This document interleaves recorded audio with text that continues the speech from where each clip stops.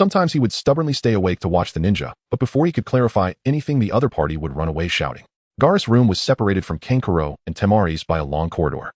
This time, he didn't divert his gaze from the tightly shut door and dashed out of the house. The village square was nearly empty today as he walked towards his tutoring session with his bag. Suddenly, a rumble of thunder echoed from the horizon, and a cluster of fat clouds spread across the sky carrying the damp air. It rarely rains in the desert weather of Sunagakure. It's nice weather, he said, shielding his eyes with his hand as the wind whipped sand around him. When he lowered his hand, Gaara was greeted by a suffocating scene. Yashimaru stood not far away, frowning at him, deep-seated disgust hidden in his eyes. The smile on Gaara's face faded as the 5-year-old stood there at a loss.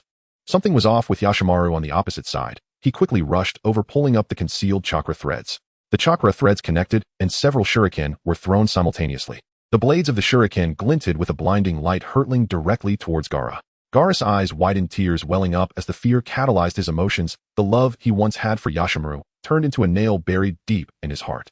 It was embedded in his heart, causing blood to flow profusely. The fear and panic of betrayal uncontrollably spread through his limbs, leaving the young Gaara with only one instinctive thought: hatred. The relentless shuriken did not strike Gaara. A defensive barrier coalesced around him, blocking the incoming shuriken from all directions. As the yellow sand settled, Gaara crouched on the ground, clutching his head tightly. He opened his eyes, tears streaming down as he stared at Yashimaru's unfamiliar expression. I hate you. Sister Haru imitated Yashimaru's expressions and actions, a tension hanging in her heart. Gritting her teeth, she continued her performance. As Konoha's finest actress, Haru portrayed Yashimaru's betrayal convincingly. Perhaps a bit too convincingly.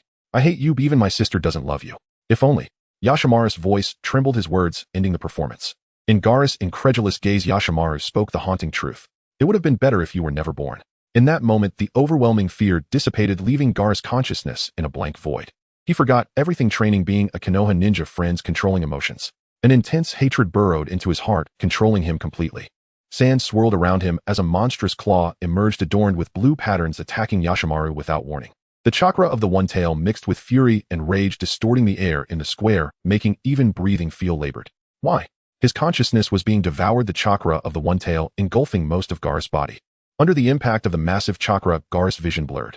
The world and figures twisted into distorted colors, being sucked into a vortex. Sand gathered massively, surrounding Yashimaru, who continued to provoke him with words. Crack. It was a peanut. Beneath his feet lay the peanuts that had fallen yesterday. The shattered peanuts, the fragmented companions. Gaara's tears dried, leaving white streaks on his face as he slowed the sand's movement, which barely halted beside Yashimaru. Yet that frightening yellow sand claw continued to advance. Yashimaru did not take a step back, closing his eyes and laughing. In that instant, he seemed to envision Haru's smile. The claw of the One Tail finally stopped at the tip of Yashimaru's nose. Just as it was about to touch his cheek, a figure dashed out, long black hair flying in the wind, as they embraced Haru, who was disguised as Yashimaru. Several shuriken embedded themselves into the wall, and Sister Haru carried Haru over the shuriken, leaping onto a nearby building. On the residence rooftops stood a massive water tower. Under Haru's astonished gaze, Sister Haru placed his hand on the water tower. Close your eyes. He pressed his palm against the iron wall of the water tower, and in an instant a loud cracking sound erupted, with torrents of water spilling everywhere. The hidden Sunagakure ninjas were finally stirred, rushing over to investigate the outcome of the experiment. The surging water splashed everywhere as Nara Shikaku dispelled his transformation technique. Haru was swept by the water, causing her transformation to fail. She still didn't understand, but why? The two hid behind the water tower. She had too many questions to ask, such as why Shikaku came to save the day.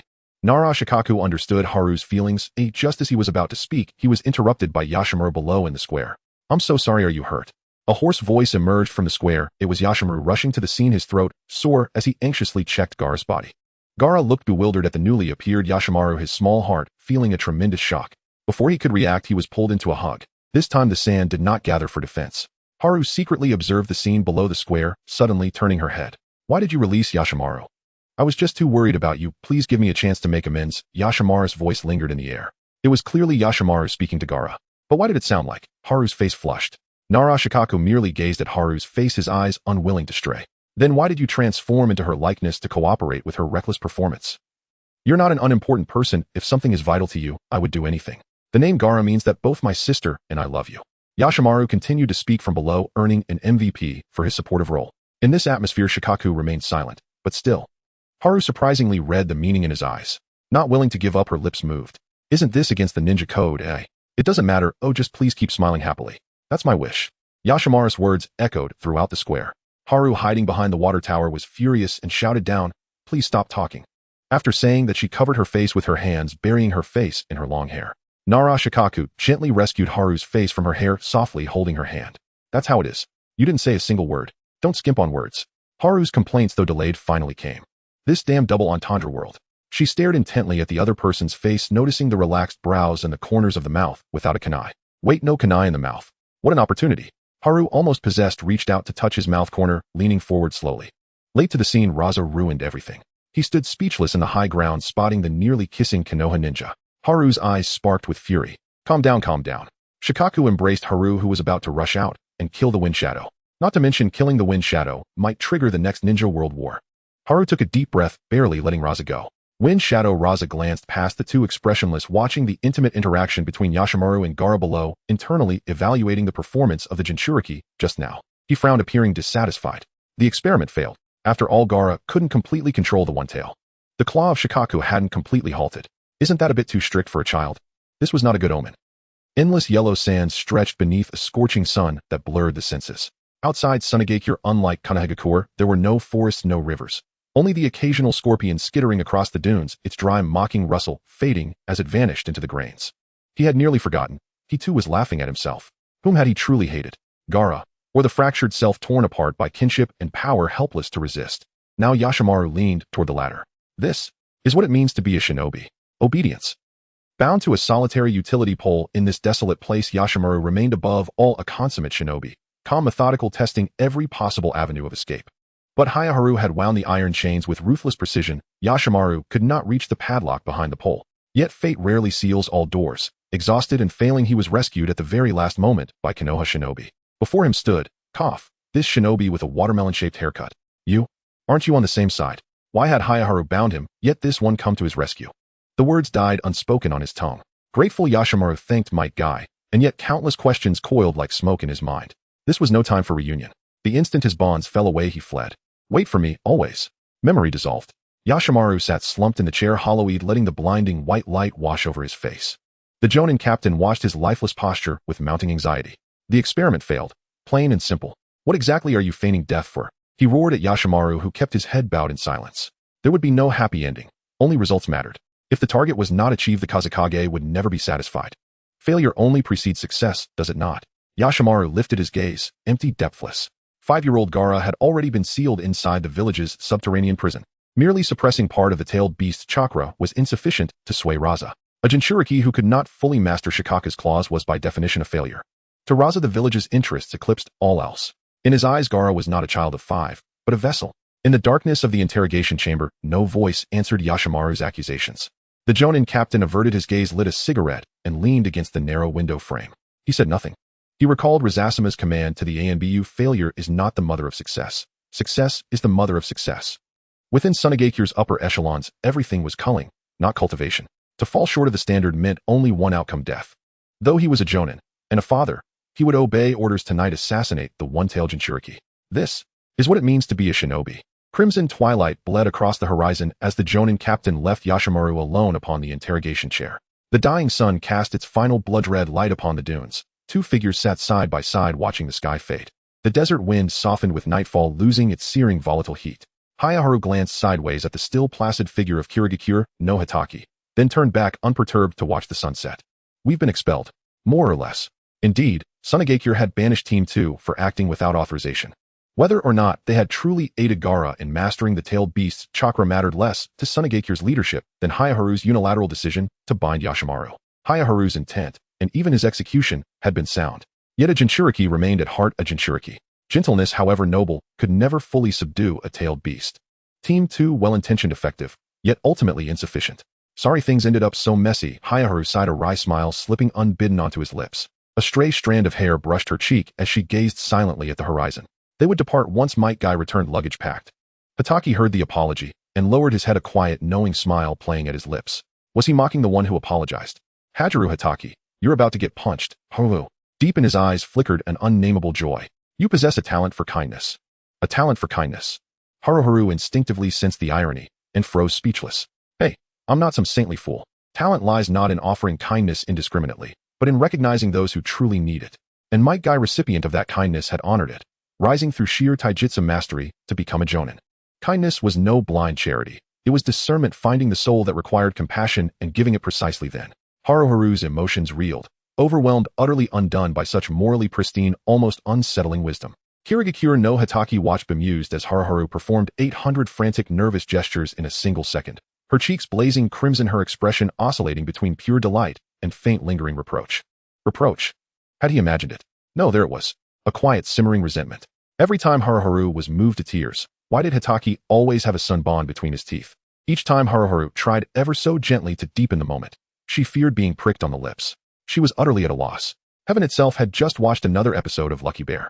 Before the tension between them could curdle, Might Guy arrived, arms outstretched, embracing both comrades, his back laden with neatly packed gear. Though exiled from Sunagakure team, two faced no punishment whatsoever. The Hokage had already issued formal withdrawal orders. Haru, are you troubled? Within the team, only Might Guy radiated unwavering warmth and openness. He sensed her hidden sorrow instantly, and spoke without hesitation. Haru halted mid-step, standing still. The night desert was cold, vast, and silent, and quietly she reached out, taking both their hands. Hatake and Might Guy understood her choice at once, and catching each other's glance instinctively looked away, each acknowledging the other's silent mutual understanding. This mission is non-negotiable. I heard your heart beat with resolve. Ignite your spirit.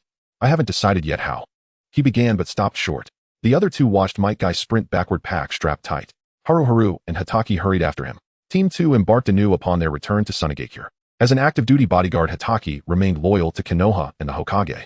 His sole directive, relayed verbatim, was do not kill the Kazekage. A request so lenient it was effectively no restriction at all. Thus, united by purpose and bound by duty, Team 2 infiltrated Sunagakure to safeguard the fragile balance of love and peace across the shinobi world. Unaware that ahead lay a crisis threatening both Yashimaru and Gaara. Wait, how did you shatter that water tower with one punch?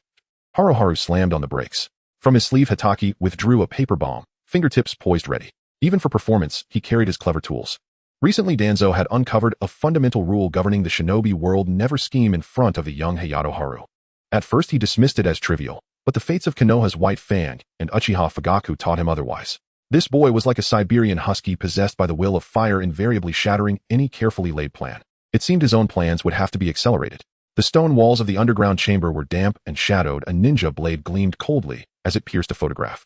The draft from his cloak extinguished the torches in the secret chamber. Meanwhile, in the Hokage's office, Minato Namikaze massaged his temples, wrestling with the lingering crisis surrounding the Uchiha clan.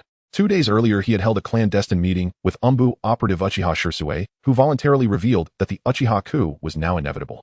He also proposed using Tsukuyami's ultimate technique, Kodoame Tsukumi, to alter clan head Fugaku's will and avert the protracted conflict. That treats only the symptom, not the disease.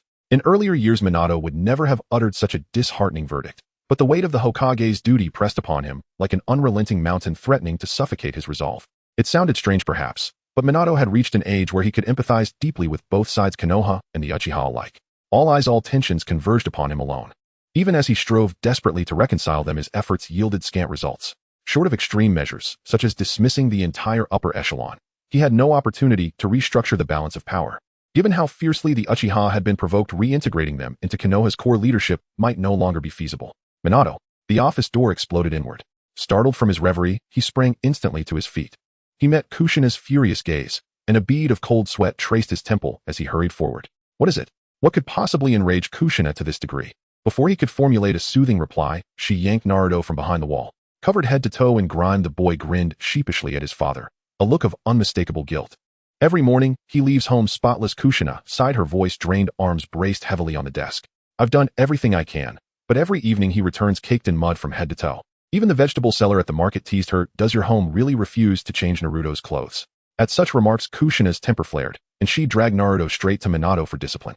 Don't go dragging your mother's reputation through the mud. With that, she turned and strode out, leaving silence in her wake. Naruto rubbed at the dirt on his face, only to smear it further. Minato sighed and pulled out 2 tissues to clean his son's cheeks. At 5 years old, Naruto bore faint feline-like markings across his cheeks, perhaps inherited from Kushina's Nine-Tails chakra. 3 delicate stripes adorned each cheek. At this rate, we'll soon be evicted, father and son alike. Never. Naruto seized his father's Hokage robe and tugged him toward the door. Hurry home for dinner. Dinner. Tonight, Mama finally agreed to grilled meat. Minato wordlessly clasped his son's small hand and glanced down dismayed at the muddy smears now staining his pristine Hokage robe. Sure enough, Naruto had just used the robe to wipe his hands. Caught red-handed, the boy flashed a dazzling grin and bolted.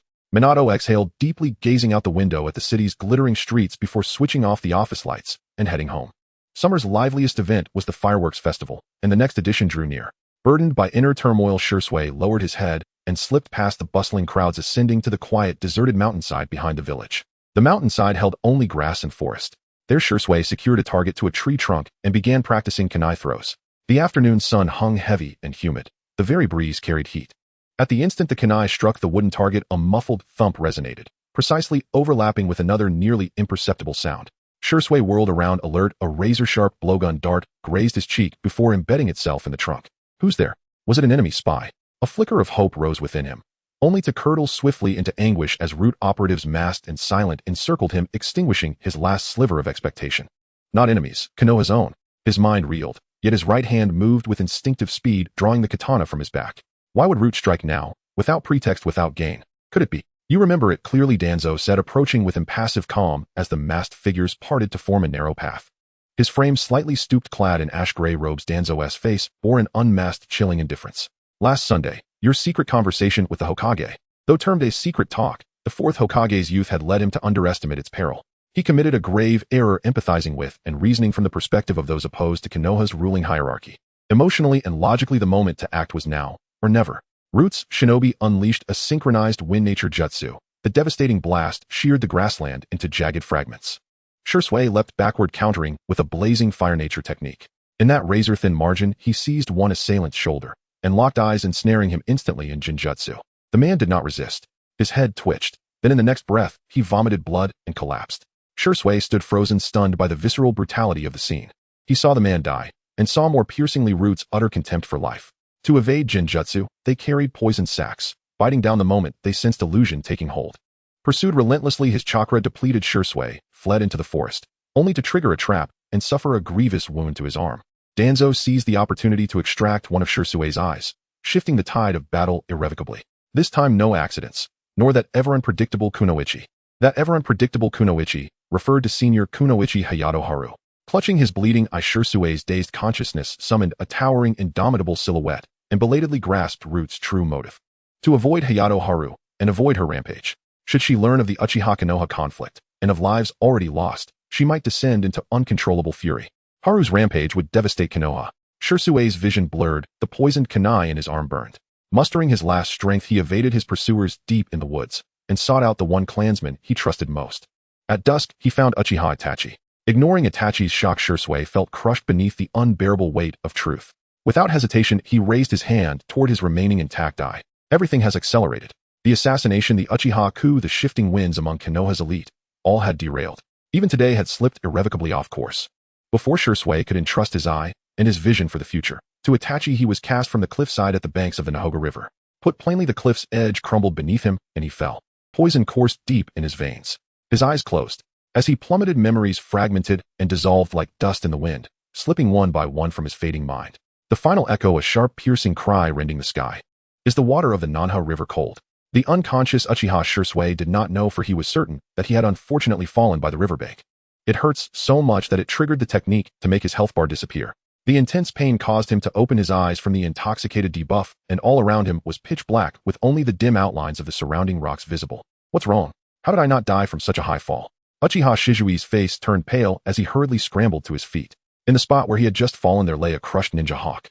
The gray-brown feathers were dry and disheveled, flattened against the ground. His already suppressed emotions sank deeper. Tears mixed with blood splattered onto the dead ninja hawk. It was Ninja Hawk No. 2, whom he had once saved, returning life to this powerless ninja. It felt as if all his strength had been drained, with the metallic taste of blood rising slowly in his throat. Shizui's cries were drowned out by the rushing river beside him, celebrating that he was still alive, while also lamenting his continued existence. Shursui knelt on the ground, his knees and elbows covered in dirt. In the darkness, a vague tall figure reached out towards Shursui. At the moment of almost contact, Shursui grabbed the wrist of the person behind him. Tears of blood dripped down his cheeks as he gritted his teeth, ultimately not harboring thoughts of killing. Exhausted, he released his grip, bracing himself to welcome death. I acknowledge your righteousness. This voice did not belong to a root ninja, and after waiting for a long time, Shursui was not killed. He stared blankly at the strangely dressed stranger. Is this blue hair? Mizuki had shoulder-length blue hair that was casually draped behind his head, wearing a large gray robe. His expression was one of approval and satisfaction, his eyes shining as they fixed on the severely injured Uchiha Shursui. I am not changing my name or my surname. I am the rogue ninja known as the Beast of the Water. I am the current. Before Mizuki could finish his introduction, a kunai shot straight for his head. He tilted his head to dodge and ordered the hidden Uzumaki brothers to bind the person. Don't be so eager to die, young man. How did you get in here? There's a defensive barrier around the outer layer of Konoha. Shursui had only one eye left, and his strength had significantly decreased. The Uzumaki box pinned Shursui down and shoved an antidote pill into his throat, causing him to cough violently. It's a common poison, the venomous snake herb. The box and the stool held tightly onto the desperately struggling Shursui, looking towards their leader Mizuki. Mizuki nodded in satisfaction, bending down to scrutinize the wary Shursui. Mizuki's demeanor was as effortless as breathing. He deliberately elongated his tone, slowly introducing his final identity, raising an eyebrow as he produced a straw hat. I came in openly, little brat. Because I am Mizuki, here to negotiate with Konoha. Uchiha Obito was not familiar with the changes within the clan. Ever since his grandmother passed away, his feelings toward the Uchiha clan had become quite shallow. Having left Konoha for several years, he was even less familiar. Obito lived in the south side residential apartment of the village, and today he saw a note wedged in the door crack. The note contained a request for Uchiha Obito to mediate and prevent the conflict between the Uchiha and Konoha from escalating. Is it relying on the identity of the Hokage's student? Who wrote this? He tore up the note with a complicated expression and casually threw it down from the floor. Standing at the doorstep, Obito held his breath for a few seconds before suddenly flinging the door open. Uchiha Itachi was waiting for him at the entrance. You pried the lock and broke into my home. Obito was startled, stammering accusations at his much younger clansman. Uchiha Itachi remained unfazed, seriously observing the blabbering goof-off Uchiha before him. Once Obito stopped, Itachi repeated his request. Uchiha Obito declined, pushing past the reluctant Itachi and into the house. Itachi did not leave, tentatively adding a sentence. Then where is Chūnin-senpai? You think everyone is more reliable than me, you fool. Obito indeed bit the bait. Ever since childhood, he had disliked being compared to Haru. Haru could beat Kakashi when they were young, and Kakashi beat Obito. Everyone's combat abilities varied greatly. Haru was a terrifying powerhouse with no moves. The most detestable person. Itachi's wisdom exceeded expectations. Even amidst Obito's goofiness, his sense of justice remained, and under the pressure of provocation he agreed. After sending away the dazed Itachi, he set down the bag of vegetables and turned to leave his home. The utility pole stretched far ahead, and he looked up at the wires in the night sky. Several sparrows hopped along the wires, and one of them seemed to have a target as it rushed towards him. With a swoosh, it landed on Obito's face. Poo poo poo. His mouth was full of feathers. Before he could react, the sparrow was already perched on his face. The human and the sparrow locked eyes, and the triangular eyes of the sparrow gradually returned to normal, while Obito fell into Uchiha's kaleidoscope illusion. The illusion space was clear with no clouds, and the weather was fine. Obito found himself back in the familiar cycle of the illusion world. He stared in shock at the expressionless figure of the Uchiha elder, speechless. He felt a bit confused. Why would the Uchiha elder, whose ideal was to achieve peace between Konoha and the Uchiha, want to stop him? Why must I be stopped, right? In the illusion, the elder leisurely plucked a blade of dogtail grass, weaving it into a small animal. The elder had a clear view of Konoha's situation. Lamenting to Minato under current circumstances would be utterly pointless. Having lived for half a lifetime, the elder's experiences and insights far surpassed those of these idealistic and emotional children. But isn't it worse if you do nothing? I will act, and even if it leads to destruction, it doesn't matter. The elder's ideology was obsessive and persistent. The despair of reality is inevitable. As long as the Moon Eye plan is realized, Madara-sama will have a way. Everyone can live in an ideal world. For the sake of the Uchiha, you will acknowledge this, right, Fugaku? The elder closed his eyes, and when he opened them again, all emotions had vanished. He crafted a grass rabbit and handed it to Obito. Obito took it, examined it for a moment, and then threw it to the ground. He didn't believe that the broken plan could save the Uchiha. Even just for Konoha and Minato-sensei, he wanted to get out of the illusion world. If I had known, I would have woven a donkey instead. Stubborn and obstinate. Uchiha Chūnin silently complained, watching Obito rampage through the illusion cycle in search of an anchor point.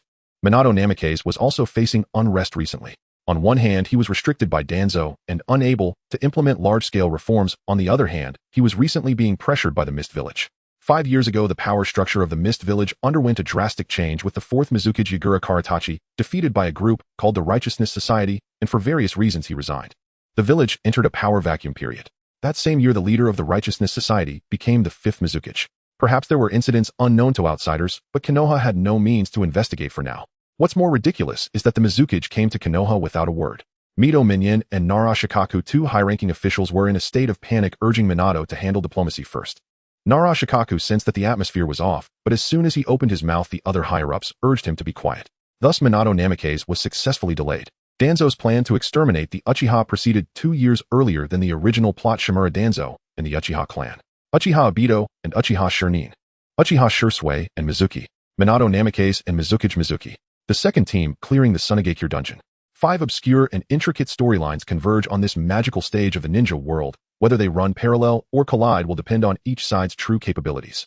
The disturbances of the leaves have nothing to do with the second team. Zhao Yuanshun's objectives have been clear from the very beginning. A rationale is meant for those who can comprehend it. If the other side cannot understand, then it is time to speak in sign language. Even more fortuitously, Zhao Yuanshun's sign language is not about hand seals, but rather fists. Returning to Suna Village requires an excuse. They cannot simply barge in claiming they want to breach Suna Village. Under the constraints of various objective factors, Chun was forced to employ cunning. The essence of cunning is, are you saying that you have left something behind in the village? The gatekeeper of Suna Village looked at the leaf ninjas speechlessly, his mouth twitching uncontrollably. He wore a forced smile, but did not let them pass. What exactly is it? It's something quite specific, Zhao Yuanshun replied bluntly. The gatekeeper's smile faltered and he pinched his bridge of his nose to suppress his frustration. He changed to a more tactful approach, suggesting that Suna Village would later mail back whatever the second team had left behind. The gatekeeper acted like a desperate customer service representative trying to find a solution that would not offend either side. Unfortunately, the second team was simply looking for trouble. This item cannot be mailed. The gatekeeper intended to ask further when a kunai appeared at his throat. All right, please. The visit from Mizukage was rather sudden, but Konoha Village could not pinpoint any flaws at that moment. The other party indeed had provided advance notice and discussed the visit beforehand, however. One moment they had agreed, and the next they arrived. Even taking a rocket would not be this swift. This world is indeed full of surprises, isn't it? Minato Namikaze wore a calm and composed expression accompanying this erratic Mizukage as they strolled through Konoha. The long-standing grievances between Mist Village and Konoha revolved around the issue of the Three Tails allegiance and the matter of Zhao Yuanshun sending the 7 ninja swordsmen to their demise. Today was a crucial day for breaking the stalemate between the two villages. Mizukage absent-mindedly picked up a tomato by the roadside and took a bite, seemingly unconcerned about past disputes. Even his intelligence seemed lacking. By the way, how have you considered that matter? Mizukage suddenly asked, referring to the proposal for the Chūnin exams mentioned earlier that morning. Mist Village wished to befriend Konoha and learn from Konoha's talent cultivation methods. Thus, Mist Village and Konoha initially agreed to hold this year's Chūnin exams together. It's a small matter. Minato continued to smile, yet he was concerned about the undercurrents within Konoha. The power structure within Konoha was a chaotic mess, which made him feel uneasy. If something were to happen to Konoha at this moment, he was certain that this Mizukage would immediately turn against Konoha. Don't even mention it, but what is lacking the most is righteousness. Minato listened to Mizukage's complaints about Zhao Yuanshun all afternoon, nearly getting calluses in his ears. 80% of Mizukage's time was spent complaining about Chun beating him up, while the remaining 20% was reserved for praising Zhao Yuanshun's strength. As for holding grudges, Mizukage was truly unmatched. And who are these two? Vortex Xia and Vortex Denga were exploring various shops, clearly enjoying themselves. Are these two really the bodyguards of the Mizukage? Minato inexplicably felt that his bodyguard team was much more reliable. The 3 of them at least wouldn't abandon their posts to play around. Don't even mention whether Nara Shikaku counts as abandoning his post for love. That's just his subordinate's romance. Minato's role was solely to protect. Mascot Mizukage absent-mindedly picked his nose. The scene shifted to the dungeon of Suna Village. Gaara was curled up in a corner playing with a small stuffed bear in his hands. The air was both dry and foul, and occasionally there were sounds of banging from the neighboring cell. He stared expressionlessly at the bear's button, eyes looking up at the small window. A wisp of yellow sand enveloped the dirty little bear, lifting it several meters high. The sand pushed the bear out through the window, and Gaara stared at the small window, the corners of his mouth lifting into a slight arc. The bear would not come to save him, he knew that. But that was enough to be found and cleaned by someone passing by. Please leave now. Night fell, and the cell was engulfed in darkness, losing all light with the moonlight dim. Gaara cautiously moved around, discovering traces of repairs on the floor. He patiently controlled the sand to clean the entire floor, revealing a large hole in the center. The hole was barely covered by a few wooden boards resembling a shoddy construction job. This was broken through several years ago. Impressive, right? Hearing Sister Chun's voice, he turned back in surprise. That little bear appeared again at the window, and under Chun's command, Gaara hurriedly ran over to catch the falling bear. His eyes sparkled as he watched Zhao Yuanshun climb through the window. Step aside. Gaara took a few steps back. Zhao Yuanshun squatted at the window, and upon releasing her grip, jumped down. Chun landed on the wooden board, breaking through the floor directly into the basement. The two escaped the cell through the lower level. Meanwhile, the captain of Suna Village's Jonin team was preparing to set off, letting out a long sigh to the sky. By late night, he finally resolved to enter the dungeon. Don't blame me. Obedience is the essence of a ninja. He was merely following Lord Raza's orders. Even if a tailed beast were to come for his life, it would not target him. The Jonin captain circled around the cell, feeling somewhat bewildered. He peered into the adjacent cell, only to be interrupted by a punch that broke his nasal bone. A sharp pain pierced through his head. He stifled a heart-wrenching scream, covering his nose. Wait a minute, that's not right. The cell next to Gaara's is empty, so who is this tall figure? In the darkness, a flash of glaring teeth reflected the moonlight as Might Guy stood under the moonlight. Watermelon head. Might Guy suddenly pulled a long face, staring resentfully at the sand ninja, who had spoken out of turn. The Chūnin captain of Suna village, blood streaming from his nose, narrowed his eyes coldly. He unleashed a wind release technique and swiftly drew several shuriken to seal off the opponent's escape route. Might Guy dodged the ninjutsu, the fabric of his arm, sliced by the wind, blade a line of blood trailing down. As fellow Chūnin, their battle was bound to be a hard-fought one. Moreover, you are not an ordinary Chūnin. It was the Chūnin captain of Suna village. Thank you for the compliment. With that, the sand ninja yanked off the white headband from his head, pulling out a thin chain from within. The entire chain was lined with barbed thorns, at the end of which was a blade shaped like a surgical knife. He grinned menacingly, and the chain shot out, creating a faint sonic boom in the air. In the dark scene, the deadly chain became even harder to track with the naked eye. Might Guy calmed himself and opened the first gate of the 8 gates, deliberately closing his eyes. Sensory perception relies not just on sight. He mobilized every pore of his body to sense the airflow, using hearing and touch to perceive the space. At the last moment, he grasped the fast-moving chain. However, due to the inertia of the rope, the end of the chain wrapped around Might Guy's neck.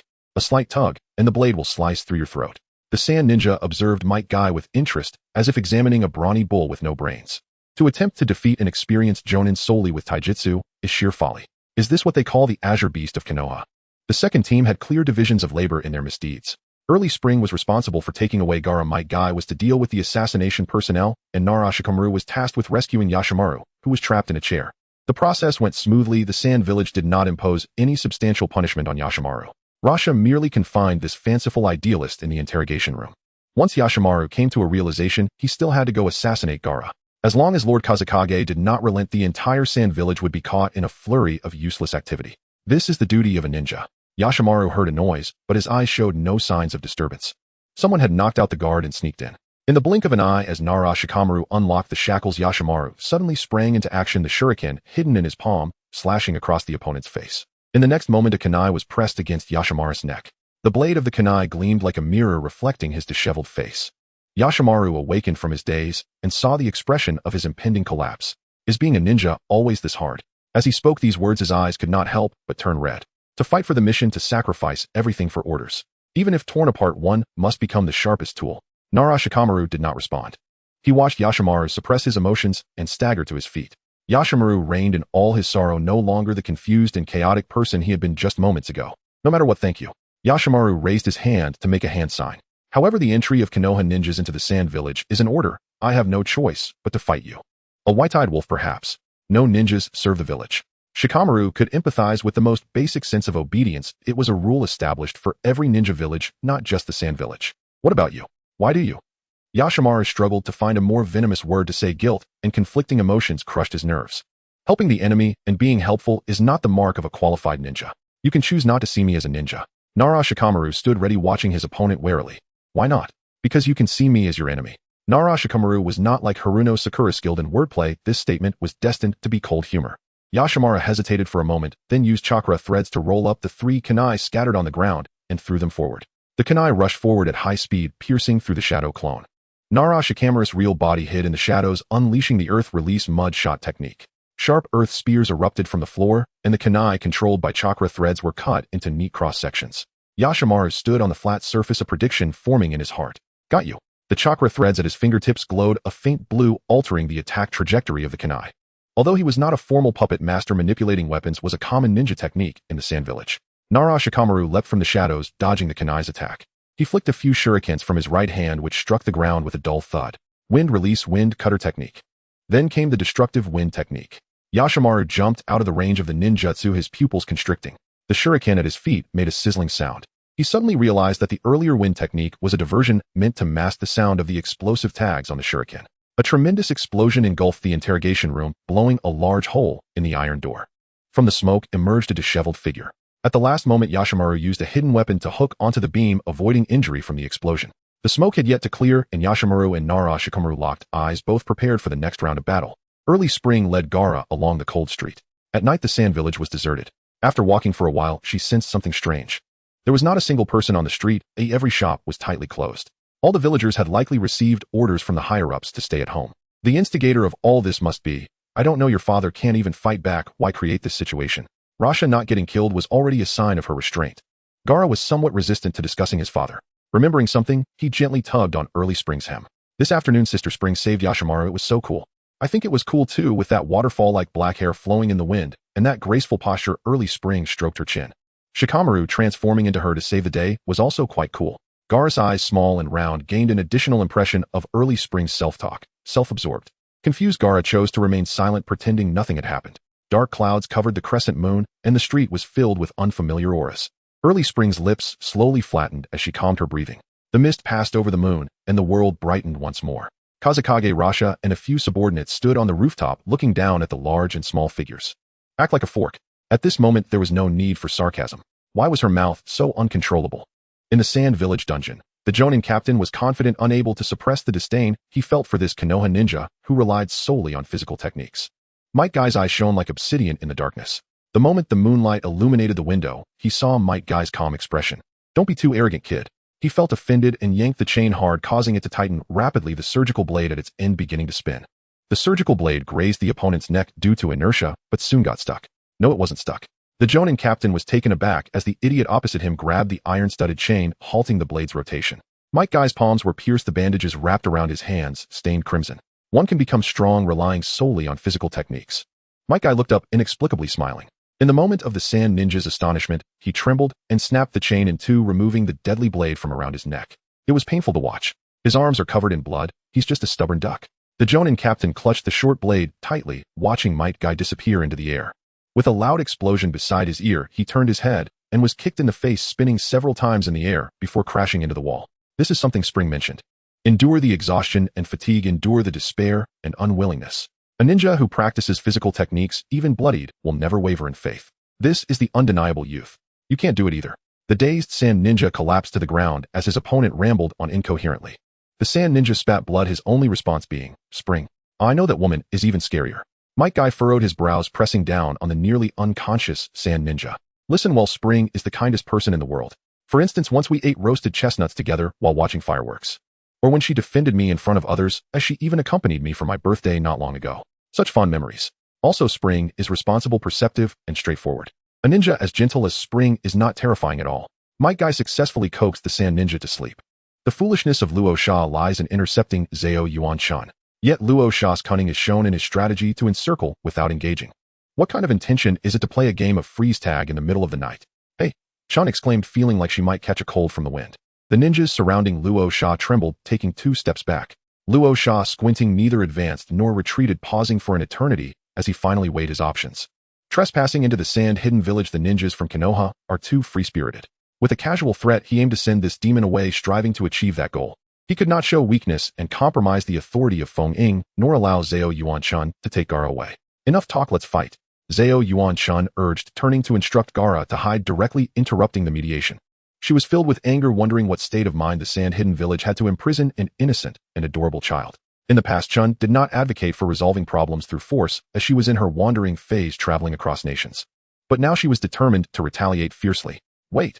Luo Sha immediately called for a pause, quickly articulating his theories and reasoning. His character, perhaps slightly slick in fearing the strong and bullying the weak, was a trait developed from his high position. The sand-hidden village, with its poor geographical location and scarce resources, would be doomed if Zhao Yuan-chun went on a rampage. Your 2 companions are fine. Moreover, after an afternoon of contemplation, I have fully grasped the essence of teaching children. Love and peace, Luo Sha said, maintaining his composure as he recited the nonsense that Yashimaru frequently murmured in his ear. Upon hearing this, the sand ninjas exchanged glances. One ninja, unable to contain himself, nearly laughed, only to be elbowed by another, almost breaking a rib. All the ninjas pressed their lips together, struggling to suppress the involuntary smiles at the corners of their mouths. Sister Chun. Gaara dashed over to hide behind Chun, pointing into the distance. Zhao Yuan-chun and Luo Sha, along with others, turned to look back, a figure appearing silhouetted against the moonlight at the street corner. Before getting closer, a familiar voice revealed the identity ahead of time. Chun, are you hurt? Might Guy rushed over, covered in blood, his Konoha ninja vest and green jumpsuit drenched in it. Even the bandages wrapped around his arms were stained. Zhao Yuan-chun gasped, her eyes flashing red as she glared at Luo Sha. What do you mean it's nothing? Go die. You can't kill Feng Ying-chun. Zhao Yuan-chun was furious, her black hair wildly flying in the dark aura. Might Guy seized Chun by the arm, while Gaara clung to her leg. After a burst of complaints, Chun let out a sigh of relief. Thank goodness that chaotic demon had finally awakened from the brink of rampage. Luo Sha invited the Chūnin to the lounge to discuss things properly, though his so-called parenting principles were entirely fabricated.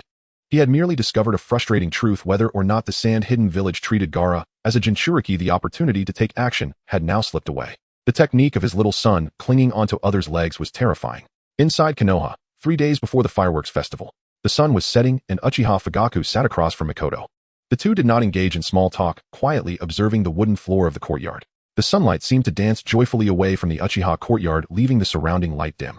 Even if we wait 2 more years, it won't happen, Fugaku murmured to himself, closing his eyes in contemplation. True, if the higher-ups did not act while the 4th Hokage was distracted, there would be no opportunity left to deal with the Uchiha. The tension between Konoha and the mist-hidden village was palpable. The negotiations between ninja villages were too abrupt, precisely at a time when the overwhelmed Minato Namikaze was diverted. The remaining high-ranking officials observed with a detached demeanor, tacitly allowing this undercurrent of murder to unfold. Within days, the Uchiha would perish if they did not act. The teacup trembled slightly, creating small ripples in the tea. As the view shifted upward, Uchiha Itachi knelt behind his parents wearing a gray vest. At just 11 years old, Itachi had only recently joined the Umbu. Was he truly going to take action now? Mikoto tilted her head, yet could not bear to meet her child's gaze, hastily turning away. Father, mother. No need to say more, we understand you, Itachi, they replied. This was all just too early, 2 years ahead of schedule. The siege from Konoha came before Fugaku's rebellion plan. They had not yet seen Sasuke start school, and Itachi was still too young. Everything was about to come to an end. At 11 years old, Itachi's right hand trembled as he bowed his head. It's great that you understand, Fugaku. A wearied yet humorous voice echoed from behind, causing Fugaku to turn abruptly. A hand rested on Itachi's shoulder, belonging to an old friend not seen for many years. Konoha. Fugaku felt anger rising within him as he grabbed a teacup and hurled it. Since their falling out, he and Konoha had gone their separate ways. More absurdly, he had tacitly agreed for Itachi to kill him to protect Sasuke. He absolutely did not agree to allow Konoha to kill him. If it's you, then I will fight back. Itachi, standing by, was astonished, having no memory of this person. This mysterious figure, whose had covered half his face, was also an Uchiha. The reason he brought this mysterious person here was that the latter had promised to let Itachi in on some deep secrets hidden within Konoha. Uchiha Shinrin removed his hood, revealing a face marked with wrinkles, which made him appear more composed. He stood firm like a cherry blossom tree, gentle, yet resolute. I will prove my philosophy, Fugaku. Shinrin believed that as long as the Eye of the Moon plan was realized, the ideal world would be achieved. He forced a smile, though the joy in his eyes was faint. Let's start from here, cousin. Fugaku was seething with anger, throwing a kunai that pierced through Shinrin's shadow clone. Having lost his opponent, he slumped to the ground, deflated. The blood moon hung high as Itachi took action. Shinrin dealt with most of the clan members while Itachi assisted him in eliminating the rest. Uchiha Itachi even watched as his cousin kicked a certain Uchiha, stabbing him multiple times. That old bastard, who had forced Shinrin's father to his death decades ago. And this guy, who constantly pressured him to marry ever since Fugaku had children. Uchiha Shinrin could not help but harbor long-standing grievances, sending those elders around 70 years old to their demise. Turning around, he noticed Itachi staring at him with uncertainty, and he quickly concealed his smile, clearing his throat awkwardly. The clan grounds were littered with the bodies of clan members as Itachi wiped the blood tears from his eyes, standing silently at the entrance of the clan grounds. He awaited his younger brother, who was playing and returning late. The plan was proceeding so smoothly, it was undoubtedly the work of Uchiha Shinrin. Yet Itachi did not understand why his uncle was assisting him in the slaughter. Who exactly was Shinrin? His father had never allowed him to meet this traitorous relative. The secrets behind this must be far more than he imagined. The Uzumaki Shikaku and Uzumaki Zwa happily attended the fireworks festival at night. The two brothers had been enjoying themselves greatly these days, with the elder brother Mizutachi temporarily residing in the capital of the Land of Fire, conveniently providing them with a pass for Konoha. The fireworks at the festival were grand and beautiful, unlike anything from the Grass Ninja Village. Uzumaki Shikaku tugged at Zwa's arm, pointing toward the distant cherry blossom grove. How strange, all the cherry blossoms have fallen except for that one tree still in bloom. The two playfully tussled and distracted Uzumaki Zwa nearly got hit by a flying Konoha ninja. The brothers looked on in confusion as Princess Lin ran past carrying Obito toward the hospital. Something's wrong. Ultimately, the matter was resolved peacefully. Team 2 rested in the lounge of the Wind Shadow office building, and after ensuring everything was in order, Rasha departed at lightning speed. Such timid, ineffectual conduct further diminished Hayato Haru's impression of Rasha. A hypocrite, someone utterly incapable of reflecting upon his own methods of cultivating talent. Harun withdrew her gaze and focused intently on bandaging Might Guy's hands. The lounge, now occupied by only 3 people, should have felt spacious, yet instead it brimmed with an indescribable sense of crowding. Not spatially, but psychologically. Kirigakure Genma idly flipped through a book pulled from the shelf. The shallow scratch across his cheek was minor, not serious. Noticing this, Guy's breathing gradually softened, giving way to an unprecedented timidity and a peculiar aching sense of loss. He lowered his head slightly, gazing at the crown of Harun's hair, where her silken tresses fell gently over her shoulders as her hands carefully dressed his wounds. I'm fine. Harune's heart belonged to Genma. If only she could continue smiling like this, truly happy. How wonderful that would be. I'll do it myself. He tried to pull his hand back, but Harune lifted her eyes, casting him a puzzled glance before swiftly seizing his wrist. It's nearly done. What's wrong? Guy's gaze hardened as he voiced his reasoning. Logically and emotionally, Harune should be tending to Genma first. He's the one who's injured. Harune, I know you've always. Kirigakure Genma quietly observed the exchange, ears pricked. After waiting interminably, Harune took a deep breath and gestured for Guy to lean closer. The instant his head drew near, a searing delayed sting flared across his cheek. Slap. Guy jolted, fully awake. Of course we treat the more severely wounded first. Have you lost your mind too? Idiot. Aren't we comrades? Harune blew away the faint white smoke rising from her palm and continued wrapping the bandage, her expression stern.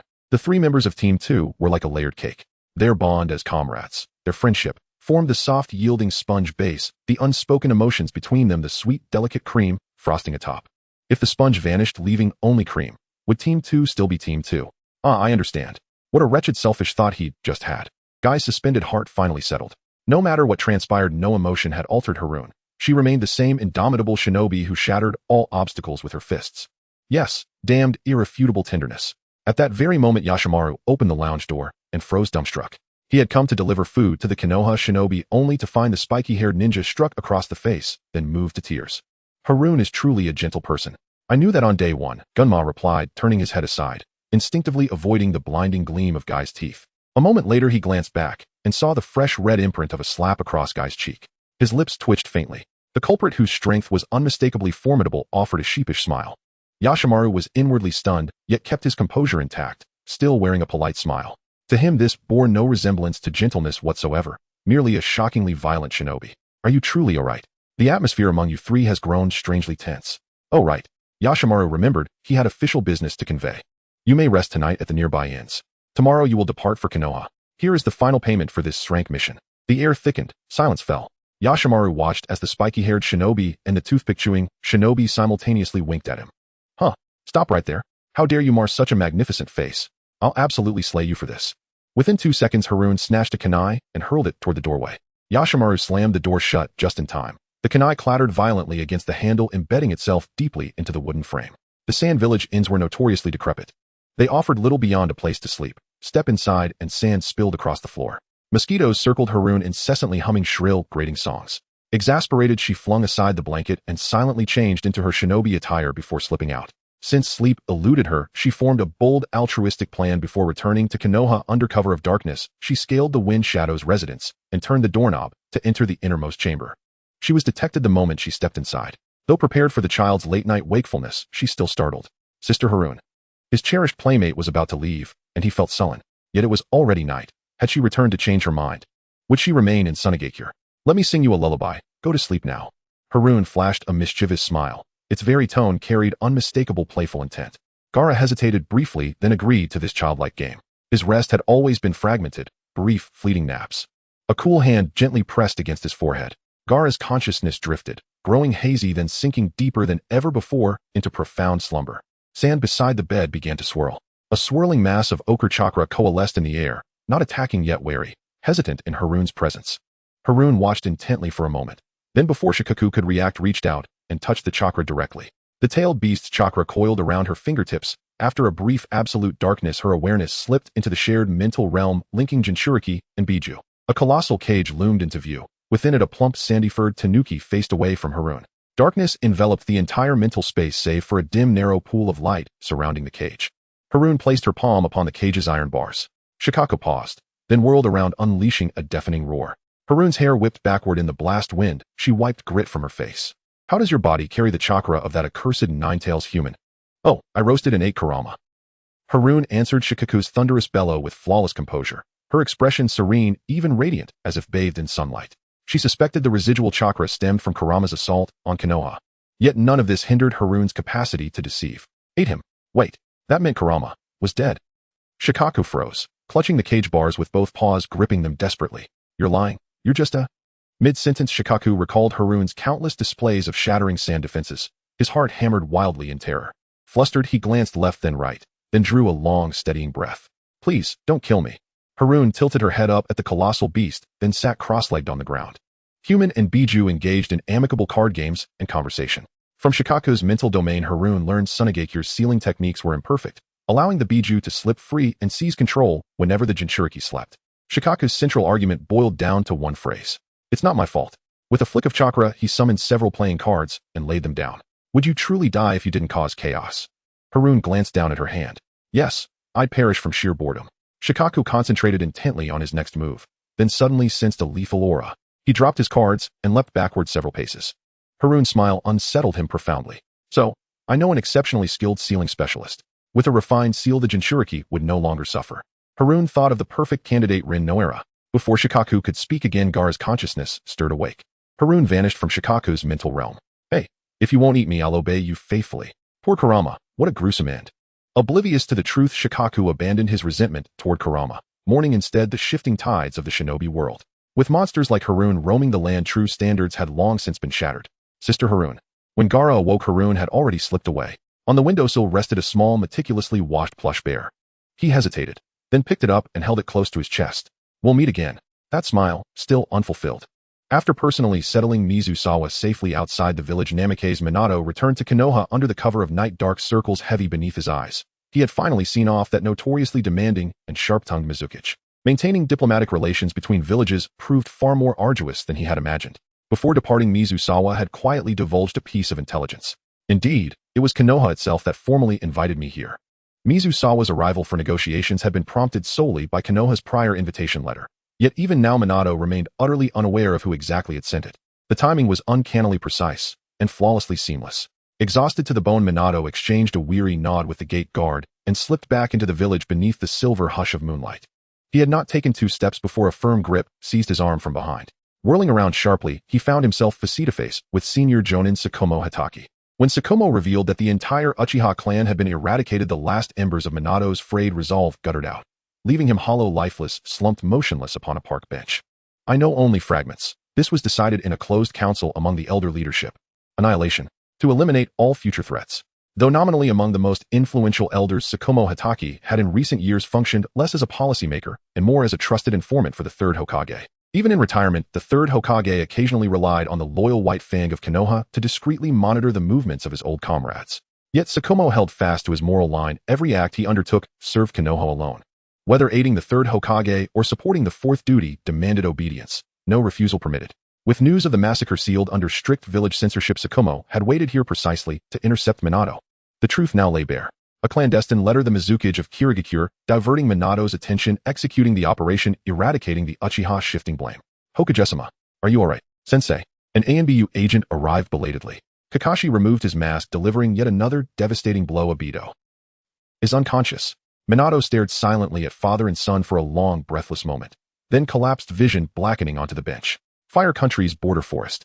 Team 2 trudged homeward, stifling yawns. Hayazono Haru's eyes were so heavy, she could barely keep them open. Dampness clung thickly to the woods. The air, washed clean by last night's rain, carried an uncommon clarity. Yet within that crisp stillness drifted the faintest, most unsettling trace of blood. Haru paused mid-step atop a branch, lost her balance, slipped, and tumbled hard to the forest floor. Ow, ow, ow. Are you all right? A voice, familiar yet strangely distant, pierced her ears. Her gaze lifted slowly, locking unflinchingly onto the blood-smeared face of Uchiha Nobuto. 10 years had passed since their last meeting. Nobuto stood drenched in crimson, whether his own or another's no one could tell. At the sight of Haru's eyes, he instinctively looked away, unable to bear the weight of her gaze. He had come here intending only to await Uchiha Itachi, knowing the elder brother would deliver a final unforgettable lesson to his younger sibling. Fate, however, had twisted its thread. Instead, he found himself gazing once more upon the dearest subordinate he had ever trained. Before sorrow could settle upon Nobuto's features, Haru erupted into unrestrained, shuddering sobs. Years of suppressed emotion do not vanish. They accumulate, gathering force until they break forth like floodwaters. Some comrades had defected, some had fallen in battle, others had vanished into exile. In that instant, Haru's world drained of color, reduced to stark, suffocating monochrome. Beneath her grief lay bewilderment, anguish, and a deep, aching incomprehension. The sheer velocity of her emotional collapse startled Nobuto profoundly. As he reached instinctively toward her shoulder, Team 2 surged forward, driving him back with silent, resolute force. Neither Genma nor Might Guy had ever witnessed Haru weep so openly, so utterly, leaving them flustered and helpless. Haru, please stop crying. Nobuto's heart, long hardened by duty, shattered anew. Clutching his chest, he leaned heavily against the trunk of a nearby tree. He had failed as a mentor, slipping away in secret while Haru traveled abroad, returning just as stealthily now during one of her missions. He had known, always known, what he was doing. Yet ideals demanded sacrifice. If I must cry, then let me cry. Must even tears be forbidden? Is there no justice left in this world? Haru wiped her streaming eyes with trembling hands, her decade-long confusion over Nobuto's desertion still unanswered. Now here he stood again, calm, composed, as though nothing had ever happened. How cruel. I will cry, loudly, fiercely, without restraint. Her sorrow surged like a landslide, swift, overwhelming, unstoppable. Just as swiftly it receded. She rose, brushed away the last traces of tears, and felt her sleeve gently tugged. Why are you crying too? Might Guy, overcome by empathy, found himself weeping uncontrollably. Haru sighed, resigned and familiar with the pattern, then turned to face Genma Shiranui, who stood quietly, head bowed. Genma lifted his gaze and met Haru's crestfallen expression. He was not weeping. Proof perhaps that sanity still lingered somewhere in this world. No matter how deeply he ached for her tears, he would never shed them himself. Instead, his gaze sharpened, turning coldly, inevitably, toward the man who had caused her pain. What precisely were you just mourning? Nothing at all. Haru inwardly chided herself for such childish thoughts. Team 2 collectively turned toward where Nobuto had stood, only to find him gone. Having fled a safe distance, he paused, then shouted back over his shoulder. No long-haired ones are allowed to hold her. And you, Pineapple Head, you're banned from holding Haru too. To Nobuto, Haru remained forever the 6-year-old girl he remembered. The 3 members of Team 2 exchanged glances and simultaneously rubbed their foreheads in exasperation. They pressed onward, and soon with grim certainty realized something terrible had befallen Konoha. The Hyuga compound lay in profound, unnatural silence. For days, Hyuga households had grown unervingly still. News of the Uchiha massacre had spread like wildfire through Konoha streets, leaving the other great Byakugan clan gripped by quiet dread. Long before dusk fell, every household had extinguished its lamps. Inside one dim chamber, Hyuga Niji lifted the formal letter of apprenticeship resting upon his desk. Outside, the night sky blazed with fireworks, vivid, kaleidoscopic, yet utterly muffled behind tightly shut windows. His fist clenched, crumpling the parchment in his grip. What is this supposed to mean? His father clan head Hayashi proposed sending him to train under a legendary shinobi. After all these years, had the main house finally succumbed to remorse? Was this pitiful gesture a condescending offering, a hollow compensation, meant to soothe the sting of injustice? He understood less than ever. Father. Tears spilled down his cheeks, blooming like lotus blossoms across the fragile paper. Whether he wept or did not weep, no one could tell. All sound was swallowed whole by the thunderous celebratory detonations beyond the walls. This year's fireworks festival felt profoundly, chillingly wrong. Snap! An unnatural sound shattered the stillness. Niji hurried to the window, threw it wide, and saw a cloaked woman utterly unknown hurrying past house after house, fleeing desperately from the Hyuga compound. She paid no heed to the dazzling pyrotechnics above, her head bent low, her pace unwavering, vanishing into the night. The afternoon sun was scorching, and every brick and tile in the yard felt hot to the touch. The shadow of an old tree fell on the ground, while the wildflowers and weeds in the corner were deprived of the narrow shade, each wilting in despair. After a while, a round head popped up from the wall, and a Kimichi Choji struggled to climb over the fence. They had all been lured here by the enticing words of Zao Yuanshan. Zao had claimed that a martial arts manual was hidden in her yard, which she had accidentally lost there when she was 6. For a group of rowdy 5-year-olds, a martial arts manual was an enormous temptation. It's probably just a lie, nothing but nonsense.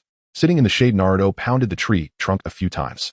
Not long ago, Chun had tricked Naruto into believing that if he ate too many miso chashu ramen bowls, he would turn into a pig in his next life. Yet even if it was a scam, they still came. That person is said to have defeated monsters in legends.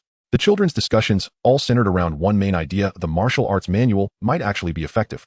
With a shared goal in mind, Naruto, Choji, Shikamaru, and Kiba sneaked into Zao Yuanshan's backyard to search for the manual. This was far more thrilling than any ninja game. Actually, throughout this process, Nara Shikamaru wanted to pour cold water on their enthusiasm more than once, but in the midst of his friends' spirited cheers, he merely sighed. The legendary Zao Yuanshan definitely did not become a ninja through a martial arts manual. He had heard his father say that Chun was born with immense strength. Chun often came to the Nara clan's territory to hang out with his cousin Nara Shikaku. His thoughts were interrupted when a book fell from the tree and hit him in the face. This must be the manual. Inuzuka Kiba, who had climbed to the top of the tree, grinned brightly. He was the first to spot a book on the tree. Several furry little heads crowded together, observing the open martial arts manual. The manual, weathered by years of wind and rain, was wrinkled, torn, smelly, and yellowed, as fragile as a wafer. Does this manual really have a name called Troublesome 2? 0. It's very likely. It was 3 against 1, the majority wins. Naruto turned to the second page, and several large characters caught his eye. No tricks means no tricks, just accept the reality while lying on the ground and continue with no tricks. How negative. That was Naruto. So boring. That was Kiba. So strange. That was Choji. So familiar. Nara Shikamaru felt an inexplicable sense of familiarity with this manual. But he truly did not recognize the individual named Read More Newspapers, Sleep More. The phrases within this manual seemed to encapsulate centuries of negativity from the ninja world. While the group of children had yet to decide how to handle the manual, a shadow suddenly fell from the rooftop, enveloping them all. A masked ninja surveyed the area, urging everyone to return home and not to venture out. The chaste children exchanged glances, said their goodbyes, and returned home. On the same day, explosive news spread through every street and alley in Konoha. The entire Uchiha clan was wiped out before the fireworks festival, and Uchiha Itachi had defected. The fourth Hokage stepped down from leadership due to illness. The Hokage's apprentice Uchiha Obito was mentally scarred and fell into a coma. An explosion occurred on the night of the fireworks festival. The legendary love-hate story of Konoha's second team unfolded. The streets were filled with anxiety, and passers-by speculated about the series of significant events happening in Konoha. Rumors began to circulate, with some saying the Hokage was doing his best to handle the Uchiha family's tragic incident, while others claimed that the fourth Hokage was openly evading responsibility, leading to the Uchiha's downfall, all while the Hokage used other narratives to deceive the public. So dear Grandpa Zhaoshi Zhao Yuanshun chuckled a few times before abruptly changing her expression and shouting at the immovable Senju Zhaoshi. That's just insane. Why would you include my gossip news in there? It's simply unscrupulous media. Senju Zhaoshi feigned ignorance as his newsstand was older than the third Hokage and thrived on insider information. Whether it was big or small news, anything sold at the newsstand was considered good news. He pointed his bony finger at another article on the newspaper. Let's not talk about that if those two kids who caused the explosion are from the Uzumaki clan, right? The last time I saw more than 2 members of the Uzumaki clan was when Lord Hashirama and Lady Mito got married. Let me tell you. Back then their marriage was nothing short of a beautiful tale. As Grandpa Zhaoshi got lost in his memories, Zhao Yuanshun could no longer bear it and left. So many events unfolded suddenly in Konoha, and she felt a headache coming on.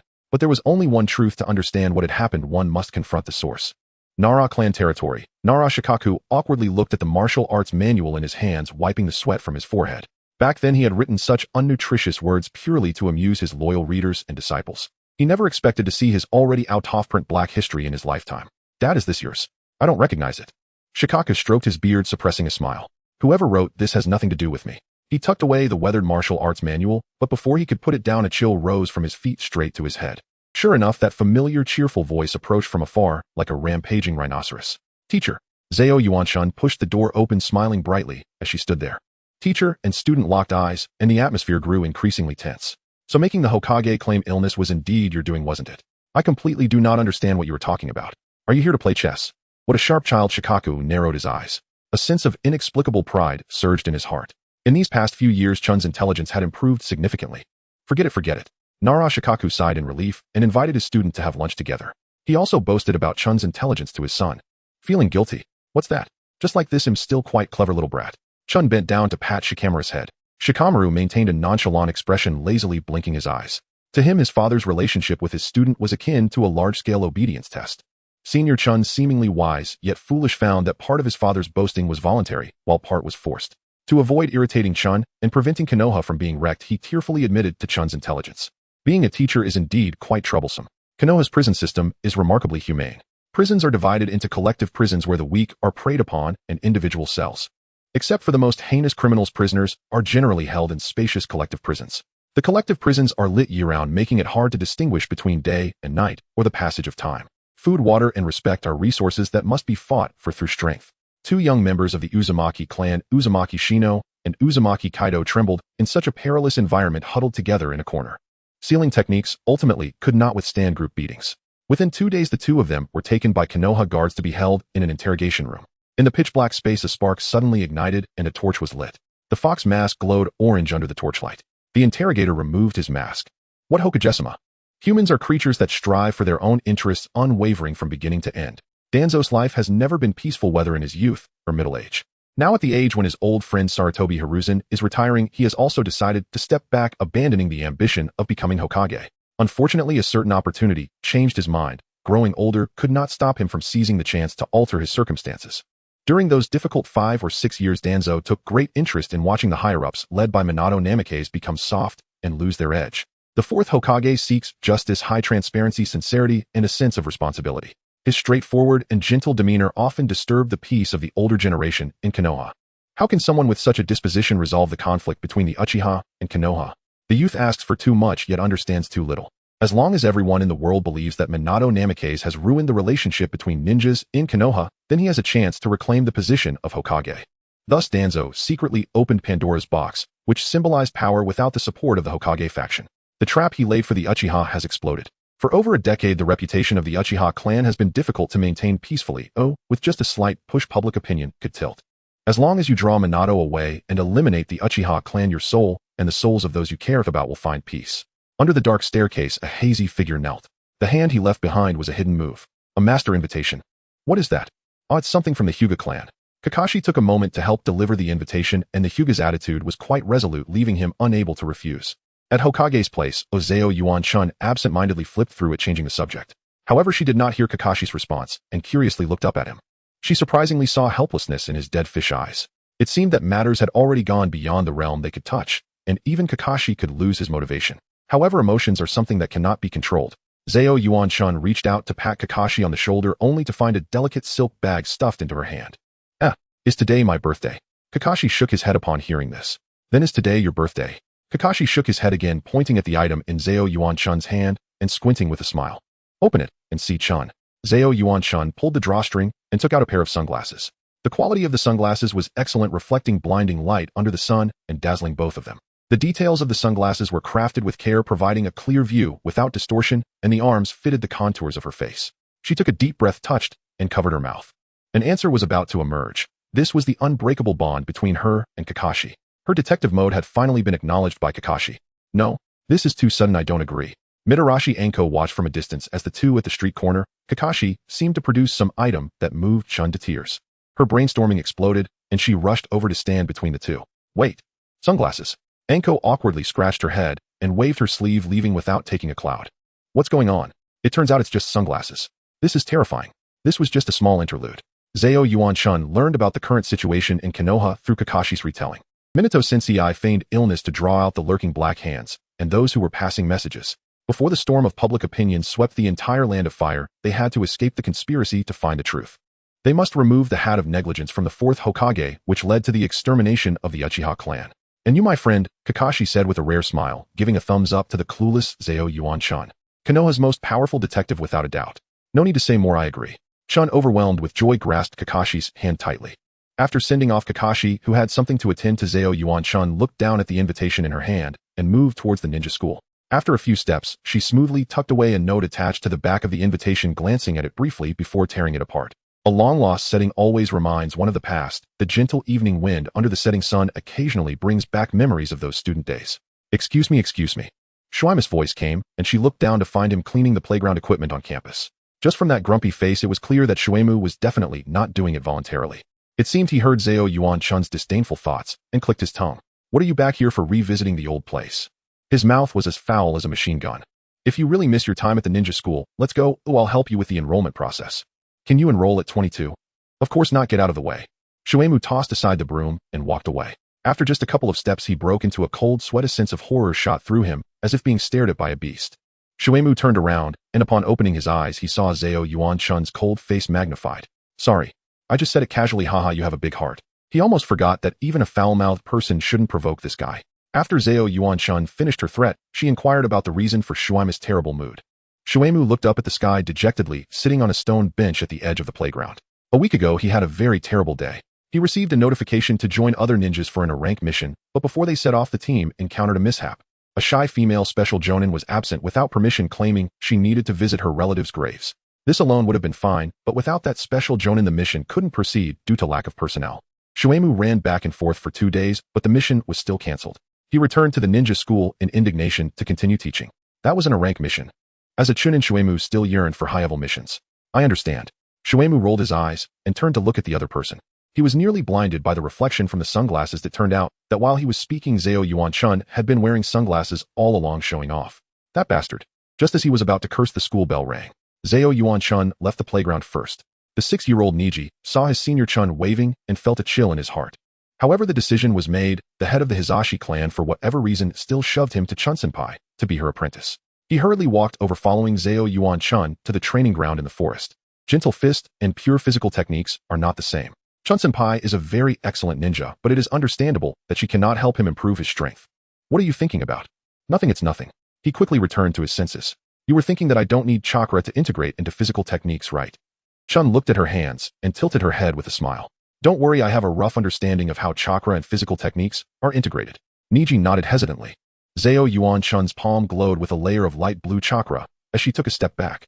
She paused for a few seconds, then swung her palm, creating a whirlwind. Her palm barely stopped an inch from the giant rock. The giant rock stood firm for a moment before cracking in half. This is inner strength. She is not just a brute, but a ninja. In her life, she generally refrains from adding chakra to physical techniques, fearing accidentally killing someone. Guy had talked about the principle of the 8 gates, and Rin had also educated her about the route of chakra flowing through the channels. When it comes to connections, Chun is undoubtedly top-notch.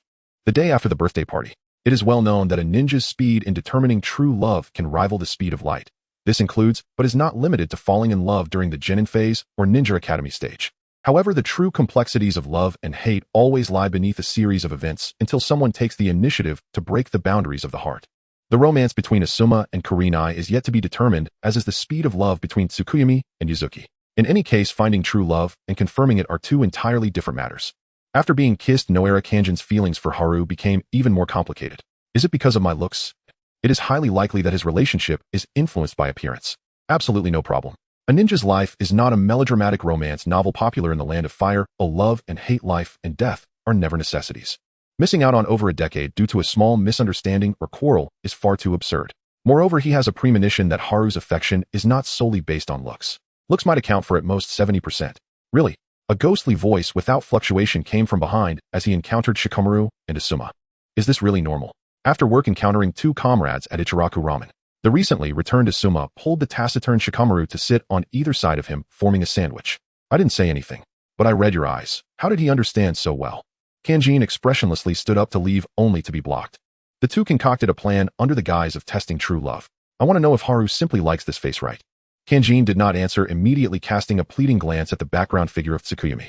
Tsukuyomi's heavily dark-circled face showed no change, appearing indifferent to anything.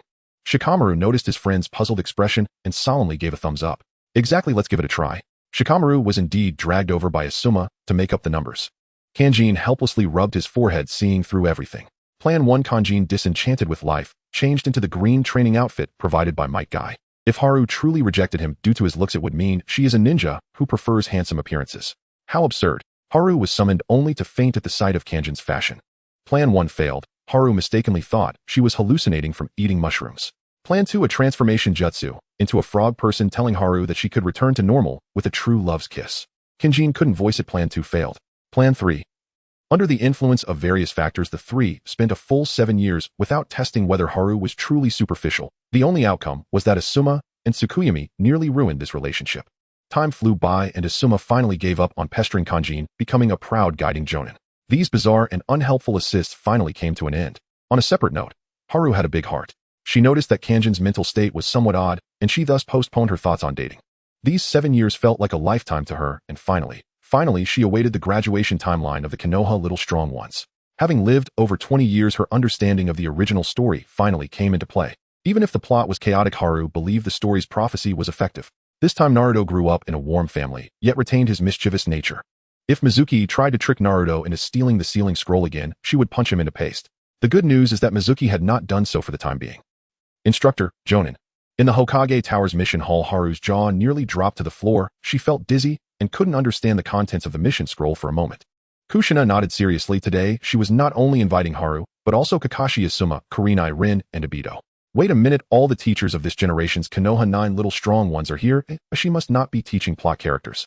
Rin might be teaching a medical professional class, while Obito could be teaching background characters. Haru's thoughts raced, leading her to a conclusion. Her task would be easy, teaching background characters A, B, and C. An uneventful day passed just like that, and Haru slept soundly. On the graduation day of the Ninja Academy, students, the Jonin, were responsible for taking their respective students. Haru and Kakashi sat on the steps at the entrance, and when noon came, Kakashi entered the classroom. Upon coming out, Kakashi quietly shook his head at Haru. Moi. After sending off Kakashi and Team 7, Haru went inside to take her own Genin team. But the classroom was empty aside from Irika, who awkwardly handed Haru a special list.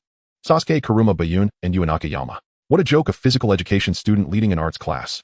If this were her past life, Haru would have been chopped into minced meat for doing this. Sasuke, who had roots, simply waved his black hand in front of her eyes, and she endured.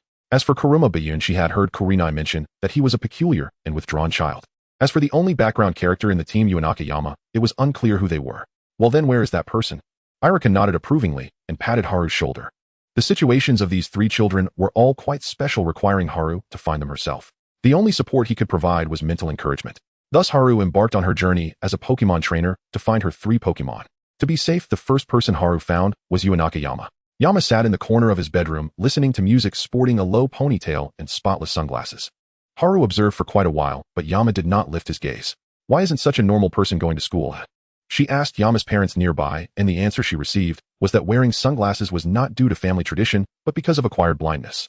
Usually, as long as he wore sunglasses plus his surname, it was difficult for most to discern that this boy had issues. He had gone blind before he even started school. Ninjasen, why don't we just... Never mind. Yama's mother was very worried, although the Hokage had assured her that Yama would receive a suitable teacher. Having the legendary hero who defeated the nine-tailed fox teach her child seemed overly far-fetched. Haru fell silent.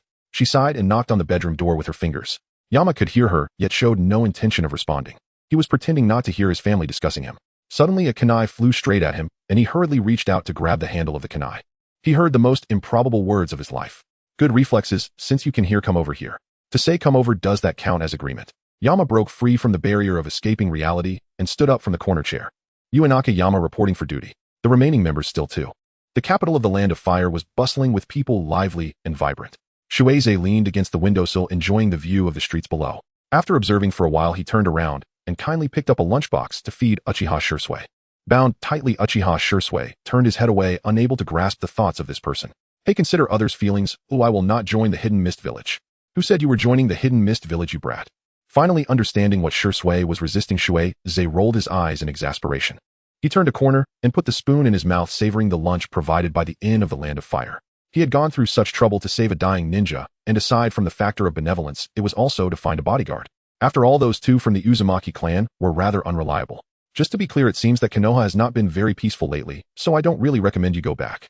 Shueisei spoke with some disdain. Moreover, there are many wicked people in this world, while benevolent ones are few.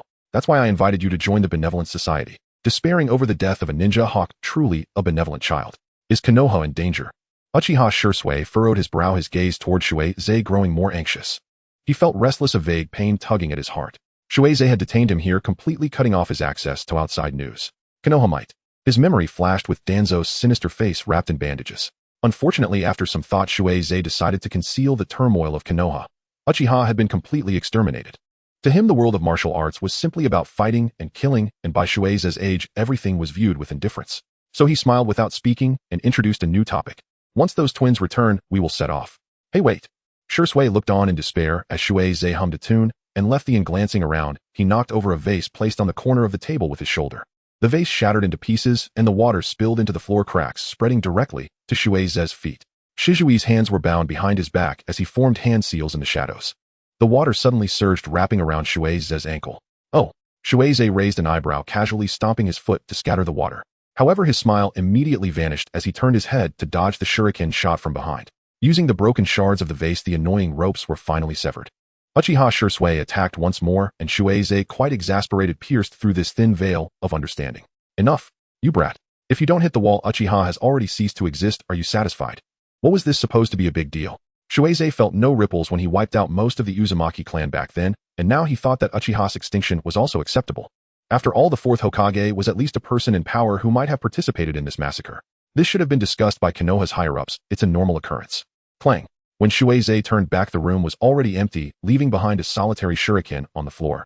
Yawara Rin, who had been sitting for a long time, moved slightly, feeling her stiff bones groan. She carefully slipped out from the hospital's data room, holding a document and sneaking away. After running several hundred meters to shake off the faint presence of surveillance, she finally stopped. Oh no, she was an entire hour late. She smacked her forehead in frustration. Is the code still valid? The words have been leaked. A response came through the air. Yawara Rin scanned the area but saw no one, and suddenly Kakashi jumped down from a nearby tree branch. Sorry I'm late. Not a problem at all. Oh, I lost track of time while researching materials. Yawara Rin sighed in relief and handed the document pouch to Kakashi. This matter must not be publicized. Minato Sensei requested that the ninjas fully cooperate and split into multiple teams. Also, that suspicious woman is called Sia Run. Kakashi waved his hand from a distance to signal OK. Hidden in an abandoned shelter. This building served as a basic infrastructure for Konoha, often used to shelter temporarily homeless villagers or war orphans. During times of peace in the ninja world, no one usually resided there, let alone maintain the equipment. In this shabby, remote little house, the Hokage and personnel united for the Hokage's cause were crowded together. An oil lamp was placed in the upper left corner of the village map, the flame dim and yellow. This incident is related to the Hyuga. Confirm it is connected to the Hyuga clan. A stone was placed on the Hyuga mark on the map. Dots connected into lines, and lines formed surfaces. As the last link was broken, the entire plan was laid out before everyone. The atmosphere grew heavy in Nara Shikaku sighed as he began explaining the truth born from a hodgepodge of information. Once there was a particularly special jonin. She had a loving partner, and both were ninjas. After her boyfriend was tragically killed in the incident where Uchiha stole children, this strong, yet extreme lady embarked on a ruthless quest for revenge. From the perspective of an individual ninja, the position is too minuscule to discern the enemy. She did not understand why Lord Danzo and the Root would send her boyfriend on such a perilous mission, but she only knew that without Uchiha and Uchiha Fugaka, her boyfriend would not have died. From the very beginning, this overly sorrowful special jonin became a tool for Danzo to use at will. Who to attack, how to take revenge, all depended on the words of others. This woman is the messenger. The messenger of the water shadow, drawing attention away from the Hokage, all to create an opportunity for the old high-ranking officials of Konoha. Only one ninja was certainly not enough. Among all the resources united by Danzo, there was an important role that everyone overlooked. As for the rest, let me speak. Namikaze Minato stood up, nodding seriously at everyone. He pulled out a slightly yellowed inter-village letter from his pocket. 3 years ago, the village hidden in the clouds attempted to steal the Byakugan of the Hyuga clan and was killed by the clan leader Hyuga Hisashi. The village hidden in the clouds demanded Konoha take a stance using Hisashi's death as compensation. The aging elder of Hyuga assisted in planning the scheme to have Hyuga Hayashi replace Hyuga Hisashi's death. Hisashi tacitly agreed. This elder was an external aide to the extermination plan. He was the one who first noticed the woman who often cried by the street and introduced her to Shimura Danzo. Moreover, creating an explosion during the fireworks festival and framing it on the Uzumaki twins to divert attention was also his doing. And those 2 ignited firework sticks would not have exploded the entire fireworks shop. The fireworks shop had already been rigged with ignition devices. In this mission, the jonin were split into 3 branches. Minato's 7th squad was responsible for investigating the data of suspicious ninjas and jointly capturing the messenger. Hayazono Haru accepted the invitation to be a disciple of the Hyuga and looked for opportunities to contact the Hyuga clan. The Hokage guard team and Marino Ibiki were stationed at the prison to protect the Uzumaki twins from being silenced. The people in the cabin reached a consensus, and just then the door swung open from the outside. A person out of breath leaned against the door frame and hurriedly grabbed Minato's robe. That's run. That's... The late arriving Kushina bit her lip. She was not someone who couldn't differentiate between the big picture and personal matters. However, that was their classmate and friend from the same generation. Minato silently embraced his wife, a muffled sound escaping from his chest. I know. That was. Someone who couldn't soak in a hot spring with her lover, couldn't marry her lover used, and yet yielding no results, crying in confusion and despair. There was no trace found on the central street. Under the blazing sun, Noara Rin hid in the shadow of a building, observing the bustling crowd. Obito had disappeared as had Kakashi. Finding a disguised ninja in such a large village was exceedingly difficult. Especially since Team 7 had been dispatched in haste, the entire pursuit could not alarm the villagers and cause unnecessary panic. She wiped the sweat from her cheeks with her sleeve, feeling the dense heat in every breath. Rin decided to change locations, but turned around only to be knocked over. The other party crashed into Rin, knocking her to the ground. Are you okay? A woman buried in her cloak instinctively reached out to help the fellow ninja, but withdrew her hand as if shocked. Dizzy and bewildered, Rin clung tightly to the woman's wrist, her pupils gradually focusing as she recognized the person before her. Lien, it's you. I found you. Tohei Lien was a very slender woman with dry hair and slightly sunken cheeks. She looked at Noara Rin in fear, paused for a moment, and then began to cry. Tears streamed unabated from the corners of her eyes, soaking Rin and her wrist. Don't grab me. The tears felt like corrosive acid burning Rin's heart. Rin was bewildered by the crying woman, her expression involuntarily shifting to one of concern and anxiety, her facial lines softening. Tohei Lien covered her face, burying her head in her long hair and sobbing uncontrollably. Unbeknownst to Noara Rin, the other woman's right hand was covering her mouth, the corners of her lips curving into a strange smirk. To defeat overly kind ninjas, one must rely on strategy. As a special jonin, Tohei Lien certainly had her skills, which involved using illusion techniques and emotional performances to lower the enemy's guard, instilling unwarranted sympathy and concern. She couldn't be captured, she thought regretfully. I really have my reasons, Tohei Lien said, not breaking free, but instead embraced Noara Rin and began to cry. Taking advantage of the arm wrapped around her, she inscribed a suggestive illusion technique on the nape of Rin's neck. Noara Rin remained silent, and after a long while she seemed to relent and proposed to escort the woman out of Konoha. Really? This felt a bit too merciful. Tohei Lien secretly sighed at her enhanced illusion technique, feigning surprise on the surface. She knew about Noara Rin, she was the vice captain of the sealing team in Konoha, and also a student of the Hokage. Yes, the Hokage's wife Kushina. In a daze, Lien recalled her own friend. She promised she was only using this child, and would not harm Noara Rin. After all, such a ninja was as innocent as an unguarded lamb. She was helped up and followed Noara Rin step by step as they walked from the alley toward the village entrance. Rin's hair concealed her neck, and the illusion mark on her nape had vanished without a trace. As they hurried along, she began to ask Tohye Lien about her story. What story could I possibly have? Lien was about to brush it off, when suddenly she changed her tone and concocted a pitiful tale. I originally had a very warm family. Rather than a family, it was more like we were just about to get married when my fiancé was killed. Isn't it absurd? The clouds in the sky gathered, gradually blocking the blazing sun. She looked at the clouds as if she were gazing at herself. The white clouds drifted in vengeance, turning darker until a genuine downpour ensued. All her traces, all her resentments, were all interpreted in this rain. Tohye Lien and Nara Rin walked in silence, completing the last stretch. There was no guard at the village entrance, and the gate stood wide open. Thank you, Lien tried to withdraw her arm, but it was futile. In a panic, she looked around, realizing that 2 ninjas had appeared nearby. After receiving Rin's simple signal, Kakashi and Obito had been lying in ambush at the village entrance for some time. The world is inherently unfair. You clearly have sympathy for me. You have compassion. Why, Rin? Why? Lien couldn't believe it, feeling a sense of absurdity and shame as if she had been played. This emotion surged to her head, leaving her vision black. Tohye Lien's illusion and emotional manipulation had failed. Ooh, she belatedly shouted at the kind Rin. Her voice, no longer concealing her emotions, was filled with brokenness and hoarseness, losing the initial frailty. The tears Lien shed this time were genuine despair and bitterness. Rin, hang in there, don't be fooled. Obito's face was anxious. He wished he could rush over and capture the mastermind. Turning his head, Obito saw Kakashi still with his lazy deadfish eyes. At least show some excitement. You're not even pretending anymore. While having trust in your comrades is the most fundamental aspect, Kakashi replied, turning his gaze toward the 2 at the village entrance. Forgive me, I really need the opportunity to leave. Lien, aware that she had made a grave mistake, continued to plead. Even though she knew that the ones who killed her boyfriend were not just the Uchiha clan, as a desperate person, she still could not see through the deeper logic of the village's power struggles. Tohye Lien's perspective could not comprehend that her boyfriend's death was orchestrated by Danzo, the Uchiha, the historical conflicts of ninja clans, the strategic inclinations of the upper echelons, and the sacrifices of ninjas. All she knew now was, everything was over. Nara Rin lowered her head, her lips pressed into a straight line. Thunder rolled among the clouds, bringing forth a few knife-like cold winds. An unexpected summer rain fell, making Lien's tears seem even more desolate. The salty taste was diluted by the rainwater, leaving only a layer of sour bitterness. The sky is crying too. Lien looked up. I'm sorry. Nara Rin took a deep breath and lifted her head. The rainwater soaked her hair, dampening her shoulders, her eyes clear and bright. I can't make any decisions. Forgiving you is the 4th Hokage's matter. What I can do is escort you to meet the 4th Hokage. Rin had indeed been bound by contradictions moments ago, as she deeply understood that Lien had inscribed an illusion mark on her by any means necessary, and that Lien's spoken pain was genuine.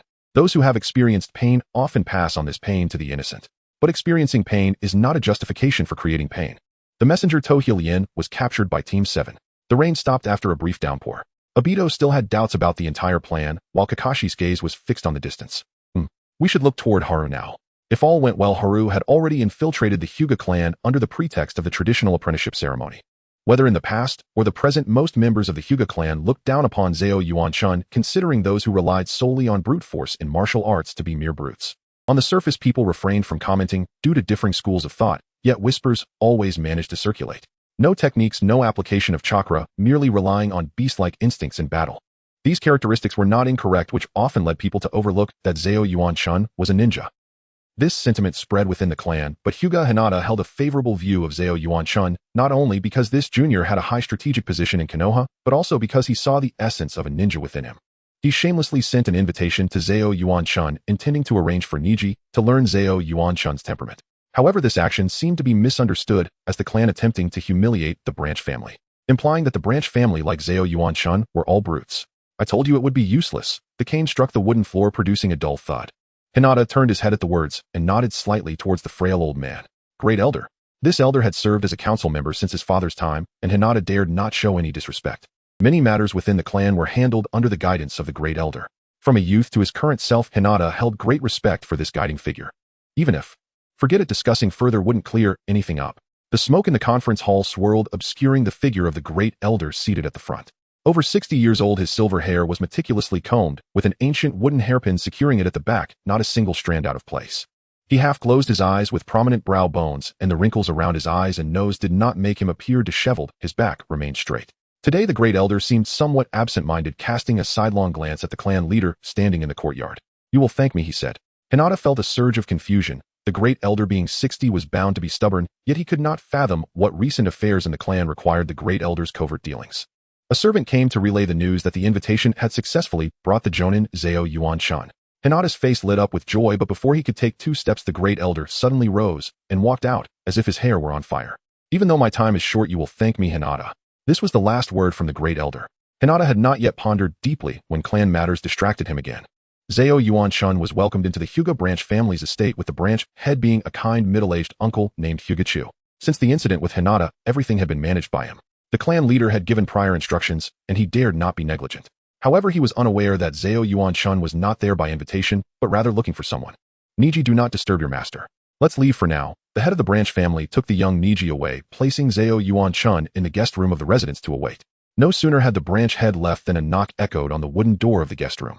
Zao Yuan-shun remained still, and the person inside opened the door on their own. An unfamiliar aged face appeared before Chun, looking as if they were an unyielding and principled individual. Just leave the tea at the door. You know I didn't come for that. The old man was dressed in a traditional black kimono with no unnecessary patterns at the collar. His temperament was as steady as an old dog, having considered all consequences before taking action. You were sent to kill me. The Great Elder's move was a ploy to indirectly push for the high-level sanction against the Uchiha clan. While you have some resolve. Zao Yuan-shun was astonished, her eyes wide. Just as she was about to rise, a sharp pain struck her back. A concealed needle in the chair back pricked her, and her vision darkened. She retracted her earlier words. This old man had quite the unexpected resolve. Chun forced a smile, her anger simmering within. Staring at her trembling hands, she expressionlessly locked eyes with the scheming Great Elder of the Hyuga clan. It seemed that before her death, this elder wanted to drag someone down with him. This is a potent sedative toxin. In the ninja world, this special toxin was both poison and a powerful medicine. An overdose would be fatal. It could clear the mind and induce a state of calm, preventing Zao Yuan-shun from entering a berserk state. Without her fangs, this trapped beast was just an ordinary little demon. Seeing the situation turn dire, Zao Yuan-shun ran towards the outside, yet the Great Elder did not obstruct her, even gesturing for her to proceed. He ignored the murmurs of the branch family members and adopted a battle stance. The branch head was in a state of confusion, hastily grabbing the inquisitive Niji. The spacious courtyard was surrounded by a circle of bewildered onlookers, and this unfair battle was about to ignite. In half an hour the Umbu will arrive, but they will only find 2 corpses, little demon. The Great Elder understood the inevitability of paying with one's life, yet he was determined to kill this brute he despised most in his lifetime. If it weren't for Zao Yuan-shun, the Hyuga clan would not have become the laughingstock of Konoha. This laughingstock is just a weakling with flashy moves. The gentle fist was a technique passed down, and now the Hyuga clan was often compared to Zao Yuan-shun. The Hyuga clan was now seen as a weak clan with mere techniques in the midst of gossip. Great Elder. Unable to intervene, Hyuga-chu was filled with dread as he gripped the Great Elder's arm, only to be struck heavily by a lethal palm. The branch family members gasped, and someone screamed, prompting everyone to flee in panic. In the vast courtyard, only the greenery in the corner and Niji of the Hyuga clan remained concerned for the outcome of this battle. A deep sense of panic enveloped young Niji as he could not comprehend the conflict between the clan and Konoha, nor could he grasp the grievances between Senior Chun and the Great Elder. The dark clouds in the sky rolled, resembling a gray mountain pressing down on his heart's rhythm. This mountain was both on the horizon and right before him. Niji's eyes were fixed on the face of the Great Elder, his lips trembling. Zao Yuan-shun's vision darkened, barely able to make out the upper half of her opponent. She mimicked the stance of her adversary and lowered her center of gravity. The Great Elder, a dignified man, took a few seconds to exchange names. I am Hyuga Aoyama, who has contributed to the family since before Konoha was established. For right or wrong, I will bear all consequences. To uphold the Hyuga name, killing Zao Yuan-shun was something he willingly accepted. He activated his Byakugan, veins bulging at his temples. I was alive even before Konoha was founded, Chun murmured, bowing her head. Hyuga Aoyama made his move without any flashy tricks, his toes grazing the ground, while his right hand struck directly towards the Shanjong point on his opponent's chest. The palm wind infused with chakra shot out rapidly, and Chun steadied herself to catch this blow. The chakra wave penetrated through Zao Yuan-shun's back, leaving several pale blue afterimages. I had already guessed that. The pressure point in her palm was struck, causing Chun's arm to drop. Zao Yuan-shun's expression did not change at all. A stream of blood trickled from the corner of her mouth. She rotated her arm, half a circle, pressing the corresponding pressure point to restore the motion in her right hand. Having exited the berserk mode, her physical strength plummeted, and she indeed found it difficult to withstand the gentle fist. Zao Yuan-shun couldn't muster any emotion as the world around her darkened. She simply closed her eyes and made a friendly gesture towards her opponent. Old man, I know exactly which meridians the chakra flows through just as well as you do. Though she did not learn the 8 gates, she was well versed in the path of martial arts. To deal with such a half-buried old man, Chun's provocation felt as effortless as breathing. And I am not a bull charging blindly, oh, I am a ninja. Hyuga Aoyama nearly laughed in anger. The opponent was already spitting blood, yet still so defiant. He stepped forward, feigning a thrust to distract Zao Yuan-shun's defense, accurately striking her shoulder with a blow that sent her flying.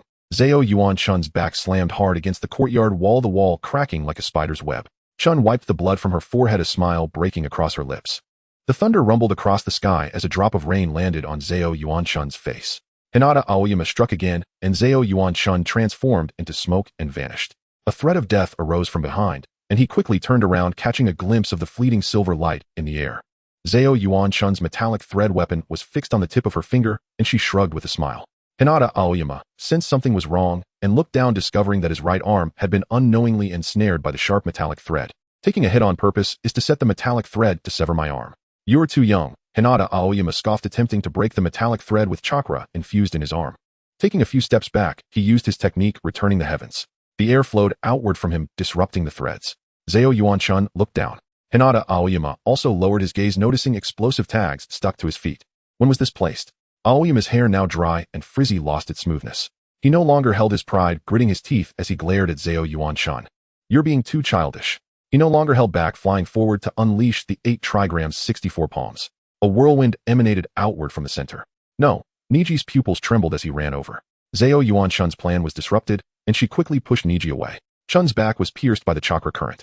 Niji, who had been pushed away, got up and stared intently at the battlefield. The sound of rain is too loud, don't you think? Chun, uncontrollably kneeling on the ground, trembled uncontrollably. Hinata Aoyama ignored the meaning behind her words and attacked with his palm raised. Zhao Yuan-chun bent down and rolled on the ground, narrowly dodging the assault. Seizing the opportunity, she threw a hidden weapon from her ninja tool pouch. Hinata Aoyama was struck in the face by the Paradise of Affection as if struck by lightning. The Paradise of Affection fell to the ground, its pages soaked by the rain. Oops, wrong throw, Zhao Yuan-chun bowed. Don't show an expression as if you can be killed, but not insulted. This old man really cares about honor and dignity. This is really not an insult. Wait. Chun's mind flashed with inspiration. The ensuing battle all morphed into bizarre imagery. While Zhao Yuan-chun fled like a kite, she threw items from her ninja tool pouch at the enraged elder. Hinata Aoyama, who valued serious combat, was so furious he nearly suffered high blood pressure, swatting away the hidden weapon. With a painful jab to his finger, he darkly pulled away the turtle that had bitten him. Turtle, and hidden weapons too. Hinata Aoyama finally went mad with rage. What kind of conduct is this in battle? This is absurd. Hinata Aoyama chased Zhao Yuan-chun around the courtyard, and one might think this elder was using the 8 gates instead of gentle fist. The person was so angry they turned red. The items Zhao Yuan-chun threw included, but were not limited to, the Paradise of Affection, half-eaten red bean cakes, communication turtles, military provisions, oddly shaped branches, air freshener, candy, shopping coupons, and a bundle of celery bought yesterday. I will definitely kill you. Chun. The voice from above sent a chill down the listeners' spines. Hinata Aoyama stiffly raised his head, noticing that the courtyard was suddenly filled with Umbu and Jonin. Standing at the entrance was the figure of the Hokage and his companions. This little brat has dragged this on for half an hour. The rain gradually lessened, pouring down like a bucket of cold water, soaking Hinata Aoyama to the bone. He was acutely aware that the situation was exposed and could not be salvaged, a glint of cold light flashing in his eyes. He turned his gaze to Zhao Yuan-chun, who appeared to be running out of strength. Hinata Aoyama ran, gathering chakra for the last strike, the 8 trigrams mountain-breaking strike. Die for me. Hinata Aoyama's move was swift and decisive. He saw Zhao Yuan-chun raise her eyes to stare at him, her right hand also swinging out. Chun no longer dodged. The fierce winds generated by her palm crushed the gathered chakra of the mountain-breaking strike, charging straight towards her opponent's forehead. Hinata Aoyama felt the wind that crushed everything sweep past him, and tears brimmed in his eyes as he turned back. A slight deviation in the punch's wind pierced through the residence behind him, leaving a translucent gaping hole. You clearly can't get angry. Zhao Yuan-chun sighed in relief, expressionless, as she gave a thumbs up. Now do you still think gentle fist is just flowery talk? Old man. Facing death, the aged Hinata Aoyama experienced a long-lost, exhilarating battle. In the heat of the fight, he mistakenly believed he had restrained Chun with his family's proud taijutsu. At that moment, he truly believed gentle fist was powerful. Now it seemed the enemy was feigning weakness. This was all within your expectations. Hinata Aoyama's spirit suddenly deflated, not knowing whether to feel happy or resentful. A young person was subtly teaching him not to be blinded by rumors. Haha, a young person was using the way of battle to try and rectify this old man's perspectives. Tears streamed messily down his face, and the elder, with a complicated mood, staggered 2 steps and collapsed onto the ground. Remaining calm can still wield power. This is the result of a ninja's training. And she is a ninja. Zhao Yuan-chun, with blood at the corner of her mouth, slowly turned to nod at her disciple. The sky had cleared, and Hinata Niji shifted his gaze from the elder's face, staring blankly at the blue sky behind Zhao Yuan-chun. Wisps of white clouds showed gaps, revealing the blue clear sky. That mountain, which seemed to exist and not exist, had collapsed. The authoritative golden symbols mixed with the rain, indistinguishable as they flowed away through the cracks in the stone floor. The Umbu took the dazed Hinata Aoyama away while Zao Yuan-chun stepped down from the arena. Her vision still darkened the toxin, driving her emotions into a calm valley. Her companions at a loss rushed to help, colliding with one another. Zao Yuan-chun expressionlessly passed by Namikaze Minato. Minato retracted his hand from her Kong. He looked at Zao Yuan-chun as she walked towards his subordinates. Turning back, all the ninjas displayed the same expression as him. Zao Yuan-chun approached, her left hand directly covering the lower half of Noera Hyoka's face. At the moment of his bewilderment, her middle and ring fingers came together, snatching away the kunai at the corner of his mouth. With a cold face, Poison Chun directly kissed him. In Zao Yuan-chun's view, when facing death, odd behavior could be understood. Her vision flickered, and she simply closed her eyes. The collision of the kiss was brief and not gentle. Amidst the surrounding exclamations, Noera Hyoka reacted in time to catch the fainted Zao Yuan-chun. Chun succumbed to the aftermath of the calming toxin, her body going limp. Hyoka's expression was frantic as he realized with the rusty taste left in his mouth that it was blood. He bent down tightly, hugging the unconscious Chun. "No, someone save her." A voice from the crowd awakened everyone. The ninjas, startled from their stupor, hurriedly got to work. Asuma Sarutobi gained much from his experience guarding the 12 Guardian Ninja. At the age of 22, he returned to Konohagakure for various reasons. What a refreshing breeze. After a heavy rain, Asuma appeared at the entrance of the village wearing a scruffy straw hat. There were no guards at the entrance. He leaned against the wall of the guardhouse watching the commotion. After a while, his teammates from the Minato team and a strange female ninja arrived at the village entrance. In short, it was Hinata Rin's stage. After everything settled down, Asuma tossed aside his straw hat and made a dazzling entrance. Kakashi greeted them skillfully, and Rin smiled at her returning comrades. Only Obito stood there, his mouth forming an O shape, incredulously rushing over to tug at Asuma's cheek. "Hey, of course it's me. What are you doing?" Asuma's face was pulled into a triangular shape like a rice ball, and he slapped Obito's hand away. Obito Uchiha let out a long sigh, playfully wrapping his arms around Asuma's neck and cheerily saying, "It's great. I haven't seen you in years, so I thought you were dead. I didn't dare to ask when I returned. Go die, you jerk." Asuma rolled his eyes, and they both began to tug at each other's skin. Regardless of how smooth the process was, Asuma had finally returned to Konohagakure. He said goodbye to Team 7 and strolled through the long mist streets. The scenery of the village hadn't changed much, and the years apart made him feel quite nostalgic. On the day he returned to Suma, went to find his father. Through the words of Hiruzen Sarutobi, he learned about some recent changes. Hiruzen Sarutobi seemed oblivious to the outside world, focused solely on fishing. However, he still informed Asuma about some recent incidents involving the ninja clans in Konohagakure. "The world is ever-changing," Asuma mused, pulling out a lighter to ignite a cigarette. After all these years, he had grown a beard and his appearance had become more rugged. "By the way, where's Haru?" Hiruzen lifted his eyelids slightly, continuing to stare at the fishing rod. "How would I know? I'm just an old man." Suddenly, he turned to look at his unreliable son. "What? Has the daimyo of the Land of Fire not given up on having Haru become a bodyguard?" "No, I'm leaving now." Asuma waved his hand, no longer accompanying his father in fishing. The toxin was derived from a special plant in the ninja world, the bitterball grass. Konohagakure Hospital indeed had a compendium of this plant, but lacked the means to concoct an antidote for the bitterball grass. The toxin left in Haru's body had exceeded 3 hours, and coupled with half an hour of physical combat, the toxin spread even faster. Asuma inquired around and found the hospital room on the 2nd floor. Just as he was about to enter, he was pulled back, and upon turning around, he saw Yui Kurinai, who his complaints instantly vanished. Kurinai looked surprised for a moment before her brows furrowed again. "What's wrong with Haru?" The answer she received was that she was poisoned. How curious. Bitterball grass typically grows in extremely humid rainforest areas. How could it possibly be found in the Land of Fire? Before he could ponder further, a tall figure squeezed through the crowd and entered the ward. Hinata Hayashi handed a small wooden box to the medical ninja. He sighed and admitted that it contained the bitterball grass left by the elder. His delivery was also at the behest of the elder in the prison. The deeply guilty elder was a stubborn man. Once he made a choice, he would never turn back, proud and unwilling to bow. For the elder's attitude to change 180 degrees, something must have happened that Hayashi was unaware of. With the raw materials for the antidote, the Hokage's task office revoked the urgent rank mission. Everyone finally breathed a sigh of relief, and Asuma patted his chest. His purpose for coming was yet to be fulfilled, and he was determined to stay in the ward until Haru awakened. A mysterious surprise relied on him to convey messages. Soon people began to leave, and the ward became much more spacious. Asuma Sarutobi and Nara Shikaku exchanged glances, neither understanding why the other was still there. Asuma, who had not been in Konohagakure for years, was entirely unaware of this pair's romance, which left him even more puzzled. After waiting for a long time, no one left. Nara Shikaku sat calmly in a chair, looking as though he wouldn't be leaving anytime soon. Asuma was unsure how long he could endure, but he certainly felt the strain. However, as a reliable messenger, he bore a mysterious mission and couldn't tell anyone.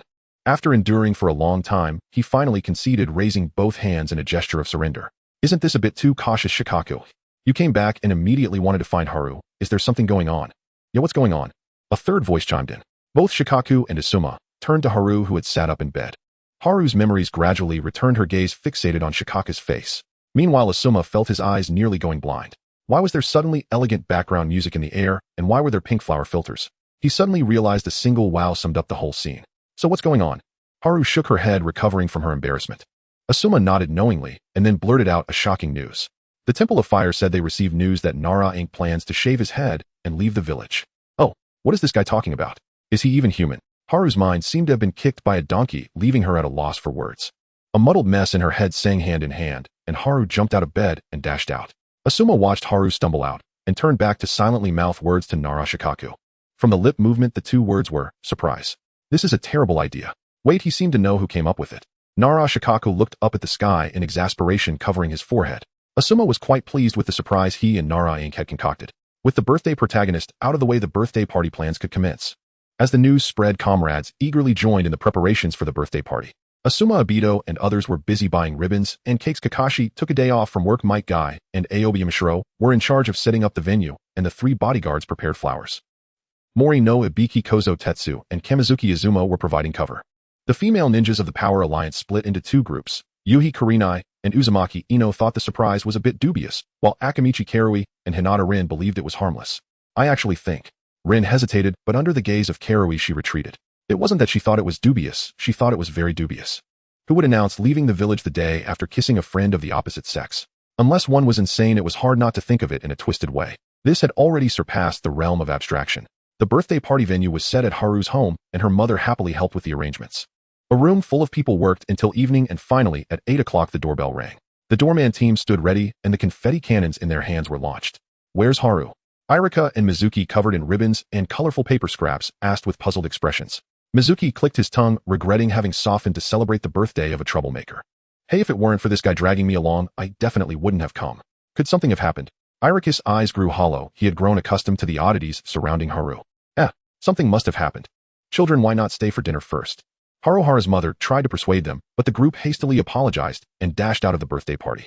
The immediate priority had now shifted. Asama and Nara-kin's ill-conceived scheme had indeed become a disastrous blunder. This lie was transparent the moment one regained composure. Why on earth would Haru seriously consider whether Nara-kin might shave his head and become a monk? A collective wave of existential despair washed over everyone. One of the chief culprits, Sarutobi Asama, quietly retreated to reflect upon his misdeeds. Meanwhile, Haru was still in hot pursuit. This entire misunderstanding stemmed entirely from an information gap.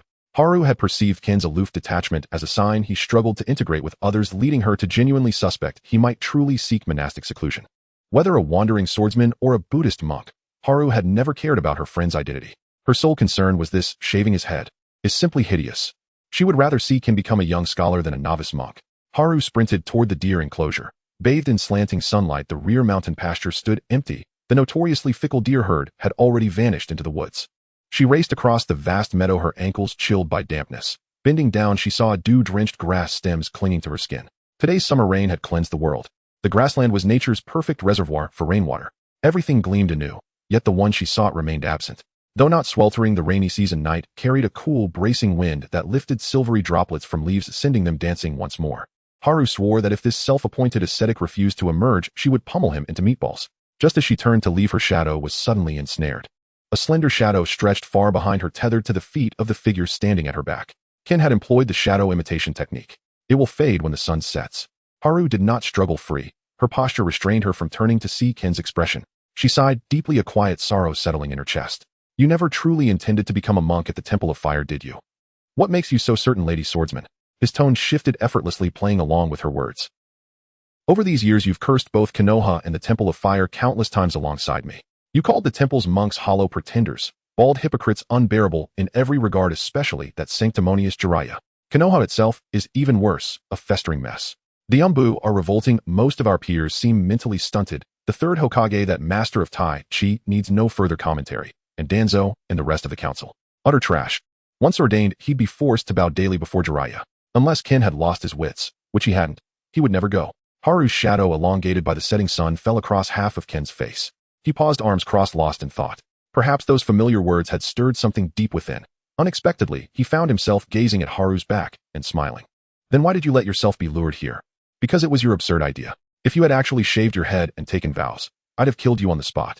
Truly few souls were as exasperating as this one. Haru resolved to remain vigilant.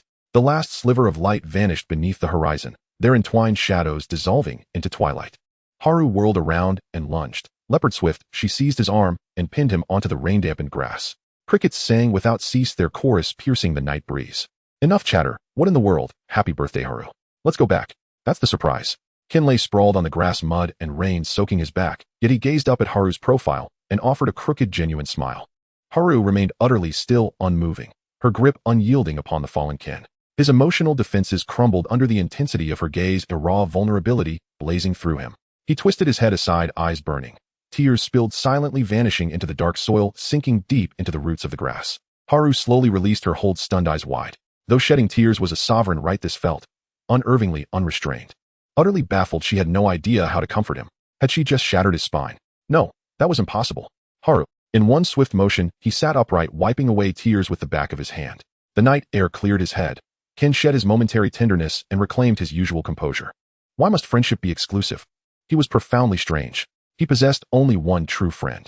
Without the desire to craft a surprise for her, he would never have associated with the imbecilic Asama, not even for a second. Given time, he could easily dismantle every peer his age one by one. Enough of this. It's late. We should celebrate your birthday. Haru hesitated, then nodded. After 2 steps, she realized Ken hadn't followed. Of course, he held equal disdain for everyone. From octogenarians to toddlers, barely walking, all fell squarely within Ken's sweeping critique. Haru, lost in thought, suddenly laughed. As Ken stood frozen in bewilderment, she charged forward and administered the traditional time-honored Great Bippu wake-up technique. To casually reject the entire world, to treat bonds as endlessly dilutable sugar water. The more friends one acquires, the more diluted affection becomes, until each connection grows ever more distant. What kind of logic is that? Ken clutched his right cheek, stray strands of hair brushed his forehead, tickling faintly. Speechless, he stared blankly. Friends aren't water. Ah, so they're candy then. A fleeting absurd relief flickered in his mind. No, they aren't candy either. Haru's next words halted his reasoning entirely, plunging him into utter confusion. It's my birthday today. I refuse to delve into philosophy. Too much talk turns one into a philosopher. And philosophers must sign autographs. Haru shrugged, her smile radiant. In the end, Haru honored Ken's wishes and departed with a wave. His inner knot untied, Ken felt lighter than ever before. Thus concluded the legendary saga of the Wandering Swordsman. The dreamlike interplay of night wind and starlight dissolved instantly as Nara Ken closed his journal. He raised his gaze across the silent classroom, his expression stern, almost terrifying. Henceforth, should I hear anyone refer to Haru as the Iron Fist Demon or Monster Ninja, Ken slammed his palm onto the teacher's desk, sending chalk dust billowing, making the front row students cough violently. I guarantee you will not graduate. To belittle a comrade disqualifies you from becoming a worthy genin. All right, Ken. You're here to teach mathematics.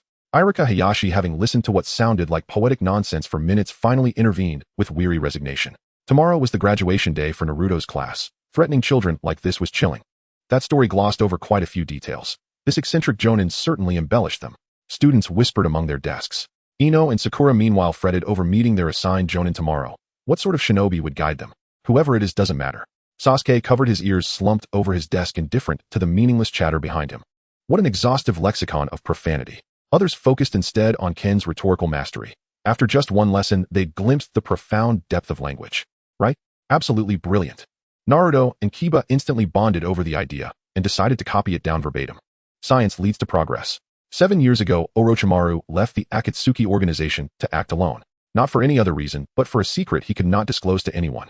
He finally obtained the blood of Haruya. 7 years ago, during a battle between Haruya and an old man from the Hyuga clan, a few drops of blood were spilled. With just these few drops, he dedicated himself to unraveling the mysteries surrounding Haruya. This cannot be known by that stubborn person. Uchiha Shursui would explode upon hearing it. Anyway, he and Uchiha Shursui were worlds apart, and everyone remained uninvolved. He created an underground base in the desolate mountains of the Land of Fire, experimenting with freshly produced products. The cursed seal was a blood-red tadpole shape with 3 red tadpoles arranged in a circle. A wild rabbit parasitized by the cursed seal leisurely grazed on grass. When a shuriken was thrown, hitting the rabbit, it immediately became agitated, its nostrils flaring. The rabbit exploded with considerable force, launching itself towards Orochimaru, only to be caught by the throat, ending its life. He rolled up the fabric of his arm, revealing a large bruise left by the rabbit's ordinary kick. This indicated that the experiment was a success. Although it cannot reach the terrifying level of that child Haruya, it is still a good thing. Perhaps I can find someone to test the effects, Orochimaru mused, stroking the lifeless rabbit as his gaze shifted towards the dark corridor. 7 years ago, Uchiha Shursui did return to Konoha. However, by the time he returned, everything was beyond redemption, and he found it hard to believe that Itachi had dealt with the Uchiha clan so resolutely. There must be something behind this pushing it along. It must be.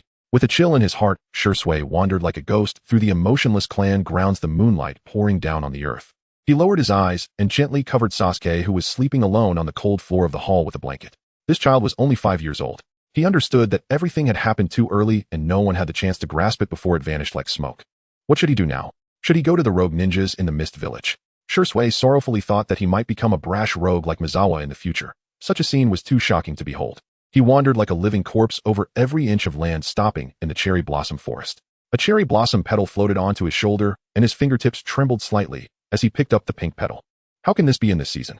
The fireworks festival has passed, and with it being so hot at the end of summer, how could there be cherry blossoms that bloom in spring?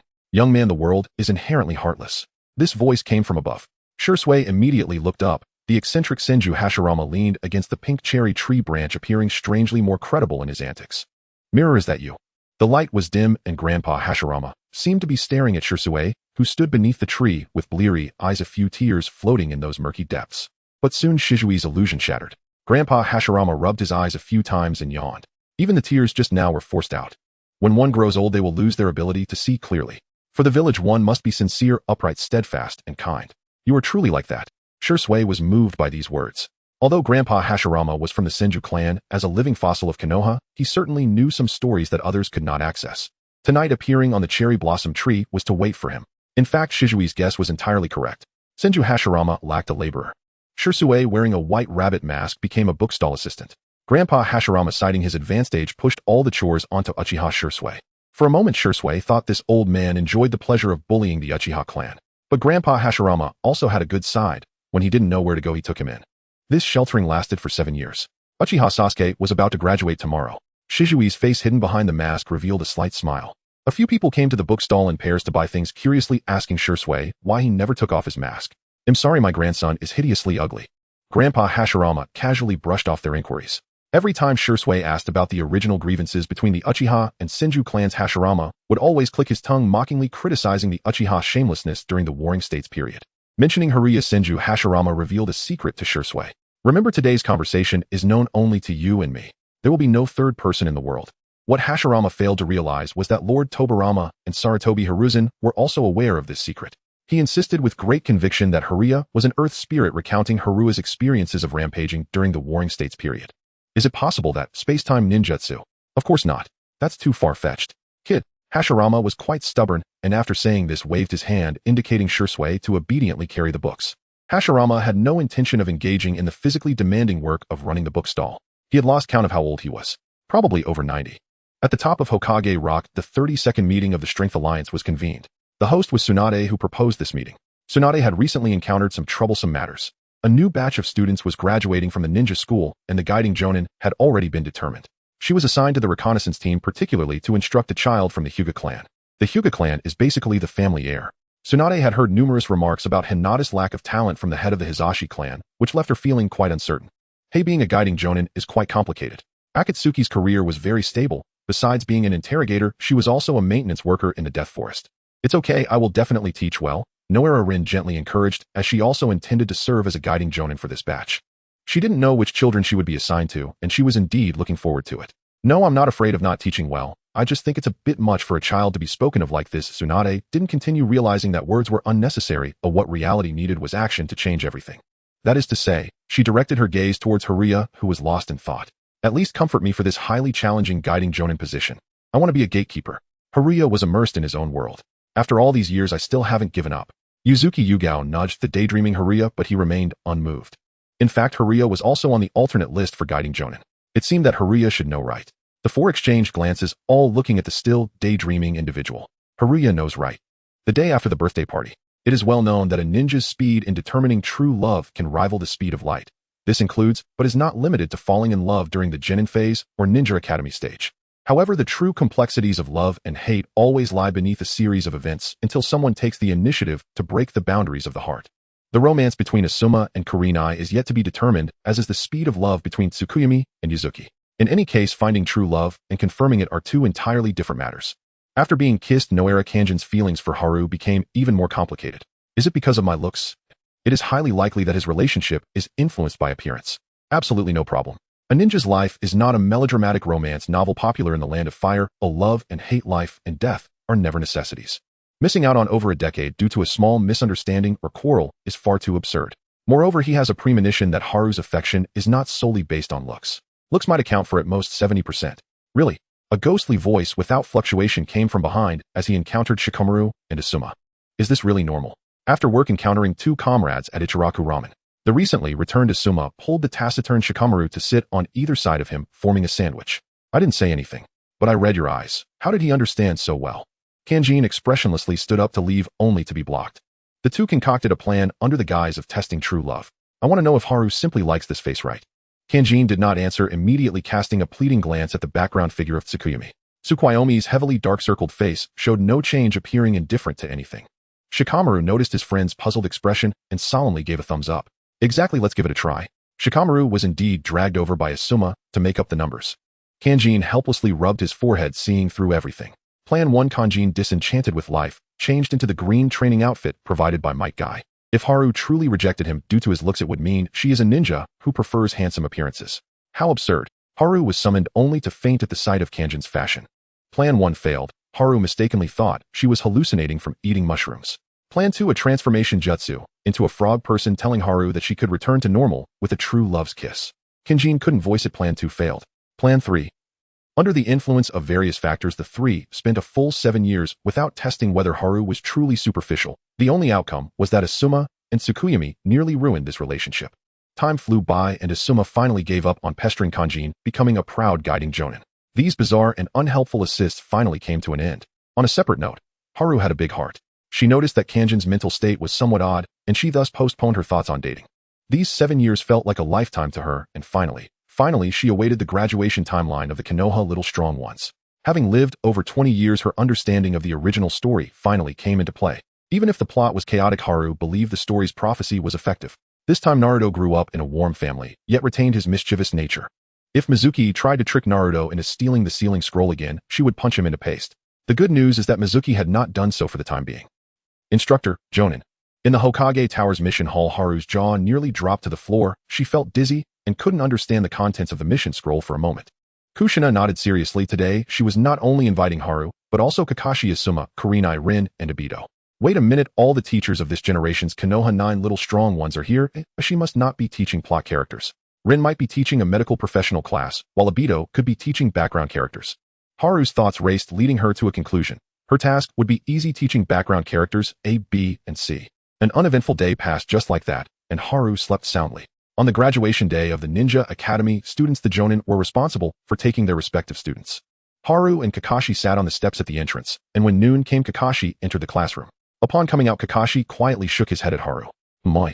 After sending off Kakashi and Team 7, Haru went inside to take her own Jonin team. But the classroom was empty aside from Irika, who awkwardly handed Haru a special list. Sasuke, Kuruma Bayun, and Yuanaka Yama. What a joke, a physical education student leading an arts class. If this were her past life, Haru would have been chopped into minced meat for doing this. Sasuke, who had roots, simply waved his black hand in front of her eyes, and she endured. As for Kuruma Bayun, she had heard Kurenai mention that he was a peculiar and withdrawn child. As for the only background character in the team, Yuanaka Yama, it was unclear who they were. Well then, where is that person? Irika nodded approvingly and patted Haru's shoulder. The situations of these three children were all quite special, requiring Haru to find them herself. The only support he could provide was mental encouragement. Thus Haru embarked on her journey as a Pokemon trainer to find her 3 Pokemon. To be safe, the first person Haru found was Yuanaka Yama. Yama sat in the corner of his bedroom, listening to music, sporting a low ponytail and spotless sunglasses. Haru observed for quite a while, but Yama did not lift his gaze. Why isn't such a normal person going to school? She asked Yama's parents nearby, and the answer she received was that wearing sunglasses was not due to family tradition, but because of acquired blindness. Usually, as long as he wore sunglasses plus his surname, it was difficult for most to discern that this boy had issues. He had gone blind before he even started school. Ninjas, and why don't we just? Never mind. Yama's mother was very worried, although the Hokage had assured her that Yama would receive a suitable teacher. Having the legendary hero who defeated the nine-tailed fox teach her child seemed overly far-fetched. Haru fell silent. She sighed and knocked on the bedroom door with her fingers. Yama could hear her, yet showed no intention of responding. He was pretending not to hear his family discussing him. Suddenly a kunai flew straight at him, and he hurriedly reached out to grab the handle of the kunai. He heard the most improbable words of his life. Good reflexes, since you can hear, come over here. To say come over, does that count as agreement? Yama broke free from the barrier of escaping reality and stood up from the corner chair. Yu and Akiyama reporting for duty. The remaining members still too. Konoha was full of madmen. Suigetsu often found himself utterly baffled by this deranged world. Everyone babbling endlessly about bonds, friendship, life or death, devotion. It was exhausting. What is loyalty really? Friendship occupied only a sliver of his mind. Irika was dependable, a comrade, a colleague, but hopelessly naive. Haruno Sakura was an iron-fisted powerhouse. Their relationship amounted to little more than punch and be punched. As for his peers, not a trace of camaraderie existed among them. It was time to leave. Before pledging himself to Lord Orochimaru, he resolved to deliver Konoha a parting gift. In secret, Suigetsu watched Naruto's every move, graduation team assignment. Everything proceeded flawlessly. Hardly a week after Team 7's formation, Suigetsu finally encountered Naruto training alone one night. A 12-year-old boy's frustrations were all too transparent. It required no imagination to guess what weighed on Naruto's heart that day. At the forest training ground, his ninjutsu was passable, yet Kyunin throwing remained his weakest link. He closed one eye, gripped 3 kunai between his fingers, and mimicked a Jonin stance as he hurled them forward. 2 vanished into the underbrush, 1 grazed the edge of the target. Crushed Naruto crouched down and drew aimless circles in the dirt with a twig. Troubled by something, Naruto, Suigetsu emerged from the grass like a river god, his expression soft and soothing. All he needed was to coax the boy's daytime grievances from him, then guide him toward transgression. Recognizing his academy instructor, Naruto felt a warm, instinctive trust bloom within him. Graduation had softened his perception of teachers. Suddenly, they all seemed kindred and benevolent. That lingering warmth spread through his chest. Oblivious and open-hearted, Naruto recounted the day's events without reserve. That morning, Team 7 had undergone the bell test. Kakashi Sensei, perhaps indulging in nostalgia, had offered Naruto a faint knowing smile when he lagged behind. Keep pushing, Naruto. Sensei Minato holds great expectations for your growth. In that instant, Naruto's fragile pride crumpled beneath an unbearable weight of unearned esteem. Kakashi Sensei, being Minato's student, inevitably viewed Naruto through a lens tinted with inherited reverence and anticipation. Such respect, unearned, unowned, left Naruto deeply unsettled. It was as if he were not a person in his own right, but merely a child perpetually eclipsed by the shadow of the Hokage. His path forward bore the heavy burden of Konoha's collective expectation. The village saw only the son of the 4th.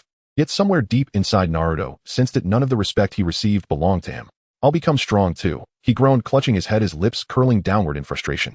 He was already a genin. Crying was out of the question. So you've truly made up your mind, Naruto, Suigetsu murmured inwardly, then assumed the guise of a compassionate mentor, weaving subtle seductive lies.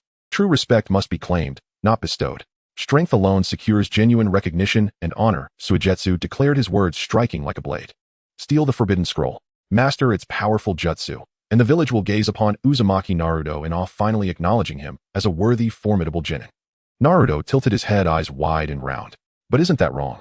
If Mom finds out, she'll beat me black and blue. Do you intend to live your entire life beneath borrowed dignity, dwell forever in the glare of another's glory, or embrace the harsh, unforgiving world of shinobi? Choose. Suigetsu deliberately framed a false dichotomy, no middle ground, no nuance. The tactic worked perfectly on a newly minted genin. Trapped by the illusion of choice, Naruto clenched his teeth and dashed back, while Suigetsu leaned against a tree trunk, stifling a yawn. Well then, mission accomplished. Letting the Hokage's son commit transgression voluntarily would send shockwaves through Konoha. This was no impulsive whim. It was retribution for Konoha's refusal to promote him to Jonin. After all, he had once killed a comrade. No one considered the circumstances, the desperate, unavoidable necessity of that moment. Naruto possessed immense chakra, yet his control remained crude. Cleverly, he bolted straight for the Hokage's office. The room lay cloaked in darkness. He rummaged through the desk drawer for the key. Step 2. Gamble everything. Using the transformation technique, Naruto assumed the likeness of Namake's Minato. He gambled purely on the assumption that no one in the village would dare impersonate the Hokage. Immense risk, immense reward. If Nara Shikaku had witnessed it, he might have murmured, a promising pupil indeed. He himself long ago had wielded the same stratagem. Hold on. Don't falter. His heart hammered violently. Naruto swallowed hard and stepped around the corner. Composed and calm, he exchanged quiet greetings with the AMBU stationed at the basement entrance, inserted the key, unlocked the door, and slipped inside, closing it behind him.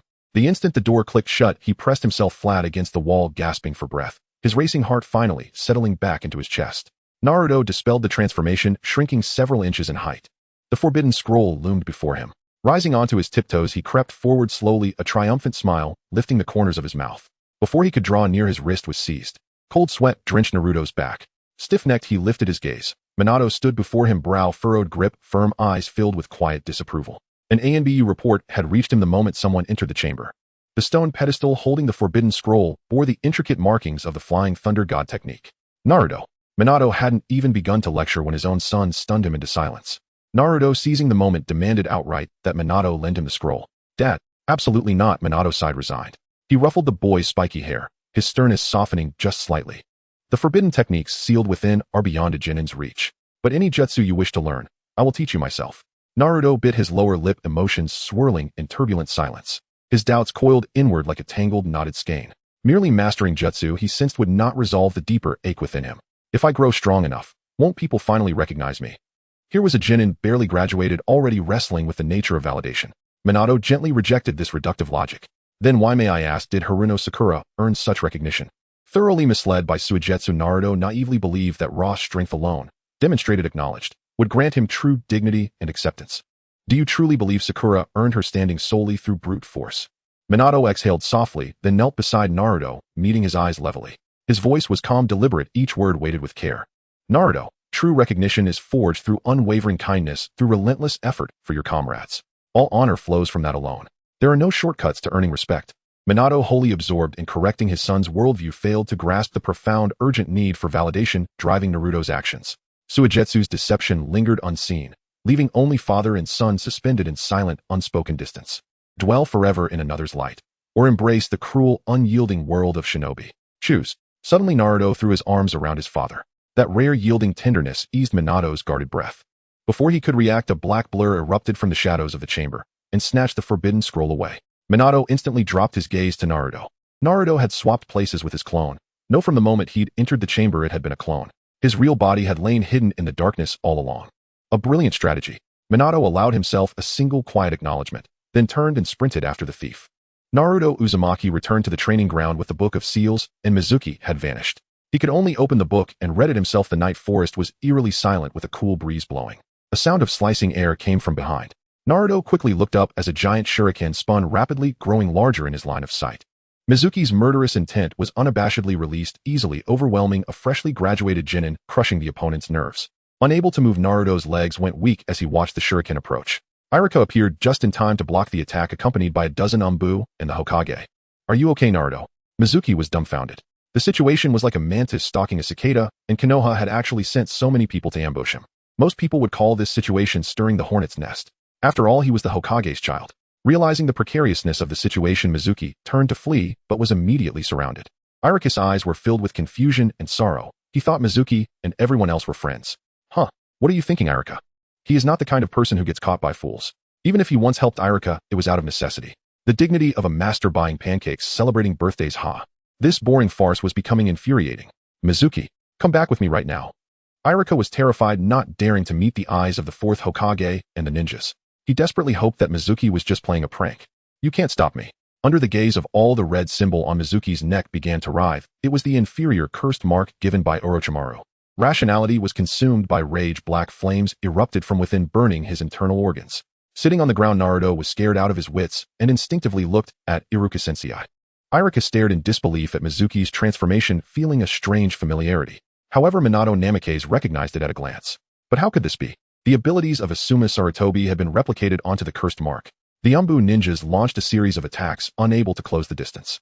Mizuki was like a frenzied beast, losing his senses. The immense power surged with a sharp burning sensation as he injured two Anbu and escaped from Konoha. The next day, Asuma Sarutobi received her second student. Sai stood like a post at her doorstep, looking up with a compliant fake smile. The second Pokemon successfully caught. Asuma thought whimsically and casually patted his head. Now there was still one student, Kuruma Yakumo, who hadn't returned to class as she had to take the initiative. Asuma set off with her two students. She strode ahead, while the two students followed behind. However, the interaction between Yamanaka Ino and Sai was not going smoothly. Sai curiously observed Ino while Ino's insect companions scattered around to ensure she wouldn't bump into any obstacles. Feeling the surrounding gaze, Ino shivered. Hurry up and go. One thought of helping while the other did not need help. Asuma quickened her pace, feeling uneasy. She remembered that Hinata had told her about Kuruma Yakumo's Jinjutsu powers. In the entanglement of Jinjutsu, her taijutsu would also become ineffective. A moment of carelessness could lead to Asuma becoming the first Jonin in history to die while recruiting students. This joke would be passed down through the ages on her tombstone. How tragic. Asuma's mind wandered and her sixth sense prompted her to grab the person she brushed past. It was indeed Nara Shikamaru. Asuma made a firm decision. Good morning. After 2 days without being troubled by Asuma, Shikamaru was in a relatively good mood. Please confess your feelings. I urgently need your confession now. She now understood very well why the protagonists of TV dramas confess before disasters or boss battles. She could genuinely empathize. At least her epitaph could have an extra line indicating she was not single. Please be with me. Uncomprehending, but following the instructions. Sure. Asuma felt a sense of relief, kissed him on the cheek, and happily ran away. Nara Shikaku felt something was off, turning around to see the two children passing by. Wow, amazing. Asking passers-by to confess, and then kissing them in the street. Yamanaka Ino speculated, unable to see the scene. That's right. To bridge the gap, Sai did not expose his blind companion's fantasy. Sai noticed that Shikamaru was watching and smiled at him. Who are you? We are the second class of the Genin team. Ino roughly identified their position and gave a slight bow. The second class. So you've inherited the name of the second class, huh? Time flies, Asuma. Memories of the earlier conversation resurfaced in her mind as Nara Shikamaru took 2 steps forward and suddenly changed direction to pursue. Something was amiss. By the time Nara Shikamaru and the second-class students arrived at the Kuruma clan's territory, the family gates were tightly shut. The 2 guards did not allow unrelated personnel to enter, claiming that a reason was needed. Asuma could enter due to her status as a jonin. Guided by an elder, she wound her way to Kuruma Yakumo's room. The ancient wooden structure appeared to have aged. The wooden threshold was slightly recessed, gleaming in the light. Tsunade's genjutsu was impressive. She had once instructed Kuruma Yakumo for a period. But for Yakumo's health, Tsunade had managed to seal away this overly powerful force. Kuruma Yakumo had not entered the ninja academy, and her personality had become increasingly distorted and silent due to misunderstandings. To clean up the mess left by the 3rd Hokage, the 4th Hokage sent Ebisu as a tutor. However, Ebisu declared defeat in less than 3 days and never wanted to enter that terrifying place again. With a 3rd attempt, the 4th Hokage had to be more cautious. With Naruto's graduation approaching, he formed an additional small team. Asuma was a person capable of creating miracles, and Minato believed in this. Back to reality. Asuma took a deep breath and walked into the room. The room was decorated like an art studio, exuding an eerie atmosphere. A beam of light streamed through the window, illuminating the paintings inside. Half of a girl's face was bathed in sunlight, resembling a quiet and innocent angel. Kuruma Yakumo was focused on her painting. Only when Asuma approached did she look up. Do you want to become a ninja? Kuruma Yakumo quietly faced her questioning teacher, lowering her gaze. Her fingers gently brushed over the painting, smudging the paint. The figure in the artwork was Asuma pulling the willow. You wouldn't understand, senpai. The agony of having poor physical condition. The feeling of running only 800 meters and being drenched in sweat, nearly blacking out. I understand. Asuma bit her lip as if struck in the knee by an arrow. In her past life, she had to run 800 meters from childhood to adulthood, fully experiencing the life and death feeling. You don't understand. Kuruma Yakumo couldn't help but raise her voice. No, please believe me, I truly understand. Getting a twisted child to return to the team was a long and arduous path. At the entrance of the Rikame Hill Villa, Nuo Shinken leaned against a pillar holding 1,000 books in a way that exuded a somewhat carefree and roguish charm. Young Shanjia and Zhuijing were at a loss. The guards had repeatedly instructed them to leave, and they had no choice but to announce that they must depart in 20 minutes. Even if they couldn't wait for anyone, they had to leave. Zhuijing felt puzzled. Should he address her warmly, perhaps calling her master mother? No, their teacher was a woman. Oh, what should her boyfriend be called? Senior, what should we do in 20 minutes? The teacher is still inside. Yun Shanjia said blankly, having spent all her time at home, making her quite confused about everything in the outside world. As the saying goes, utterly ignorant and simple-minded. Let's charge in, Nuo Shint said, resting his arm on the railing, flipping his hand to magically produce a small token. The small token was engraved with the character fire. Shanjia couldn't see it, but Zhuijing could see it clearly. Could this be the token of the direct subordinate of the Hokage? He narrowed his eyes and smiled, hypocritically praising. Is this the authority of the guard team? Truly impressive. No, this was just engraved with a kunai a moment ago. Nuhuo Shinken shrugged. He wasn't a rigid wooden figure. Previously, Nara Shikaku as a teacher had indeed taught them a bunch of haphazard little tricks. Inside, the situation was at a stalemate and the sunlight was blinding. Zhao Yuanshun unconsciously took a step back and the dust floating in the sunlight twisted. In the art studio, a rift tore open in the space. Amma Bayun's right hand held a scraper, erasing the bottom of the painting. The content of the painting depicted indeed was Bayun and Shun. In the painting, Shun's face was filled with disgust, and the sealing technique on Bayun spread, wrapping him in black sorcery. Zhao Yuanshun frowned and stretched out her hand to stop Bayun. Bayun seized the opportunity to grab Chun's wrist, pulling everyone into the illusionary world created by the jutsu.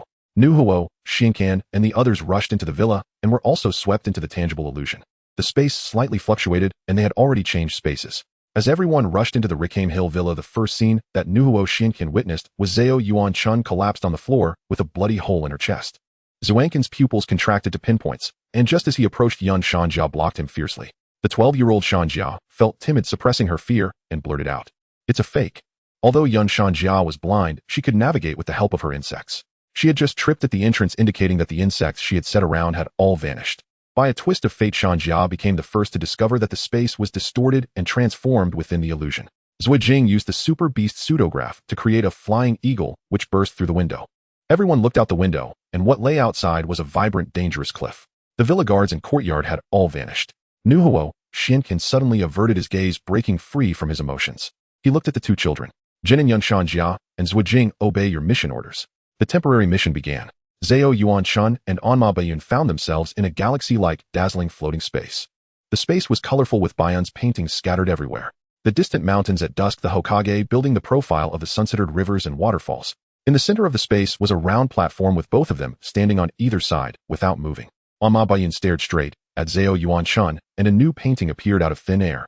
This is Zhao Yuanchun Sr. beating up the Nine-Tails Fox. Bayun recreated it based on the elder's description. That painting depicts Zhao Yuanchun Sr. beating up Ebisu, the higher-up ninja, she pointed. And there's another one showing you uprooting the willow tree. Zhao Yuanchun shook her head like a rattle drum. She had never done the last one. Uprooting the willow was pure slander. The folklore of Konoha had even exaggerated her eating 10 buns. So what exactly does Konoha have that makes the strong understand others? The sniper became a map cannon. Anma Bayun's fingers trembled, and her voice involuntarily became sharp.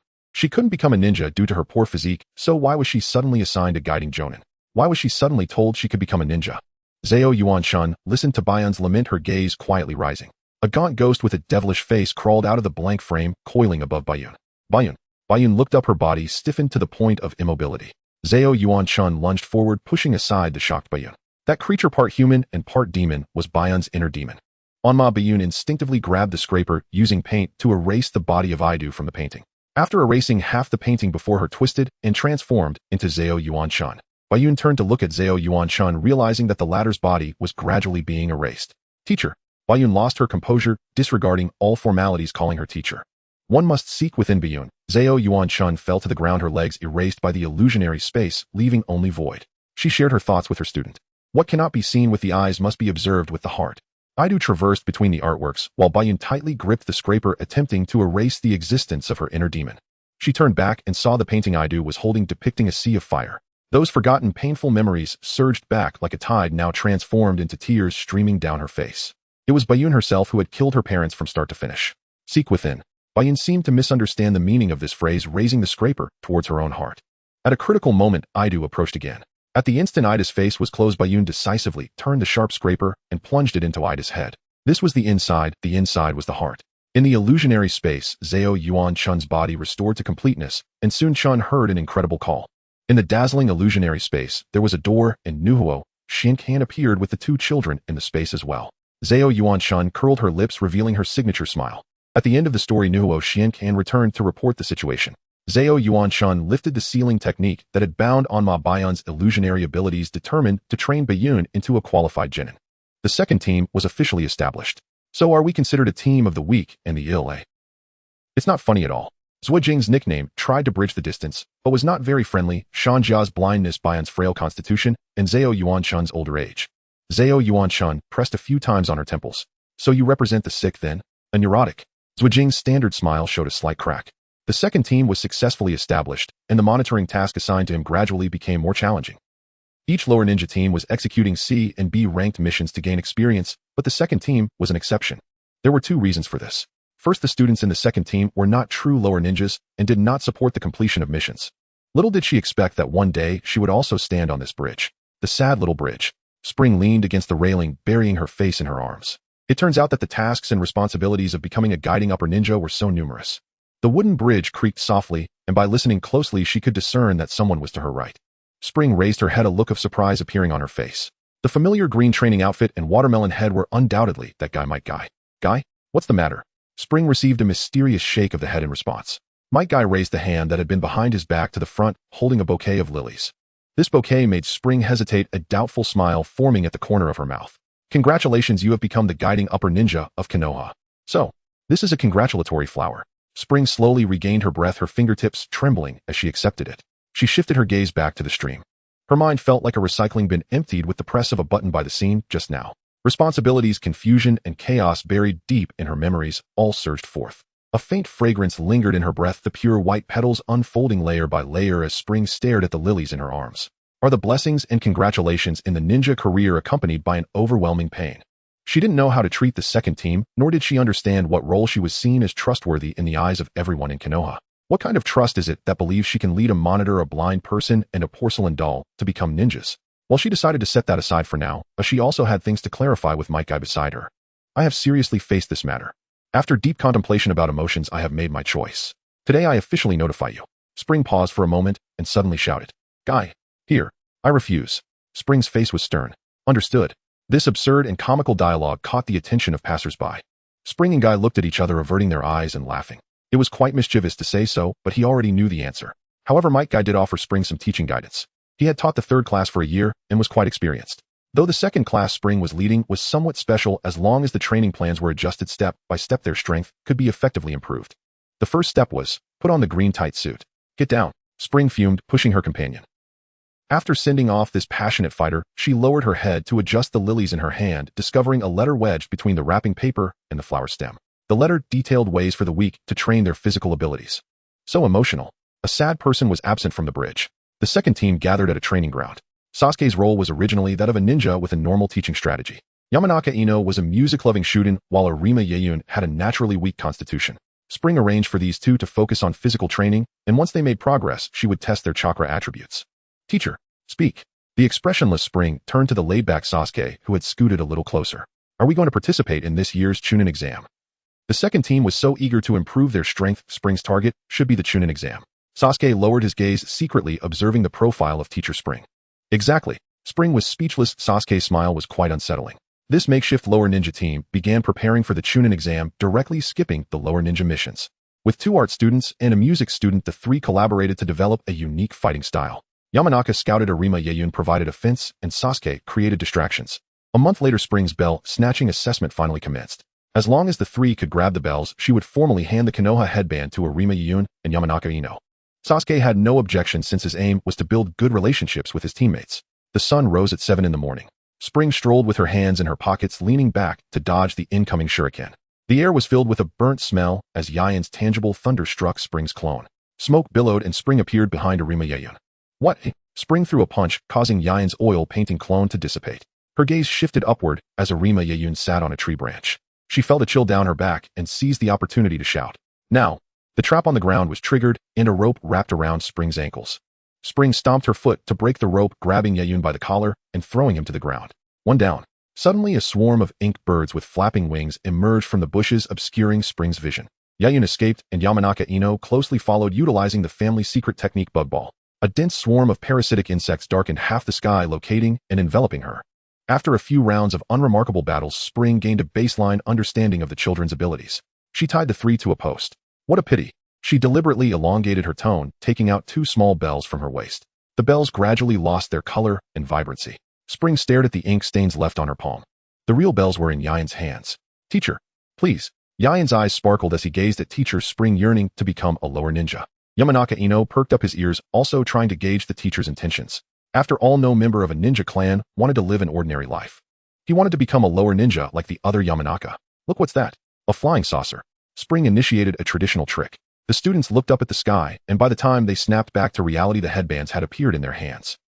After finishing the training content for the next day, Spring left. Sasuke observed Yayun and Ino's excited expressions and confusion, and all his thoughts condensed into a simple "oh."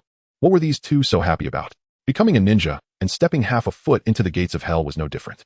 Sasuke looked straight at the headbands in their hands, pursing his lips. He gently touched the black band of his headband, and a feeling of discontent began to sprout in his heart. Both of them had received headbands and were smiling so joyfully, while he felt completely excluded from it all. What's wrong? The next day, as soon as Spring stepped out, she was surrounded by Sasuke. He looked at his teacher with a blank expression, his lips trembling, unsure of what to say. In the end, Sasuke only uttered a short sentence. I want one too. You already have one on your forehead. Little did she expect that 12-year-old Sasuke cared about this. He yanked down the headband on his forehead and scratched it with a kunai. Now it's gone. If he didn't get one, he would have to become a rogue ninja. Spring recognized Sasuke's inexplicable threat. Training is mostly dull, but Zwajing feels that his teammates possess a certain spirit. Onma Bayun is a gentle yet stubborn girl.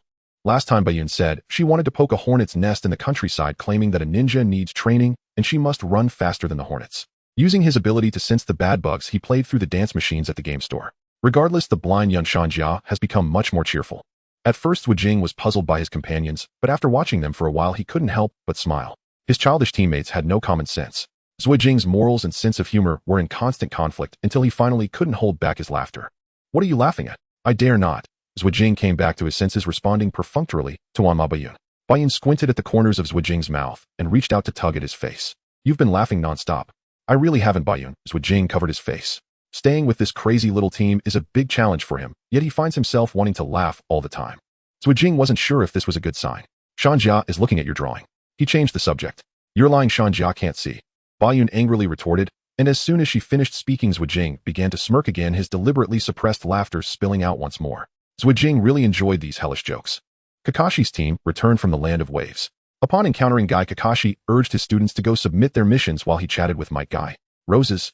Kakashi raised an eyebrow, realizing that the situation was not simple. Judging by Might Guy's dejected expression, it seemed he had failed to confess. Might Guy corrected that he hadn't actually confessed. He bought a bouquet of lilies and a bouquet of red roses, but ultimately gave away the lilies. Tomorrow will be a new day, Kakashi, my lifelong rival. Might Guy's eyes lit up and he regained his vitality. Do you want this bouquet of roses? You could take it home to use for a bath or something. Kakashi with deadpan eyes lazily scratched his head. No, I don't want roses from a man. His hand hovered over Might Guy's shoulder, but eventually fell back down. Kakashi said nothing, comforting his friend. I'm fine. Might Guy understood Kakashi's implication. The Chūnin exam registration is coming up in a few days. Will your new team participate? Of course. Naruto, Sasuke, and Sakura from Team 7 are all great kids. Kakashi supports the lower ninjas in participating in the Chūnin exams. Even if they don't pass, they can gain more experience. Do you think Haru will bring her lower ninja team to participate? Of course, Kakashi replied as usual. Haru's team is a remarkable group, and everyone in Konoha is watching them. The essence of a ninja's will is a miracle. Kakashi bid farewell to Guy and took a turn towards the Konoha Information Department. Even though he had withdrawn from the Umbu, it didn't hinder his investigations. For instance, this time, he became part of the investigation team tracking Orochimaru's whereabouts. Kakashi confirmed that there were no signs of Orochimaru along all routes in the Land of Waves. Other Jonin reported no unusual occurrences within the borders of the Land of Fire. Why investigate Orochimaru? This is a long story. Orochimaru had given Sumu a cursed seal, which Sumu used to cause significant destruction in the Land of Fire. Upon closer reflection, it is terrifying. The cursed seal held the power of Zhao Yuan-chan, with reddening eyes and dark energy emanating from his body. These symptoms were identical to Zhao Yuan-chan's rampage. If Orochimaru has mastered the ability to mass-produce biologically destructive weapons, the consequences would be unthinkable. The shadows of trees swayed and light danced through the window into the room. The blue curtains were lifted by the wind. Chun's long hair was tied up as she rested her chin on her hand, deep in thought. The sunlight made the desk shine, and the notebook was filled with ink that had been erased and rewritten multiple times. Come on, it's not like I'm writing a romance novel. How can a person have no inspiration at all? Zhao Yuan-chan lamented, covering her head and leaning on the desk. Her initial plan was to write a collection of classic quotes to teach her students, much like Teacher Lujin. But she couldn't even produce Teacher Lujin's nonsensical literature. Zhuijing was too far away from the others, making it difficult for Zhao Yuan-chan to directly resolve her companion's bonds. Zhuijing was both obedient and aloof, staring unblinkingly at Chun's actions. This shouldn't be the norm for the second team. The only thing that brought Chun some comfort was that Zhuijing's smile appeared to be more genuine. Whenever Bayun and Shanjia made fools of themselves, Zhuijing would laugh. Could this be the legendary? Zhuijing did not regard his teammates as disabled or weak, nor did he see them as human. Caught. A crow crashed into the window glass, startling the pensive Chun. Her heart raced violently as Zhao Yuan-chan opened the window, allowing the crow to fly in. She had never seen a crow appear on such a hot day. Its feathers displayed a dazzling black in the sunlight, and its beak poked at Chun's wrist. Zhao Yuan-chan discovered a small message tube attached to the crow's leg. Akatsuki's numbers are expanding the Land of Water. Itachi. She knew that Itachi occasionally delivered intelligence about the Akatsuki organization, but why was it delivered to her this time? If there were more troubles within Konoha's power structure, she would have to beat everyone up. Minato's grasp on the higher-ups was insufficient. Danzo was still making a fuss even in confinement, and Mitokage and Tazuna Haru were still assisting the Hokage. The rest of the senior officials had no other way of dying except from old age. Being Hokage is also a tough job. The few trump cards Hokage and Nara Lujin have are her, a weapon capable of destroying the ninja world. Zhao Yuan-chan sighed, gently stroking the feathers on the crow's wing. The crow cawed twice before flying out of the window. A single black feather was left on the desk, and Chun picked it up, holding it up to the sunlight. Have you killed many people? Do you regret it? A voice emerged. No. From the day she became a ninja, Chun accepted this cruel world. Perhaps her rampage would kill some who didn't deserve to die, but that was inconsequential. What about you? The shadows on the wall began to shift, the darkness concealing a disguised ink wash. Zhuijing tore away the disguise, standing behind the teacher. He did not answer the teacher's rhetorical question. What is the meaning of participating in the Chūnin exam? Teacher. Zhuijing couldn't comprehend. One day you will find out. Zhao Yuan-chun stood up and went to the kitchen, taking out 2 bottles of soda. She handed one over. Zhuijing looked slightly stunned. Soda has no meaning either, it's just that some people like to drink it. When someone likes to drink it, soda gains meaning. With a pop, the bottle cap opened. When Zhao Yuan-chun looked up again, Zhuijing had already quietly left. This child, by the riverside in the countryside, today's official date plan is fishing.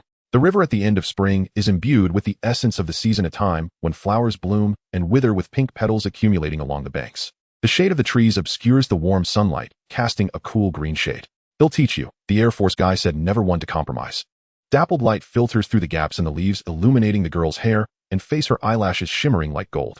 However, soon Zhao Yuan-chun took out a large sunshade. Xianjian sat on the grass beside her. The two clumsily arranged their fishing gear, and as the fishing hooks were cast into the water, the only sound left was that of the wind across the river surface. I used to pass by here often on missions, but never took a good look at the scenery. Chun was a bit surprised as she thought everyone in my regarded the upstream wooden bridge as a spiritual refuge. People come to cry on the bridge over their heartbreaks or worries. She didn't expect Xianjian to have been too busy to notice this place. What are you thinking about? Xianjian tilted his head, his gaze seemingly wandering, aimlessly settling on Chun's profile. Zhao Yuan-chun stared at the bobber on the water's surface, her expression vacant. She remained completely still. I was just thinking about that sad little bridge. Chun managed a faint smile, turning her gaze to meet her lover's eyes. Even if a ninja's tears are rare, I've cried many times before. Chun's tone was shy, yet he faintly sensed another emotion beneath it. From those eyes, Xianjian couldn't discern much. He lowered his gaze and took hold of her other hand that hung limply. Chun's eyes widened slightly, turning her head to blink a few times to dispel her insecurities. That inexplicable feeling of melancholy seemed to vanish, and Chun quickly brightened up. Please remember, I won't cry anymore, Xianjian. What? Xianjian's question caught in his throat. He was unsure how to respond to his girlfriend's sudden declaration. Emergency Plan 1, comfort Chun, let her cry if she wants to, after all, ninjas are human. Emergency Plan 2, clarify what he had previously said. He disliked Chun's tears not because he hated her crying, but out of fear of her being sad. Chun crying, actually. Dappled light pierced through the tree shade as Chun dropped her fishing rod and embraced Xianjian. Chun pressed her head tightly against his chest, repeating herself. The sound of breathing and heartbeat intertwined. He gave up questioning and slowly returned her embrace. Xianjian's mind replayed the image of Chun encountering Uchiha Shinran, her confusion, questioning, and helplessness wrapped within her tears. In Xianjian's memories, Chun's cries were few and far between. A few years ago, Chun had tears of questioning in her eyes, fiercely glaring at the traitorous Uchiha Shinran as he left. When she was younger, Chun had cried after being poisoned in the Forest of Death. Even earlier, during the Third Ninja World War, the 2nd and 7th squads returned together. Zhao Yuan-chun pointed out the new scar on teacher Lugio's face. The explanation he provided was extremely perfunctory, claiming that scars were a man's badge of honor. After the meeting, Mike Guy excitedly went off to train. Xianjian waited in the corridor for quite a while until Chun finished her conversation and walked out. Xianjian hurriedly followed Chun out of the corridor, finding her hiding behind a utility pole. The girl was drawing circles on the ground with a branch. At that time, her crying was silent. A tear slipped from the corner of her eye, flowing past her nose and into her mouth. Perhaps too absorbed in her thoughts, Chun didn't notice Xianjian leaning against the pole. The shadow of war still loomed over the ninja world at that time. Chun curled up, resembling a cold chestnut that had lost its warmth. Still sweet, but somewhat pitiful without the fragrant heat. He realized then, Chun was very concerned about the injuries on teacher Lugio's face. At the age of 12, he saw Chun's heart for the first time. What are you thinking about? Zhao Yuan-chun looked up, noticing Xianjian in a daze. She gently pinched her boyfriend's arm. Xianjian awoke from his reverie, remnants of moisture lingering in the corners of his eyes. Zhao Yuan-chun teased her fingertips, gently rubbing away the tear stains at the corners of Xianjian's eyes. Seeing you cry makes me want to cry too. It's so unfair. Indeed, it was heartache after all. From Zhao Yuan-chun's perspective, today's date was too sudden. The Genin squad was lackluster, and the plot was chaotic. Nonetheless, she emerged from the low pressure to agree to the weekend outing. Let's consider it a little break. Chun proposed to go fishing together, but as their conversation flowed, they began discussing the bridge. Those long-buried frustrations and anxieties quietly emerged, and a thought lingered in her mind. Capture Orochimaru and thoroughly uncover the truth about Iwado Ken the Jonin. She could no longer wait. Shinran Mizukawa Iwado Ken the Uchiha clan. Indecision and absence. These two reasons caused her to miss too many salvable opportunities, as she had to be strong. Zhao Yuan-chun stared quietly at the bobbing float on the water's surface. Even if it meant killing Orochimaru, she had to find out. Such dark thoughts only appeared for a moment, the heat radiating from his palm, scorching her heart. Feeling a bit embarrassed, Zhao Yuan-chun smiled. Right, she almost forgot she was there for a date. Please remember, I won't cry anymore, Xianjian. For the sake of Konoha, for her lover, for Guy, for all her companions within her sight. Most importantly, for herself. In the upcoming Chūnin exams, Zhao Yuan-chun must seize the opportunity to catch Orochimaru. This is a path fraught with thorns. The moonlight and swift winds will no longer bring death, and that guy Asuma will not encounter any more trouble. Just like this, let there be no regrets. With firm resolve, Chun tightly embraced Noera Jin, her hands firmly gripping the Jonin vest on his back. When she pulled herself out of her serious thoughts, she was astonished to find Jin crying. No, it wasn't exactly crying. A thin layer of moisture lingered in his eyes, pooling in the corners, but not falling. What sad thoughts could he be harboring? Regardless of what he was thinking, they were already together. I didn't say anything at all. Let's go. Zhao Yuan Chun and Jin put away their fishing gear. Today was an Air Force day and a day of unspoken thoughts. In the world of ninjas and love, such a profound two-way relationship Chun still couldn't quite grasp. She only knew one thing. Orochimaru was doomed. How delightful. Gang Zitai and Shun Yuchushuan became the deputy examiners for the first written test. The Gatekeeper group invented a brand new examination method based on their great friendship with Chun Lauda. This method left the chief examiner's son, Naibi, she utterly astounded. Are you saying, to pose a bunch of difficult questions to test students' cheating methods, and then the lower ninjas would painstakingly copy the answers only to find that the pen is erasable? It tests both the psychological endurance of the students and their personal qualities. Exactly, being fooled and not cursing on the street is also a virtue. A double blow to both body and spirit tremble. After discussions in the examination office, this bizarre proposal received unanimous approval. Thus a prank targeting the lower ninjas began. On the day of the Chūnin exam, the candidates gathered in the corridor. Among them were not only the Konoha ninjas, but also some unfamiliar faces. From the Mist Village were Xiang Lin and two cannon fodder. From the Sound Village, a bizarre trio, and from the Sand Village were Gaara Temari and Kankuro. The cannon fodder group from the Grass Village. Team 7 also arrived at the scene with Sasuke dressed in blue and white standing at the exam venue's entrance, observing the sign on the wall pointing out the little tricks used by the examiners. Gang Zitai and Shun Yuchushuan made a grand appearance, and instead of praising they revealed a sinister laugh, sending chills down the spines of the candidates. Boring. Uchiha Sasuke took 2 steps back. He accidentally bumped into someone and turned to find it was Hinata from his village. Hinata Niji looked coldly at the younger Sasuke, then averted his gaze. The feeling of being watched by a wild beast made Sasuke's legs tremble, but to fall here would be too pathetic. He had more important goals. He had to defeat that man. Sasuke watched Niji return to Team 3, feeling a sigh of relief. So impressive. No wonder he's the master's disciple. A stranger ninja appeared in the corridor, causing Naruto and Sakura to exchange glances, throwing questions at Sasuke. You talk to Sasuke, is that a friend you know? No, these people seem to be a lower ninja team from Konoha as well. Uchiha Sasuke scrutinized the 3 opposite him. The leader Kuruma Bayun exuded a gloomy aura. The boy with a waist fetish on the left wore a fake smile, and the one on the right appeared to be from the Oil Girl clan. Are these people really Konoha ninjas? He had never seen them at the Ninja Academy. We are the old, weak, sick, and disabled group. Bayun said, his eyes slightly drooping, resembling a gentle yet eerie doll. She bowed to Team 7. Sai smiled silently, while Yamanaka Ino's mouth twitched, stopping Bayun from continuing her nonsense. Hey, don't casually quote say as self-deprecating jokes. Kuruma Bayun tilted her head, pointing at the 3 members of Team 7.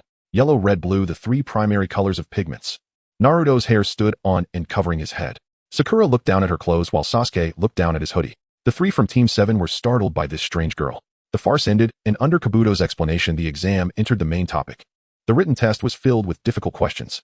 The lower ninjas gradually discovered the essence of the written test to copy answers. While everyone was writing vigorously, Team 10, the Ino Shikacho trio, remained still. Shikamaru noticed that the answer pens had been tampered with, and after receiving the information, Ino used her mind transfer technique to notify Akimichi Choji. Though it sounds frustrating, writing would be even more despairing. Shikamaru absent-mindedly surveyed the others in the exam room and made eye contact with Gang Zitai. From the eerie smile on the latter's face, Shikamaru had a hunch that this was the examiner's doing. However, this competition was not a dead end. Cheating on the test evaluated one's information reconnaissance skills. The erasable pen assessed psychological quality. The third point examined external information. As long as the first 2 criteria were met, one should be able to pass the exam. Shikamaru's gaze lingered on the calligraphy hanging above the blackboard, a large character for calm. I see, the answer is right in front of us. More than half an hour later, many candidates also noticed the problem with the pens. A bystander could no longer bear being played twice and loudly scolded the examiners. Sun Naibi, she expelled the entire small team from the exam room. Over at Team 7, Naruto was pulling his hair out in frustration. Sasuke was despairingly holding his forehead, and Sakura lay on the desk feigning death. Bayun. Sai. You 2 better not go too far. Yamanaka Ino sensed through her mind transfer that her teammates were doodling on the test paper, with one using a palette knife and the other starting to write with a brush. He felt a deep sense of speechlessness. Time ticked by, and Ibishi and the examiners expelled the lower ninjas who were cursing. The final segment was the classic program everyone enjoyed, scaring children. Sun Naibi, she deterred a group of people by stating they would never become Chūnin, finally announcing that the remaining candidates had passed. Great. Ino happily clenched her fists. As she turned around, she saw Nara Shikaku and Akimichi Choji, who were both distracted. What kind of expressions are those? Give me a smile. Shikamaru, how could the strategy of writing nothing be effective? Choji questioned, but he honestly adhered to Shikamaru's strategy. Under his companion's inquiries, Shikamaru pointed to Gang Zitai and Shinyu Chushuin, who were about to leave. Those two. At this moment he needed a detective's BGM. This exam not only assessed psychological quality and reconnaissance skills, but also a very subtle element. That is, the source of the erasable pin's answers comes from what tale. Mastering external information will allow us to find shortcuts to break through. Do you remember the perfect score paper often displayed on the honor wall at the Ninja Academy? That was the perfect score paper of Senior Zhao Yuan-shun in advanced mathematics. Behind the paper was brother Yin Tang, carrying a heavy load. Further back, the reason Zhao Yuan-shun was forced to take the test was Senior Zhao Yuan-shun scored 0 on the written test. Shikamaru picked up the erasable pen on the table. Gang Zitai and Shinyu Chushuin stared blankly, mechanically applauding. The other candidates grumbled, wondering how such bizarre external information was known. The written test actually paid homage to the tale of Senior Zhao Yuan-shun's blank paper passing. Ino and Choji had big question marks above their heads. When I was young, I heard Yin complain about it countless times. Nara Shikamaru shrugged and explained. Each person displayed their talents, so it was no wonder he succeeded by using shortcuts. Team 3. Tian and Lee listened to the analysis from their fellow ninjas, feeling a silent admiration. Lee's eyes sparkled as he stared at Niji, who appeared unperturbed. Niji, you're Senior Chun's disciple, you must know a lot of insider information, right? Niji Hyuga nodded. I won't say anything. He had been learning taijutsu from his master since he was 6, and the things he knew could cause the world to explode if spoken. Mike Guy had fervently pursued his master. His master despised Mizuki the most. Grandpa Zhuangshi at the bookstall always referred to his master as the Earth Spirit God. He had personally witnessed his master breaking through a mountain in a rage. Such things he would never speak out. The first written test concluded and the candidates received half a day's adjustment and rest time. The next morning the candidates arrived at the second stage of the Chūnin exam, the Forest of Death. The lower ninja's task was to gather the Heaven and Earth scrolls and safely reach the tower in the center of the Forest of Death. Sasuke's gaze was fixed on the strangely behaving grass ninja, unaware that after the second round began they would be delivering a great gift to him. The rustling sounds echoed through the forest, sending a shiver down the spines of the lower-ranked ninjas. The Death Forest had always been a forbidden zone for Konoha, and just gazing upon it instilled a sense of ominous foreboding. Various rare beasts and bizarre plants sent chills down their spines.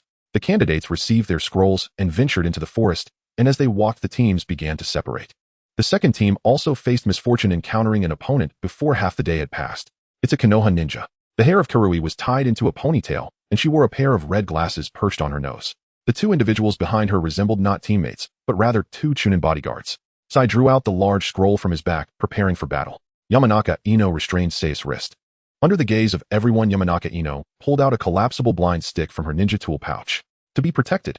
Sei's mind was hazy as he vigorously rubbed his right wrist with his left hand, seemingly trying to erase the warmth from his companion's palm. He noticed Akatsuki was looking at him and withdrew his hand. Blind. This Konoha ninja is blind. Karui exclaimed, her voice stammering in disbelief. Taking a few deep breaths, she cleared her throat. Don't worry, the Rinni Society won't bully you. Karui, having joined the Rinni Society at a young age, was oblivious to the treachery of adults who spoke sweetly while harboring ill intentions. She decided to become a person of righteousness under the teachings of Mizuki. After speaking, Karui left with her teammates. Yamanaka Ino and Sai looked at each other, and Ino smoothly tucked away her blind stick. Yamanaka Ino had succeeded. The second team's act of feigning pity had worked flawlessly. 2 miles away, Team 7's pursuit of the scroll was also fraught with difficulties as they were attacked by ninjas from the grass village. A long-tongued creature wearing a straw hat attacked ferociously, and during the battle, they became separated from Sasuke. Naruto and Sakura clumsily dealt with the other 2 grass ninjas, while Sasuke chased after the creature. A flash of lightning lit up the sky. The scroll was in Sakura's ninja tool pouch, and she sighed. Sakura and Naruto were hiding in a cave to avoid the rain. The weather in the Death Forest was unpredictable, and the two couldn't help but worry about Sasuke. Sakura furrowed her brows, feeling rather uneasy. Naruto, let's go look for them in the rain. Before Sakura could speak, Naruto dashed into the rain curtain like a wild horse. Sakura paused for a moment before quickly following him out. Unfortunately, their movement startled the creatures in the cave. A wild boar. So big. In the rain, the two were drenched and sneezing. Naruto and Sakura were taken aback, running in opposite directions as the wild boar relentlessly chased after Naruto, its tusks poking into his back. What on earth is wrong with this wild boar? 1 person and 1 pig disappeared deep into the forest. Sakura was speechless, bewildered by the absurdity of reality. Now Team 7 was thoroughly scattered. What should she do? For the time being, not considering Naruto and Sakura's situation, Sasuke was in a bit of trouble. After he chased out, he lost his target and caught off guard that grass ninja ripped his own face. How disgusting. Uchiha Sasuke felt uncomfortable releasing a great fireball, but the creature dodged swiftly. Orochimaru no longer concealed his schemes, staring intently at Sasuke. Do you know who the strongest person in Konoha is? Sasuke. The hoarse voice echoed in his ears. Sasuke's heart raced as he narrowly avoided Orochimaru's attack. He crashed hard to the ground, clutching his shoulder. This is of no importance. Uchiha Sasuke activated his Sharingan, attempting to capture Orochimaru's movements. But his eyes moved too fast for his body to keep up, and after dodging a few strikes he fell into Orochimaru's trap. Sasuke was covered in injuries, his neck aching unbearably, and everything he saw was double. What did that creature do? How a gift. We will meet again. Orochimaru ignored the unconscious Sasuke, speaking to himself. Early spring, I will also prepare well for you. How exhilarating the power of Rampage. He unraveled the means to kill it. By the time Sasuke awoke, the rain had already stopped. He turned his head with great difficulty to look at the disheveled Sakura. Sakura, exhausted, could hardly open her eyes, but upon noticing he was awake, she was pleasantly surprised. Where's Naruto? Is this a cave? Naruto inadvertently led that big wild boar into Inuzuka Kiba's team's trap, and the boar is dead. Sakura gazed towards the cave entrance, and Sasuke followed her gaze.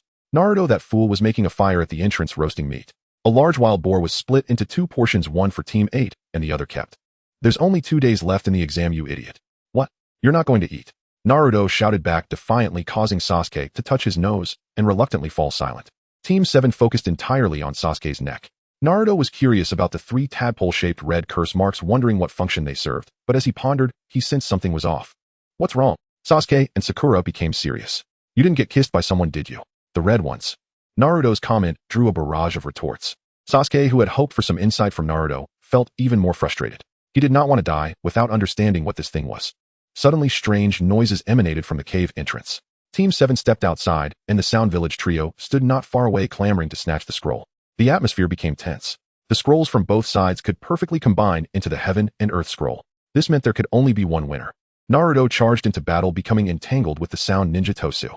The 3 Sound Ninjas across from them looked nothing like lower ninjas. Their strength was terrifying. As the wounds on Sasuke's body increased, the emotions he had suppressed deep within began to surge wildly, the burning pain stimulating his nerves. The pain brought on by the red curse mark was sharper than the suffering from activating the Sharingan. His arm exuded a dreadful dark aura, and the blood-red curse marks covered half of his face. Sasuke vaguely grasped the threshold of mastering the curse mark. Anger was not a hindrance, but rather nourishment. Amidst the burning fury and unwillingness, Sasuke's speed of action drastically increased, disappearing into thin air. The 3 Sound Ninjas, 2 men and 1 woman, stood ready. The ninja wrapped in strange bandages had his arm seized. What? It was over before it began. Naruto's pupils contracted, and Sakura covered her mouth in disbelief. Sasuke pierced through the enemy's chest. With just 1 punch, he penetrated the heart of the Sound Ninja. With blood to nourish it, the anger subsided. Uchiha Sasuke held his head, the burning sensation deep within gradually waning. By the time Sasuke regained consciousness from the curse mark state, the remaining enemies had already fled. Team 7 gathered the Heaven and Earth scrolls. The moment one becomes a ninja, one must be prepared for death. Not long after Team 7 put this matter behind them. Sasuke contemplatively touched the red curse mark on the back of his neck, his expression impassive. He remembered the last words of the creature. Early spring is the most powerful person in the world. So is this power a replica of the strongest strength? Or is it a curse? The rustling sounds echoed through the forest, sending a shiver down the spines of the lower-ranked ninjas. The Death Forest had always been a forbidden zone for Konoha, and just gazing upon it instilled a sense of ominous foreboding. Various rare beasts and bizarre plants sent chills down their spines. The candidates received their scrolls and ventured into the forest, and as they walked, the teams began to separate. The second team also faced misfortune, encountering an opponent before half the day had passed. It's a Konoha ninja. The hair of Kirui was tied into a ponytail, and she wore a pair of red glasses perched on her nose. The 2 individuals behind her resembled not teammates, but rather 2 Chūnin bodyguards. Sai drew out the large scroll from his back, preparing for battle. Yamanaka Ino restrained Sei's wrist. Under the gaze of everyone, Yamanaka Ino pulled out a collapsible blind stick from her ninja tool pouch. To be protected. Sei's mind was hazy as he vigorously rubbed his right wrist with his left hand, seemingly trying to erase the warmth from his companion's palm. He noticed Akatsuki was looking at him and withdrew his hand. Blind, blind, blind. This Konoha ninja is blind. Kirui exclaimed, her voice stammering in disbelief. Taking a few deep breaths, she cleared her throat. Don't worry, the Rinni Society won't bully you. Kirui, having joined the Rinni Society at a young age, was oblivious to the treachery of adults who spoke sweetly while harboring ill intentions. She decided to become a person of righteousness under the teachings of Mizuki. After speaking, Kirui left with her teammates. Yamanaka Ino and Sai looked at each other, and Ino smoothly tucked away her blind stick. Yamanaka Ino had succeeded. The second team's act of feigning pity had worked flawlessly. 2 miles away, Team 7's pursuit of the scroll was also fraught with difficulties, as they were attacked by ninjas from the grass village. A long-tongued creature wearing a straw hat attacked ferociously, and during the battle, they became separated from Sasuke. Naruto and Sakura clumsily dealt with the other two grass ninjas, while Sasuke chased after the creature. A flash of lightning lit up the sky. The scroll was in Sakura's ninja tool pouch, and she sighed. Sakura and Naruto were hiding in a cave to avoid the rain. The weather in the Death Forest was unpredictable, and the two couldn't help but worry about Sasuke. Sakura furrowed her brows, feeling rather uneasy. Naruto, let's go look for them in the rain. Before Sakura could speak, Naruto dashed into the rain curtain like a wild horse. Sakura paused for a moment before quickly following him out. Unfortunately, their movement startled the creatures in the cave. A wild boar. So big. In the rain, the two were drenched and sneezing. Naruto and Sakura were taken aback, running in opposite directions as the wild boar relentlessly chased after Naruto, its tusks poking into his back. What on earth is wrong with this wild boar? One person and one pig disappeared deep into the forest. Sakura was speechless, bewildered by the absurdity of reality. Now Team 7 was thoroughly scattered. What should she do? For the time being, not considering Naruto and Sakura's situation, Sasuke was in a bit of trouble. After he chased out, he lost his target and caught off guard that grass ninja ripped his own face. How disgusting. Uchiha Sasuke felt uncomfortable releasing a great fireball, but the creature dodged swiftly. Orochimaru no longer concealed his schemes, staring intently at Sasuke. Do you know who the strongest person in Konoha is? Sasuke. The hoarse voice echoed in his ears. Sasuke's heart raced as he narrowly avoided Orochimaru's attack. He crashed hard to the ground, clutching his shoulder. This is of no importance. Uchiha Sasuke activated his Sharingan, attempting to capture Orochimaru's movements. But his eyes moved too fast for his body to keep up, and after dodging a few strikes, he fell into Orochimaru's trap. Sasuke was covered in injuries, his neck aching unbearably, and everything he saw was double. What did that creature do? How a gift. We will meet again. Orochimaru ignored the unconscious Sasuke, speaking to himself. Early spring, I will also prepare well for you. How exhilarating the power of rampage. He unraveled the means to kill it. By the time Sasuke awoke, the rain had already stopped. He turned his head with great difficulty to look at the disheveled Sakura. Sakura, exhausted, could hardly open her eyes, but upon noticing he was awake, she was pleasantly surprised. Where's Naruto? Is this a cave? Naruto inadvertently led that big wild boar into Inuzuka Kiba's team's trap, and the boar is dead. Sakura gazed towards the cave entrance, and Sasuke followed her gaze. Naruto, that fool, was making a fire at the entrance, roasting meat. A large wild boar was split into two portions, one for Team 8, and the other kept. There's only 2 days left in the exam, you idiot. What? You're not going to eat? Naruto shouted back defiantly, causing Sasuke to touch his nose and reluctantly fall silent. Team 7 focused entirely on Sasuke's neck. Naruto was curious about the 3 tadpole-shaped red curse marks, wondering what function they served, but as he pondered, he sensed something was off. What's wrong? Sasuke and Sakura became serious. You didn't get kissed by someone, did you? The red ones. Naruto's comment drew a barrage of retorts. Sasuke, who had hoped for some insight from Naruto, felt even more frustrated. He did not want to die without understanding what this thing was. Suddenly, strange noises emanated from the cave entrance. Team 7 stepped outside, and the Sound Village trio stood not far away, clamoring to snatch the scroll. The atmosphere became tense. The scrolls from both sides could perfectly combine into the Heaven and Earth scroll. This meant there could only be one winner. Naruto charged into battle, becoming entangled with the Sound Ninja Tosu. The 3 Sound Ninjas across from them looked nothing like lower ninjas. Their strength was terrifying. As the wounds on Sasuke's body increased, the emotions he had suppressed deep within began to surge wildly, the burning pain stimulating his nerves. The pain brought on by the red curse mark was sharper than the suffering from activating the Sharingan. His arm exuded a dreadful dark aura, and the blood-red curse marks covered half of his face. Sasuke vaguely grasped the threshold of mastering the curse mark. Anger was not a hindrance, but rather nourishment. Amidst the burning fury and unwillingness, Sasuke's speed of action drastically increased, disappearing into thin air. The 3 Sound Ninjas, 2 men and 1 woman, stood ready. The ninja wrapped in strange bandages had his arm seized. What? It was over before it began. Naruto's pupils contracted, and Sakura covered her mouth in disbelief. Sasuke pierced through the enemy's chest. With just one punch, he penetrated the heart of the Sound Ninja. With blood to nourish it, the anger subsided. Uchiha Sasuke held his head, the burning sensation deep within gradually waning. By the time Sasuke regained consciousness from the curse mark state, the remaining enemies had already fled. Team 7 gathered the Heaven and Earth scrolls. The moment one becomes a ninja, one must be prepared for death. Not long after Team 7 put this matter behind them. Sasuke contemplatively touched the red curse mark on the back of his neck, his expression impassive. He remembered the last words of the creature. Early spring is the most powerful person in the world. So is this power a replica of the strongest strength? Or is it a curse? Chūnin Exam Oversight Meeting. Yakushi Kabuto was appointed as the chief examiner for the 3rd round. Due to the excessive number of candidates advancing, the committee decided to introduce a preliminary elimination round. The Genin team instructors stood at the rear, whispering amongst themselves. Such formal proceedings were typically beyond their purview. Haru, are you all right? Rin and Yuhi Kurinai swiftly caught Haru Hayahara as she swayed unsteadily. Haru gazed blankly upward at the ceiling, inwardly marveling at how faithfully the plot had unfolded. The preliminary round's sole examiner was indeed Moonlight Hate. "I'm fine," she reassured them. After all, even for Yuzuriha's sake, Haru would not allow Moonlight Hate to fall so easily. She gently disengaged from both hands supporting her and stepped outside for air. Outside the conference room lay an integrated compact combat arena. Leaning against the railing, Haru looked down upon the flustered candidates below, murmuring amongst themselves.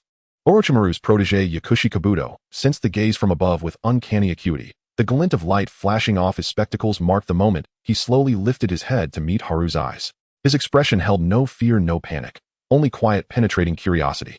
He was deeply intrigued by the experimental subject Orochimaru-sama had so often mentioned. After all, if the plan failed, Kabuto himself would be erased. As the meeting concluded, the preliminary round commenced. "I withdraw." Kabuto raised his hand to declare forfeiture.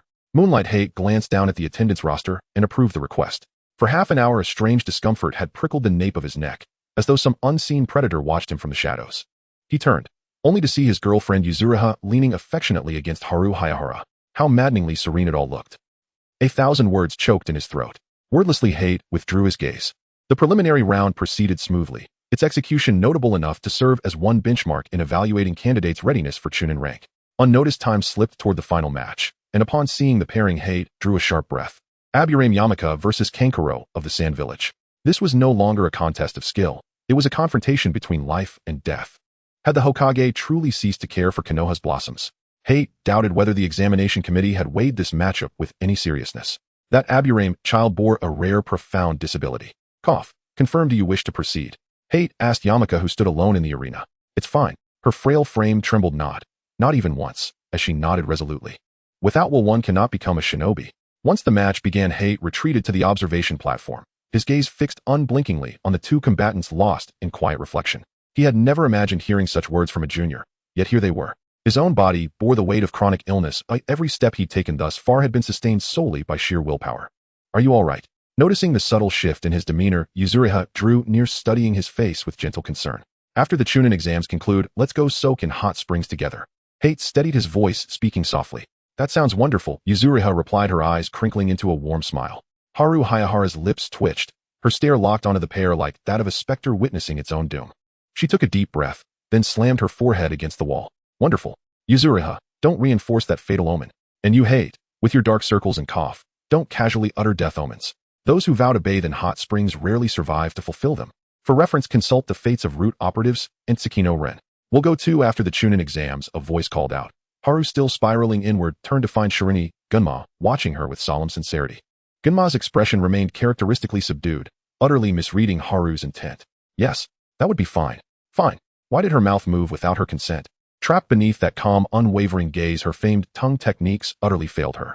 Haru inhaled deeply and reached out, taking Gunma's hand in hers. Indeed, compared to nebulous, ill-fated omens, it was time she immersed herself more fully in the shinobi world, not only in duty and bonds, but even in love, which persistently reminded her life moves ever forward. Just this once. Let omens wait aside. Meanwhile, among the candidates, on the observation platform sat Genin, whose matches had already concluded, gathered in casual conversation. Mostly Kiba Inuzuka and Naruto Uzumaki provided comic relief, while others conversed in smaller clusters. Sai seized a fleeting moment unnoticed and slipped away silently. He had a far more urgent mission: surveillance of instructor Haru Hayahara. That morning, Root had issued him explicit orders to investigate what Haru had buried in the woods behind Konoha. It could be intelligence, or something far more secretive. Sai located an ancient tree deep in the forest. Beneath it, faint signs of recent disturbance lingered, a loose mound of last year's dry leaves barely concealing freshly turned earth. Using his bare hands, Sai dug downward, unearthing a bundle wrapped within another, then another layer upon layer, until only a coin-sized parcel remained in his palm. He unfolded the cloth, revealing nothing but a soda bottle cap. Was this a jest? Had the instructor known he was spying? No, the answer had been certain from the start. A hairline fracture appeared across Sai's numb heart as he flipped the metal cap over in his palm. Try again. Unable to name the emotion welling within him, Sai sat motionless beneath that tree for a long while. At dusk, he carefully re-wrapped the bundle and re-buried it beneath the roots. The small metal cap gleamed softly in the fading light, like a medal awarded for quiet understanding. The preliminary round concluded. The main tournament would commence 10 days hence. Only a handful advanced: Naruto, Uzumaki, Niji, Hyuga Rock, Lee Yakumo, Akun Gaara, Sasuke, Uchiha, Shikamaru, Nara, and Temari. Over those 10 days, Haru relentlessly tracked Yakushi, Kabuto, and Baki of the Sand Village, until at last her vigilance bore fruit. Late at night, Baki and Kabuto met atop a rooftop, exchanging hushed words. Moonlight Hayate, sensing movement, deployed his transparent technique, vanishing unseen behind a nearby wall. And Haru, uncannily perceptive, hid behind a utility pole, inadvertently toppling storm drain covers along her path and rousing a yellow dog sleeping beneath it. The dog erupted into furious barking. Nearby, Moonlight Hayate covered his face in silent despair. Who's there? Both the Sand Ninja and Kabuto reacted instantly, their gazes locking onto Haru, the unmistakable source of the commotion. Baki, long familiar with the legend of the long-haired ghost, fled immediately, abandoning Kabuto, who froze mid-step. Hayate and Haru exchanged a glance, then moved with lethal precision, seizing Kabuto just as he attempted to deploy a smoke bomb. In that instant, Kabuto's mind raced through grim visions. Orochimaru's impersonation of the Kazekage exposed Suna's suspicion, mounting the Konoha crush plan collapsing, and finally Orochimaru's cold, decisive judgment upon him. A chill swept up Kabuto's spine. Actually, refusing to surrender, passively bound and cornered, he made one last desperate gambit. I'm actually your cousin, Senior Haru. Huh. Haru exhaled. Of course. When death loomed, people said anything. Claiming kinship was a futile, transparent ploy. Even if you called me mother right now, it wouldn't matter. In the middle of the night in the interrogation room, Shan Zhonghai should have been the main character interrogating the pharmacist Do, but at this moment, he could only stand by helplessly. The contradictions of the young man were intricate and complex, catching him off guard. Yashitai Akane hurried back, pulling up the slumped Zao Yuan Chun from the chair. Get some energy, Chun. Akane shook Chun's shoulders and pointed at the disheveled Do. Do's hair was messy, his body bore several injuries, and he was tied to the interrogation chair. I hate this world, Akane. In her abstract view of the world, she couldn't help but want to carry a bag of rice up several floors. Why? Do did not lie. Was this fake smiling pharmacist Do really her cousin? How come her mother had never told her? This afternoon, Chun confidently rushed home to ask her mother Keiko. Her mother smiled and nodded. Ah, but that good child Do has been in the orphanage since childhood. Our family didn't have the proper paperwork back then, so we couldn't adopt him. Her mother would occasionally go to the orphanage to deliver some items. Cousin, Do continued to play the pitiful card. The more she thought about it, the angrier she became. The further she retreated, the more her thoughts ran wild. Zao Yuan Chun's expression turned cold, her eyes gleaming with dangerous light. You will never escape from here, or just stay in this prison until the end of time. Her target was Orochimaru. Do had nothing to do with her. On the day the main competition began, Do knocked out the prison guard and escaped. With so many ninjas in Konoha, there had to be a few underqualified cannon fodder. Do's face was hidden beneath a loose cloak as he sat in the last row of the audience. Was Orochimaru using Do? Undoubtedly he was. From the beginning, Orochimaru was interested not only in Do's unscrupulous methods, but also in his identity. Relatives were of no concern. His parents died in the Ninja World War, and he didn't even know where their bones lay. Why bother with someone with a slight blood relation? Zao Yuan Chun herself didn't even know she had a cousin. It was truly ironic. Orochimaru could unlock Zao Yuan Chun's genes, but it wouldn't be enough with just a few drops of blood. Throughout the entire research process, Do contributed several vials of blood for cellular experiments.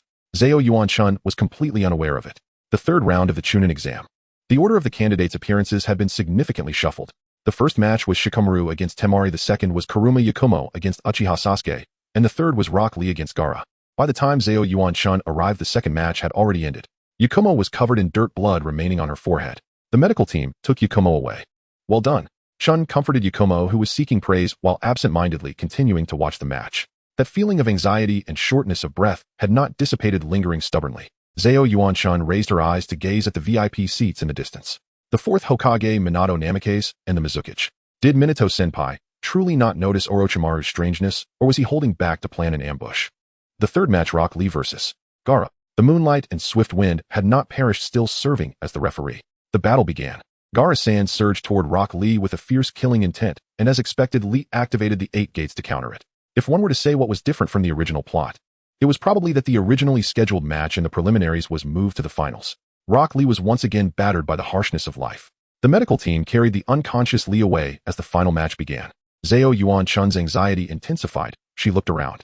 The audience was a sea of people bustling like a lively market. Had her intuition gone wrong? The atmosphere in the arena turned serious.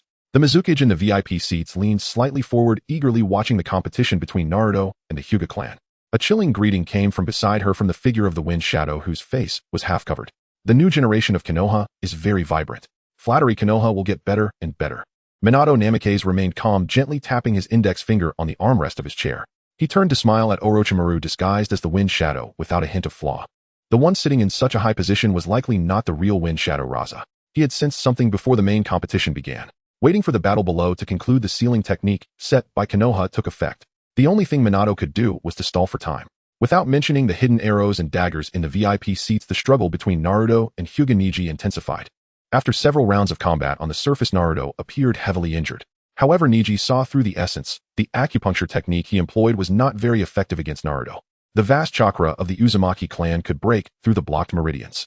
Even worse, the opponent was spouting a bunch of meaningless nonsense, a rebuttal to the so-called destiny. After failing to make progress, Niji had to change tactics.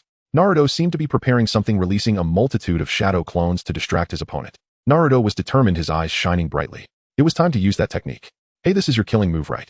They'll step in if necessary. Asuma on the stands looked at Kakashi, wondering if the Rasengan was a technique Kakashi had taught Naruto. Kakashi firmly denied this. No one knew what would happen when such a killing move appeared on the field. Kakashi lazily responded, keeping an eye on the movements on the other side of the audience. Chun had a beast-like intuition. She had experienced it when she was a child. Now displaying this state of restlessness, Kakashi secretly remained vigilant. On the duel stage, Naruto's ninjutsu was finally ready. Niji swept away all the shadow clones with his gentle fist technique, and with time running out, he had no choice but to face the attack directly. A strong wind swept across the arena, causing his long black hair to dance in the breeze. The glow of the Rasengan reflected in Niji's eyes, and his heart slowed for a moment. A beautiful image flashed through his mind, a rainy day. So calm. Niji. The audience member Tintin gasped, her hands cupped around her mouth as she shouted. She didn't want to see both teammates heavily injured, first Lee and now Niji. Tintin felt a deep sense of helplessness arise within her.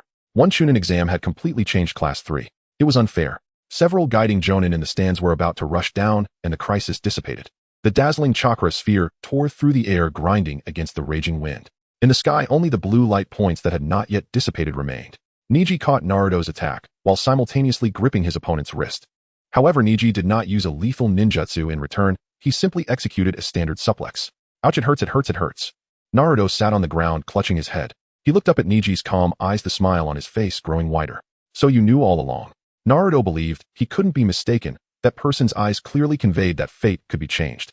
Though he didn't know why Niji suddenly changed his mind. The final match, Hyuga Niji wins. As the verdict was announced, the VIP seats underwent a drastic change. A purplish-red ceiling barrier separated the VIP seats from the audience. Minato Namikaze held a kunai, his gaze fixed on the wind shadow. Orochimaru no longer disguised himself, removing his entire facade. Interesting. Orochimaru's shadow clone abruptly vanished. His goal had never been to kill the fourth Hokage. Was it just a shadow clone?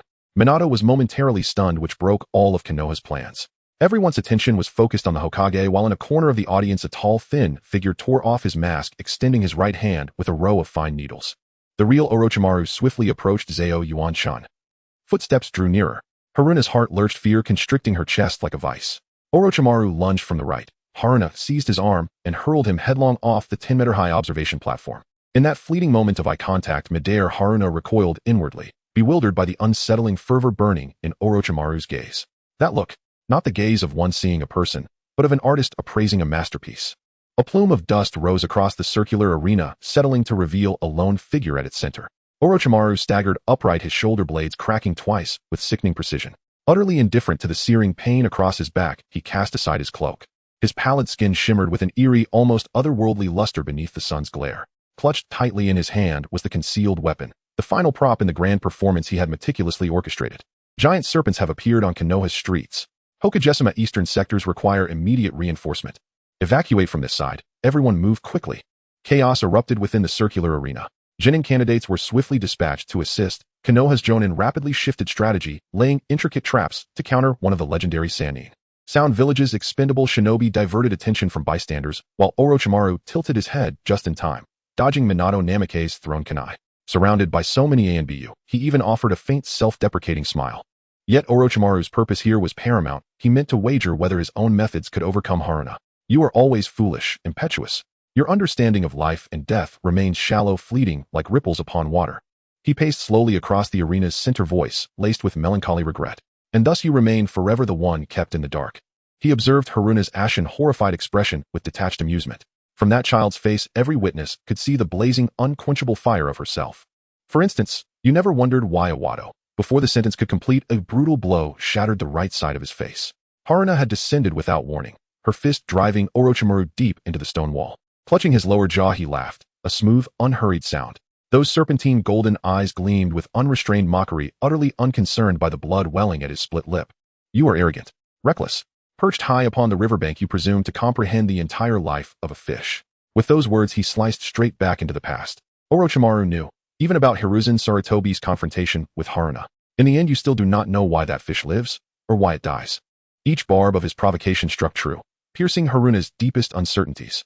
His words were razors cleaving through her heart, reducing her to a vessel aflame with raw, incandescent rage. If you wish to understand the fish, why not descend into the water yourself?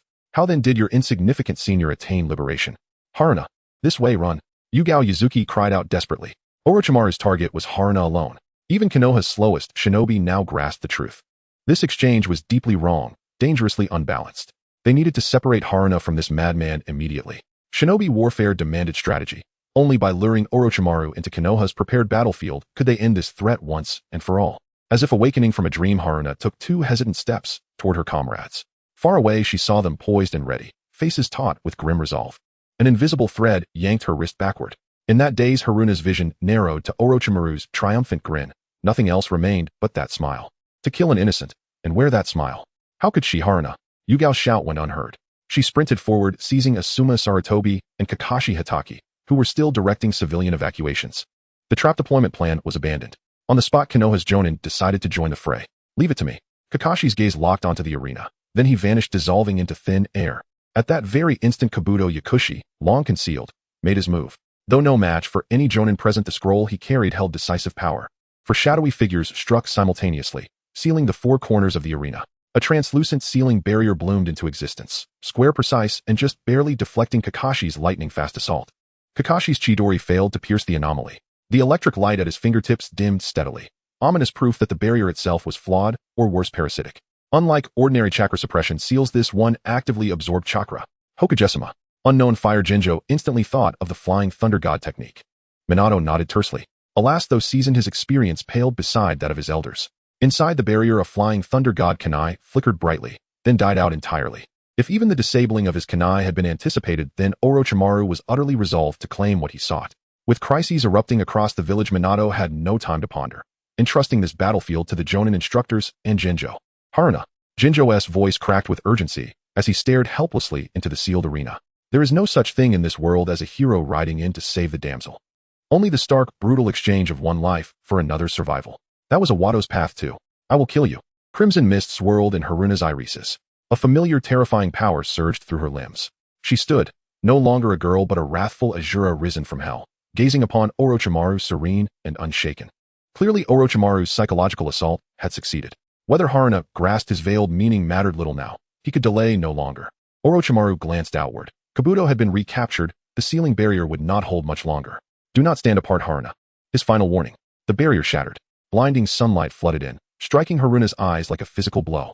Her mind snapped back to that sun-drenched afternoon when Senior Iwado fell pierced through the heart by a single arrow. A searing, violent pain exploded at her throat. Haruna summoned every ounce of strength and sent Orochimaru reeling backward. Blood sprayed violently into the air. She tore his arm clean from its socket. Orochimaru crumpled to his knees, long hair veiling his face entirely. Unmoored, the severed limb dropped to the ground. In his clenched fist remained only the hollow, transparent shell of a violet syringe. Before the stunned crowd, half his body drenched in crimson, Orochimaru laughed, for the first time in memory, unreservedly. The first notes were guttural, choked chuckles, soon swelling into full-throated, unrestrained mirth. He tilted his head upward, gazing directly at Haruna. She took 2 faltering steps, then collapsed, kneeling hard upon the earth. That was the serum's effect, cellular collapse, systemic decay, cascading through her body. Her teammates rushed forward en masse. Only then did Haruna absently touch her cheek, warm and wet.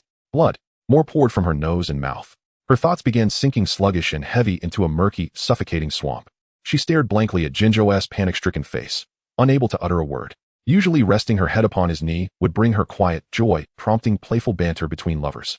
Not like this. Foreheads pressed together, his tears tracing warm paths down her temples, pooling at her hairline, chilling instantly in the breeze. Damn it. Never again would she utter a cursed, self-fulfilling prophecy. Blood streamed from her 7 orifices, her chest tightened unbearably. She finally understood. Those dramatic, rambling deathbed confessions on screen bore no resemblance to reality. Her breath grew ragged, shallow. Each inhalation a laborious struggle. What an incredulous look, Jinjo. Every shinobi's path, however winding, ends precisely here. Haruna lifted the corner of her mouth, a tremulous, fragile smile. At least this time she would not weep. Remember this. I was truly happy, serving in Team 2 during my youth. It's all right. Those unkept promises. The blood and tears shed side by side. The love hidden behind tear-blurred eyes. It's all right. Where are the medics? Here. Might Guy lunged forward, only to have his wrist seized. When he turned back, meeting those hollow eyes once more, Haruna's pupils had already gone wide and vacant. Silent. Blood oozed ceaselessly from her eyes, nose, and ears, a grotesque, undignified end. He clasped her hand tightly in both of his. Tears flooded his cheeks like a broken dam, his sobs raw, uncontainable. You're angry with me too? Always cracking jokes at the worst moments, always breaking the mood, always dreaming up some improbable, miraculous surprise. Her last sense faded into silence. Haruna's consciousness sank, utterly irrevocably, into darkness. Conspiracy or catalyst? Within that single suspended heartbeat she chose. The Konoha News reported that an unexpected incident occurred during the Chūnin exam, causing severe damage both inside and outside the village. The rogue ninja killed the Jonin Hayazono Haru and escaped the village with accomplices. This incident resulted in the deaths of 10 ordinary Genin, 18 Chūnin, and 1 Jonin, with an additional 31 ninjas injured. The pen paused on the manuscript, the contact point becoming a large blot of ink. Its owner, unable to control his trembling arm, snapped the pen. Young man, don't be so impulsive. A calm mindset is essential for longevity. Senju Zhuangshi appeared behind Shisui, who retaliated by grabbing the inkstone and throwing it. The inkstone left a black mark on Zhuangshi's face before falling to the ground. Zhuangshi leaned closer to observe Shisui's writing. Not bad if you write like this. Tomorrow's Konoha News will sell out in no time. As if that wasn't enough, Zhuangshi continued to fan the flames. Having lived so long, he had seen many things, and Shisui's control over his emotions was commendable. He hadn't stabbed him yet. The chair was pulled back with a sharp sound. Why? If you have lived this long, old senior, why can you be so? Uchiha Shisui could not see through this strange old man who was usually the most eccentric. Why disregard the death of Senior Haru? As a ninja, must one harbor a ridiculous arrogance toward life? But ninjas have killed so many, having grown accustomed to the separation of life and death. Shouldn't they treasure life even more? Shisui's emotions were complicated. No. If he didn't persuade the child, he might go dark. Senju Zhuangshi was silently criticizing the madness of the Uchiha clan. He gestured for Shisui to follow him. The two traversed the old house's corridor and sat in a courtyard overgrown with weeds. In the night sky with few clouds, the courtyard wall revealed a vast expanse of stars. The stars are beautiful, aren't they, kid? Shisui was momentarily stunned. If Zhuangshi said that Senior Haru had transformed into a star watching over him, he would definitely be both angry and amused. Fortunately, Zhuangshi changed his words. Spring is the spirit of the land, and it will not die. It shares its life with this world, eternal like the stars in the sky. Shisui unusually did not refute, quietly gazing at the night sky. It was time for him to leave, he thought. For the Uchiha, and for Itachi. He could not stay too long. The coming week would be rainy, and Haru's funeral would be held on schedule. The genin of Konoha and Haru's companions all attended this funeral. Yahiko Rin and Uchiha Obito led the genin team on a mission, only realizing everything that had happened in the village upon returning just in time for the funeral. The genin from the second team also donned black uniforms, standing among the crowd. Gama remained silent. The only thing he did after the incident was to comfort Haru's mother, yet the dark circles under his eyes revealed an undeniable fatigue. The village was still the same village, but it seemed to be shrouded in a layer of black gauze. Sarutobi Hiruzen, now aging, stood in the wind like a withered willow. No one knew what thoughts were running through this old man's mind. For the ordinary citizens, if there was anything memorable, it was certainly the tears of the ninjas. Genin might cry out loud, but the tears of the ninja masters fell silently, as they let their tears wet the ground. The rain gradually intensified, and no one used an umbrella. All the sobs and grief were buried in the thunder's roar. What are you doing? Naruto cried, looking forlorn, and nearly collided with Sai. He reflexively grabbed Sei's arm. I have something more important to do. Sai walked away, leaving Naruto in confusion. Sai walked faster and faster, the chill of the rain seeping into his bones as if gnawing at his flesh. The stifling heat of summer made his heartbeat increasingly audible as he ran against the crowd. He returned to the tree at the back mountain. His black uniform was covered in mud, and Sai continued to dig in the rain. A familiar bundle caught his eye, well wrapped. This meant that after Sai had left last time, Teacher Haru had been here. He opened the bundle with an indescribable emotion, layer by layer. At the very end there was a letter. The letter was carefully sealed in a plastic bag, untouched by rain or mud. Little did he know this was an inspiration Haru had gained from the letters of the Fire Temple. He took the letter out of the plastic bag. He remembered the teacher had mentioned wanting to write a classic quote to teach by example, but ultimately gave up. This letter was the only thing left. Who was this letter for? Sai carefully stored the letter. The next day the weather cleared up, and Sai brought the letter to his teammates for discussion. Yamanaka Ino was a sincere fool, while Kurama Yakumo looked tearfully, without understanding anything. Was this letter merely a mundane encouragement letter? Sei's gaze dropped as he read line by line. Dear children, if you see this letter, it must be because Sai is digging around again. Becoming a ninja is difficult, but being a ninja's teacher is even harder. The Chūnin exam might be too early for you, and I am also apprehensive. But please strive to change, and never give up on your passion for becoming stronger. I might not be able to write classic quotes, but being your teacher is the fate bestowed upon me by heaven. No matter your strength, walk the path of a ninja proudly. If you dare to be a fool like Mizuki, then you are doomed. Best wishes. The database of Root contained records of teacher Hayakawa's life, including his personal preferences. Root had a thorough understanding of what Haru liked to eat and what books he enjoyed.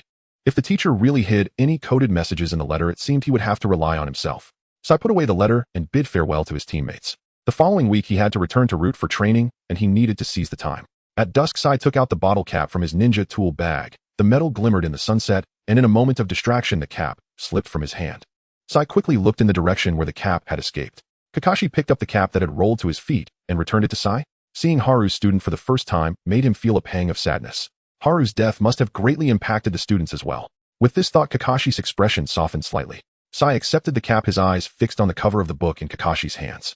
The sudden gaze made Kakashi feel a bit awkward being stared at so directly at this book. I understand. What did you understand, you little rascal? Kakashi was confused. It's Intimate Paradise. This is the code. Sai dropped this line and ran off. Kakashi glanced at the cover of Intimate Paradise a few more times. There didn't seem to be any problem. Why was this kid so shocked? Sai, a diligent ninja. After much hardship, he finally deciphered the code hidden in the encouragement letter through teacher Haru's habits. Dear intimacy. Passionate heat. Heavenly fate inside the sky. Proud path. The coded message written by teacher Haru was meant specifically for him. The teacher saw through the essence of Root and understood Sei's monitoring role. So what exactly was this coded message? What to do? The 12-year-old Sai squatted on the ground holding his head. The cemetery of Konoha was soaked into coolness after the rain, a refreshing touch that weighed down the summer heat. Mourners came in waves, and the bouquets in front of the memorial stone grew increasingly numerous. When the night deepened and silence fell, tranquility finally arrived. Eyes in the darkness watched the last person leave, and finally a figure emerged. Shueimu removed his black hood and walked to the memorial stone. His hand traced the inscriptions on the stone, lacking the expected satisfaction, only a cold indifference flowing through his veins. What are you standing there for? Dig it up. Yao Shirdo emerged from the shadows and casually glanced at Shueimu. To him, Shueimu's face screamed 3 big words: unreliable. For ordinary people, using a cell dissolution needle would only lead to one outcome: death. But his distant cousin possessed extraordinary recovery abilities. Even if her body ceased all functions, the life force within her cells was poised to repair her body. Strange power. When in a frenzy, it greatly enhanced combat capabilities and significantly improved recovery. An intriguing genetic mutation. Shueimu ignored Do's silent musings and carefully examined the contents of the memorial stone. If Zhao Yuanchun had died opposing Shueimu, he would have been almost glad. But Zhao Yuanchun did not perish at his hands, and the two had no substantive conflicts of interest. An enemy he had known since childhood had died just like that, and strangely it felt heavy in his heart. Even if Chun had not truly died, he struggled to reconcile his feelings. So many descriptors written up there: intelligent, kind, tolerant, well-connected, benevolent, and unparalleled in grace. Foolish, evil, targeted, discriminatory, malicious, reckless, and naive. This was Shueimu's true evaluation. The two, with their differing thoughts, collaborated to dig out the coffin. Inside, Chun lay quietly, her complexion not quite pale, a bit more flushed than at death. The almost imperceptible breath caught Do off guard. My apologies. Having done this work extensively, Do let out a long breath. Orochimaru's materials were none other than Zhao Yuanshan. There was still a long way for Chun to fully recover. This period would depend on Orochimaru's capabilities. How far the research could proceed was uncertain. The two managed to sneak into Konoha village thanks to Orochimaru's self-developed concealment scroll. Whether it was a den of snakes and rats or driven by interest, Shueimu was completely unable to back out. The deceased Zhao Yuanshan was brought back to the base camp of the Sound Ninja village, after which Orochimaru briefly instructed them and went about his own business. Do handed a nutrient solution to Shueimu and went off to collect new materials. Being ordered around by someone so much smaller was extremely displeasing. Shueimu had a moment of panic but quickly regained his composure. He hung the nutrient solution on the forestand and properly set up the tube for Zhao Yuanshan. She had been dead for 5 whole days, yet she showed no sign of movement. Shueimu sat on the cold floor leaning against the sickbed. The blue light of the abandoned laboratory illuminated his profile, adding to the eerie atmosphere. Serving Orochimaru seemed to provide some backing, yet Shueimu felt a sense of bleakness for the future. As a subordinate, he was well aware of Orochimaru's personality, who usually kept a host of strange creatures like that Kimimaro. Orochimaru was only interested in his peculiar pets. Shueimu's abilities were mediocre and his potential too limited. He could not guarantee he would not be secretly harmed once he lost his value. Here, a weak, hoarse voice echoed in the abandoned laboratory. Shueimu suddenly stood up, gripping the iron railing as he observed Zhao Yuanshan on the sickbed. Zhao Yuanshan's lips were pale, her eyes listlessly fixed on Shueimu's face. It must be hell. After all, with you here, Shueimu, it's impossible for me to go to heaven. Even with her fingers unable to lift, Chun launched a verbal assault. She had a long dream reliving all the events of her life since childhood.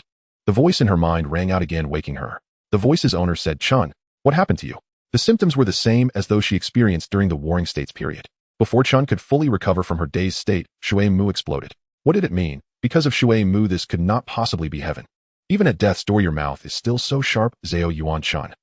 He excitedly grabbed Chun's wrist, but after a moment's thought let go. After all, she was merely a frail shell. If she died, Orochimaru would hold him accountable. Likewise, Zhao Yuan-chan gazed at him calmly. In the boring, desolate laboratory, without anyone else to talk to, the two exchanged words in a half-hearted manner. Hey, did you know from the beginning that you wouldn't die? I don't know. I was just gambling. She was betting on the implications hidden within Orochimaru's words. Beneath the surface of insults, Orochimaru hinted that she could only break the situation by immersing herself deeper. Fishing by the shore, one can never grasp the life of a fish. This saying was a veiled jab at her teacher Hiruzen Sarutobi. Only by diving into the depths could one understand the life and death of fish. And only by delving into darkness could one comprehend the fate of the senior Iwado-ken. Shuei-mu, why do you hate me? Chun suddenly asked. Since the battle between Irika and Ebisu began, Shuei-mu had completely entered Zhao Yuan-chan's life. But without a doubt, they both detested each other. Me? Ha ha ha. I don't hate you because I hate you. He seemed to have gone mad with laughter burning with anger as he grabbed Zhao Yuan-chan's shoulders. Relationships between people are either good or bad. But you're not like that. There's a metaphor in a book that says a doctor to get the young son of a noble of the land of fire to take medicine coaxed him into taking it twice. The first time he hid the medicine in honey. The second time, he hid honey in the medicine. The former made the young boy overjoyed while the latter made him feel furious. Shuei-mu's gaze was frenzied, filled more with reluctance and questioning. And you, Zhao Yuan-chan, you are that medicine hidden in honey. You are wholeheartedly sincere to all your companions. Why is it not enough for me? You always hide inexplicable false intentions within your sincerity. The first time we met, Zhao Yuan-chan evaluated Shuei-mu's looks as, don't worry, in terms of romance your looks fall below my standards. That merciless blow pierced through Shuei-mu's narcissism and vanity. During their second encounter, the illusionary Zhao Yuan-chan threw food at Shuei-mu's face in the street. Zhao Yuan-chan's attitude toward Shuei-mu improved significantly afterward, but who was Shuei-mu anyway? His sensitive nature still allowed him to perceive Chun's scrutiny in every one of her actions, as if she were blaming Shuei-mu for holding a villain's script from the start. He detested friends he could not fully trust, whether it was Irika or Zhao Yuan-chan, who once there were interests at stake in Konoha, they would abandon themselves. I'm sorry. Unintentionally, he had donned colored glasses. Zhao Yuan-chan did not refute. Her shoulder ached as she quietly looked up to observe Shuei-mu, who was in a fit of anger. Do you want to know why I hate you? Speak. He had white hair resembling an angry white peacock. Because you are annoying every single minute. Zhao Yuan-chan's words felt like a judgment, the weight of several large characters pressing him down to the ground. However, I admit there was a bit of a time when I saw your bright spot. You defended Irika against Ebisu. During the duel between Ebisu and Irika, Shuei-mu stood up for his friend. Yet every time Zhao Yuan-chan tried to discover other merits, she found that Shuei-mu had only that one merit. Wrapped in false intentions, there lay only a sliver of sincerity. Shuei-mu released his grip on Chun's shoulder, burying both hands deep in his hair. Chūnin exam oversight meeting. Yakushi Kabuto was appointed as the chief examiner for the third round. Due to the excessive number of candidates advancing, the committee decided to introduce a preliminary elimination round. The Genin team instructors stood at the rear whispering amongst themselves. Such formal proceedings were typically beyond their purview. Haru, are you all right? Rin and Yuhi Kurinai swiftly caught Haru Hayahara as she swayed unsteadily.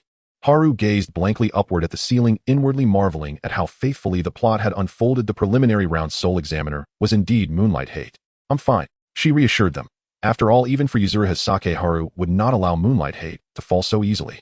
She gently disengaged from both hands supporting her and stepped outside for air. Outside the conference room lay an integrated compact combat arena. Leaning against the railing, Haru looked down upon the flustered candidates below, murmuring amongst themselves. Orochimaru's protege Yakushi Kabuto sensed the gaze from above with uncanny acuity. The glint of light flashing off his spectacles marked the moment he slowly lifted his head to meet Haru's eyes. His expression held no fear, no panic. Only quiet, penetrating curiosity. He was deeply intrigued by the experimental subject Orochimaru-sama had so often mentioned. After all, if the plan failed, Kabuto himself would be erased. As the meeting concluded, the preliminary round commenced. I withdraw. Kabuto raised his hand to declare forfeiture. Moonlight Hate glanced down at the attendance roster and approved the request. For half an hour, a strange discomfort had prickled the nape of his neck, as though some unseen predator watched him from the shadows. He turned, only to see his girlfriend Yuzuru leaning affectionately against Haru Hayahara. How maddeningly serene it all looked. 1,000 words choked in his throat. Wordlessly, Hate withdrew his gaze. The preliminary round proceeded smoothly, its execution notable enough to serve as one benchmark in evaluating candidates' readiness for Chūnin rank. Unnoticed, time slipped toward the final match, and upon seeing the pairing, Hate drew a sharp breath. Aburame Yamaka versus Kankuro of the Sand Village. This was no longer a contest of skill. It was a confrontation between life and death. Had the Hokage truly ceased to care for Konoha's blossoms? Hate doubted whether the examination committee had weighed this matchup with any seriousness. That Aburame child bore a rare, profound disability. Cough. Confirm, do you wish to proceed?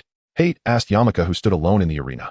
It's fine. Her frail frame trembled not even once, as she nodded resolutely. Without will one cannot become a shinobi. Once the match began, Hate retreated to the observation platform, his gaze fixed unblinkingly on the two combatants, lost in quiet reflection. He had never imagined hearing such words from a junior, yet here they were. His own body bore the weight of chronic illness. Every step he'd taken thus far had been sustained solely by sheer willpower. Are you all right? Noticing the subtle shift in his demeanor, Yuzuriha drew near, studying his face with gentle concern. After the Chūnin exams conclude, let's go soak in hot springs together. Hate steadied his voice, speaking softly. That sounds wonderful, Yuzuriha replied, her eyes crinkling into a warm smile. Haru Hayahara's lips twitched, her stare locked onto the pair like that of a specter witnessing its own doom. She took a deep breath, then slammed her forehead against the wall. Wonderful. Yuzuriha, don't reinforce that fatal omen. And you, Hate, with your dark circles and cough, don't casually utter death omens. Those who vow to bathe in hot springs rarely survive to fulfill them. For reference, consult the fates of root operatives and Tsukino Ren. We'll go too after the Chūnin exams, a voice called out. Haru, still spiraling inward, turned to find Shirini, Gunma, watching her with solemn sincerity. Gunma's expression remained characteristically subdued, utterly misreading Haru's intent. Yes, that would be fine. Fine. Why did her mouth move without her consent? Trapped beneath that calm, unwavering gaze, her famed tongue techniques utterly failed her. Haru inhaled deeply and reached out, taking Gunma's hand in hers. Indeed, compared to nebulous, ill-fated omens, it was time she immersed herself more fully in the shinobi world, not only in duty and bonds, but even in love, which persistently reminded her life moves ever forward. Just this once, let omens wait aside. Meanwhile, among the candidates, on the observation platform, sat Jinin, whose matches had already concluded, gathered in casual conversation. Mostly Kiba Inuzuka and Naruto Uzumaki provided comic relief, while others conversed in smaller clusters. Sai seized a fleeting moment unnoticed and slipped away silently. He had a far more urgent mission: surveillance of instructor Haru Hayahara. That morning, Root had issued him explicit orders to investigate what Haru had buried in the woods behind Konoha. It could be intelligence, or something far more secretive. Sai located an ancient tree deep in the forest. Beneath it, faint signs of recent disturbance lingered, a loose mound of last year's dry leaves barely concealing freshly turned earth. Using his bare hands, Sai dug downward, unearthing a bundle wrapped within another, then another layer upon layer, until only a coin-sized parcel remained in his palm. He unfolded the cloth, revealing nothing but a soda bottle cap. Was this a jest? Had the instructor known he was spying? No, the answer had been certain from the start. A hairline fracture appeared across Sai's numb heart as he flipped the metal cap over in his palm. Try again. Unable to name the emotion welling within him, Sai sat motionless beneath that tree for a long while. At dusk, he carefully re-wrapped the bundle and re-buried it beneath the roots. The small metal cap gleamed softly in the fading light, like a medal awarded for quiet understanding. The preliminary round concluded, the main tournament would commence 10 days hence. Only a handful advanced: Naruto, Uzumaki, Niji, Hyuga Rock, Lee Yakumo, Akiyongara, Sasuke, Uchiha, Shikamaru, Nara, and Temari. Over those 10 days, Haru relentlessly tracked Yakushi, Kabuto, and Baki of the Sand Village, until at last her vigilance bore fruit. Late at night, Baki and Kabuto met atop a rooftop, exchanging hushed words. Moonlight Hayate, sensing movement, deployed his transparent technique, vanishing unseen behind a nearby wall. And Haru, uncannily perceptive, hid behind a utility pole, inadvertently toppling storm drain covers along her path and rousing a yellow dog sleeping beneath it. The dog erupted into furious barking. Nearby, Moonlight Hayate covered his face in silent despair. Who's there? Both the Sand Ninja and Kabuto reacted instantly, their gazes locking onto Haru, the unmistakable source of the commotion. Baki, long familiar with the legend of the long-haired ghost, fled immediately, abandoning Kabuto, who froze mid-step. Hayate and Haru exchanged a glance, then moved with lethal precision, seizing Kabuto just as he attempted to deploy a smoke bomb. In that instant, Kabuto's mind raced through grim visions. Orochimaru's impersonation of the Kazekage exposed soon as suspicion mounting, the Konoha crush plan collapsing, and finally Orochimaru's cold, decisive judgment upon him. A chill swept up Kabuto's spine. Actually, refusing to surrender, passively bound and cornered, he made one last desperate gambit. I'm actually your cousin, Senior Haru. Huh. Haru exhaled. Of course. When death loomed, people said anything. Claiming kinship was a futile, transparent ploy. Even if you called me mother right now, it wouldn't matter. The weather was hot, and the countryside was filled with the croaking of frogs in the evening. Zuijing watched as Might Guy made his 34th lap around Konoha in a handstand, blocking his path. It was still dark, and training continued, a dedication that was inexplicable. Oh, is that you, Zuijing? If you're looking for Shaoli, he is currently recuperating. Might Guy paused midway, standing up to greet his junior. His expression was normal, his signature exaggerated gestures were normal, and his green training outfit was normal. It seemed that he had already moved past the sorrow of losing a comrade. Zuijing hesitated as he recorded in his notebook. Senior Guy spring. Just one word, and Might Guy made a gesture to stop. He clenched his jaw, turned his face, and instantly burst into tears. Zhuojing quietly watched as Senior Might Guy embraced a large tree, weeping loudly. All the sadness was like a controllable faucet, the repressed emotions released entirely in moments of pause. He still had promises that remained unfulfilled. He had vowed to become a master of taijutsu and to protect Chun. Why hadn't he been braver that day, knowing he would be rejected, yet still wanting to offer that bouquet? A kind-hearted person. The sadness was too tangible. A friendship extroverted. Zhuojing thought it best not to disturb this moment, and quietly retreated only to be called back. Senior Might Guy placed a hand on Zhuojing's shoulder. At the invitation of his enthusiasm, Zhuojing was compelled to stay at the Might family's home for dinner. Zhuojing conveyed the letter and the hidden message to Senior Guy, who shook his head in response. Sorry, I'm not familiar with this either, Might Guy said, giving a thumbs up. But since it's Chun, there must be a reason for it. Senior Guy offered a new suggestion. To find out what the hidden message meant, he should ask Yuhi. The night wind was dry mixed with heat, as Zhuojing added a single arrow to Might Guy's relationship web. He could not understand the sudden sorrow of Senior Guy. This inexplicable silent play should have a clear conclusion. The next morning, Zhuojing appeared before Yuhi like a ghost. The three little ones of Team 8 exchanged glances, curious about Zhuojing's intentions. Yuhi was about to lead Team 8 out of the village and casually patted Zhuojing's head. Is there something you need? What kind of person is Teacher Chun? Zhuojing felt perplexed. Yuhi didn't seem like someone who understood the nuances of close relationships, making the chance of knowing the meaning of the hidden message quite slim. Out of courtesy, he asked a question as usual. Chun. Kurenai froze, her lips moved. Considering the presence of the children from Team 8, she blinked twice to suppress her bittersweet feelings.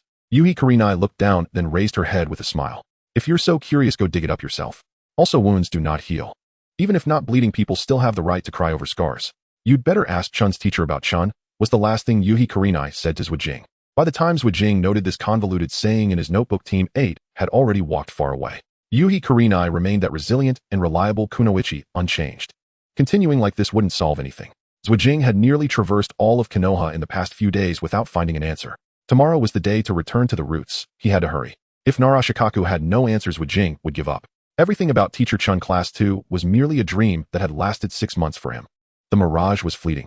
He might have gained some insights during this journey, or perhaps he had not. Have a seat. A steady voice came from above, and Zhuojing hurriedly sat in the guest position. Nara Shikaku was a strange uncle with a scar on his face, taciturn, wearing a stylishly tattered trench coat. He handed Zhuojing a cup of tea, sizing up the 12-year-old boy. A child of the same age as Shikamaru, this age was the most troublesome. Nara Shikaku was well aware. He didn't rush to question why Zhuojing had suddenly visited, but instead took a book from the shelf and handed it to Zhuojing. The yellowed pages looked quite old, with the title on the cover being A Troublesome Character. Take this, there might be answers inside about your teacher Chun. This is my student. Zhuojing stared at the book on the table for a long while, feeling as if he had fallen into an ice cellar.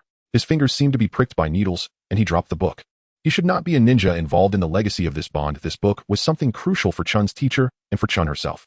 He wasn't Chun's student. This inexplicable trust made him feel restless. How to describe his current feelings? No, he had no feelings at all. Zhuojing recorded a new relationship web in his notebook and staggered out. As he pushed open the door, the wind scattered the pages on the floor, barely stopping on one page. The life of a Konoha person revolves around reading comprehension. This child's heart had already begun to unravel. On the other side, Zhuojing gave up on searching for the meaning of the hidden message and burned his notebook in the back mountain. The flames licked away the ink on the notebook. Zhuojing poked at the fire with a branch, seeing some illusions in the flames. Kakashi, Might Guy, Yuhi, Nara Shikaku. Each person's face was different, yet their eyes held similarities. Within that similar gaze lay sadness and repression, the pain filled within the resilient core of a ninja. So sharp, so painful. Why did it hurt more than the fire's burn? Zhuojing gritted his teeth and finished burning the notebook, slowly walking through the noisy streets. He stopped at a convenience store, as if compelled by some unseen force, and walked inside. He placed his hand on the cooler and retrieved a bottle of soda. The bottle cap said, "Thank you for your patronage." Just like the words from the paradise of close relationships. When you realize that you are already in the future. Thank you for your patronage. Yes, without the teacher there would be no more lucky bottle caps. Zhuojing realized this too late, stepping back and bumping into the wall, pressing his face against the cold surface, his shoulders trembling slightly. His cries were like those of a choked beast, only gasping sounds escaping. Recent memories of people and events swirled in his mind, and he saw the emotions hidden in each person's eyes. He squatted down, burying his face in his palms, the pain piercing him deeply. If I didn't get another bottle, would it hurt this much? Bystanders gathered, more and more people joining in. "Yeah, what a strange ninja," they said. Zhuojing broke down, tears streaming as he looked at a hand that appeared on his left. Nara Shikaku passed by and took Zhuojing away. Delving into enemy territory never promised any kindness. Zhao Yuan Chun lay sick in bed, her bodily functions teetering at the red line of death. In that lightless room, day and night blurred apart from rats. The only voices she could hear belonged to the kunoichi sent from Inrin village to tend her. For a madman, Deshiwan's arrangements were oddly humane. A ninja by trade, yet performing the duties of a caregiver. What is your name? The kunoichi wore 2 braided pigtails and a brown mask. She shook her head to indicate she could not speak and patiently adjusted the position of the force stand. Chun turned her head with difficulty and indeed saw a small snake-shaped surveillance device coiled in the corner of the ceiling. At noon, it was the same kunoichi who fed her. When lunch was over, the kunoichi grasped Chun's right hand. Jianshi. Her fingertips traced across Zhao Yuan Chun's palm, and in the next breath the woman withdrew from the room as if nothing had happened. A tempest of feeling roiled inside Chun as she bit her lower lip until it hurt. It was hard to tell whether it was joy or pain. Jianshi had actually been taken in by Deshiwan, a carefree civilian girl wrought into a ninja by the cruelties of the age. Whether she found happiness or not, at least Jianshi had lived. I always knew only Deshiwan would go around picking up things and people all over the ninja world.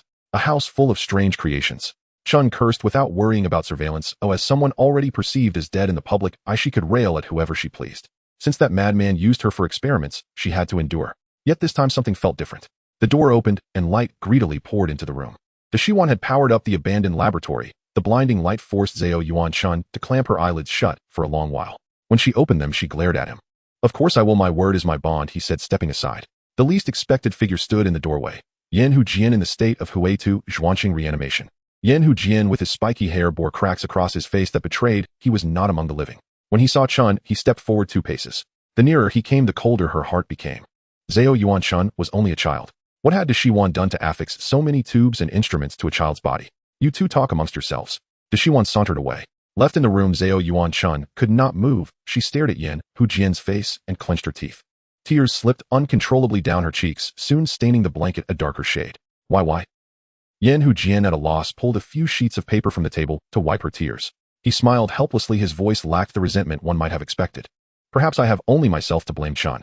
Do not cry. I was once not only an unreliable senior jounin, I also committed deeds that are hard to forgive. I was simply trapped in the past. I am sorry, Chun. Sorry once more. Yanhu Jian's tone was gentle. Having died once, he regarded life's hardships with surprising calm. At the moment he died, shielding a blade, he had already seen the souls of 2 students. He had spent a not unpleasant time in the Pure Land. As his past was uncovered, Yanhu Jian's life was rendered whole. Yanhu Jian, a spiky-haired man with scars across his face. In his youth, he joined the Inbu and after many twists transferred into the stricter organization Jin. During a mission with Jin, he passed information to a Nai ninja. That Nai had by chance guessed Jin intended to harm an innocent farmer in the Land of Fire and could not bear it. Lord Tuanzong concluded the Nai had viewed the intelligence scroll and invoked an archaic punitive procedure. That Nai was wrongly killed. He was the father of Nai Yen. At the time, Yanhu Jian remained unmoved by this unjust slaughter between superiors and subordinates. Later, steeped in a ruthless ideology, he led a failing squad. Under his crushing pressure, the children of the team died. The sole survivor's son, Isekai'd, became a heartless inner demon Yanhu Jian could not face. Desperate and cornered, Yanhu Jian accepted an invitation from Deshiwan. He could not go on living and needed an obsession to keep him tethered. Thus, he became a tool collecting ninja specimens for others by any means. Even knowing Deshiwan might not honor his promises, Yanhu Jian no longer cared. The final task was simple. Deshiwan deceived him once more to steal a sealing tome. When Yanhu Jian realized Deshiwan had lured him away to harm Konoha's newborn Zhao Yuan Chun, he chose to take the blade himself to atone. To strike a child, what kind of ninja does that? Yanhu Jian clenched his fist. So Deshiwan is indeed the archetypal scoundrel, Zhao Yuan Chun added, exhaling a long sigh. She did not know what else to say. Human nature is rarely purely black or white. Yanhu Jian was a kindly madman, and also a cheerful, earnest senior jounin. While Chun pondered, Yanhu Jian placed his hand on her head and stroked it a few times. Whether you choose to let go or to seek revenge, I support you. He did not preach the empty doctrine of laying down the sword. Zhao Yuan Chun was reasonable. She would choose the better path. Thank you. One more thing. Yanhu Jian, playful once more, let out an exaggerated HM. Who from your squad are you paired with? This is vital to my gossiping heart. Do not ask such a jarring question in a sentimental moment, senior. Chun shouted, and then noticed Yanhu Jian beginning to fragment and dissolve. Yanhu Jian laughed. It is Xian Jian. I will fight with all I have to return to him. His voice echoed through the empty room. Only his laughter answered Zhao Yuan Chun. When the Huitu Zhuanqing reanimation ended, she was left alone again. A faint smile lifted the corner of her mouth as she smiled into the air. How profoundly touching. Yao Shirdo had come to deliver herbal medicine. He lingered at the door until the reanimated figure departed. His words carried a thin ribbon of mockery which he did not notice. Under Zhao Yuan Chun's wary gaze, Yao Shirdo checked her vital signs and then held the bowl to her lips. After feeding her the medicine, he did not leave. Do you have anything to say? I know how you escaped, Yao Shirdo said, startlingly calm and deliberate. Your body is recovering at an astonishing rate. Within 2 weeks, you could sit in a wheelchair. 2 weeks after that, you could begin rehabilitation training. You have noticed as well, I suppose, that Shuemu is like a mad dog of a man, yet he rather likes you. The flash on Yao Shido's glasses made it unclear whether he delighted in the drama or truly offered counsel. In a month, say a few kind things to him, and he will naturally take you out of the base. Zhao Yuanchun was left speechless. She was beginning to understand why Yao Shido kept probing who she belonged to. This man's circuitry was befuddled, and his moral baseline dreadfully low. First, I have a boyfriend.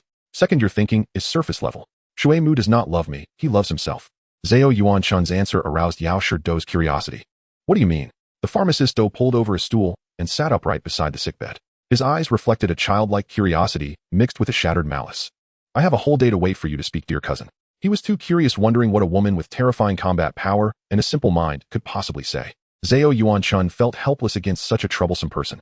She couldn't escape and could only close her eyes to rest. The bright light was blinding and quite annoying. Shuemu was different from others. He stubbornly defected from Konoha, embarking on a dark and twisted path.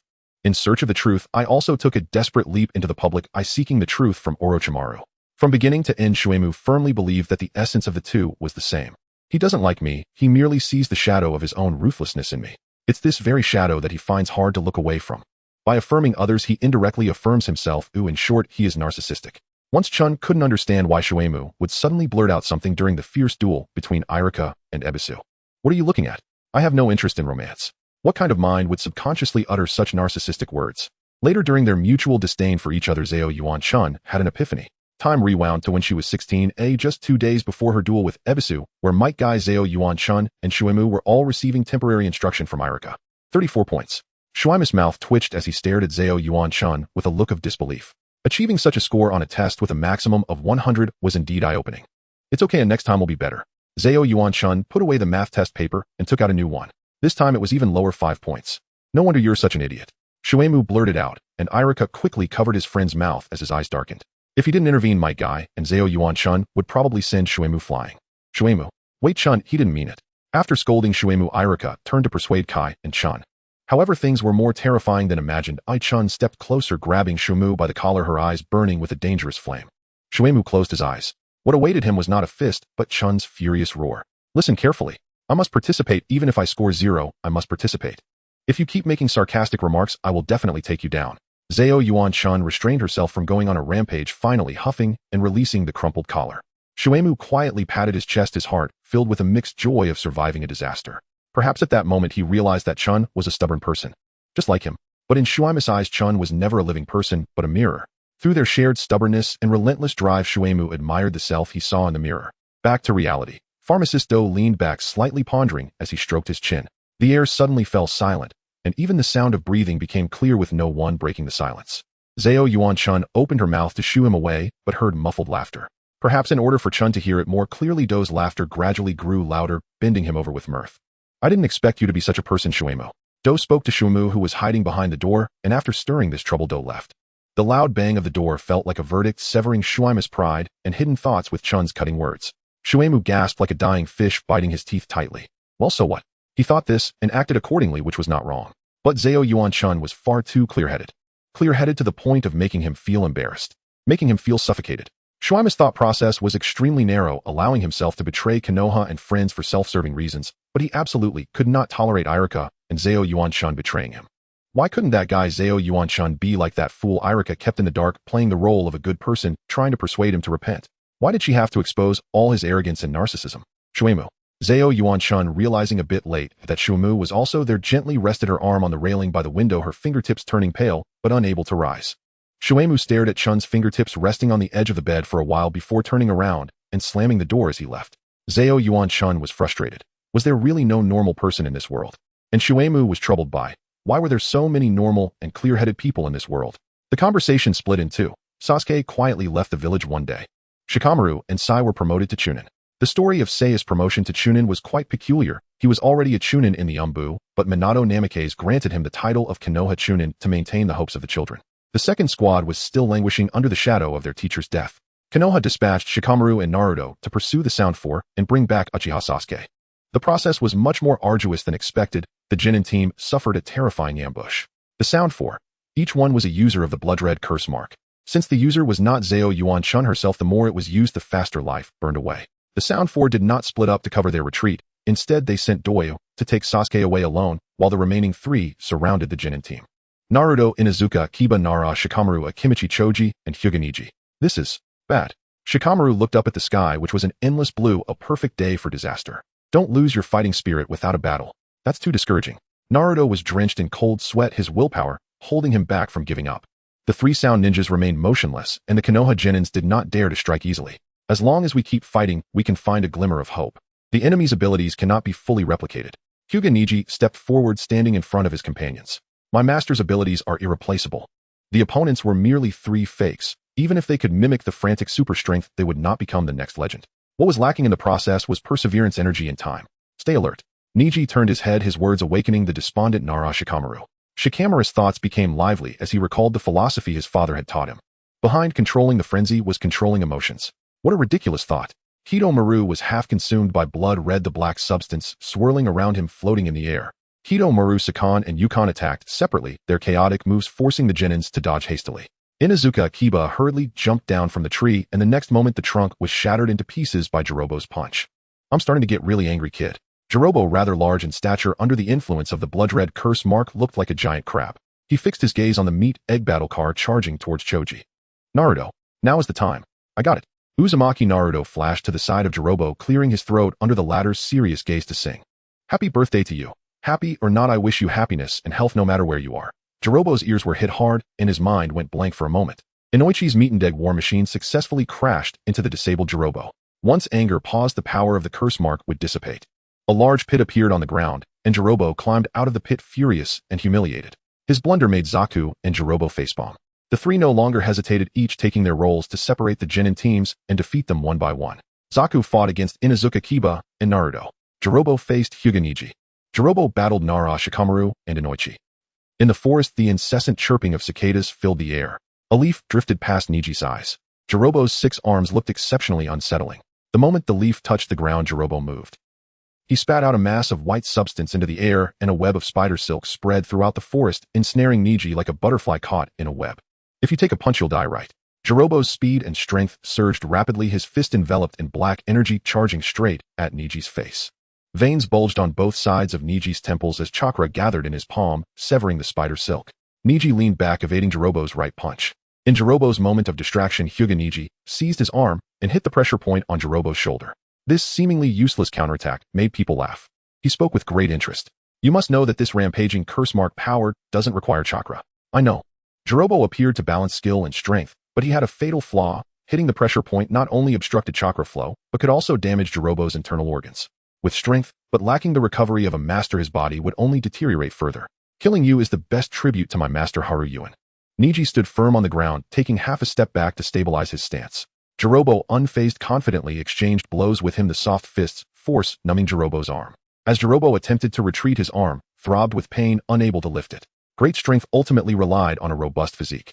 In the moment he looked up, Niji's palm stopped on Jirobo's forehead.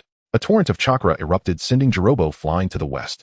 A deep chasm was carved out around Jirobo, with rocks flying everywhere. Niji sighed in relief and turned to look for his teammates. Shikamaru and Inoichi managed to subdue the rampaging Jirobo through teamwork, while Inuzuka Kiba single-handedly faced Zaku and emerged victorious. Where's Naruto? He went to continue the pursuit. Inuzuka Kiba, heavily injured, wiped a bit of blood from the corner of his mouth. The pain deep in his bones was proof of the fierce battle. We must support Naruto in completing the mission and bringing Sasuke back. Nora Gunma brought Sai back to his home. Seiya's mood eased for a moment when a cup of water appeared before him. He turned his head to examine the seemingly ordinary Jinma Senpai, silent and expressionless. What a terrifying expression. He looked fine, but was like an empty shell with only hollowness left in his eyes. Oh, what's wrong? Nora Gunma looked at Sai, who hurriedly waved his hand, smart enough not to ask questions. Not receiving an answer, Gunma began to speak to the reflection on the coffee table. Yes, perhaps Haru isn't dead. When faced with desperate situations, one must take risks rather than resign. In such moments, you always cast a reluctant glance at Guy and me. That day you also showed that kind of gaze, right? I saw it. So what was Haru's heart thinking at that time? Gunma chatted with the air, his dark circles rivaling the swift moonlight.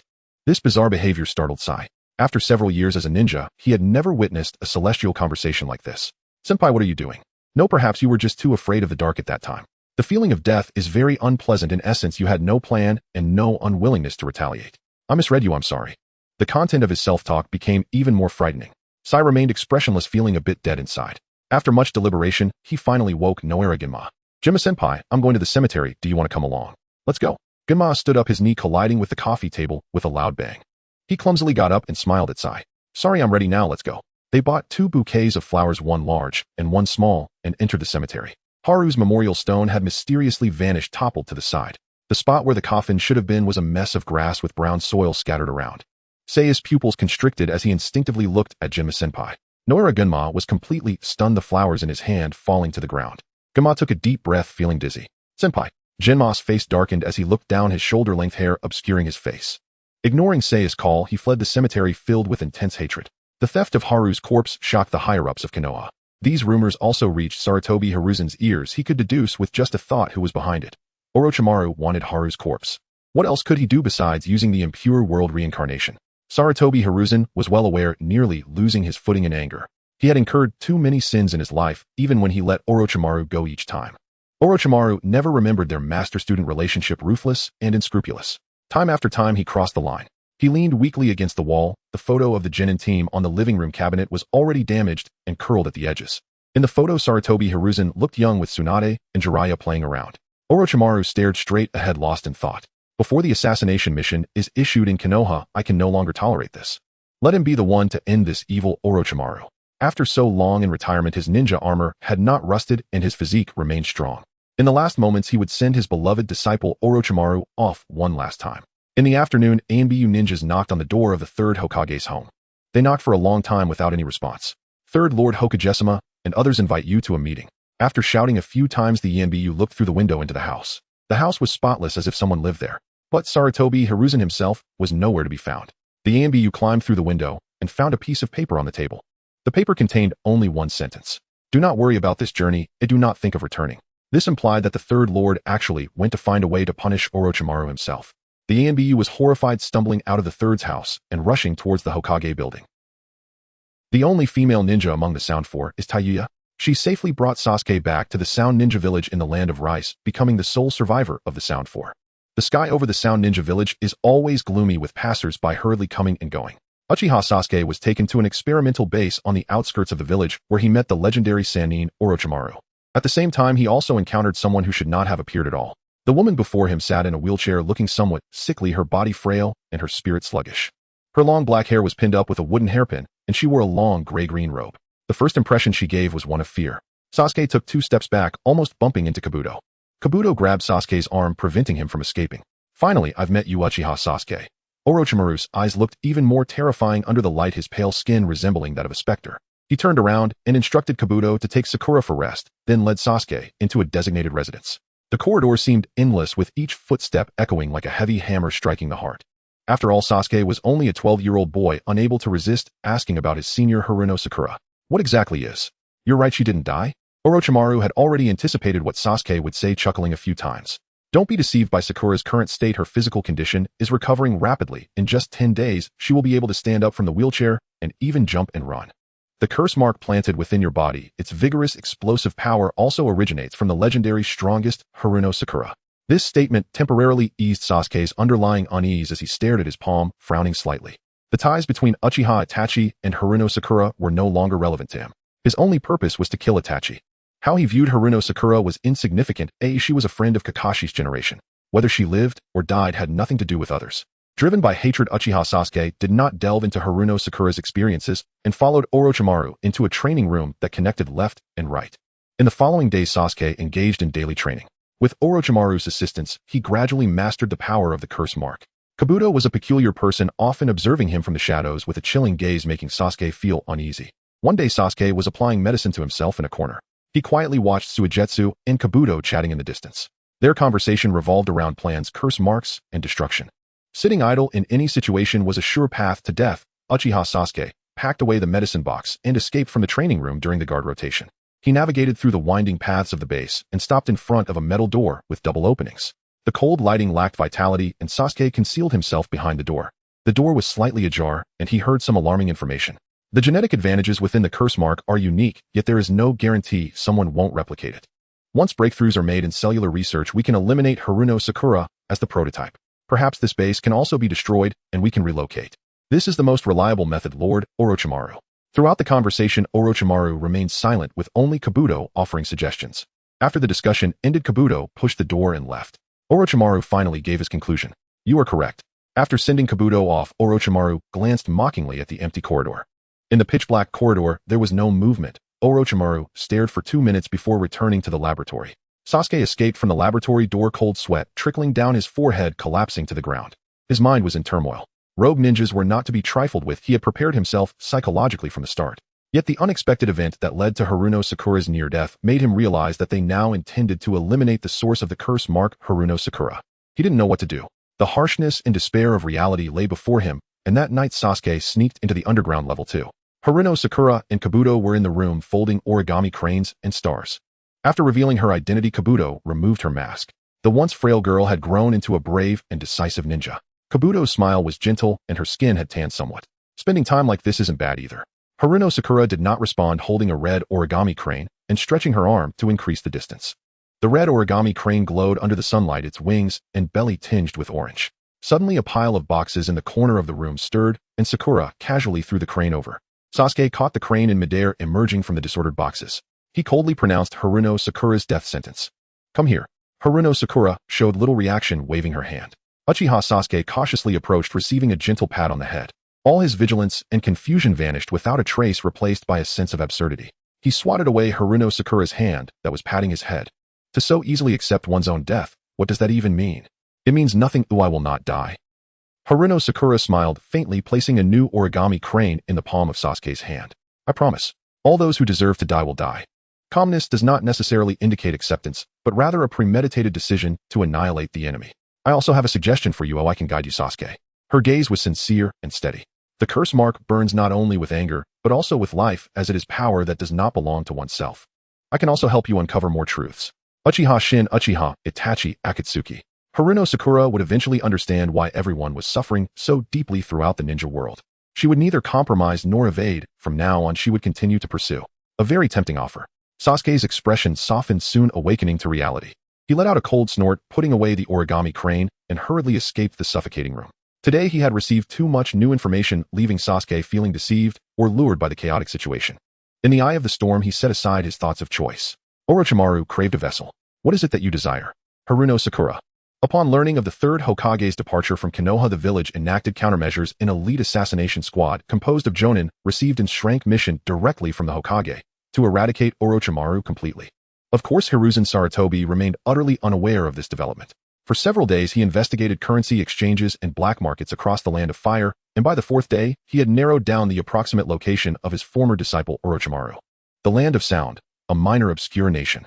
If Hayazono Haru were truly resurrected through Edo Tensei, this world would be utterly annihilated.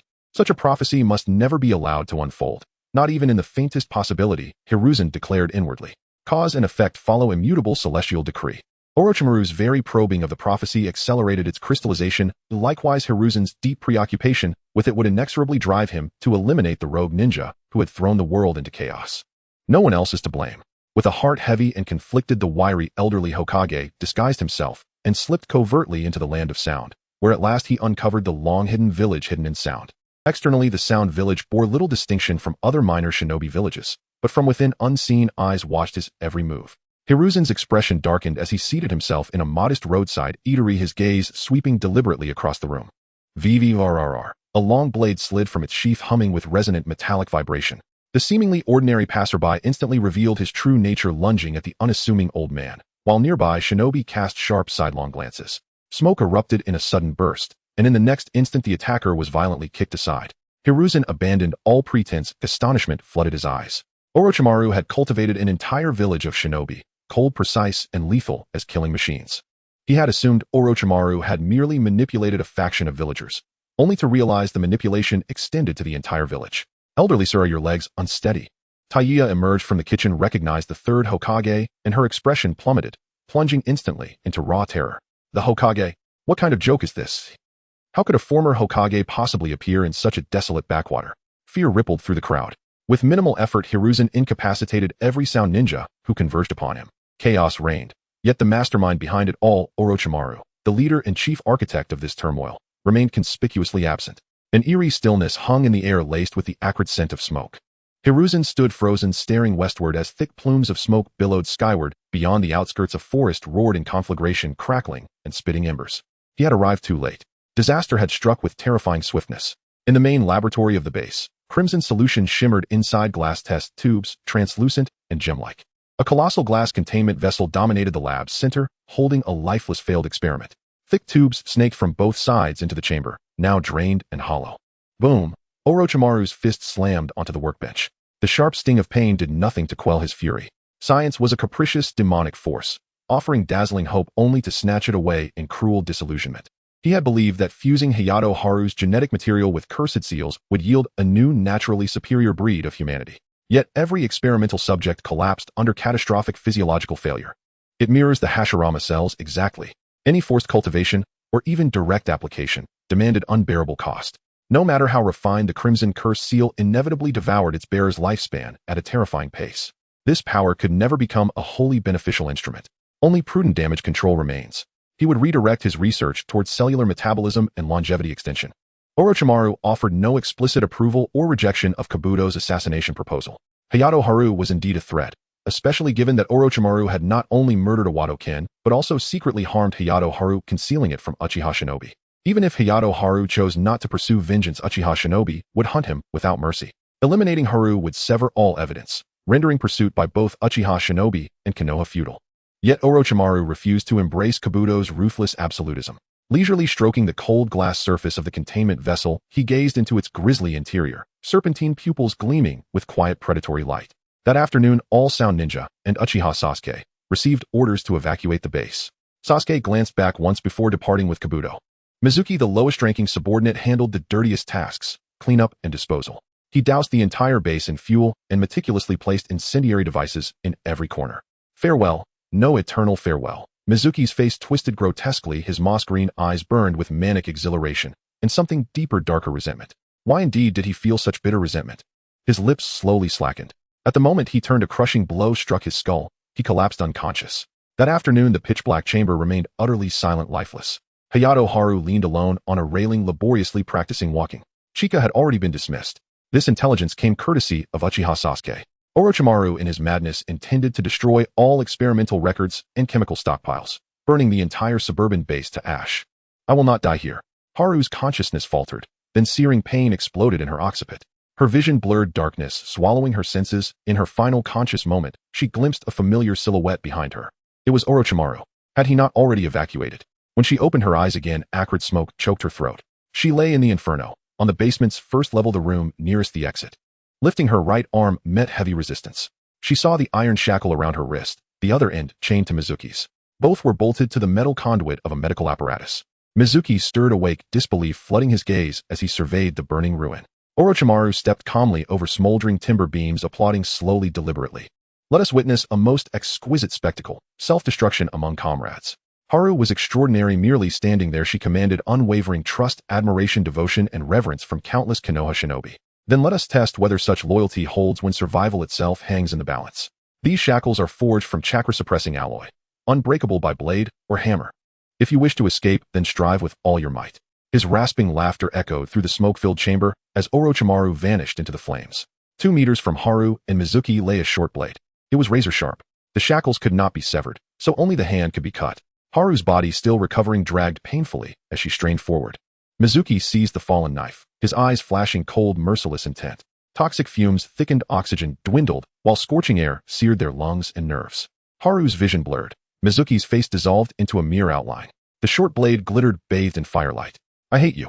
I hate you. Orochimaru deserves death, and so do you. Mizuki coughed violently, voice ragged. Why did you see through me? Completely, absolutely, every single time. Why couldn't you grant me even a sliver of genuine friendship, yet dissect me with absolute, unflinching clarity? Haru. Each breath tightened his chest, each cough sharpened his hysteria, until his voice cracked into raw, sobbing despair. But you were right about one thing. I am profoundly arrogant, profoundly narcissistic. In all our games of deception, offering you just a trace of sincerity was enough to make you grovel at my feet. I wanted you eternally burdened by guilt, grateful beyond measure, forever outstripped. I was the one who concealed honey within poison. His tone dropped suddenly, chillingly calm.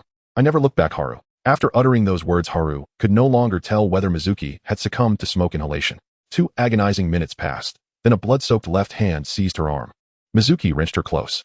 Haru saw him fully now. His right wrist severed the jagged, brutal, wound grotesquely vivid. Get out now. A surge of desperate strength broke from Mizuki's roar, and tears spilled from Haru's eyes. She rose, cradling him in a princess carry. Her legs buckled instantly, knees striking the scorched earth. Struggling upright, Haru staggered from the blaze, bearing Mizuki into the open. They collapsed together in the forest, sky-dimmed rain descending to wash the world clean. Haru scrambled up, tearing fabric from her sleeve for emergency bandaging. Her mind went blank. Mizuki gasped ragged breaths, blood trickled from his bitten lips, and he smiled. You've been fooled again, just like that. Pale as death, Mizuki shoved the stunned Haru away. His laughter swelled, hoarse, shrill, shredded by smoke. Even weakened as you are, I doubt I could ever best you in fair combat. Had you seized that knife just now, you'd have killed me without hesitation. But offer you childish, absurd vows, and save you once. I knew you'd fight tooth and nail to drag me out too. Are you noble, or simply foolish? Rain drenched Mizuki utterly, droplets traced paths from his crown down his temples, gathering at his jawline, before falling silently to the ground. I did not become some paragon of virtue, nor did I turn back to protect fools like you, or Irika. Haru sat motionless on the sodden earth, eyes locked on the raging lion before her. Rain diluted the blood staining her palms, yet the image of Mizuki's severed wrist burned unrelentingly in her mind. Her psychological defenses shattered, tears mingled with rain spilling unchecked. Haru lifted her face. The rain felt shockingly cold, a deep chill coursed through her limbs. Mizuki, what? You're crying. He flared like a white peacock, eyes wide, arms flailing. His contorted features and wild snow-white hair betrayed profound inner turbulence. While I hate you most of all. Mizuki could not read her expression. Was it utter desolation, or complete emptiness? His taut nerves snapped. Without another word, he fled, racing madly into the heart of the rain-lashed forest. Shuei-mu left after delivering some harsh words, leaving a trail of blood behind. His mind was in a chaotic state as he ran swiftly, desperately, hiding in a damp and dark cave. The cave was covered with climbing vines, offering some shelter from the rain. He pressed against the stone wall, shivering from the cold. Perhaps due to excessive blood loss, his silvery hair felt chillingly damp. Shuei-mu sighed, blankly staring at the vegetation at the cave entrance. This cursed place. Who says this is a cursed place? A breath of warm air brushed past his ear, startling him into turning around in panic.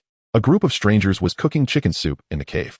A cast-iron pot was set over a campfire, while some were fanning the flames and others were lighting them. Shuei-zai, as the leader, sat back and enjoyed the benefits. The very person who had just frightened Shuei-mu was Shuei-zai. They encountered Shuei-ing on the way. What a joke. You. Don't be so nervous. Shuei-zai cheerfully draped his arm over Shuei-mu's shoulder and handed him a clean towel. Originally my plan wasn't to stay here, but fate brought us together. Your personality is truly suited for the Rinni society. Shuei-zai was unaware of the backstory, but he had witnessed the white-haired ninja scolding Zao Yuan-chun fiercely. Rinni. Speaking of the Rinni society, Shuei-mu had some impression of it. It was the most notorious and unscrupulous organization in the ninja world, usually managing the hidden mist village or committing various nefarious deeds. Under the guise of righteousness, they perpetrated evil deeds, utterly hypocritical. Shuei-mu felt that he had found his organization. The swirling box quickly bandaged Shuei-mu's wounds in the presence of the twins. Shuei-mu officially joined this unscrupulous Rinni society. Don't worry, your last name is Shuei, so is mine. I will take good care of you. Please don't make promises that sound like a scumbag right after marriage. Shuei-mu internally criticized while outwardly forced to smile, not daring to show his dissatisfaction. Sarutobi Hiruzen arrived just in time to rescue Zao Yuan-chun. He was pleasantly surprised that the child was alive. After all, the entire Konoha was immersed in grief over the loss of Chun. Everyone would be overjoyed to hear this news. Don't look at me like that. Zao Yuan-chun misunderstood Sarutobi Hiruzen's intention, thinking he wanted to persuade her to let go of her hatred and forgive Orochimaru. Chun's attitude was resolute. I must eradicate Orochimaru. The old man who had devoted his life to Konoha scarcely fell silent. The tobacco in his pipe was extinguished by the rain, unable to catch fire. Sarutobi Hiruzen half closed his eyes and patted Zao Yuan-chun's shoulder. Go ahead. Everything has its destiny, so leave it to the heavens. The rain gradually lessened as Zao Yuan-chun stepped out from the rain shelter in the outskirts. Wait a moment. Zao Yuan-chun turned back. Be careful on your way.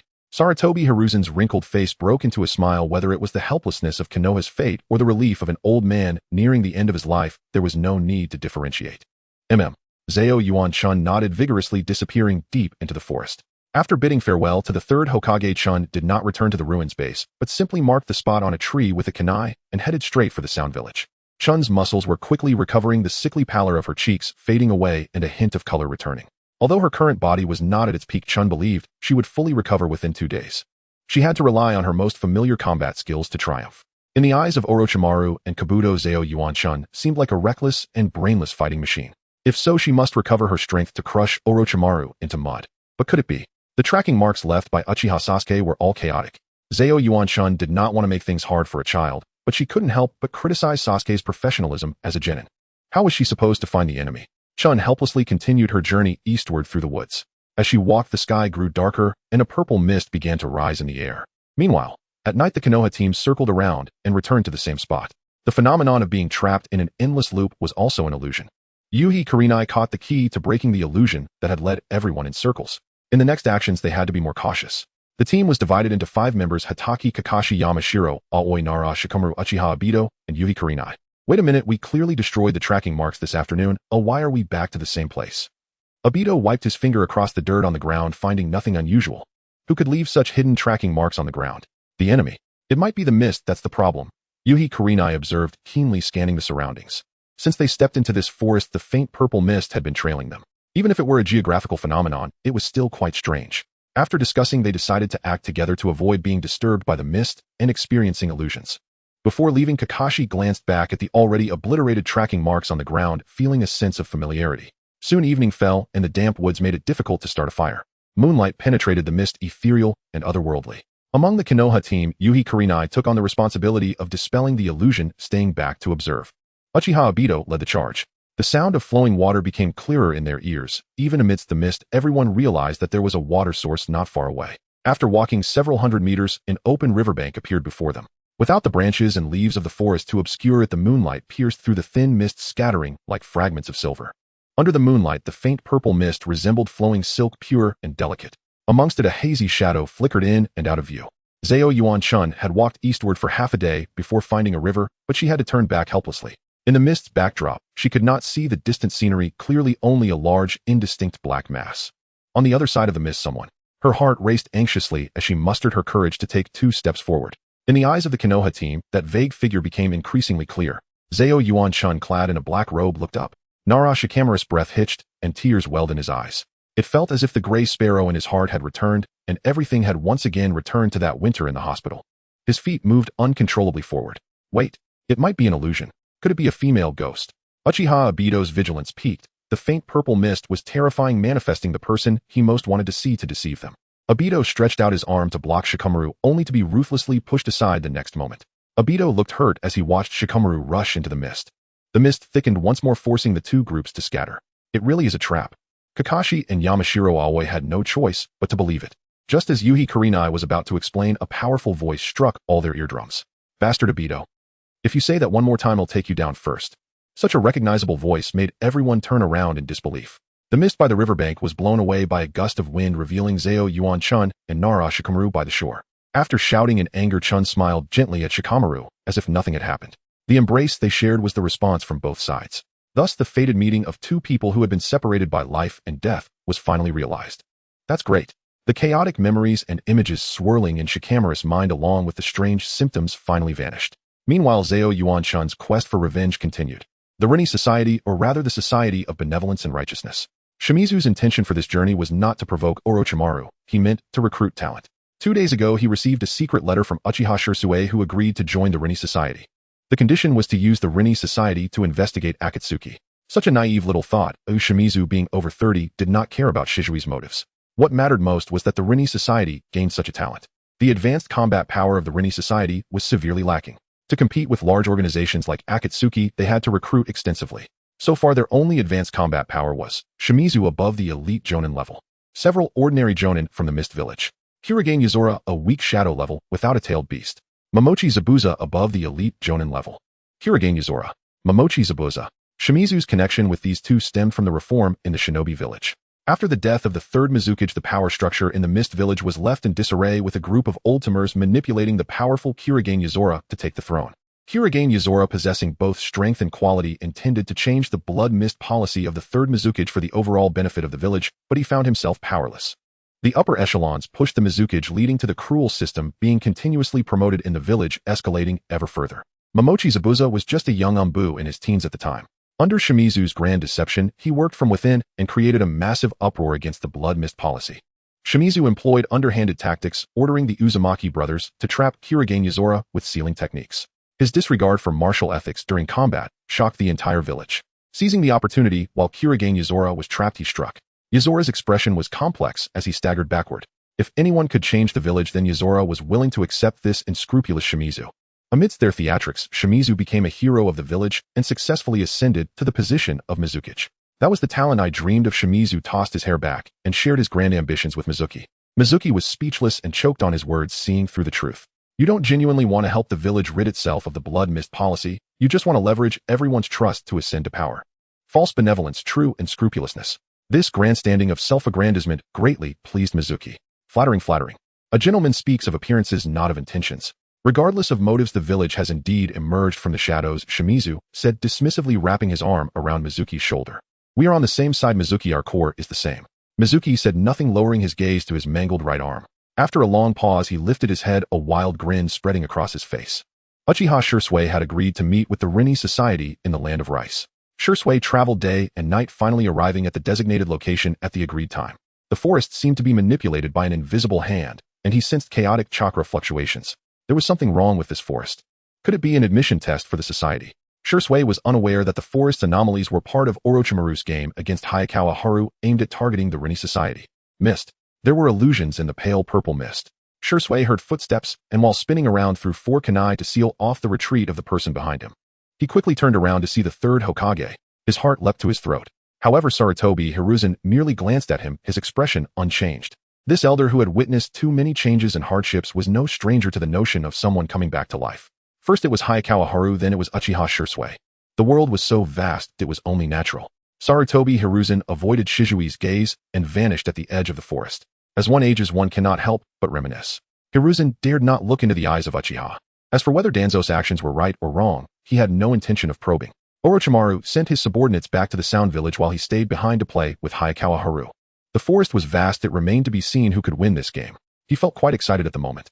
The self-serving Mizuki actually severed his own hand to save Hayakawa Haru. Should one say Hayakawa Haru was fortunate or destined? His curiosity grew. I'm increasingly unable to see through you, Hayakawa Haru. To take him down, mere passion is not enough.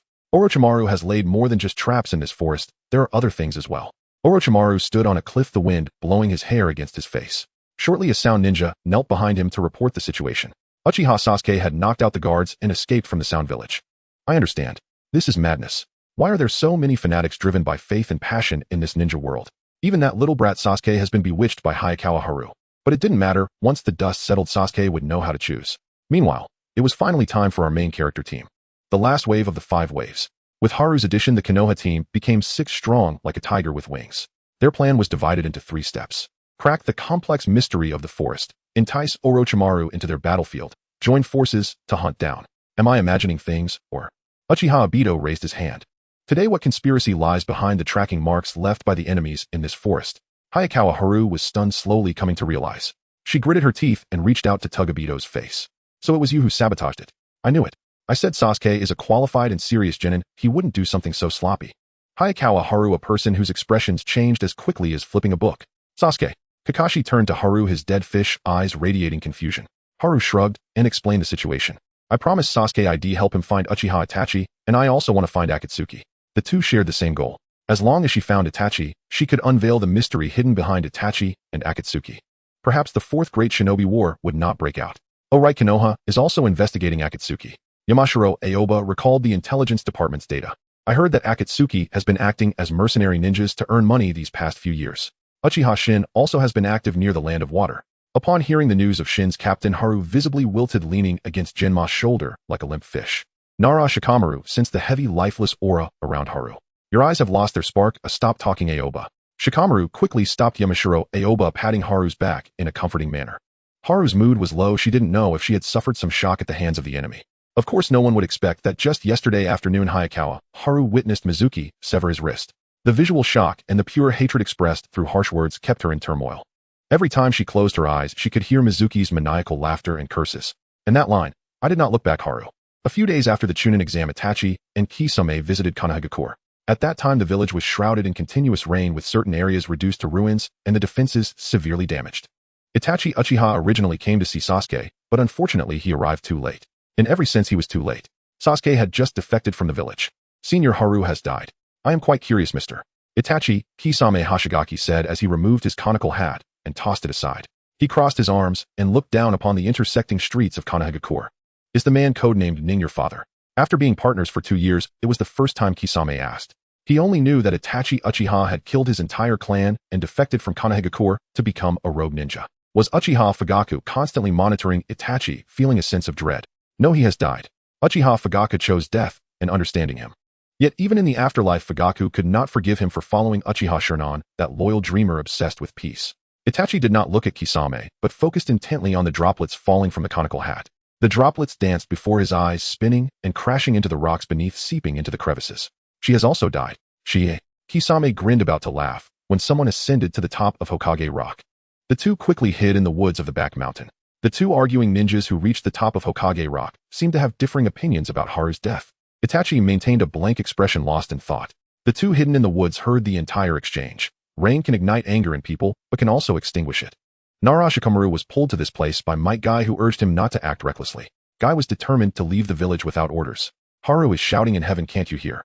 In this situation, Might Guy seemed the most helpless. He didn't say anything optimistic, and his rebuttals turned into a nearly broken shout.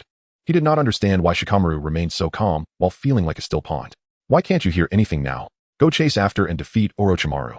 There are still some injured in the western part of the village who haven't been evacuated. Let's go back first. I'll look at this, such a consideration for the bigger picture. This statement fanned the flames, pushing Nara Shikamaru's unreasonable rationality to the brink of driving a hot-blooded comedic character insane. Might Guy never spoke negatively, but today's disagreement did not allow him to laugh. He did not care about others' opinions. Whether mocked or not, recognized the youth his father had passed down to him was not meant to be used for flattery. I know. You never acknowledged me when I was a child. Might Guy was agitated, red veins creeping into his eyes filled with nothing but anger. Please, if you don't go, let me leave the village and send Haru, who always recognized me, to rest in peace. Why could the other party, who was also in pain, cover all hatred? Morality, sense of responsibility, the ninja's mission, these things lay between the two. Nara Shikamaru's strong sense of duty compelled him to stay temporarily to deal with the village's threats. Even if his loved one lay in a dark, limitless coffin, Nara Shikamaru did not respond. The rain soaked his entire body, a chilling cold clung to him. After saying this, he left the scene as if nothing had happened. Orochimaru will die, Akai. The two parted ways unhappily. Let's go, Itachi Uchiha said, lowering his conical hat and walking ahead. Haru was dead and Sasuke was nowhere to be found. He had lost the desire to investigate further in Konohagakure. In Kisame's puzzled gaze, Itachi Uchiha looked anxiously at the sky. There's no need to keep mourning a Konohagakure ninja, right? Kisame thought Itachi was also saddened. Itachi did not clarify this misunderstanding and let out a soft sigh. You will soon understand. They returned to the Akatsuki base in the Land of Rain, and that watchful gaze clung back to them. Shinran was already in his 40s, looking like an old yet handsome gentleman.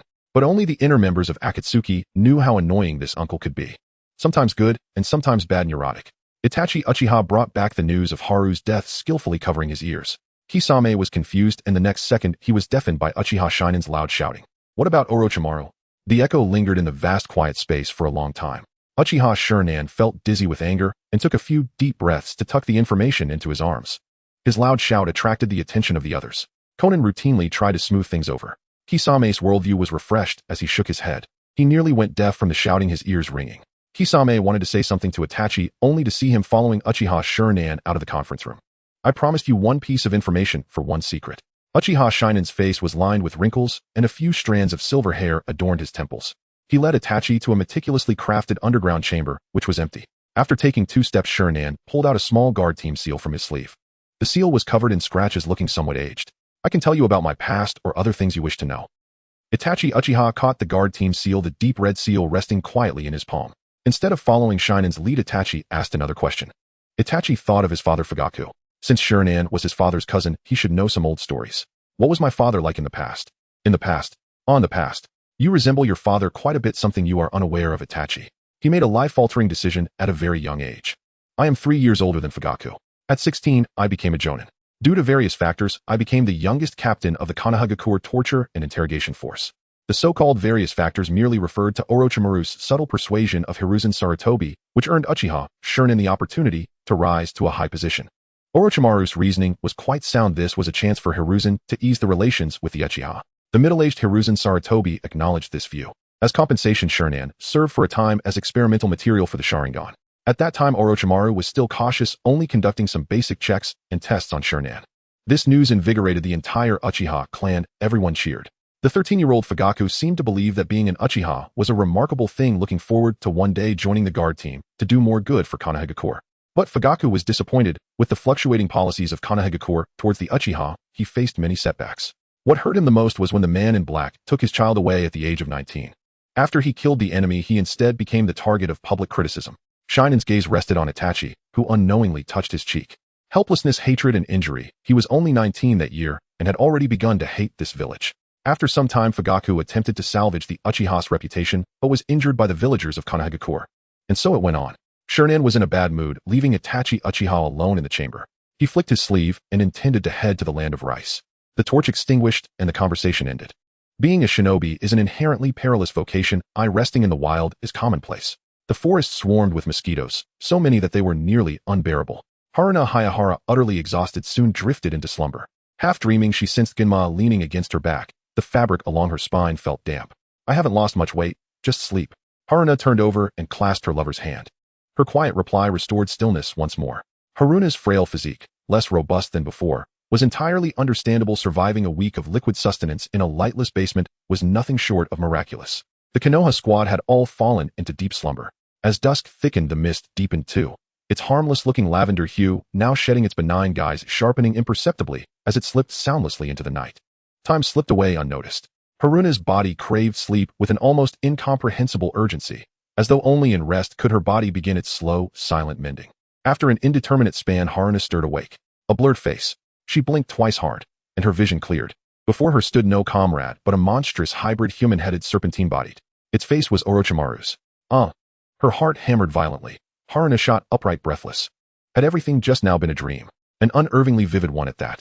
Still trembling, Haruna staggered to her feet on the grass and scanned her surroundings warily. A newspaper slapped across her face. What on earth? A newspaper here in this desolate wilderness? She yanked it off. Words swirled wildly across the page, twisting beyond comprehension. Such disorientation pointed unmistakably to a single truth. I'm dreaming again. Only within dreams do limbs float weightlessly, bodies resist command, and script writhe like living ink. Without hesitation, Haruna activated the Daimyobu awakening technique upon herself. As expected, no pain. She sat up once more, only to stare stunned at the water lapping around her waist. An endless shallow lake stretched beneath a sky of identical hue. She knew with absolute certainty she remained ensnared in a dream. The violet mist of night likely carried hallucinogenic properties. Yamashiro Aoba awoke with a splitting headache. How had he ended up at a banquet table? Was this some post-mission bachelor celebration? Aoba, are you alright? Rado Namishi steadied the swaying shinobi. Hangovers were brutal, and Aoba swiftly accepted this as mere aftermath of one. Fine, he yawned, then turned, only to lock eyes with Hate Gecko. Mid-yawn, he choked into a cough. Aoba rubbed his eyes, staring blankly at Hate. If this truly were a bachelor party, why was Hate, who had a girlfriend, even present? Unless none of it was real. At last, grasping the uncanny truth, Aoba recoiled inwardly. Then under others' bewildered gazes drew a kunai and drove it into his own palm. Indeed, no sensation whatsoever. Aoba awoke again, gazing speechlessly upward. His nested dream now unfolded in the surreal landscape of Megane Mountain. Emerald green sunglasses filled his entire field of vision. He needed no thought to recognize its falsity. Oddly enough, he rather liked it. Kakashi's dream, however, was profoundly different. He recognized it instantly as a dream. Upon waking, genders had swapped. The Konoha squad retained its numbers, but the sight left him unable to look directly. Obito had become a kunoichi, shorter by a full head. Aoba and Gunma had transformed into strikingly beautiful women, each uniquely captivating. What exactly are you all doing? Resume the mission. Kakashi turned, and nearly collapsed under the sheer force of Kurenai Yuhi's broad, powerful shoulder. Kurenai and Haruna's statuesque double-door physiques left Kakashi utterly dumbfounded. Let's go. Even if Kakashi is now a girl, she must still strive. Haruna, handsome and resolute, extended her hand toward him. Kakashi's pupils contracted sharply, heart pounding. He lowered his gaze, then fainted outright, overwhelmed by the terrifying reality of his own feminization. Kakashi awoke, plunged deeper into a dream within a dream, a complete Barbie dream house. His father opened the door, spatula in hand. Kakashi, come eat. This accursed pink world. Indescribable, yet Kakashi truly thought it. Birdsong echoed through the trees. Gunma stirred awake, and immediately glanced at Haruna beside him. Her lashes fluttered, slowly her eyes opened. Let's move out. No. Haruna half closed her eyes, her smile hazy with drowsiness. She raised a finger, gently pressing it to Gunma's lips. Let's return to Konoha. At those words, Gunma froze, his gaze suddenly distant, unfamiliar. The others fell obediently silent. Not a single one questioned why Haruna had so abruptly abandoned vengeance. Let's go home. Her voice deepened slightly as she tugged his wrist, shaking it softly. I've thought it through. Revenge holds no meaning. Everyone lives their life in their own way. Perhaps they had reasons compelling enough to take my life. Each word lodged like stone in Gunma's chest. An unnameable ache constricted his nerves. Meeting Haruna's hopeful gaze, he found himself utterly unable to utter a single objection. Had she truly forgiven Orochimaru so easily? All those interminable lightless days, the agony, simply brushed aside, weightless and fleeting. Oh, never mind, I'm fine now. Let's go home. Seeing his surrender, Haruna broke into a radiant smile. Genma bowed his head, his eyes lifting slowly, tracing the contours of her face. Regaining composure, he steadied his resolve. This isn't right, Haruna. You once swore you'd slap every damned soul in this world, one by one. We'll go home together, later. His hand went slack. She and all else dissolved into shimmering motes of light. Genma too descended into the next dream within a dream. Now wary, he held his breath, vigilant. Awakening again, he instinctively pushed himself up from the floor, then paused. Floor? Where had a floor come from? Chattering voices drew nearer. Two boisterous children squeezed beside him, tugging at his sleeves. Children. Genma turned stiffly toward the framed photograph on the wall. Inside the frame, Haruna and himself, standing side by side in wedding attire. Was this merely his subconscious fantasizing about married life? Like children unable to imagine adulthood, he possessed no profound conception of what lay beyond his lived experience. A genjutsu that projects the deepest recesses of the heart. Though I have indeed dreamed of marriage, still, such a scene appearing within illusion felt deeply unsettling. A cold bead of sweat traced Genma's temple. He absently ruffled the children's hair. Giggling, they dashed into the living room, smearing crayon wax across their cheeks. He had to find a way to break the genjutsu. Uchiha Obito and Kurenai Yuhi were the only two teammates who remained conscious. Kurenai because she refused to sleep, deeply distrustful of the lavender mist drifting through the air. She opted instead to keep watch over her comrades. Obito too stayed awake, tormented by one question: how had Haruna returned from death? Old man Soseki's words echoed relentlessly in his mind. Kurenai, do you think Haruna might actually be a gnome? That's utterly impossible. Kurenai's mouth twitched faintly. They kept vigil until dawn, watching helplessly as teammate after teammate collapsed into unconsciousness. Orochimaru's trap had left them all on edge, every rustle, every shadow a potential threat. Then, a soft rustling rose from the underbrush. An uninvited guest emerged into view. Indeed, how disgusting. The uninvited guests were Orochimaru and Kabuto, making their entrance in a bizarre manner. Orochimaru crawled out from the belly of a snake, his body covered in repulsive slime. Obito felt a chill run down his spine. Don't lose focus, hey.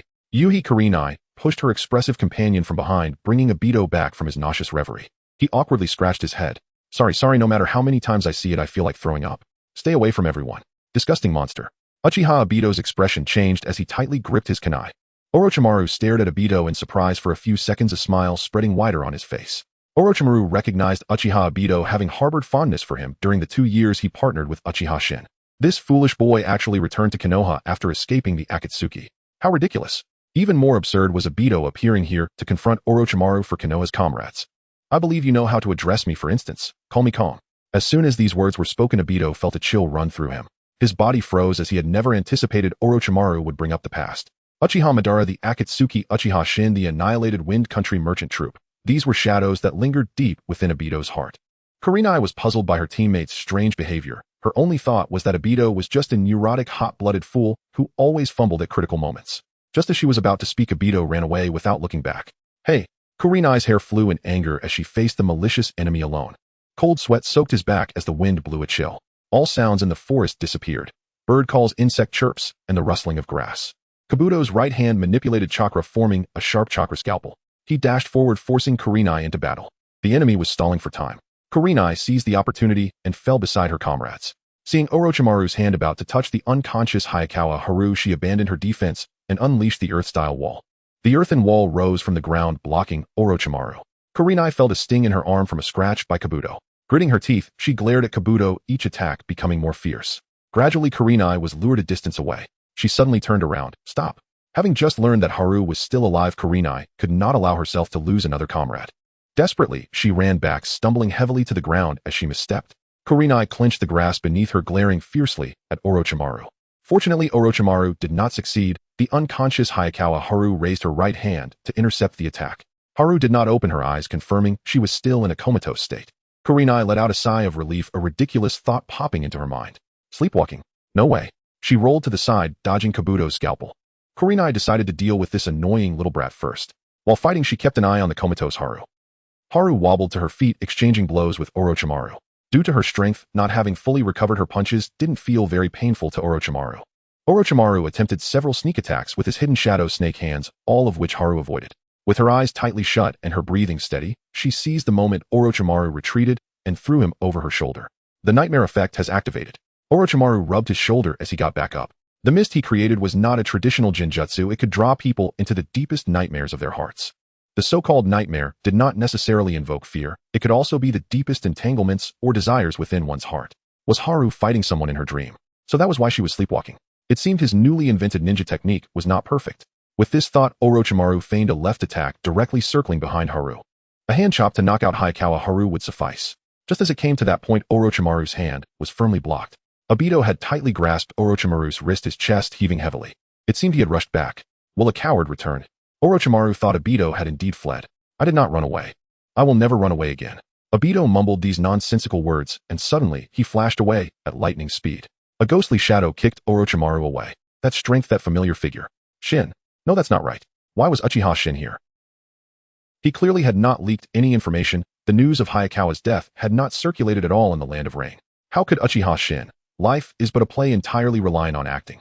Orochimaru wished to avoid further trouble, naturally draping an arm around Shin's shoulder. Uchiha Shin, expressionless, pushed Orochimaru away.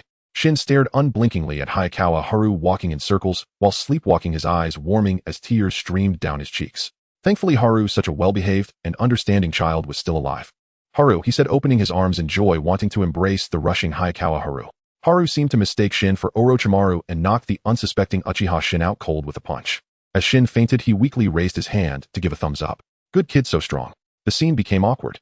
Obito struck a fighting stance, and Kurenai finally broke free to join the battlefield. The two formed a united front against their enemies. Time rewound half an hour, and Hayakawa Haru's dream was frozen over an endless lake. The water in the lake was shallow, and she sat up from the ground.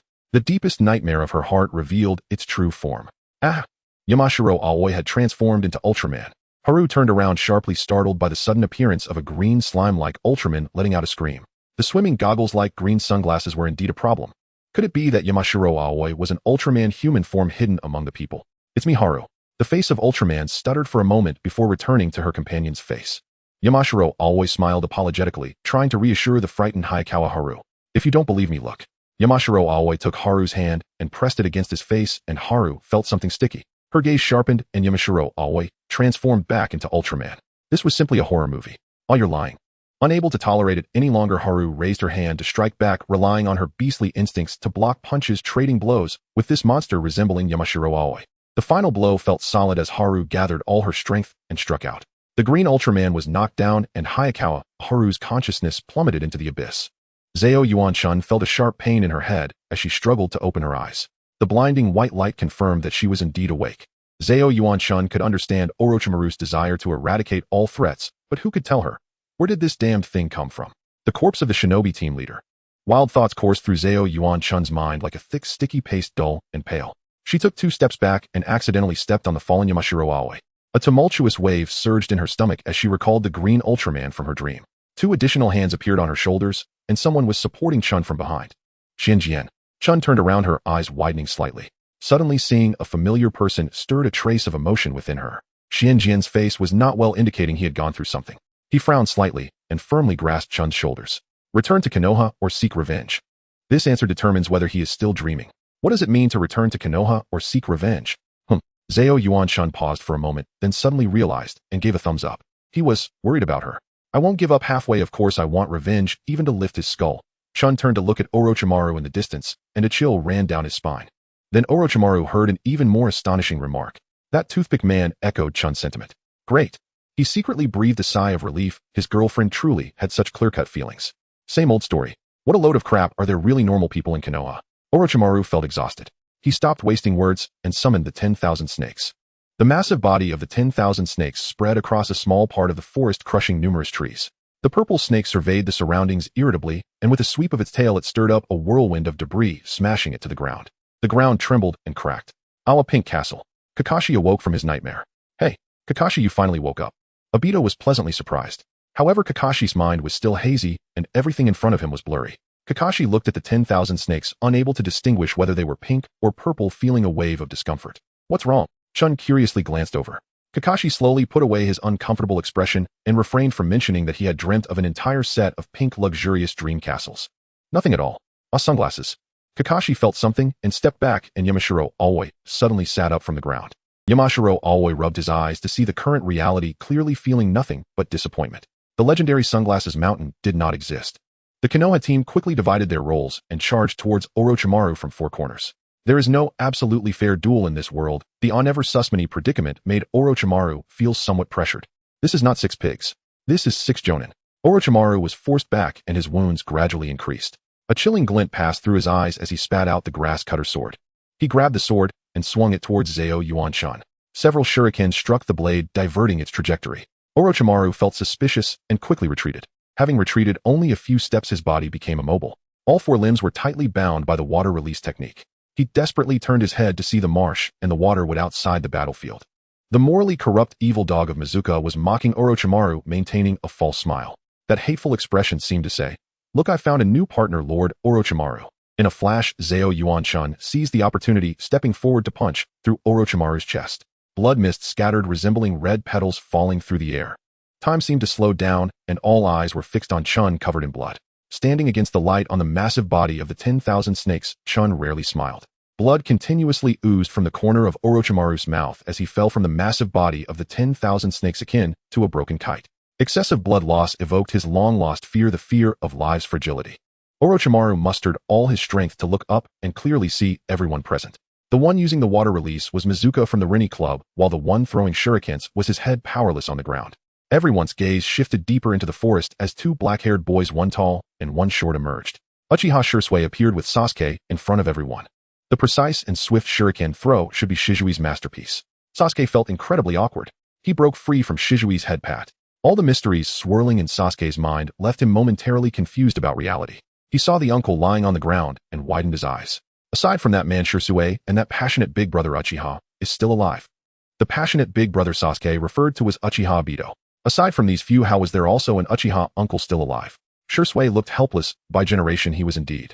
Sasuke, that might be your granduncle. Suppressing the tumultuous waves in their hearts, Zeo Yuanshan's psychological activities were equally fascinating. Chun's hands were covered in blood, staring intently at Mizuka. Mizuka also fixed his gaze on Zeo Yuanshan. He vowed that if this fool dared to come over and persuade him to return to Konoha, he would unleash a torrent of contempt upon her. Mizuka harbored an expectation that even he could not face until he saw Zeo Yuanshan running to Xianjian's side, embracing him and crying. Mizuka wanted to curse but stopped, gritting his teeth. Dogmen and women. He could certainly ignore the advice, but Zeo Yuanshan must not give up on persuading him to return to Konoha. His strong conflict and malice made him clench his fists and silently grit his teeth. Keep a calm mindset. Mizuka, with his mature demeanor, placed a hand on Mizuka's shoulder, radiating an aura. Remember, those lacking virtue doing righteous deeds can leave a glorious impression before everyone. No need for you to say. Mizuka sighed, following his leader away from this place of troubles. Their purpose was indeed not to help Zeo Yuanshan. Their goal was to make Zeo Yuanshan owe them a favor as a peak combat force. As long as they helped Chun, they could use it to their advantage in the future. Such despicable opportunism could ensure their invincibility. Thus, Orochimaru perished. No, perhaps not. The Konoha team placed Orochimaru's corpse under a tree, tidied up, and set off on their return journey. Zeo Yuanshan turned back, frowning at Orochimaru's stiff and pale corpse, and suspiciously withdrew her gaze. The shinobi team leader slipped away amidst the chaos. She once again missed the opportunity to confront the shinobi team leader directly. But this time Chun did not regret it. The shinobi team leader cared for her, and also for Konoha. This made Chun more certain that the path she had chosen would one day lead the shinobi team leader back to righteousness. I knocked out the shinobi team leader myself, right? That's right. Sunset Red witnessed the entire process. But what did you dream about? It seemed very terrifying. What I dreamed about cannot be said. Yamashiro Always sunglasses truly resembled Ultraman. The other members of the team paused, falling into collective silence. Kakashi would never reveal his nightmare.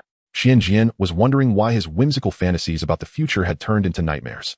That was Sunglasses Mountain. Yamashiro always sang a tune describing his dream, showing a sense of reluctance. His nightmare involved his favorite thing. The group walked along the road, chatting and laughing. Kakashi slowed his pace and took one last look at the dilapidated and small land of rice. Sasuke left with the Shursui. He trusted, more uncertain if it was good or bad. Strive to get closer to the truth. He reconsidered. Perhaps one day his students would find the answer. A smile crept up under Kakashi's mask. The troubles of adulthood. The setting sun cast a golden red shimmer on the rippling river as Zeo Yuanshan leaned against the railing, contemplating the meaning of life. Just returned to Konoha, the others went to take on missions. Is she already at the age where she sighs over the spring and autumn of life? Orochimaru wouldn't really be dead. He might still be clinging to life in some corner of the world. But she had no solid evidence to present to her companions. The plan to hunt down Orochimaru ended abruptly, leaving her uncertain whether it was a good thing or a bad thing. After all, that guy is a master of survival. Orochimaru and Senju Zhuangshi were equally resilient. Besides worrying about Orochimaru, she couldn't shake off her concerns for Mizuki. Though saying this sounds like a masochist, Mizuki's vicious verbal attacks had become harmless to her. During her time in the snake den, Zao Yuan-chun had become immune to Mizuki's insults. What does friendship mean to Mizuki? Chun. A voice called from behind. Zao Yuan-chun lifted her eyelids to see Haibishu descending, legs bent, hanging upside down from a tree branch. He jumped down from the tree and ran over in a few strides. The first thing you do when you return to the village is to come to the bridge to clear your mind. Do you have any worries, eh? He wanted to say welcome back, but his words took a turn. He was more concerned about the troubles of adulthood that Chun mentioned. When you reach my age, you'll understand. We're not much different in age, are we? Haibishu adopted a close friend demeanor, pushing up his sunglasses with one hand. You can share the troubles of adulthood with me, you know. Since childhood, Haibishu had the task of keeping an eye on Chun. He had seen every expression of indifference on Zao Yuan-chun's face, even able to derive a theoretical system of emotion from it. As always, you're disturbingly peculiar. Zao Yuan-chun was speechless, pushing Haibishu away. Don't ask, oh, just consider this a young girl's secret. Haibishu watched Chun's dejected figure, feeling a certain tug. Because they were friends, he mustered all his courage to shout out his words. It's okay, Chun. Upon hearing this, Chun turned back. Can a girl in her 20s still claim to have youthful matters? It seemed only teenage boys and girls used those terms. Everyone at this age was already half a foot into the despair of middle age. Sigh. Wait, that's not what I meant to say. Haibishu stumbled over his words, leading the topic further astray. As expected, a bright red handprint appeared on his face. Zao Yuan-chun still left. Giving up is a ninja's disgrace. Haibishu also departed from the bridge, intercepting Irika on his way home from work. Things were chaotic for Minato since he became Hokage. Villager management and house repairs were trivial matters. In recent years, as Minato aged, he gradually gained control over his team sufficient to handle the village's trivialities. His inability to relax stemmed from the frequent disruptions caused by higher-ups. Even if Danzo and the others were temporarily stable, various chaotic events would still disrupt all plans for the village. Thankfully, this weekend, he and Kushina could relax in a hot spring. Naruto was training with Jiraiya, and for once there was no one to disturb their little world. Hokage-sama, please come in. Minato slapped his face twice to regain his reassuring composure. He faced the Umbu with dark circles under his eyes. The Umbu knelt in the office, presenting a scroll. Minato opened the scroll, trying to maintain a neutral expression. The first line of the scroll struck at his heart. It detailed the crimes of Uchiha Obito. It specified how Obito had been active in the Land of Rain after the Third Shinobi World War, joined Akatsuki, became a dangerous rogue ninja, and created chaos among small nations colluding with Uchiha Shin. The wildest speculation was that Uchiha Obito had contacted Uchiha Madara. Even if he had lived until recent years, he would be close to fossilized. How could he be connected with Obito? Does anyone really live that long? Minato looked out the window, catching a glimpse of Senju Zhuangshi, around 100 years old, selling newspapers beneath the Hokage building. Minato rubbed his temples. Maybe it's possible. Where did this information come from? Reporting to Hokage-sama, the scroll came from a female ninja named Chika. She claims to have fled to the Land of Fire. This is no trivial matter. It seems the plans for a hot spring trip are going down the drain. After deep thought, Minato decided to set the information aside. Obito is a good kid, Minato has always known this. Regardless of whether this matter is true or not, he needs to talk to Obito in person. He will not give anyone the chance to create an incident. The resolute attitude of the Hokage led the Umbu to leave without further words. The matter was quietly settled. But who is the mastermind behind the scroll? The answer is elusive. If these clues were placed before Zao Yuan-chun, she would certainly realize that this was Orochimaru's backup plan. Whether Orochimaru is alive or not, the scheme of sowing discord has already begun. Unfortunately, at this moment, Chun was preoccupied with something else. In the evening, the couple who had completed their mission returned home. The entrance was piled high with cardboard boxes, leaving no space to stand. Gunma, let me guess, when I died you weren't planning to throw away all my things, were you? A terrifying aura spread, and Chun narrowed her eyes with a smile. A poor answer could lead to dire consequences. Nara Gunma swallowed hard, placing his hand on the box at the door. I knew it. Chun moved closer across, appearing on her forehead. She grabbed her boyfriend's collar, their noses just an inch apart. Suddenly, a manual was inserted between them, blocking Chun's unstoppable resentment. This item, a luxury refrigerator, Nara Gunma pulled out the manual from the box in a critical moment, pressing it against the door while closing his eyes tightly. It's a luxury refrigerator. Zao Yuan-chun was taken aback, her eyes turning into dots. Chun once said that the thing she wanted most was a dreamy pink luxury refrigerator, along with a pink electric kettle, pink air conditioner, pink wallpaper, pink bedding, and other furniture. All of these were newly delivered items from a while ago. Wait, what? So Gunma bought the furniture she most desired after she died. Even knowing she might never use it again, he still bought it. Chun realized her mistake and slowly let go of her grip, hastily smoothing out the wrinkles on his chest. Yes, refrigerator. Chun's expression shifted from gloomy to bright, her face flushed. Yes. Gama, who had survived the ordeal, leaned against the door frame and slid down. After a strange series of pink bubbles, the two moved the piled boxes at the entrance into the house. After replacing all the pink luxury furniture, they slumped onto the sofa, one on each side. Most of the furniture had been swapped for pink, creating an inexplicable eeriness. Large swaths of pink clashed with their aesthetic senses. "It's beautiful. As always, you're disturbingly peculiar," Gunma praised without changing his expression, noticing Chun's growing regret. At this moment, the most amusing thing was to continue complimenting his girlfriend. "Super beautiful." Adding fuel to the fire, Chun shifted her gaze. "It doesn't matter, it will explode in 3 years. It's up to you, Pain." The dense, evergreen broadleaf forest hung like a draped emerald curtain, partially veiling the waterfall. Sunlight was sliced by the treetops into fragmented specks, casting a mottled glow. At the riverside beneath the waterfall, the Righteousness Society's meeting began. Uchiha Sasuke felt regret. Just a few days ago, he had agreed to investigate the Akatsuki and Uchiha Itachi alongside Senior Haru. Yet he was still taken away by Shisui, who brought him into a ridiculous organization. Each time he looked at this group of absurd adults, Sasuke could barely stand to watch. He would have preferred being brought back to Konoha by Naruto. Joining required reciting a shameful line: "Unrighteous and unjust life will flow smoothly. True feelings are refined in the fires of reality." "Shisui, this is yours." The curious Uzumaki box examined the scowling child, and the cold Sasuke was considered a rare specimen in the Righteousness Society. "Is he your real son?" Uchiha Shisui took a deep breath, covering his face, unable to bear the sight. Sasuke had indeed exploded in anger, flinging the babbling Uzumaki box away, looking even more terrifying. "Stop laughing, I will not join this circus." Sasuke glared at Mizutaki, halting his pompous chatter. He now felt that none in the Righteousness Society were normal, and he had to escape. "Are you really the Water Shadow?" As soon as the words left his mouth, the threat of death loomed. Sasuke's limbs stiffened as he instinctively jumped back. The beheading sword grazed his body, striking the tree trunk, and he saw a familiar enemy, his pupils shaking. Zabuza Momochi, one of the enemies he encountered in the Land of Waves. "Keep your mouth clean, Uchiha brat." Zabuza, still wrapped in bandages, frowned deeply. At that time, he and Haku were taking a bounty mission in the Land of Waves completely due to the Righteousness Society's funding shortage. Who would have thought their boss actually recruited a rookie from Konoha? "Do not insult the adults." Sasuke, still shaken, finally began to face everything before him. The mastermind behind the Righteousness Society was the seemingly amiable Water Shadow, and the two vice leaders of the Uzumaki clan were comedic mascots. Mizuki was a cunning character with insufficient strength. Zabuza could be considered the enforcer, so what about Shisui, the good-looking one? The Uzumaki stool followed up, guessing along with everyone. "Stop messing around, this is not a debut." Mizuki raised his hand to rebut. He cast a disdainful glance at Uchiha Sasuke. The unceremonious initiation ceremony ended amidst the chaos. Sasuke had too many confusions. In the evening, he called out to the familiar Uchiha Shisui. The vast starry sky was filled with the croaking of frogs along the summer riverbank. Shisui motioned for Sasuke to come sit, both of them gazing at the night sky. "I need answers. Who was behind the manipulation of Itachi?" Shisui actually had an inkling, but he did not understand why Itachi would agree to eliminate the Uchiha clan through such extreme measures. Who was inciting? Who was framing? "If you kill that man, everything will have an answer." Sasuke could not grasp Shizui's struggle. As an outsider, the only solution he could think of was to kill Uchiha Itachi. The hatred was what sustained him, it always had been. Shisui glanced at Sasuke, gently patting the boy's head. He did not reveal the cruel reasons to a child. He was willing to wait. Waiting for Itachi to clarify everything with his brother. Waiting for Shisui to catch the puppeteer behind Itachi. "Go back and sleep," Shisui urged. After sending Sasuke away, Uchiha Shisui gazed at the starry river alone. The river's surface was like a mirror, perfectly reflecting the vast starry sky above, with the heavens and Earth's two skies facing each other. Spring is the spirit of the land, and it does not die.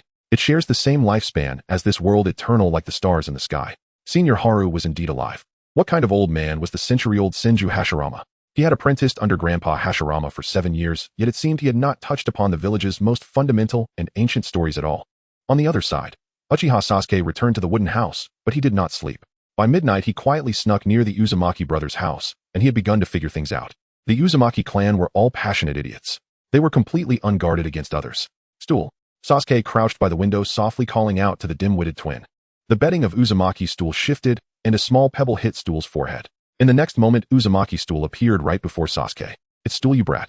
He covered Sasuke's mouth and glanced at the shadow behind the house. The two reached a consensus and moved into the shadow. "What's going on?" Uzumaki's stool tilted his head. "Oh, wait, if you are asking questions, you need to call me senior. I have seen you before." Sasuke's gaze was piercing, causing Uzumaki's stool to feel a chill down his spine. "I remember now, 3 days before the fireworks festival, when I was 5, you brothers were wandering around the streets of Konoha. At that time, Uzumaki box and Uzumaki stool were shoulder to shoulder discussing how to have fun at the fireworks festival. That day, Uzumaki stool was nearly knocked over by the rushing Lin Nara. Apart from that, they also saw a blossoming cherry blossom tree. I didn't run into you, did I remember wrong?" You bumped into me saying I was too small to see. You gave me money to buy fireworks. Sasuke was speechless. On the night of the massacre, they had also been there. Uzumaki's stool took 2 steps back in guilt. Irika and Ebisu successfully reunited. Originally, Irika did not plan to pay attention to Ebisu, but Ebisu brought up an important matter. It seems that after spring return this time, she has been depressed. That's not true. Irika was skeptical, thinking this was just Ebisu's way of provoking a duel. As their gazes met, a lightning bolt ignited between them. You actually believe it, don't you? And you were worried about her. Ebisu saw through his thoughts. Irika exposed tugged at his mouth and followed him outside. Haru's bad mood must have a reason, and their united purpose was to uncover that reason. Let's buy something to eat. It's a bit awkward to show up empty-handed. Irika suggested buying some gifts. Ebisu readily agreed, recalling Haru's preferences. Based on my years of surveillance experience in summer, Haru likes red bean cakes and gingerbread men. People's tastes change subtly throughout the seasons. Creep. Irika had seen this many times and insisted that Ebisu was a walking data collection library. With childhood experiences of surveilling Haru, Ebisu had become the person who understood Haru the most in the world. The next morning, the two bought a basket of gingerbread and a box of red bean cakes to visit. The door was opened by Kakashi Hatake, who turned around and called for Haru. Haru, with her messy hair, greeted her friends. She did not appear to be in a bad mood or depressed.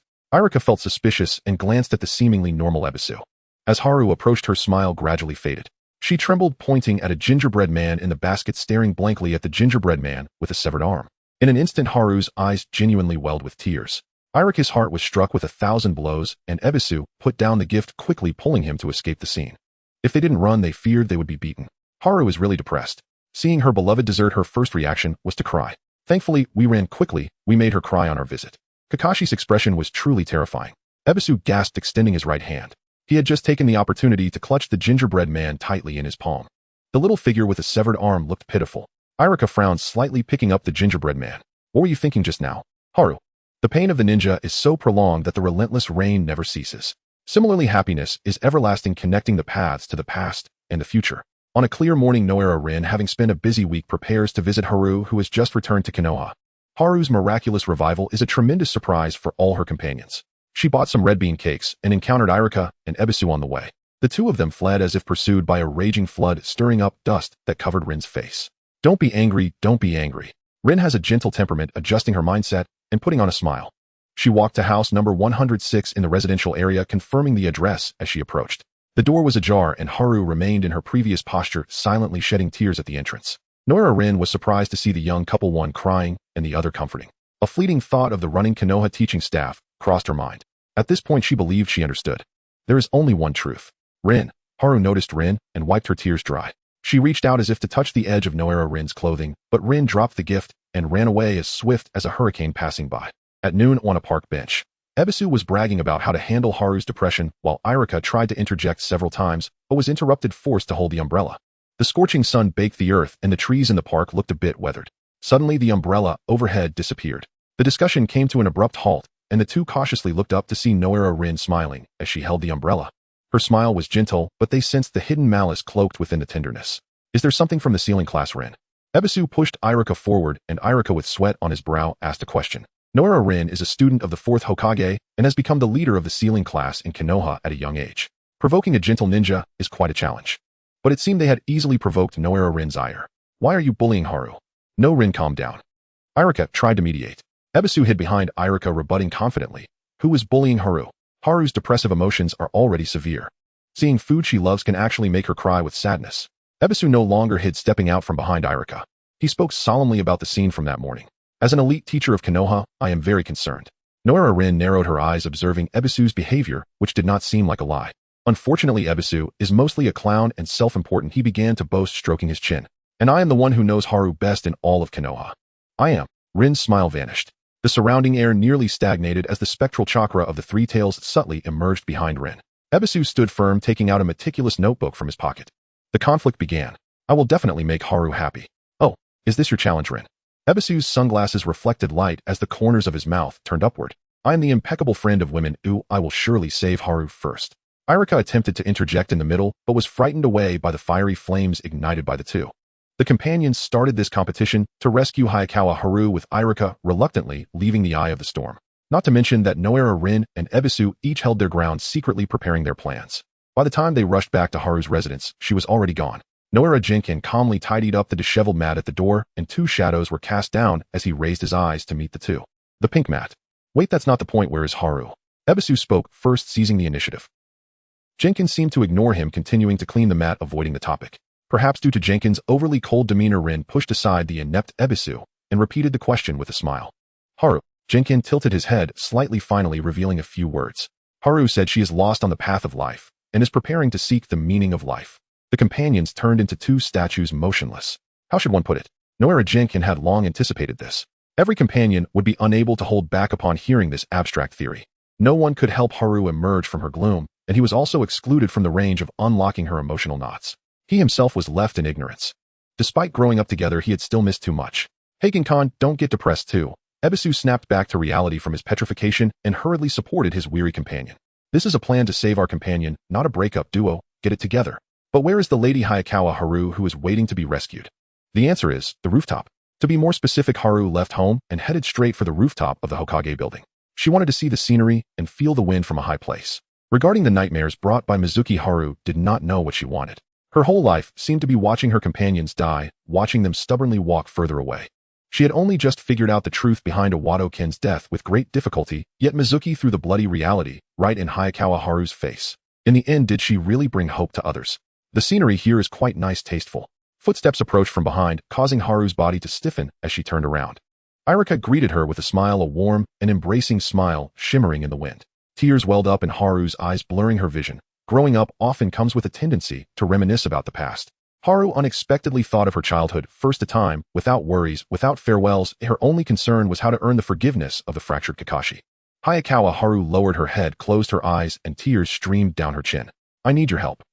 Irika is a mutual friend of Mizuki and Hayakawa Haru. If anyone in the world could empathize with both, it would only be Irika. In recent days, she had been plagued by nightmares. In her dreams, she sometimes repented of speaking ill of Mizuki, while other times, she felt that Mizuki's continuous downfall was a deserved consequence of his own actions. All the venomous words filled Haru's ears, yet she could not ignore the tear-streaked face in the sea of fire. What can be said about begging for pity and being grateful? I hate you. I truly hate you, Haru. Returning to reality, Irika widened his eyes, a relieved smile forming on his lips. Like in our childhood, I will always help you. The wind on the rooftop howled. The sun was hot and burning. Irika took 2 steps forward and stood beside Haru, fully assuming the role of a listener. Since Mizuki left the village, he had done many things he knew nothing about. Hearing the most terrifying and resentful words of harm, Irika merely lowered his gaze for a moment, then lifted his head to continue listening. He felt pain for his friends, whether it was Haru or the carefree trader Mizuki. Haru. Hayakawa Haru's mood softened as she looked over in confusion. To resolve your emotional turmoil, let's go on a date. He immediately added a clarification. Wait, it's a friendship date. Hayakawa Haru nearly got scared to death, patting her chest. Date him. In a corner of the Hokage building, Xuanjian and Yuen Lin blocked the shouting hybees. Yuen Lin took out a red bean cake from her ninja tool pouch and stuffed it into her teammate's mouth. That's a date of friendship. Xuanjian turned his face away, awkwardly emphasizing. The impromptu eavesdropping trio had obtained the key information to unravel the emotional knot. It's related to Irika and Mizuki. Letting Chun know that he has saved many people will improve his mood. Yuen Lin had an idea, with a light bulb of inspiration appearing above her head, confidently suggesting. Chun remembered the good things too lightly and the bad things too heavily, which caused him to lose his direction in the whirlpool. If I can make someone like that happy, it would be wonderful. Lin's eyes turned red and she hurriedly wiped them. Why was she crying? Was it because she hated Chun's tumultuous fate? In this world, ninjas must grow stronger as they age to continue on. Xuanjian was somewhat dazed, watching Lin quickly recover from her melancholy. Lin forced a smile and gave him a thumbs up. That's why you need to work hard, otherwise I won't let you off the hook. Not so. Xuanjian curled the corners of his mouth. The emotional moment halted and the eavesdropping trio continued their efforts. Irika's plan for the friendship date was as follows: make lunch together to ease the mood. In the afternoon, take Chun to a mysterious place. Is it that simple? According to the rules of the passionate ninja world, what awaited Hayakawa Chun next should be some verbal sparring. Irika encouraged Chun to cheer up with a lengthy speech, and then everything ended satisfactorily. And what about the verbal sparring? Yes, facing precious friends, Irika scratched his head, feeling a bit embarrassed. I'm not that good at being a teacher yet. Sorry, I promise you'll like this mysterious place. This was his ultimate comforting technique. Chun accepted the seemingly mundane schedule, somewhat confused. At 10:30, the two set off to buy ingredients for lunch. The market was bustling with people. Irika squatted in front of a vegetable stall, picking out oilseed vegetables, potatoes, tomatoes, tofu, and more. Hayakawa Chun was responsible for the remaining ingredients on the list. She looked around and spotted tomatoes. The bright red tomatoes shone like mirrors, and Chun smiled as she inquired about the price. Upon seeing the old uncle selling vegetables, Chun's smile froze on her face. Even though Chi Mu Suzhong had retired from the Yambu, he shouldn't have fallen to the point of selling vegetables in the market. Why was Kakashi's father selling tomatoes in the market? After all, he was the kind of person who had a compulsion even when peeling oranges. Ichimu Suzhong had polished the tomatoes to a bright shine. It's Yu-chun. He greeted her calmly and helped her weigh the price. Chimu Suzhong explained that he had taken a crank mission today to change his mood, looking for something to do. I understand. In truth, he didn't understand at all. Hayakawa-chun took the ingredients and left after paying. Chimu Suzhong gave a thumbs up to the shadows with his right hand behind his back.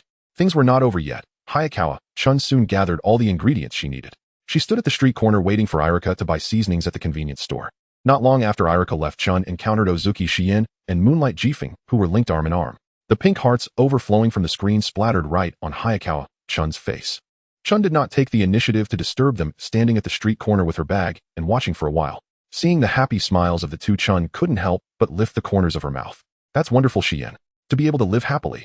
Hayakawa-chun was lost in thought until Irika called her.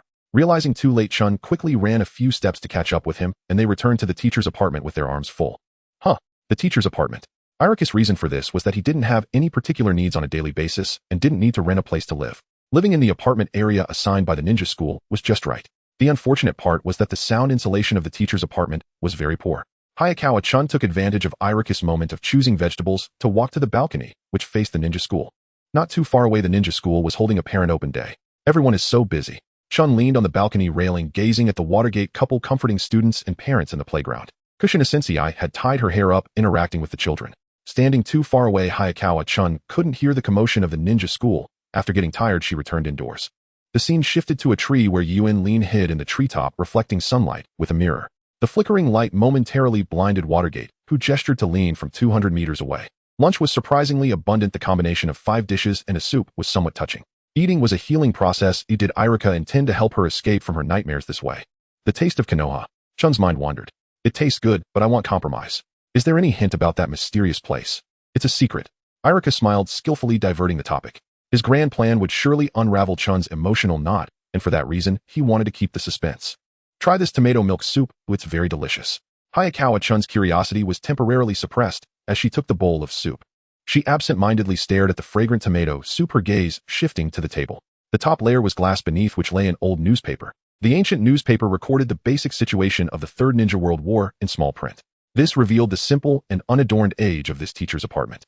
One member of the Jinin Team 7 died, while Yuen Lin and Chimu Kakashi survived. The entire Team 2 survived, while 2 members of Team 3 died, and Team 5. Lin is alive. That's wonderful. Unexpectedly, she still felt emotional now. That is a long-ago newspaper, also the work of Grandpa Zhuangshi. The old man who ran the bookstall was nearly a century-old brand, monopolizing Konoha's book business. Hayakawa-chun fell silent. After lunch was nearly finished, Irika noticed Chun had returned to her chaotic, gloomy state and made up his mind. He no longer wanted to keep the suspense. Chun's smile was more important. Irika called out to Chun, reaching out his hand as she lifted her head. Come with me. Oh. Chun grasped her friend's hand as Irika pulled her through the streets and alleys of Konoha, through the forest, and across the stream. They stopped in front of a building on the outskirts. Irika, feeling relieved, let go of her hand and wiped the sweat from his face, looking at the huge structure with bright eyes. The building was composed of several wooden houses merged together, overgrown with weeds. Vines grew wildly along the corners of the walls and eaves, almost burying the entire building in a sea of green. With a gentle breeze, a wild rabbit jumped out from the grass and quickly fled upon seeing strangers. Chun turned around and Irika had already vanished. To be honest, Hayakawa-chun was suspicious. Everyone she met today was so mysterious, making her anxious. At this point, Chun could only follow her curiosity, opening the slightly ajar, dilapidated wooden door and stepping into this green ruin. The door of the wooden house had long faded to a dull brown, with numerous cracks resembling the dried wounds of old bleeding, the essence of time.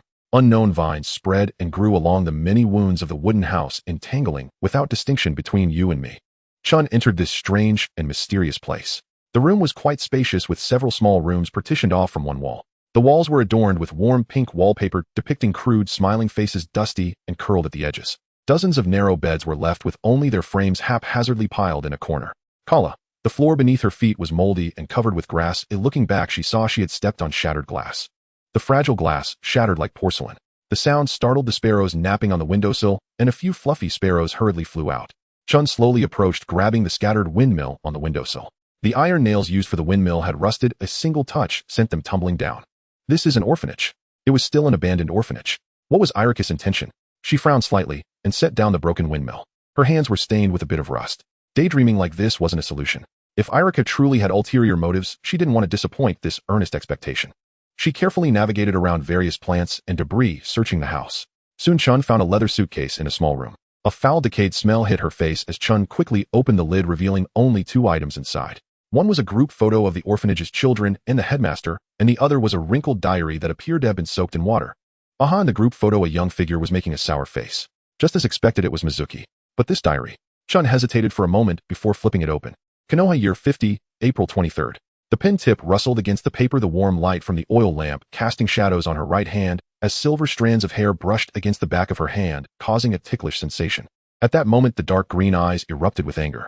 Mizuki wrote furiously, his pen leaving a long scratch on the diary, tearing the paper.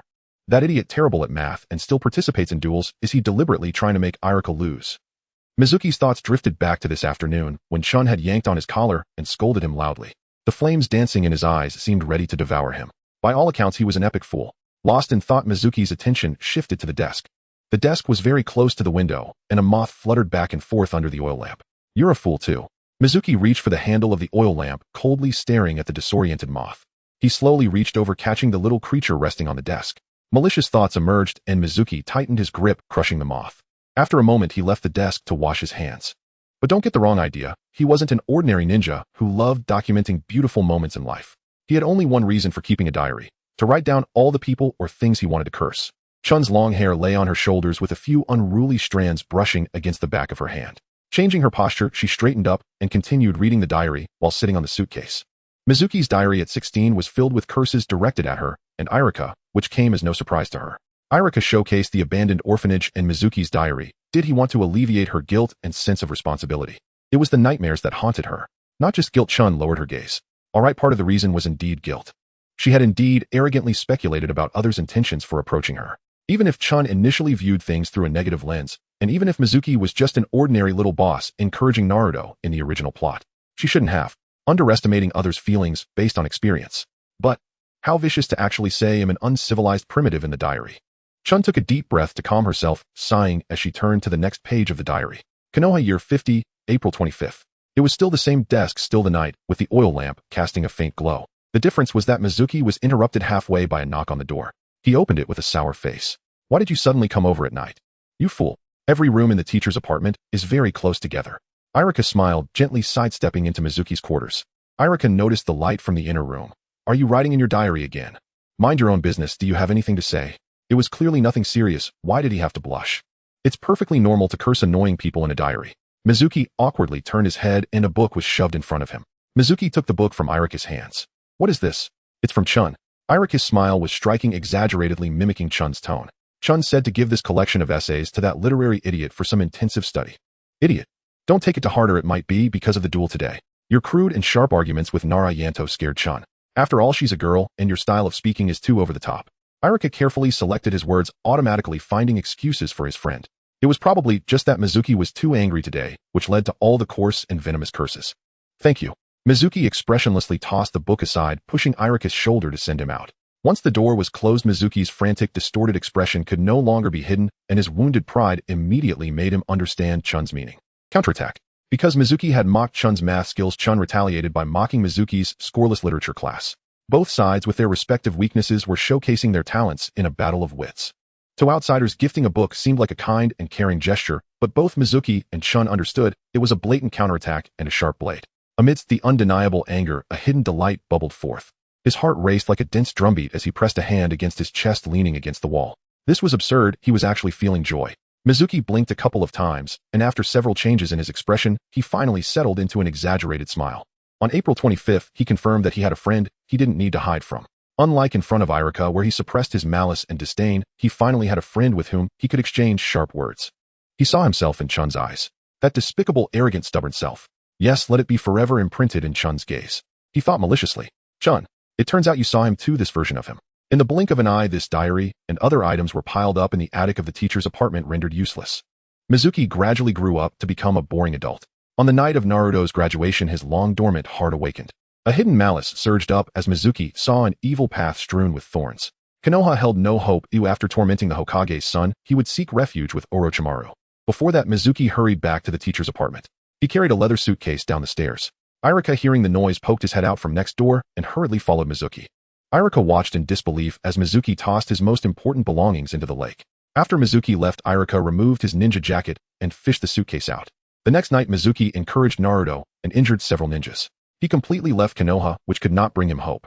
Zao Yuan-chun closed her diary, her expression inscrutable. She turned to see Irika, who had appeared without her noticing. His features softened as he spoke unexpectedly. "I'm sorry, Chun. I shouldn't have shown you these without asking if you wanted to know." "Want to know?" Just mentioning it made Zao Yuan-chun's head ache. After reading the diary, she learned many things. Shuei-mu had scolded her for 30 pages straight. A furious woman. A monstrous ninja. A dinosaur person. A champion in free fighting. A barbarian from the primitive world. A pancake thrower. Idiot.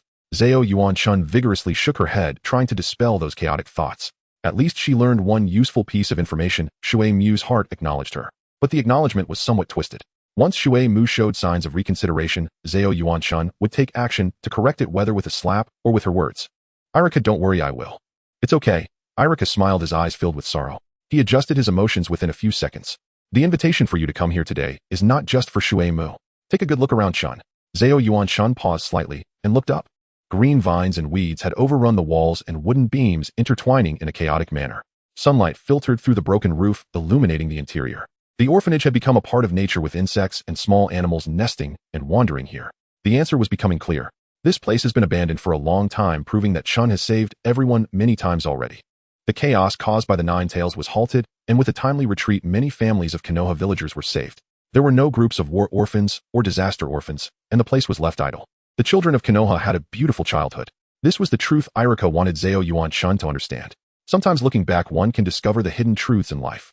Oh, so the orphanage is located here, Zao Yuan-chun thought, and suddenly realized. No, that's not the point at all. This focus is too strange.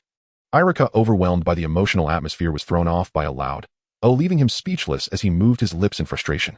Looking at Chun's smile, Irika couldn't help but smile back. He heard Chun's promise echoing in the empty room. "I will bring Shuei-mu back. I will definitely bring back that damned evil man, the cunning liar cockroach dung, the champion of beatings, the rebellious hot-blooded dog, the master of betrayal, and the bastard." After venting her frustrations, all the labels she had used were matched back to their sources. She happily patted the stunned Irika, humming a tune as she opened the door and walked out. No, wait. Someone was outside. He forgot to tell Chun. Irika rushed out of the house, only to realize it was too late. A crowd had gathered staring at Zao Yuan-chun, the Watergate couple, Moonlight Gale, and the Mitsuki family, along with Kakashi. Meanwhile, the masterminds behind it all, Noara, Rin, and Ebisu, looked in different directions, with Ebisu seizing the opportunity to push Shiranui Gunma out to take the heat. Chun's reaction was calm to the point of being a little frightening. After cursing so much everyone heard it clearly, all her embarrassing remarks had been overheard. Zao Yuan-chun's heart raced faster, almost leaping from her chest. She blinked rapidly, her breath becoming erratic. "Is everything all right, Chun?" Xian and Rin felt a pang in their hearts. Xian was just about to grab Chun's hand when Chun took 2 steps back, grabbing Jinma's hand and fleeing. All that was left for everyone was a cloud of dust. No way, someone can't die of embarrassment, right? Noara Rin squatted down in frustration, lost in her thoughts. It's not impossible. Ebisu, who had been brainstorming ideas, felt a headache coming on and turned around in anger. Seeing it was his senior Kushina, he could only change his expression and smile reluctantly. "Don't say such ominous things, kid." Kushina retracted her hand. They had worked hard all day to help Chun recover from her overwhelming sense of powerlessness. The life of a ninja is inevitably cruel, and there will always be those who walk towards betrayal and death in various unexpected situations. Chun, in the process of losing, was also gaining unknowingly, saving many people with all her strength. I hope Chun can also feel this gratitude. They'll go check on her. Kakashi took on the task, volunteering to see how Zao Yuan-chun was doing. Shuei-mu nodded solemnly. Kakashi followed the direction the two had left. From their current position, it seemed Chun and Gunma had gone straight home.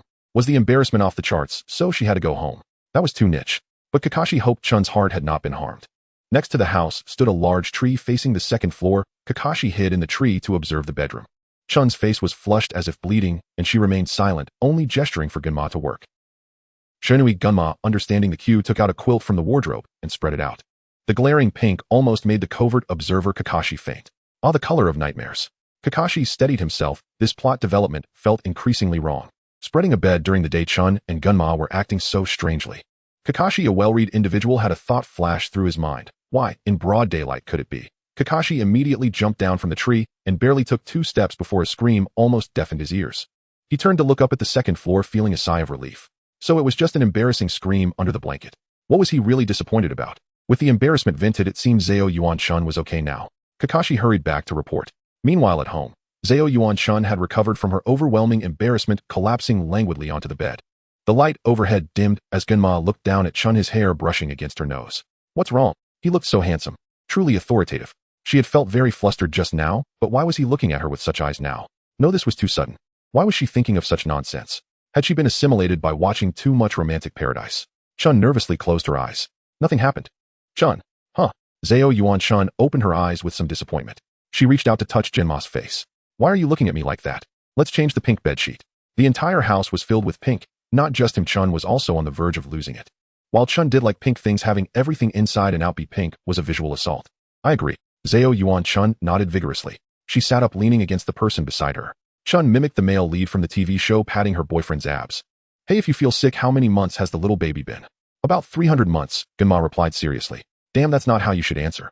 Phaeton, dressed in a long windbreaker, stood on a giant rock. He shielded his eyes from the intense light peering down the mountain. This is the mountaintop near the Temple of Fire, where a stone-paved path winds through the bamboo forest, occasionally revealing monks exchanging goods at the foot of the mountain. No one noticed the death duo, as everything fell perfectly into place. There's nothing to observe, let's go, Kudu said, draped in a black cloak with red clouds, sitting in a somewhat unruly posture. He now harbored negative feelings towards everything in the Land of Fire. Perhaps the past had dealt him a heavy blow. Oh, after assassinating the daimyo of the Land of Fire, you must have received numerous bounties and pursuers. Phaeton let out a long ah, recalling the time he had just joined the Akatsuki organization. Kudu was always being hunted by various factions of the Land of Fire, and his bounty notice was firmly posted in the black market. This is the power of the daimyo ha. Shut up. The unpleasant topic was turned over and Phaeton shrugged, no longer pursuing the matter. They had thoroughly gathered intelligence and headed straight for the Temple of Fire. The temple was on another mountaintop. The long steps seemed to lead straight to the sky, but unfortunately, they could not take this regular path. It was too conspicuous. Unless, let's go in for the kill. Our objective is clear, acquire the 6 paths treasure. Kuda's hoarse voice was filled with indifference towards life as he casually scanned the surroundings. The passing monks had already regarded them as oddly dressed outliers. I really like this approach, Phaeton said, momentarily taken aback before grinning. He drew his bloody scythe from behind, his pupils gleaming with cold light. He fixed his gaze on a retreating young monk and swiftly appeared behind him. He didn't even use the sinister ritual he prided himself on. The weak monk was pierced through by the scythe and fell to the ground. Crimson blood flowed from the body, splattering large patches of red that stimulated the eyes of the remaining monks. Someone shouted loudly, and everyone began to flee. The long stone steps, once cold and white, were now stained red. The two of them worked together seamlessly, clearing the obstacles in their path. Pain instructed them to come to the Temple of Fire for a legendary 6 paths treasure, which was unlike the divine artifacts of the gourd or fan that had been lost for ages. The lotus spear, by its name, may be a golden spear. Now that the lotus spear had appeared in the Temple of Fire, the Akatsuki had to obtain it. The death duo reached the mountaintop, standing before the temple. Phaeton raised his scythe, ready to entangle it around the temple's pillars. An unknown force sent the scythe flying. A bald man blocked Phaeton. How fierce! Looking like a giant gorilla, Phaeton's mind conjured an image of an angry king. The coarse eyebrows of the bald man made him appear comical. The bald man, unable to bear the sight of his fallen brethren, clasped his hands together. When he looked back at the stranger, there was a hint of killing intent in his eyes. Although the temple was filled with monks, they were both cultivators and ninjas. Once you all pay with your lives, I will sincerely offer you salvation. The bald man firmly stood between the Akatsuki and the temple, his face calm and silent. Hand over the 6 paths treasure, and he'll spare you. Kuda's attire covered his mouth and nose, his tone unwavering. Only his eyes remained cold and snake-like. The striking gaze sent a shiver through the bald man. During the selection of the 12 guardian ninja, he had encountered this person. The audacious assassin nearly killed the daimyo, and after so many years, Kudu still dared to appear in the Land of Fire. Not a chance. He would not retreat, even for the daimyo. A phantom of the 1,000-handed guanyin appeared behind the bald man, chakra swirling around him, radiating golden light. Phaeton quickly closed in, launching an attack in coordination with Kudu. Both the powerful fire release and Phaeton's specialized taijutsu were repelled by the phantom. Chakra transformed into golden fists, dispersing the attacks. Phaeton and Kudu exchanged a glance from a distance, both smiling. To deal with a troublesome enemy, it was time to employ some tactics as a sign of respect. Kudu dashed to the right side of the bald man, his black tentacles striking like threads.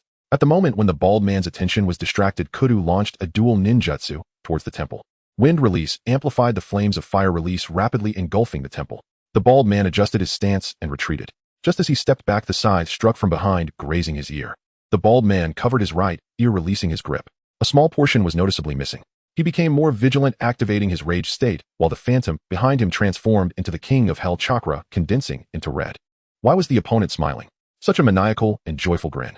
The bald man calmed his breath, watching Phaeton's inexplicable actions. Phaeton drew a pattern on the ground, his eyes shining with fervor. Suddenly the bald man felt a ripping pain, making every breath a struggle.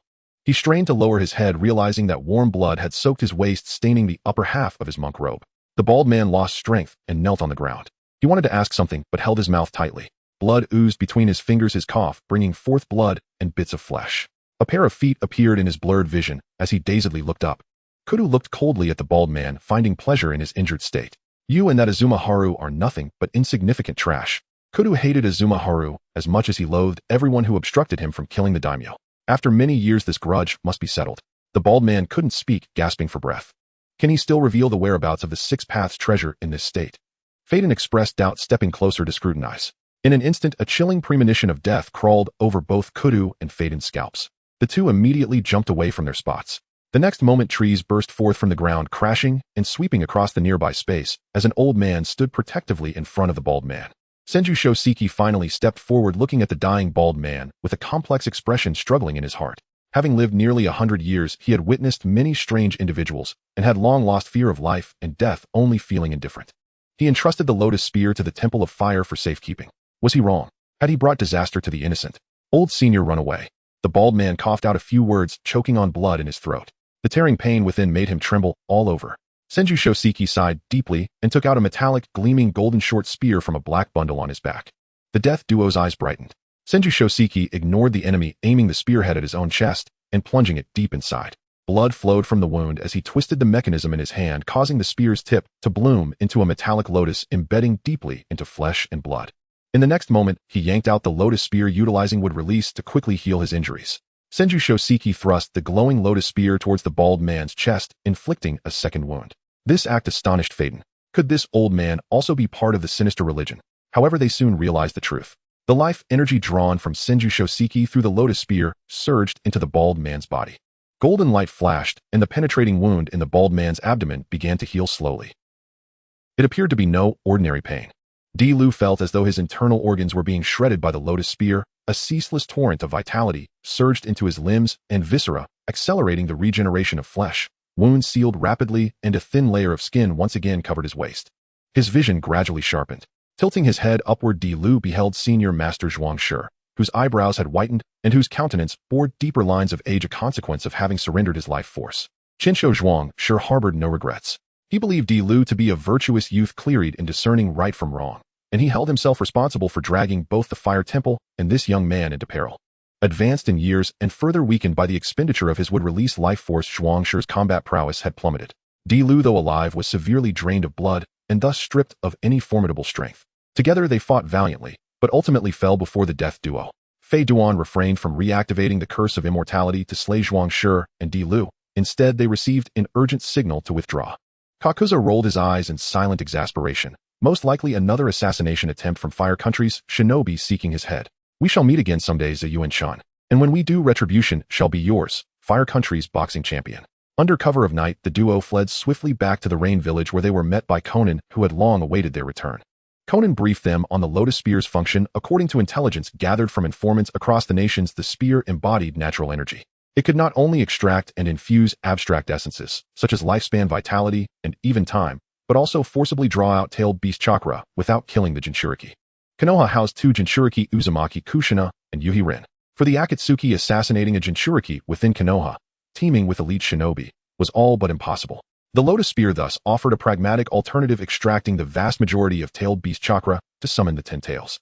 A mere fraction of chakra would remain, enough to sustain the Jinchuriki's life, yet insufficient to preserve their strength. The spear transmuted power into fragility, mental exhaustion, and enduring agony would shadow the Jinchuriki henceforth. What? Return again? Fei Duan deeply doubted the wisdom of this plan. Fire Country would surely have issued nationwide warrants for their capture. What advantage could possibly justify such a risk? His shoulder tensed. He turned his head rightward, and unsurprisingly there stood that eccentric, relentlessly kind elder once more. Fei Duan instinctively retreated 2 paces away from Uchiha Nobuto. Nobuto stared at Fei Duan expressionless, his Mangekyo Sharingan glinting with quiet menace, implying they would return. Then with a blink his eyes reverted to their ordinary black hue. Do not misunderstand. The shinobi pursuing you are Rin Yuhi's Jinin team. You may use the Lotus Spear to extract the 3 tails. After brief deliberation, Fei Duan and Kakuza assented. Pain deemed this mission significant enough to dispatch Sasori in support. Once the duo departed, Nobuto withdrew his gaze, only for Conan to call out to him. Nobuto turned, his face now softened into gentle warmth. Does targeting former comrades unsettle you? Speaking with elders like Nobuto filled Konan with profound psychological pressure. She could not fathom his inner thoughts, yet he undeniably cooperated fully with Nagato's directives. His smile faded as he murmured softly, "No matter. In the ideal world, Konoha and the Uchiha will coexist in harmony. All in Konoha shall enjoy a radiant future. Fugaku, Makoto, grieve not. We shall all live together in peace and unity." Uchiha Madara was undoubtedly a man of unshakable integrity, a paragon of strength. Otherwise his own father would never have served as Madara's personal guard. Nobuto therefore had no choice but to walk this path to its end, inheriting that solemn duty. The sacred charge of preserving peace between Konoha and the Uchiha clan. Patience then. He gently ruffled Konan's hair and vanished quietly as she stood frozen in astonishment.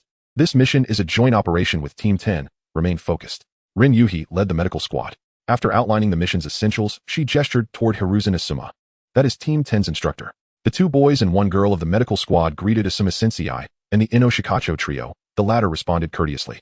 An exclusive medical squad. It sounds rather prestigious.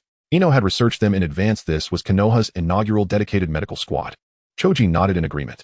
Only Shikamaru Nara reacted indifferently, offering a perfunctory acknowledgement, neither excited nor animated. This spring he alone among his peers had been promoted to Chūnin, an uncommon opportunity to undertake a mission alongside his teammates. That's rather impolite, Asuma teased, vigorously tousling Shikamaru's hair and shaking his head with a wry smile. Shikamaru evaded the jest and steered the conversation back to seriousness. It's not about politeness, it's about casualties. The grim truth struck home. Casualties had been so severe that a medical squad was required. His incisive remark left everyone silent. Rin Yuhi and Hiruzen Asuma, both Jonin instructors, simultaneously pressed their palms to their foreheads. The reality was undeniable. This mission had claimed a horrifying toll. Most monks of the Fire Temple lay dead or grievously wounded. Head monk Di Lu had fallen into unconsciousness after sustaining critical injuries defending the temple, while senior master Qinsho Zhuang sure remained comatose from his wounds. Please don't despair. The 3 genin of the medical squad chorused in unison, offering comfort to Rin Sensei. 2 bespectacled boys and a short-haired girl, all earnest and dutiful. To them this was a crucible of growth and trial, a chance to prove themselves worthy of their teacher's trust. Indeed, you have our full confidence. Press on. Rin Yuhi beamed with warm encouragement. Upon arriving at the Fire Temple, Team 10 and the medical squad found the grounds scarred by fire. The Ino Shikacho trio dispersed around the temple perimeter, standing vigilant against any emergent threat. The medical squad sprang into action, each member assuming their designated role. Seeing his friend lying motionless upon the bed, Asuma, stoic warrior though he was, shed tears. Di Lu suffered secondary trauma despite Zhuangshi's life force gift. His body had succumbed to irreversible decline. Overnight his musculature had withered, leaving him gaunt and skeletal. I'll rebuild my strength soon enough. Di Lu reassured Asuma, then closed his weary eyes. Suddenly recalling something, he asked after Chun's well-being. Fei Duan's words had resurrected memories of Chun's recent death and revival. Separated by great distance, Di Lu knew little of how events had unfolded. Has Chun returned safely? Yes, Asuma replied, mustering a fragile smile. Yet his heart grew heavier still. Having recently endured Chun's death and now witnessing Di Lu's grave condition, he bore a weight of sorrow too deep for words. By the way, the Akatsuki is a mysterious organization. What did they seek at the Fire Temple? Di Lu remained silent. The 6 paths treasures brought by Senior Master Zhuangshi were matters of utmost gravity, and not Konoha's to claim. The Lotus Spear, a relic from the Warring States era once treasured by the Senju clan, had been entrusted to the Fire Temple for safekeeping. He held no authority to disclose it. Even if the spear had fallen into enemy hands, Di Lu could not presume to speak for Zhuangshi. He simply shook his head, urging his friend to proceed with extreme caution. Understood. Asuma nodded gravely, then reached into his pocket for a cigarette only to pause mid-draw and sheepishly return it. Di Lu could only stare speechless. I nearly forgot there's a patient present. My apologies. As the two conversed, the Ino Shikacho trio suddenly faced crisis. The area around the Temple of Fire was surrounded by bamboo groves, and when the wind blew, it produced a crisp sound. The trio of Inuzuka Nara and Akimichi kept watch near the Temple of Fire throughout the night, with nothing stirring except for the cries of the monks being treated by the medical team. Could there be any deities in the forest? At the age of 12, full of curiosity, Ino moved her stiff waist and held a bamboo leaf up to her eyes. The bamboo leaf was needle-like sharp and elongated overall. Raising her hand, the patterns of the leaf became clearer under the sunlight. Deities. Chuji stopped munching on chips and looked deeper into the bamboo grove, where winding paths led into the mist. There were legends in the ninja world about deities around temples, but Chuji was not interested. Maybe they exist, but won't show themselves, Ino. This place looks quite damp and eerie. Deities. There are some. Shikamaru rarely chimed in with such nonsense, stroking his chin as if seriously contemplating. Hearing her teammates, Ino and Chuji curiously leaned in. Are there really deities? Where did you hear that? Clearly Asuma Sensei never mentioned anything about deities, yet Shikamaru knew this too. It was impressive. Chuji suddenly had an idea. Then could there also be legendary heroes hiding in a place like this? The legendary hero in Chuji's mind was vague, likely someone wearing a straw hat and a cloak standing with a weapon like a scenic view. That's so exaggerated. Ino facepalmed, returning to the original topic and demanding evidence from Shikamaru. Encouraged by Shikamaru, the others closed their eyes, and after a moment, Ino noticed something above her head. She trembled as she took the object down. It was a stag beetle. He'll kill you. What kind of deity is a stag beetle? Ino felt deceived, her face turning quite angry. She wordlessly placed the stag beetle back into the soil. What about the hero? Chuji raised his hand, ignoring Ino's grumbling. Shikamaru felt a headache coming on. He only wanted to liven up the atmosphere because he found the guard duty too boring. Where could he find the legendary hero Chuji wanted? Nara Shikamaru looked up at the sky, letting out a long sigh. When he returned his gaze, he saw two mysterious figures at a 45-degree angle above him. Shikamaru's mind went blank, leaving only the sound of ringing in his ears, forgetting even to breathe. The world felt as though it had suddenly been paused. I think I just saw the hero you wanted. Chuji and Ino followed Shikamaru's terrified gaze backward. Two strangers in red cloud-patterned cloaks appeared not far away, one of them Hayazono, wearing a straw hat draped in a cloak with a massive bloody scythe hanging from his back. The other was short and terrifying, a puppet of Sasori's. It perfectly matched the fantasy of a legendary hero. But the trio only felt an overwhelming fear of death. It's just a bunch of kids. Hayazono stood on the bamboo, bending the straight bamboo pole. He looked at Sasori beside him with a teasing tone. Let's see who can break through this game of Konoha's Jinin first. Chakra strings, explosive tag traps. So childish.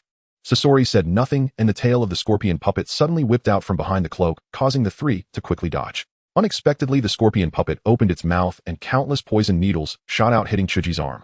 Shikamaru and Ino exchanged glances, and Ino immediately initiated the mind-body switch technique on Hayazono. In that moment of distraction, Shikamaru's kunai struck the explosive tag trap. A tremendous explosion echoed through the forest, trying to attract other ninjas for rescue. Hayazono looked at the three kids with great interest, as if observing panicked rabbits. Indeed, Konoha's ninjas were not foolish, but the information gap was dramatic. After all, Hayazono and Sasori's ultimate goal was to lure out Nara Shikaku. What a great help. Get out of the way. Chuji shouted, clutching his arm. Ino was a moment too slow and was caught by the scorpion tail, slamming violently into the ground, raising a cloud of dust. Her face and limbs were covered in dirt and wounds, trembling as she got up. It's fine. Fine, my foot, it hurts a lot.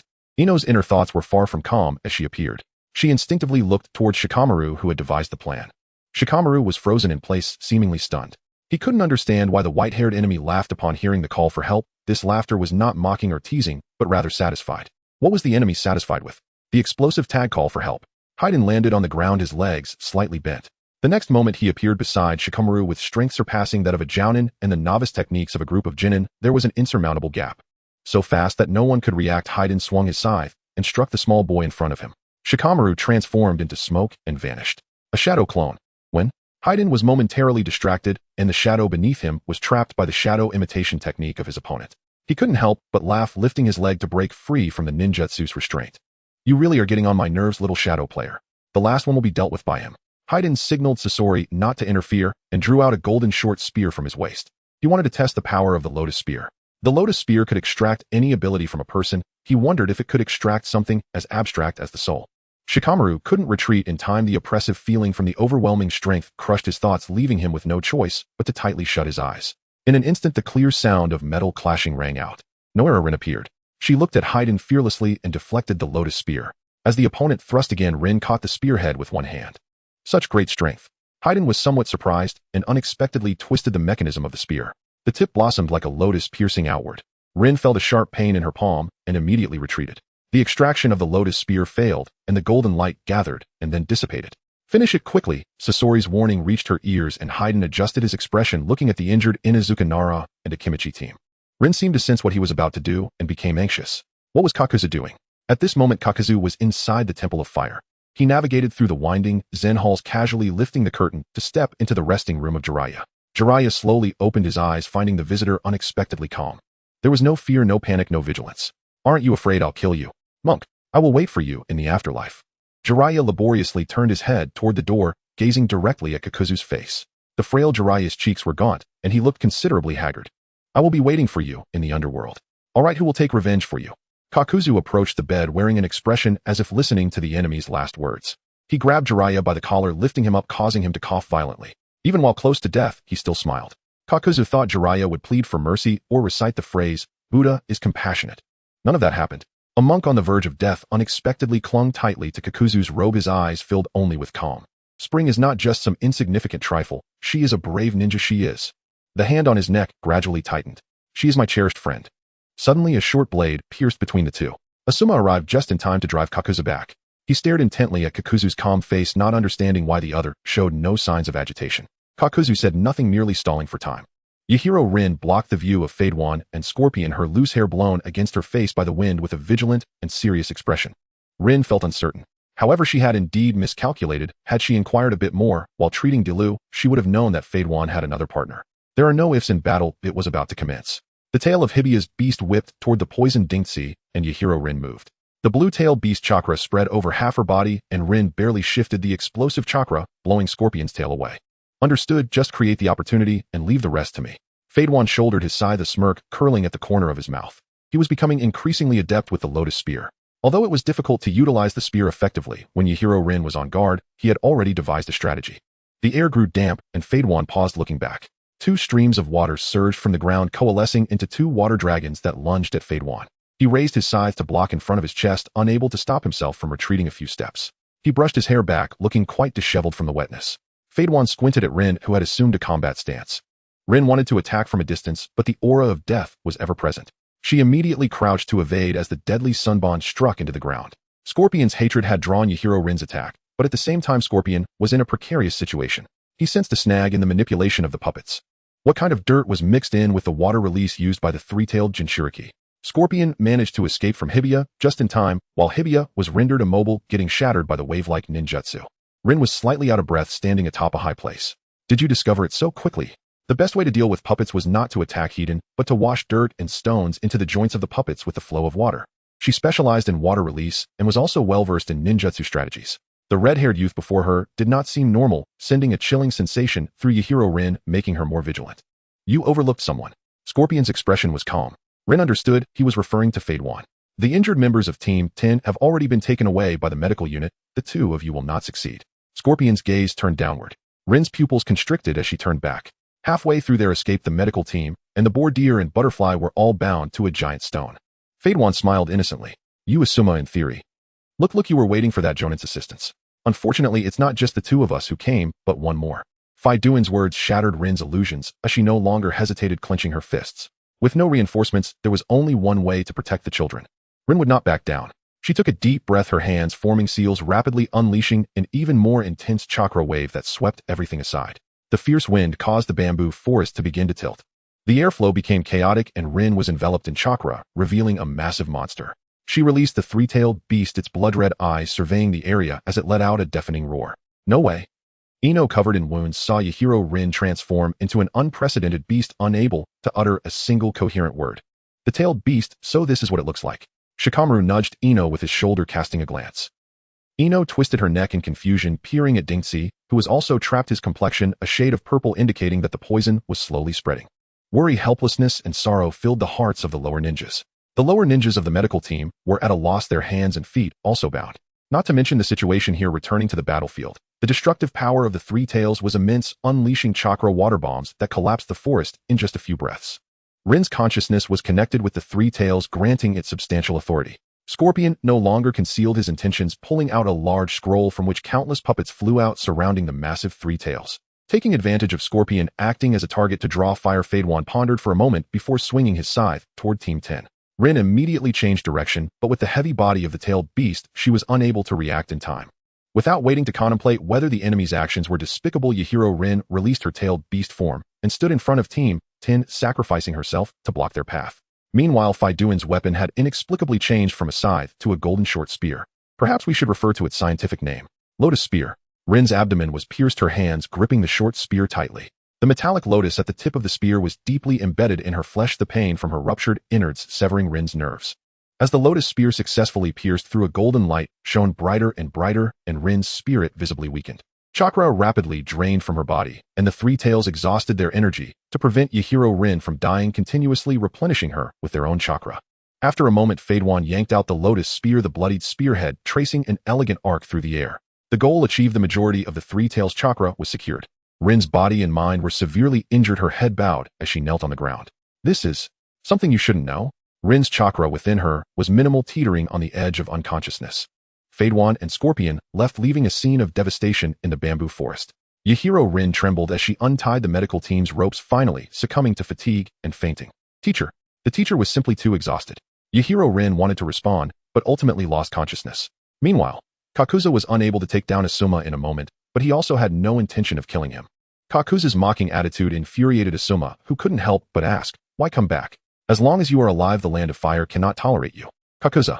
At the moment he attempted to assassinate the daimyo of the Land of Fire, he was placed on the blacklist of the Land of Fire. It has nothing to do with you.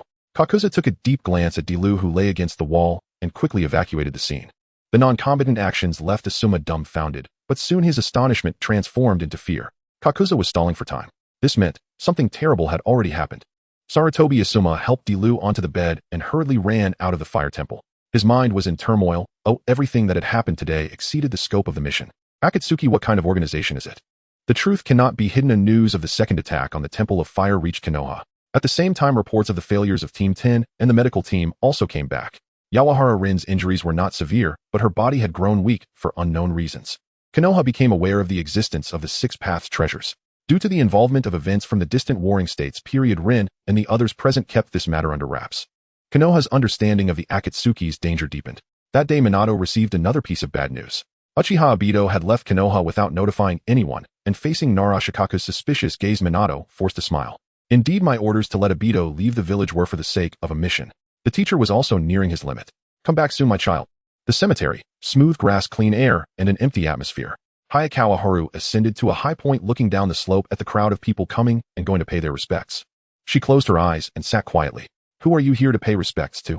This voice belonged to Chikage. Haru maintained her sitting posture, hugging her knees. The gentle breeze stirred Haru's long hair as she kept her eyes closed. Sister Haru. Chikage choked on her words, as she originally intended to confess her sins to Haru, having delivered the final intelligence for Orochimaru. But seeing that Haru showed no reaction, she hesitated. Chikage had 3 life-saving benefactors. One was Hayakawa Haru, another was Uchiha Obito, and the last was Orochimaru. Is this considered betrayal? Lord Orochimaru. Chikage bit her lower lip. I just want to stay for a while. Haru's voice pulled Chikage back, and she stepped forward to sit beside her sister. Haru opened her eyes, staring blankly ahead. After waiting for a long time without a response, Chikage left. Hayakawa Haru finally shed that layer of calmness and irritably covered her face. The ground was heavily injured. The tailed beast chakra within Yawahara Rin had completely vanished. All of this was attributed to the Akatsuki. Yet Haru surprisingly felt neither sadness nor sorrow. She was no longer the teenager who wandered aimlessly due to confusion over love. Her heart now held only one thought: to annihilate all those responsible. This anger, devoid of expression, did not diminish with time. Instead, it burned more fiercely within her heart. Perhaps this was her true nature, the violent essence of her fury. If only she had remained calm and composed in her cultivation, she wouldn't have had to consider so many things, nor would she have had to compromise so much, hesitating in the face of major events. If not for the thought, becoming a ninja means many will die. A voice came from behind, and Haru turned back with tears glistening at the corners of her eyes. A blonde female ninja casually ruffled her hair a few times. You are also a child of Konoha, right? Tsunade gazed down the slope where stone tablets stood quietly. She withdrew her hand, a light smile escaping her lips. Senju Tsunade. Seeing the legendary Tsunade for the first time, Haru felt a bit awkward. No, what does she have to feel guilty about? She had merely voiced her thoughts internally. Tsunade-senpai, is there something going on that brought you back? Yes, have you seen my second uncle recently, kid? Second uncle? Of the Senju clan. If the usual drama of the ninja world holds, that second uncle should be Senju Choji. After all the rest of the Senju clan had perished, Haru was slightly taken aback, her pupils narrowing. The scene of Senju Choji smashing glass and hastily leaving the village resurfaced in her memory, stirring up waves. That sneaky posture, that panicked expression, as if afraid of being discovered by others. Tsunade-senpai, Grandpa Choji must have gone to seek his sunset love. A light bulb appeared over Haru's head. Tsunade's expression suddenly turned extremely speechless. She waved her hand to indicate it was impossible and turned to leave, continuing her search. Haru watched Tsunade leave, stood up, and brushed off the dust. It was nearing noon, and she tidied her emotions, preparing to head home. Today, Konoha felt particularly unusual. Haru noticed that every household had tightly closed doors, as if some monstrous beast was lurking. Meanwhile, rumors of Uchiha Obito's crimes began to circulate in the streets. So had the gossip level of Konoha's villagers evolved to a frightening degree without anyone noticing. It had been quite lively in the morning. Where was Obito? Why wasn't he coming out to argue? Haru skillfully took out her key, twisted the lock, and almost got startled upon opening the door. What a cold and desperate face. Uchiha Izuna could actually make such a grotesque expression.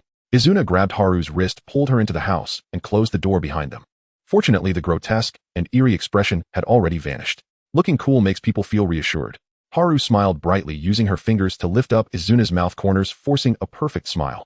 In the next moment, her right hand was grabbed and Haru stiffened. Don't look at her with that moody, handsome expression, you idiot. It was almost a critical blow. Haru quickly pulled back her hand, sitting on the nearby sofa, pounding the cushion. What are you planning to do? Izuna looked at his empty palm. What to do? Haru asked, knowingly feeling uneasy. She vaguely understood what the person beside her was asking. Retrieving Mizuki, avenging the injury to the ground, uncovering the truth of Obito's defection, and avenging Rin. All these matters piled up like snowflakes in Haru's world until they culminated in a complete avalanche. An avalanche of emotions. She was eager to end everything, change everything, save everything, to the point that the thought of leaving the village resurfaced. Facing it alone to eliminate the Akatsuki. The two exchanged glances, yet found themselves speechless. The air grew quiet, leaving only their breaths. Haru's gaze darted away, unable to meet Izuna's eyes. Did they think it was time for the entertaining argument segment? Not really. As Haru pondered, a lightning-like thought struck her mind. It was inescapable. Hayakawa Haru would never forget the melancholic eyes of Uchiha Izuna throughout her life. Damn it, this thought needs to roll out of my mind. Bastard. Haru's head dropped lower, her shoulders trembling. Her long hair concealed her expression, and she covered her mouth, laughing silently. Izuna thought Haru was crying, and immediately stopped being silent, embracing her. Haru couldn't afford to stop now. Exaggeratingly speaking, if her boyfriend discovered that she was actually laughing to the point of trembling, it would absolutely trigger the Fourth Ninja World War. Haru chose to play dead, resting on Izuna's shoulder in silence. The roles had reversed, the silent one had changed. Haru absent-mindedly contemplated the future, feeling the arms around her tightening. She seemed to sense something, and wrapped her arms around Izuna in return. The fabric on her shoulder became damp. Ooh, she heard the sound of his heartbeat. If you plan to leave, take me with you. The story continues. The spring morning in the garden was interrupted by a loud alarm, with heads lowered even further. Did someone say I was leaving? That's absurd. What a terrifying mind-reading ability. Could it be that Xian Jian has unknowingly evolved to surpass human limits? And also, don't randomly guess others' thoughts. Chun slowly pushed Xian Jian's shoulder, feeling a bit unconvinced. Xian Jian simply pointed to the clothes neatly arranged on the chair. So what if I really like tidying up clothes? Xian Jian remained silent, just persistently pointing at things. He changed direction, indicating the scattered luggage in various corners. In his eyes, Chun seemed like a hostage playing dumb, always engaging in futile arguments. Overdoing things is never good. After exposing Chun, Xian Jian repeated what he had just said. This time Chun's reaction was more intense than ever. She stretched out her arm to cover her lover's mouth. Given the circumstances, Chun decided to use the most primal force, her words. Her hand slowly moved away from the corner of Xian Jian's mouth, gently caressing his face. I have already outgrown the age of being confused about love. Leaving Konoha wasn't to find a path for my confusion or to heal my soul, but rather to kill. Do you understand? To kill. Shuemu is a failed friend, but I precisely need a failed friend in my life. Lin needs me to be happy, but without Lin's smile, I cannot be happy. Dilu has also witnessed my growth. In short, I have far too many matters to deal with and resolve. Xian Jian. Not knowing how to respond, Xian Jian paused for a moment, digesting the meaning behind Chun's words. He lowered his gaze and slowly leaned closer, his lips brushing against Chun's ear, his warm breath tickling her. That's great. I too have outgrown the age of being confused about love. So take me with you. No one can always be the confused young man or woman in love, but no longer being confused is a good thing. Only by breaking through confusion can hearts connect. Chun's mind went blank. She could only hear the increasingly loud heartbeat in her chest, and she dazedly replied, okay. Uchiha Obito, disheveled, was weaving through the forest with cuts from sharp objects on his arms. He couldn't understand why he had become the enemy of Konoha upon waking up. Too handsome. Being treated as the enemy. How could this be? Obito in a frenzy grabbed his hair, lamenting as he continued to hide. Taking advantage of a blind spot, he slipped into Kimui's space, escaping a disaster. Let's rewind time to 2 days ago when Obito bought a bouquet to visit Lin in the hospital. For some reason, he felt a sudden heaviness in his heart, but quickly regained his composure. What am I even thinking? Illusions began to emerge in his mind. Shaking his head vigorously made that strange feeling disappear. Obito scratched his head and chatted with Lin. Lin looked at Obito with concern, puzzled by his series of strange behaviors. Wait a moment. Lin grabbed Obito's arm. Obito felt a surge of joy inside, and his eyes brightened. He carefully turned to face Lin. Just as Lin was about to speak with a smile, the hospital door was burst open. Konoha's umbu surrounded the ward, and the sudden chase interrupted Obito's blissful thoughts. Even more bewildering was that the umbu immediately began to attack Obito. Without saying a word, he had no choice but to flee. Why was he being hunted? He couldn't understand. His goal was to become Hokage, not a criminal. Uchiha Obito was frantically escaping, accidentally bumping into pedestrians on the street. He widened his eyes, feeling that the face of a passerby seemed somewhat familiar. Having not seen her for years, he could no longer recall Qiangxiang's true appearance, but the girl before him felt a bit familiar. Once Qinxiang recognized who it was, she immediately lowered her head to hide her face with her hair. A dangerous gust brushed against his cheek, and Obito instinctively pulled out a kunai to block the shuriken. Without time to think, he pushed Qinxiang aside, and continued to flee. Xinxiang sat awkwardly by the street waiting for the to disappear from sight before standing up. She dusted off her clothes and leaned against the wall, arms crossed. The naivety in her eyes had completely extinguished, leaving only an unsettling calm that belied her age. Indeed, betrayal had begun from the very start. She was such a despicable person. Xinxiang, caught in a web of conflicting interests, had been drawn into the conflict between Zhao Yuanchun and Orochimaru. Now she found herself entangled in the conflict between Orochimaru and Uchiha Obito. She had 3 saviors, but fate demanded that she deceive, conceal, and frame them against each other. Where lies the future? Xinxiang was gradually losing her right to envision it. She used a transformation technique to disguise herself as Obito and killed a farmer from Konoha. This terrifying news, coupled with her crime being made public, signaled the start of Orochimaru's scheme. What? Nara Shikaku was in a panic, frozen. Did he just hear that his 2 students were leaving Konoha for their honeymoon? A honeymoon was inconsequential, but the timing made it hard not to arouse suspicion. Shikaku stared intently at the young couple before him. Chun's expression was calm, while Xianjian appeared indifferent. This odd demeanor only made them seem more suspicious. Did they really think of him, the strategist of Konoha, as a senile fool? Chun, let me say something. It would be great if you supported us. Thank you for your support.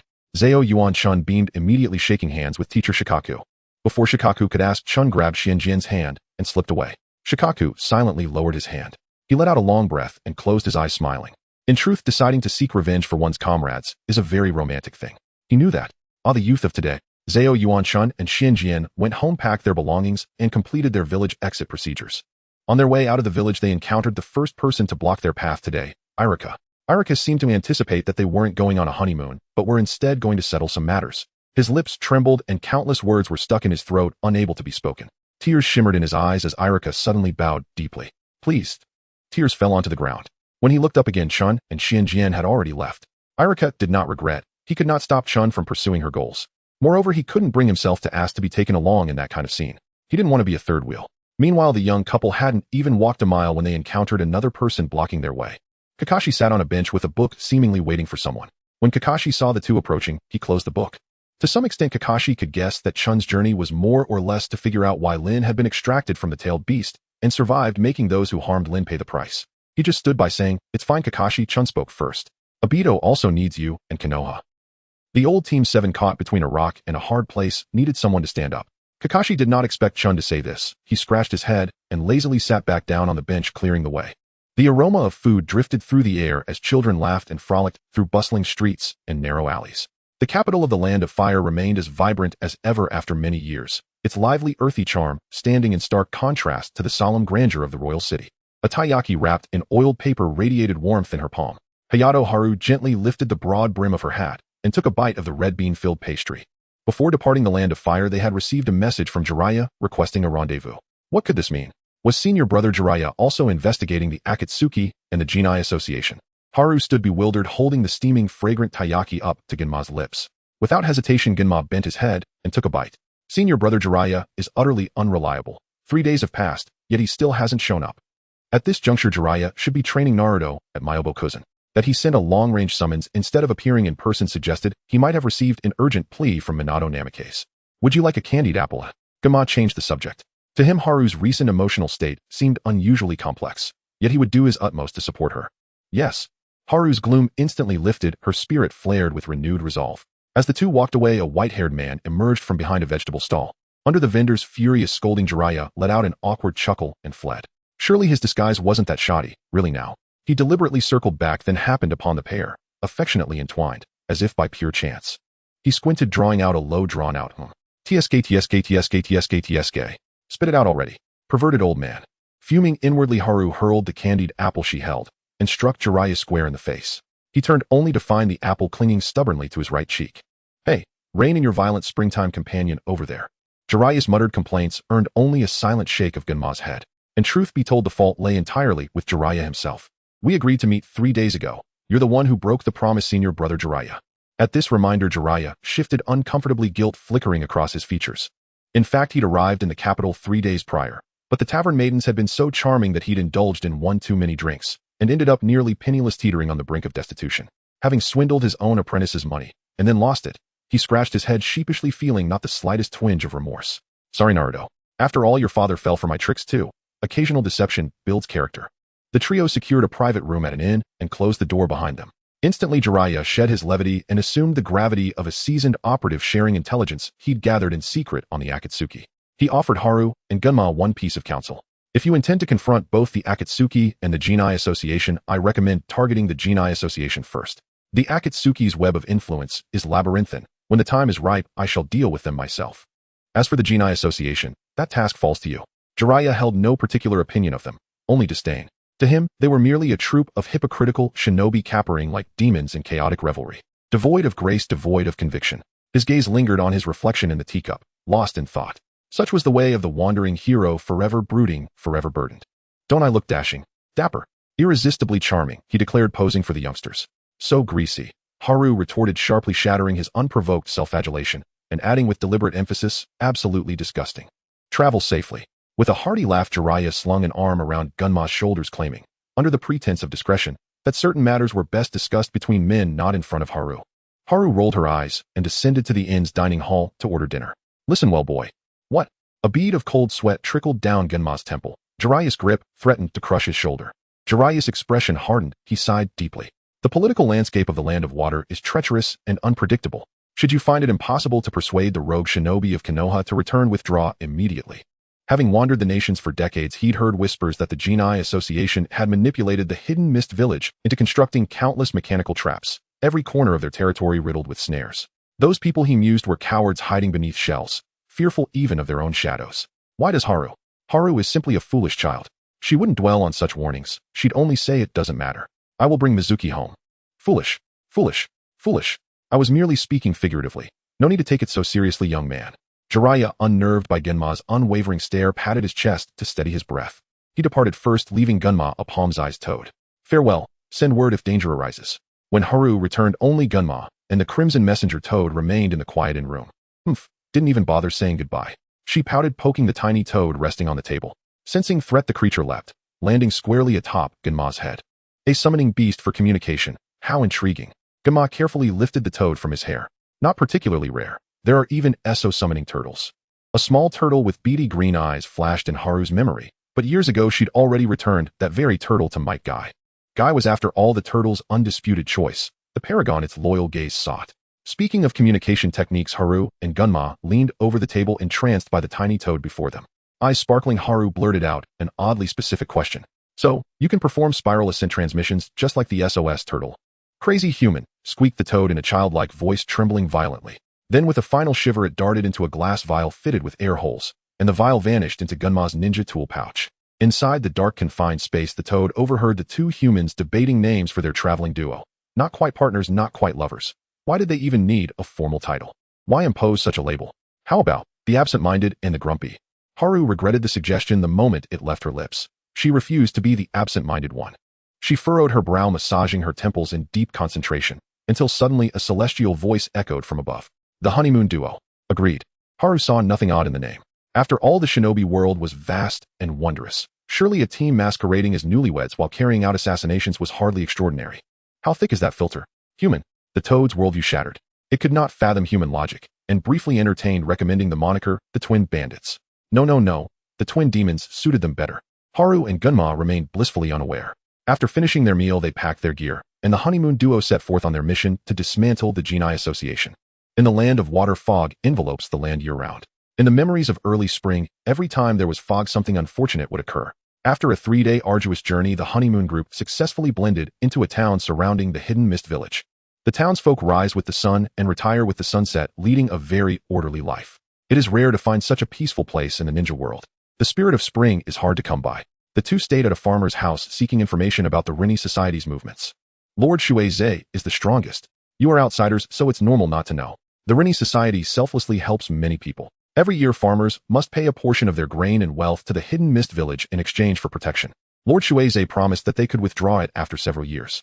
Observing the hope in the farmers' and children's eyes, early spring chose not to shatter this illusion. She knew Shuei would never return the grain and wealth. That guy was a beast in sheep's clothing.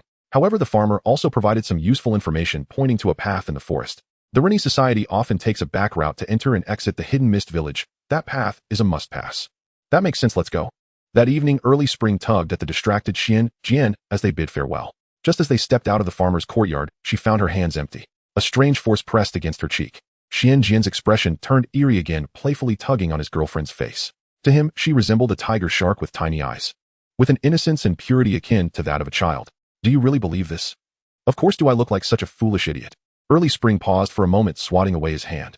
She would never admit to being deceived by the simple and peaceful farmer, avoiding a portrayal of herself as foolish. This is called infiltrating the enemy camp. Oh. They carefully approached the path, scrutinizing the surroundings for any traps. Early Spring sighed in relief, slowly looking up to find a massive wasp nest atop a tree above Xianjian's head. Her breath caught in her throat.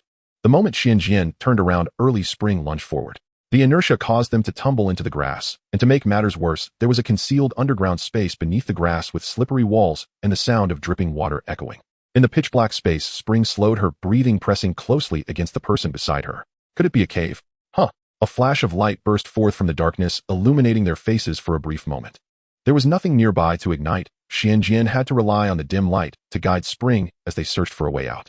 What's wrong? I didn't say anything. He was slightly taken aback, and Spring seemed to understand something as she rummaged through his ninja tool pouch. A small toad was released, disdainfully looking at the two drenched humans. What a damp place. The small toad leaped onto a stone pillar and grandly introduced itself. It called itself Toad 7, claiming it could navigate the intricate cave with ease.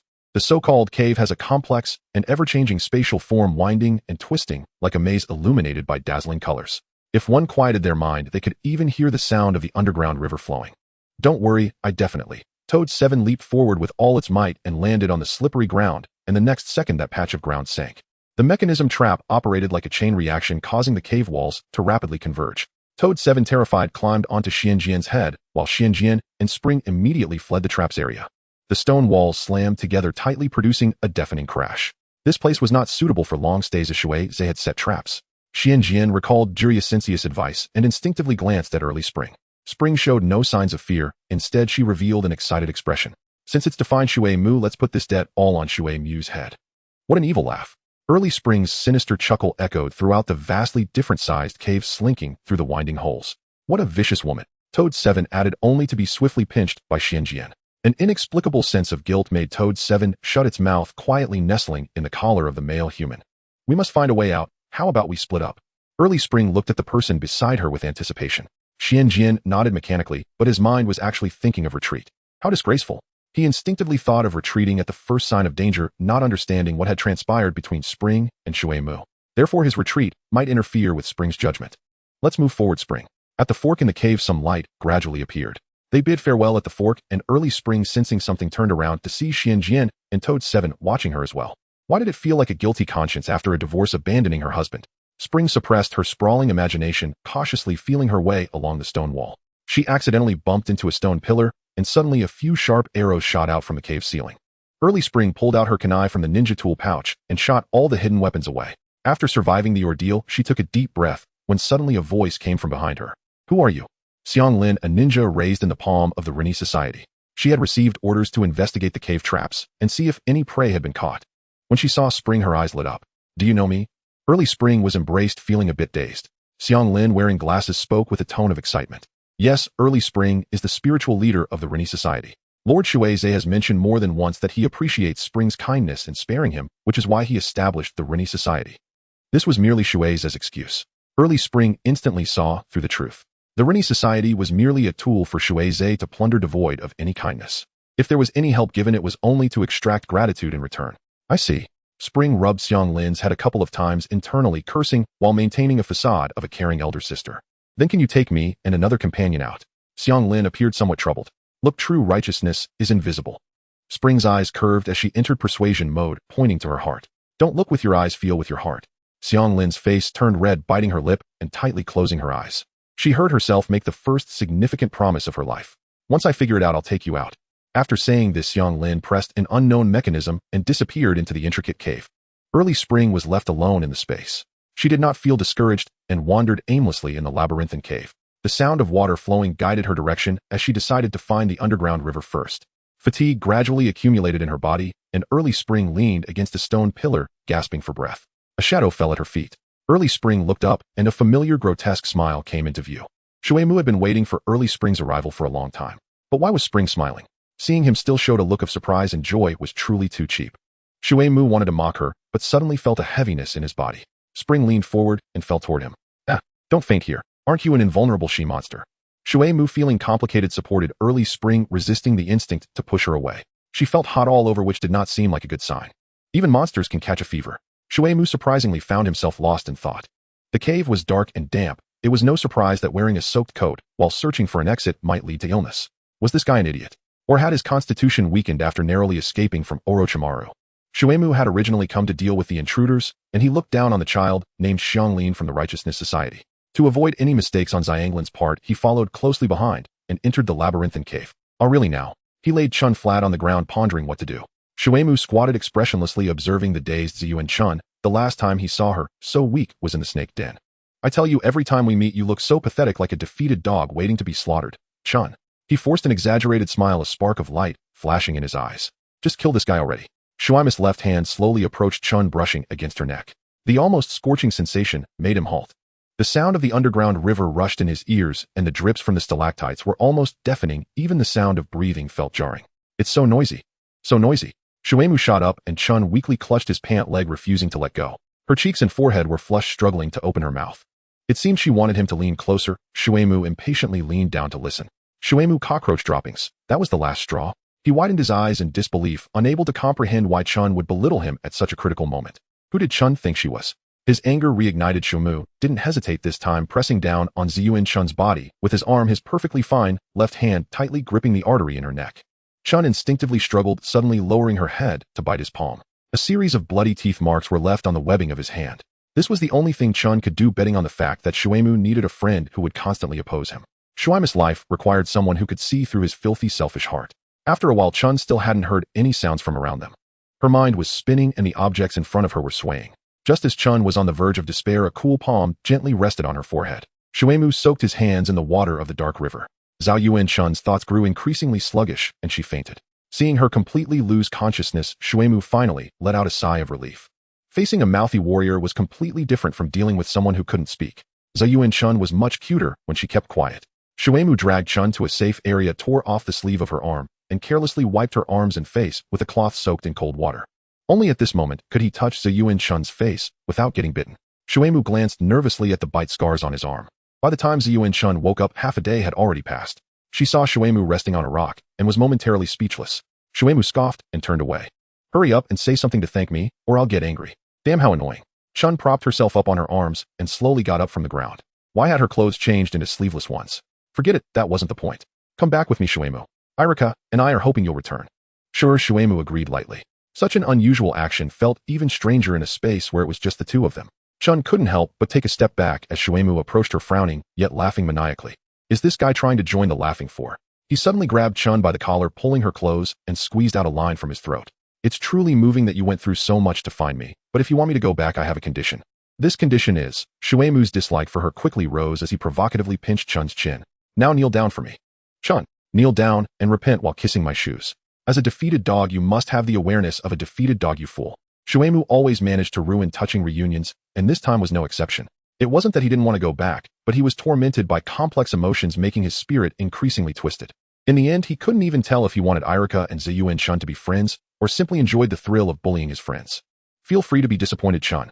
You said you hated me. Xianglin returned to the Righteousness Society, base, her mind heavy with thoughts. The others were all away on missions, leaving only Shuai's behind. Thus, Shuai's became the one to answer Xianglin's questions. She recounted her experiences in the cave labyrinth, looking eagerly at the president. Shuai's understood with a laugh. No need to be confused, look at this. Following Shuai's gaze, Xianglin saw the Righteousness Society's oath of membership on the wall. Shuai's used his hand to obscure the second line of text. He wanted Xianglin to focus on the words unrighteous and unjust. Now what does it look like? Unrighteous and unjust life will go smoothly. True feelings are forged in fire, revealing one's true self. Shuai's blocked the second line, but he overlooked one issue. Xianglin at 12 years old was quite short, and due to the misalignment in perspective, she saw Shuai's hand blocking the first line. True feelings are forged in fire, revealing one's true self. Xianglin's eyes widened slightly. She joyfully hugged Shuai's, who was surprised, and embraced the Righteousness Society's prized jewel, hearing a heavenly sentence. I understand now, you're truly like a fatherly figure, Shiza-senpai. This statement left Shuai speechless. By the time he regained his senses, Xianglin had already run off. Xianglin scampered back to the outskirts of the cave labyrinth. She dashed around in the cave, quickly finding a group of people. However, they were not Chun but a toad and a Konoha Jonin. It's you. Zhuangqian had some recollection, a team from the Mist Village during the Chūnin exams. The distinctive hair was quite memorable. Hey, a ninja from Konoha. Xianglin felt a bit shy. After taking a few deep breaths, she expressed her thoughts. She wanted to take Zuyuan-chun and her companions out of the maze. Don't be afraid to come with me. This child was clearly scared herself. After encountering a jonin from another village, her voice quivered. Nara Shikaku pondered for a moment and placed the toad Chi-Chi on Xianglin's head. Xianglin's eyes lit up, her attention shifting to the toad. She led the way ahead, while Xiangling observed the terrain and followed behind. The duo quickly found Chun's trail in a wide cave where a dark river ran through. Chun was pinned against the stone wall by Shuemu being questioned. Kneel and repent. As a defeated dog, you must have the awareness of a defeated dog, you fool. Xianglin felt a chill behind her as flames erupted from behind Xiangling. What a terrifying expression. Did that follow the laws of physics? Wait. Xianglin hurriedly ducked to the side as Nara Shikaku charged forward with a kunai. Just a second before Nara Shikaku reached Shuemu, Zuyuan-chun moved. She placed her right hand on Shuaima's cheek, not to comfort him, but to steady him. A simple slap sent Shuemu crashing to the ground. Shuemu was stunned, but soon Nara Shikaku appeared and subdued him, pressing a kunai against the neck of this madman. A word floated through Shuaima's mind: dog men and women. He admitted he was a bit foul-mouthed, but now with the roles reversed, he had become the one being bullied. Chun stepped forward, slowly grabbing Shuaima's hair to force him to look up. Come back with me. Shuemu wanted to curse, but the tearing pain on his scalp silenced him. A pair of dark green eyes stared at Chun. I don't lack friends, but I need a friend who has failed. Chun's words were quite effective. After saying this, Shuemu fell silent. Though hard to believe, Shuemu liked this promise-like statement, exposing the sincere friendship hidden beneath his flaws. Hey, if you don't agree, I'll send you to the afterlife. Xianglin noticed Shuaima's prolonged silence and winked at Xiangling. Nara Xiangling's expression turned colder, and without hesitation, he prepared to strike. Wait. I agree. The farce came to a pause. Xianglin observed the adult's love-hate entanglements, feeling a new layer of yearning in her heart.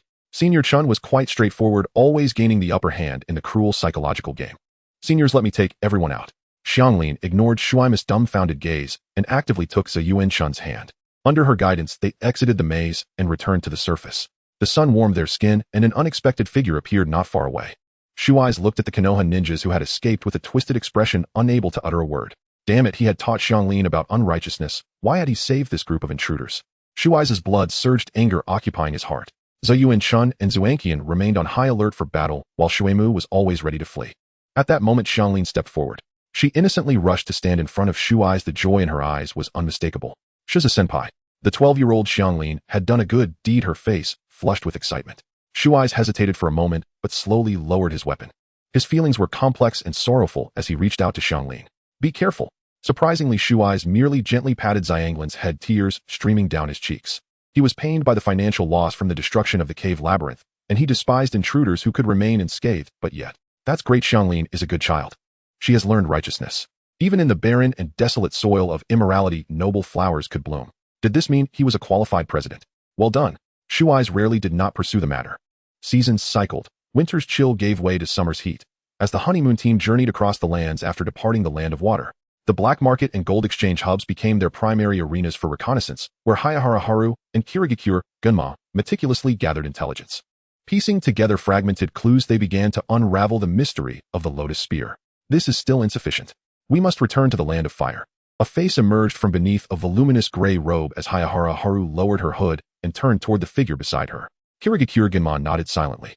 Gunma wore the unassuming garb of an ordinary stable hand, a cloth headband tied around his arm, while 2 strands of hair at his temples had been neatly braided by Haru into tiny playful knots. Tread carefully. Both the Lotus Spear and the Akatsuki Trail converged upon the land of fire. Another foray into the black market was inevitable. Before that, however, both Haru and Gunma independently recalled the same name, Mizuki. Mizuki had agreed to Haru's request to return to Konoha, but such a return offered only one fate: imprisonment. Thus, he accepted the 4th Hokage's covert directive. And so Mizuki became Haru and Gunma's informant. Another spring arrived. Under cover of deep night, the honeymoon team re-entered the land of fire and met Mizuki at the entrance to the black market. Though termed an entrance, it was little more than a dilapidated, secluded alleyway. 2 burly men stood guard, not quite professional assassins, each with a massive cleaver strapped to his waist. Spotting the trio approaching together, they stepped forward to interrogate them. Yet under Mizuki's icy, unnerving gaze, one guard broke into a cold sweat. He recognized this man as a hound of the benevolent society. Haru and Gunma slipped in behind Mizuki, blending seamlessly into the black market's shadowed currents. The alley was not crowded. Along both sides sprawled an array of eccentric stalls, one vendor missing an eye, passersby locked in heated dispute, a robed figure hanging wanted posters like bait on a hook. Haru spotted a figure clad in the black robes adorned with crimson clouds and followed him discreetly. She watched with quiet fascination as Deidara examined a bounty notice at a stall.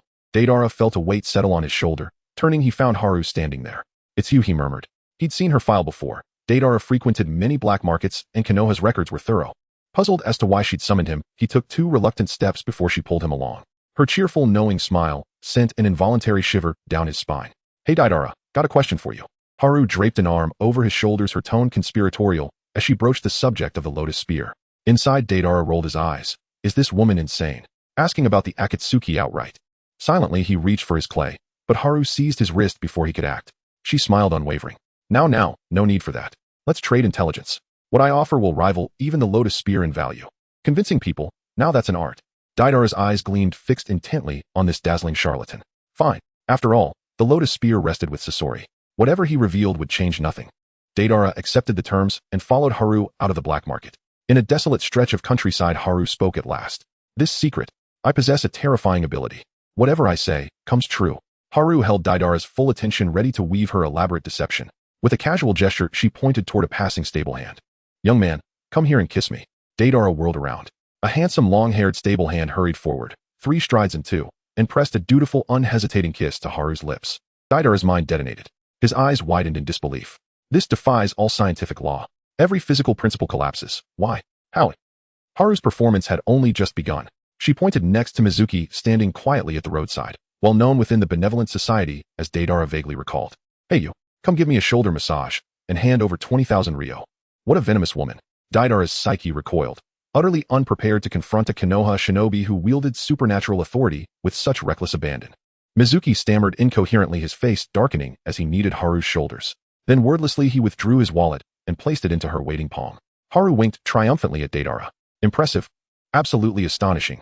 Deidara surrendered without reservation. Terrified she might issue a command against him, he honored his promise and divulged what he knew of the lotus spear. Yet he was no fool. He revealed only its properties, not its whereabouts. Then earnestly he requested instruction. Haru nodded, granting his plea. They parted on cheerful terms.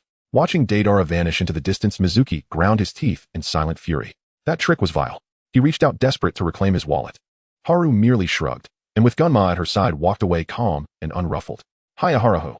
His enraged cry echoed across the barren field outside a town in the land of fire, where Asuma's squad had just been ambushed by the immortal duo. In a sense, this marked Konoha's second confrontation with the Akatsuki.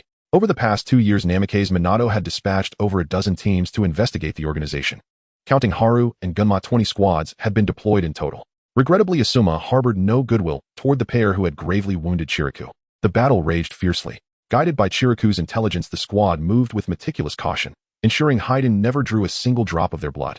Kamizuru Kino and Tetsuo Steel coordinated flawlessly, temporarily restraining Kikuzu, though their hold lasted only 3 minutes. Elsewhere, Asuma and Haiden exchanged relentless razor-sharp strikes, neither revealing the slightest opening. Shikamaru seized his chance. His shadow imitation technique locked Haiden's arms in place. In that instant, Asuma's short blade pierced Haiden's chest. Haiden understood immediately. Konoha knew nothing of his other ability. I'm immortal. A sly grin curled his lips. As Asuma approached to confirm the kill, Haiden lunged and sank his teeth into the Jonin's throat. Revolting as it was, the grotesque maneuver completed the ritual. Ahaha. Haiden wrenched free, snatching up his scythe to drive Asuma back. Blood streamed from his mouth onto the blade as he traced a grotesque sigil onto the earth. You know half the truth and nothing of the rest. All fools die the same way. Without hesitation, Haiden swung the scythe inward into his own abdomen. The assembled shinobi stared, frozen in horror. Shikamaru's heart turned to ice. Again, first Rinsenpai, then his teacher. Brutally, mercilessly violated.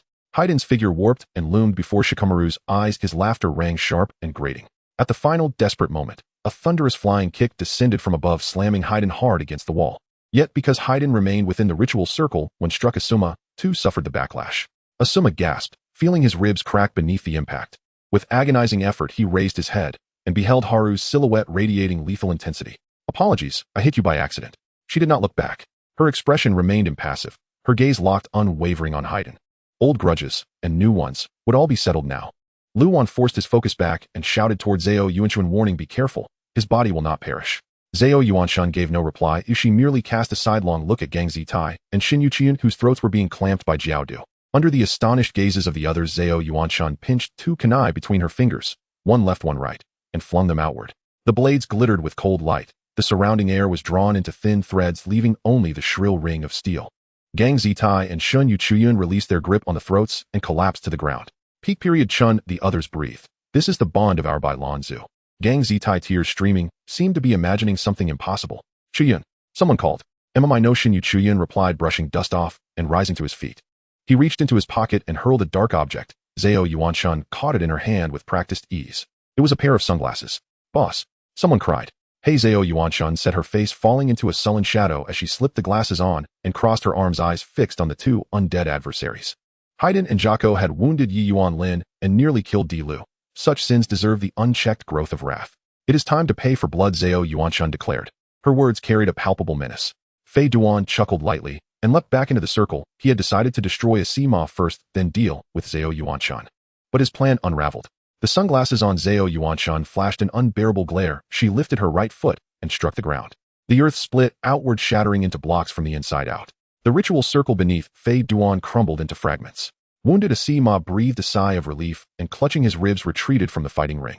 Fei Duan felt a jolt of dread and grew suddenly serious.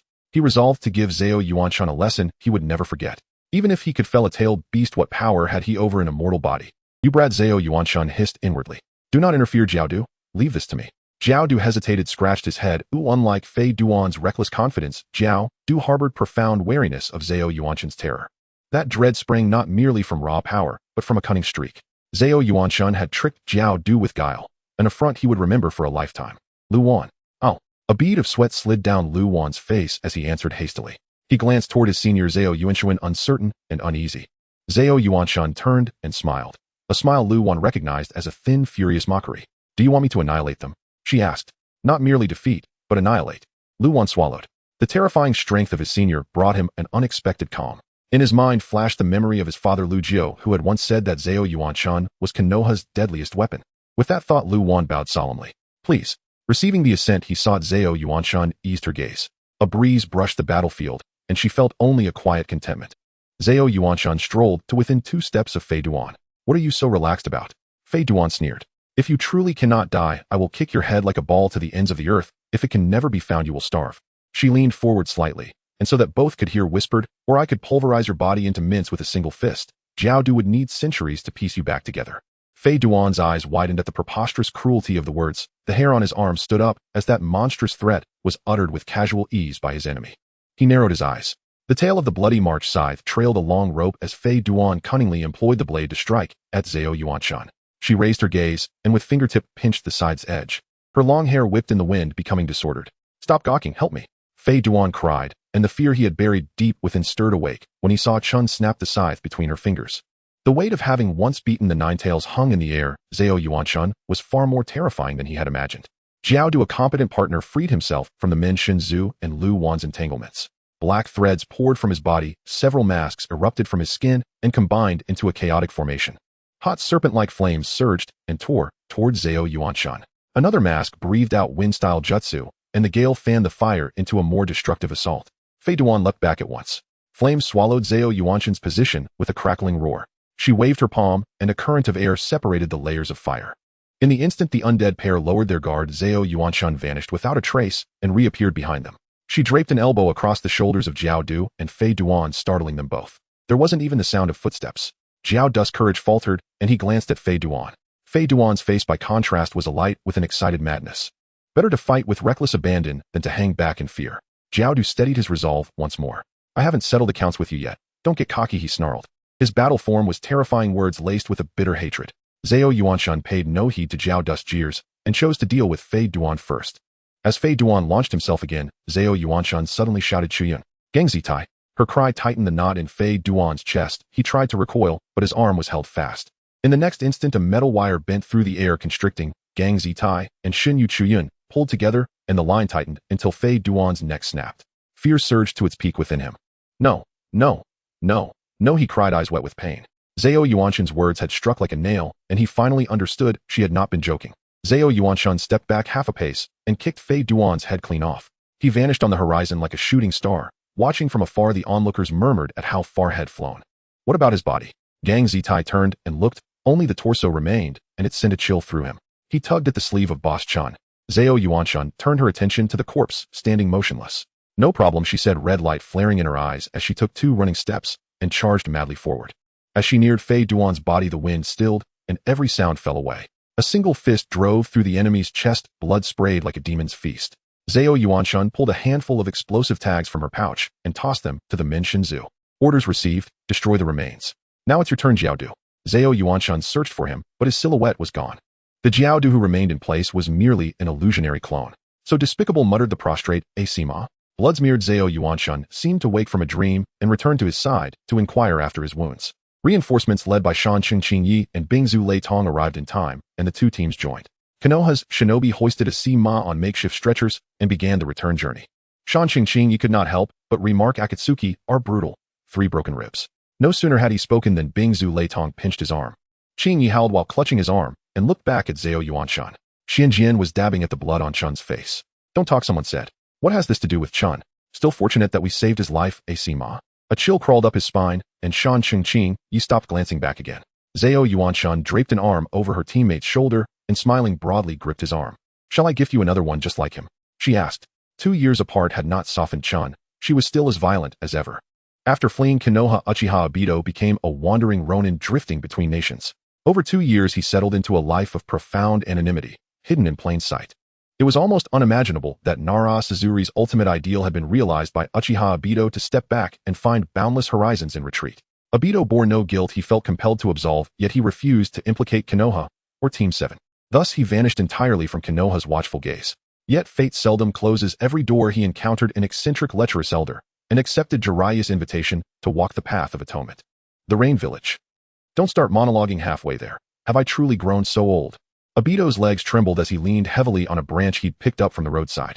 For 2 days Jiraiya had dragged him forward without pause, only now granting him a brief respite. Obito collapsed onto the ground the moment he looked up. A wooden sandal struck his face, leaving a faint imprint. How utterly rude.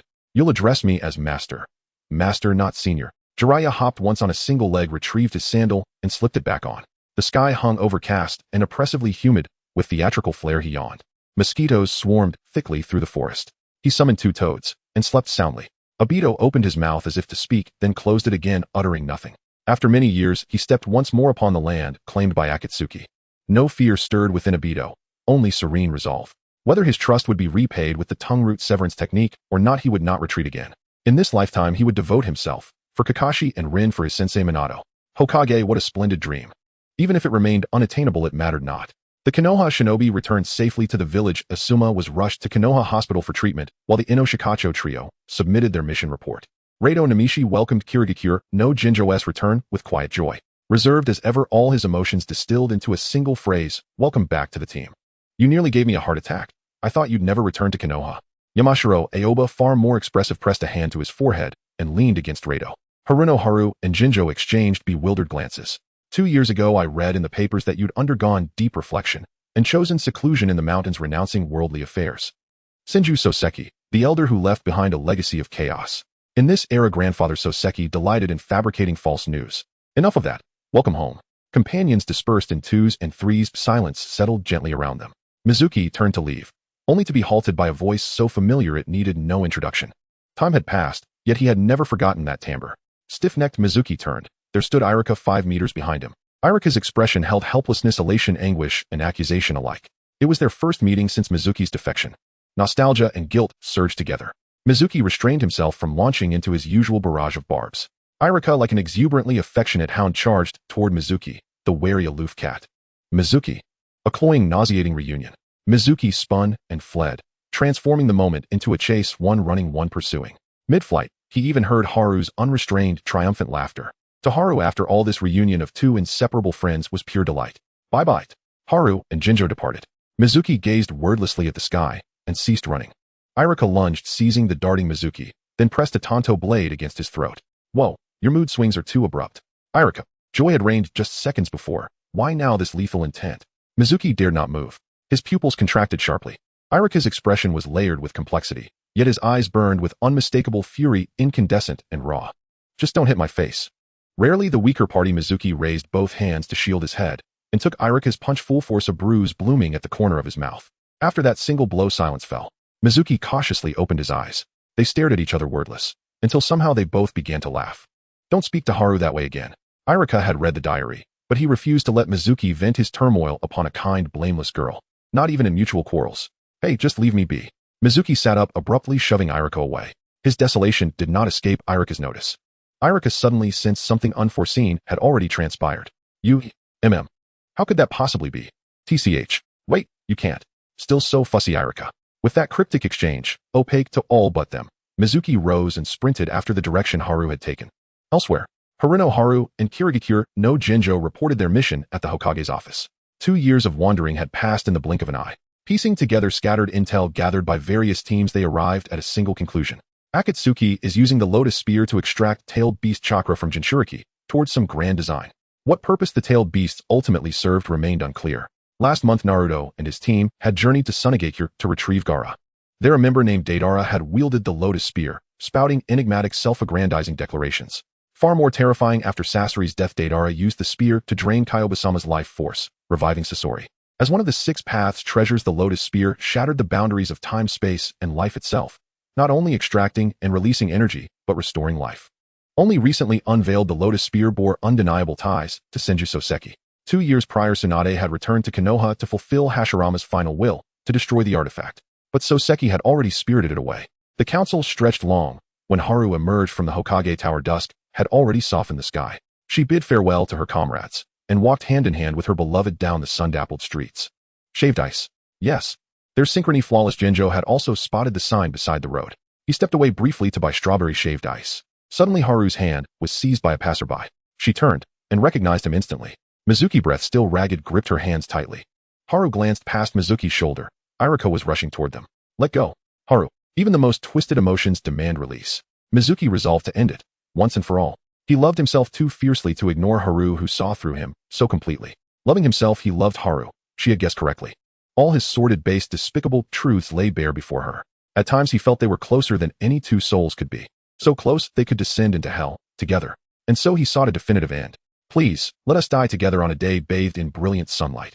Haru tilted her head, stunned. In an instant her hand was wrenched free. Genjo stood before her, his gaze cool and detached. Unaware, Mizuki repeated his plea. Because I truly. Before he could finish, Irika's fist slammed him to the ground. Bystanders scattered.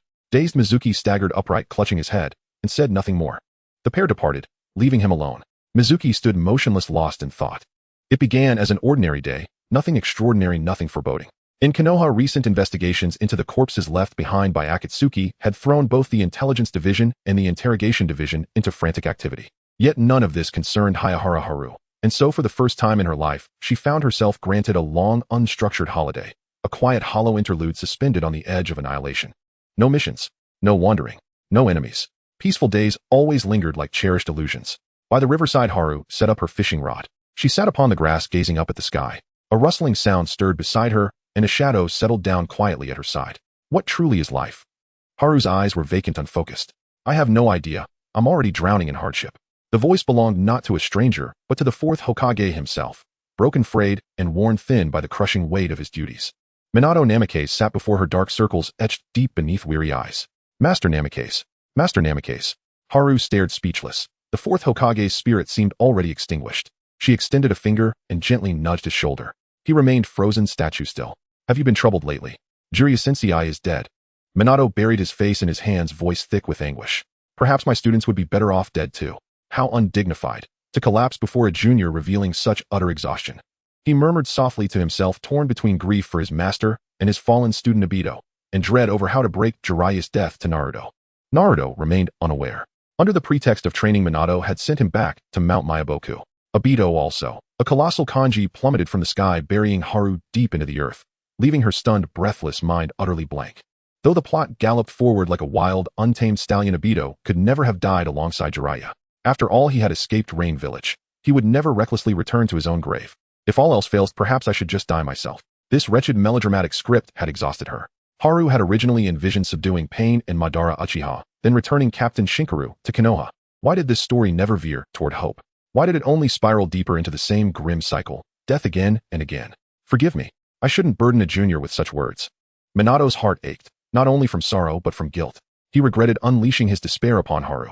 Gently he placed a hand atop her head. He'd heard rumors about the rogue ninja Mizuki, how he'd once urged Haru to join him in suicide. No, I will protect Kushina-sama. Haru's words came unbidden, abrupt and cryptic, and with that she turned and walked away. Minato watched her go, then hesitated before picking up the fishing gear she'd left behind, and resumed angling. Haru, moi. She glanced back. Mizuki offered her a gentle, warm smile.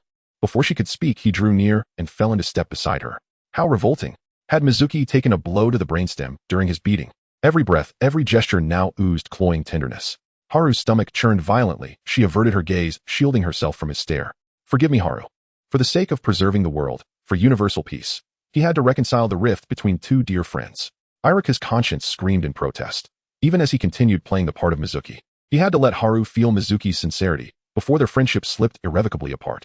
There's something I need to tell you. Mizuki reached out and clasped Haru's hand. Her expression twisted, bewildered, wary, deeply unsettled. All these years, thank you for enduring a comrade like me. Yet I'm profoundly grateful to have you as my friend. I simply never knew how to say it. Meanwhile, deep in the mountains behind Konoha, a scream tore through the sky. Mizuki and several other jonin were ambushed by an unknown assailant. Pain's Deva path, flanked by the other paths, swiftly overwhelmed them, then stood motionless, striking a solemn theatrical pose. Who the hell is this nail-faced freak?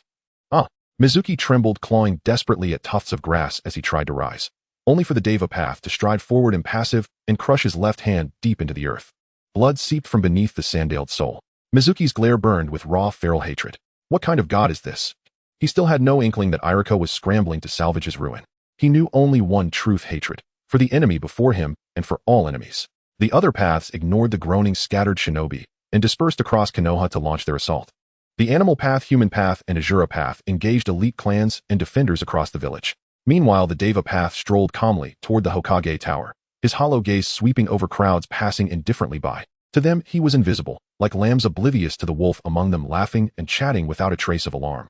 Just then Minato returned from fishing and embraced Kushina tightly.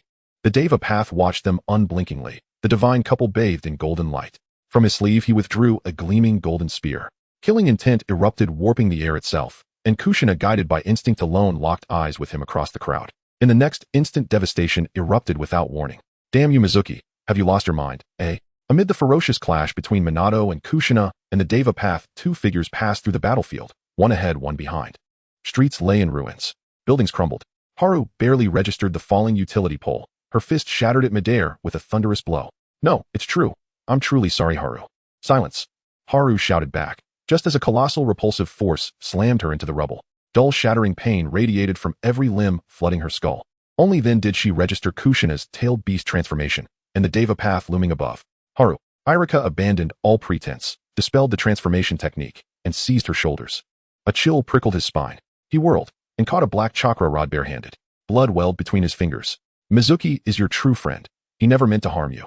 Please, give him another chance. Irika pleaded, even as Minato pressed a hand onto his shoulder, transporting him away. Evacuate the civilians, now. Gasping, Irika stared toward the battlefield, then clenched his jaw and plunged into action. This is our battlefield. The Deva Path's gaze remained fixed solely on Kushina. A kunai hurled from behind rebounded violently off an invisible barrier. He tilted his head slightly, then saw it. From the wreckage rose a figure wreathed in roiling black chakra, eyes burning crimson, like a demon risen from hell. So furious, so alive. Why? No, this is our battlefield. Where is Shinkaru? Ignoring Haru's whisper, the Deva Path retreated, floating upward into the sky. Rubble trembled. The self-proclaimed god unleashed an amplified version of Shinra Tensei. Haru became its primary target. When the blinding white light faded, a crater miles wide gaped open, silent, desolate. She's still just a child. For reasons unknown, Nagato, the puppet master behind it all, suddenly recalled words spoken long ago by Uchiha Shinkaru. The Deva Path glanced once at Haru, slumped motionless within the crater, then turned, resuming his pursuit of the Nine-Tails Jinchuriki. Chun, what's wrong? In the darkness, the sense of hearing sharpened, and Zao Yuan Chun heard that voice again. Even if it was an illusion, it should at least give her a reason. Buzzing in her ears repeatedly, it was too annoying. The suffocating weight of a giant stone pressed against Chun's chest, and at the last moment, Zao Yuan Chun finally woke up. She propped herself up with both hands on the ground, gasping for breath as her palms pressed against the earth, causing ripples of illusion to arise. Space. Surrounding her was nothingness with no visible boundaries. The ground emitted a dim glow like a river flowing to the other shore, and at the end of the golden light was a door. Who was there? Zao Yuan Chun felt uncertain and silently attributed this place to the Yellow Springs. Just a second ago she had been fighting, and the next she was struck deeply into the earth by the divine punishment of Shinra. It was definitely targeted. Nagato might know something. I'm behind you.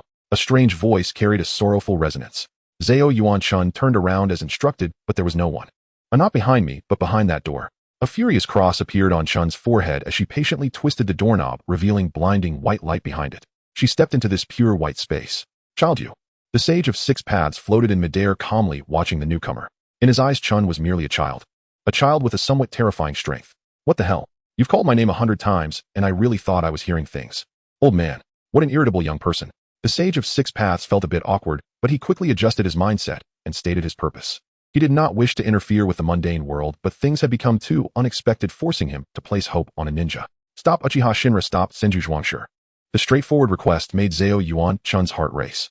The Sage of Six Paths placed his hand on Chun's head and seriously spoke the next line. Uchiha Shinra is being manipulated by Uchiha Madara and will use the rebirth of the samsara to sacrifice himself to resurrect Uchiha Madara in the future.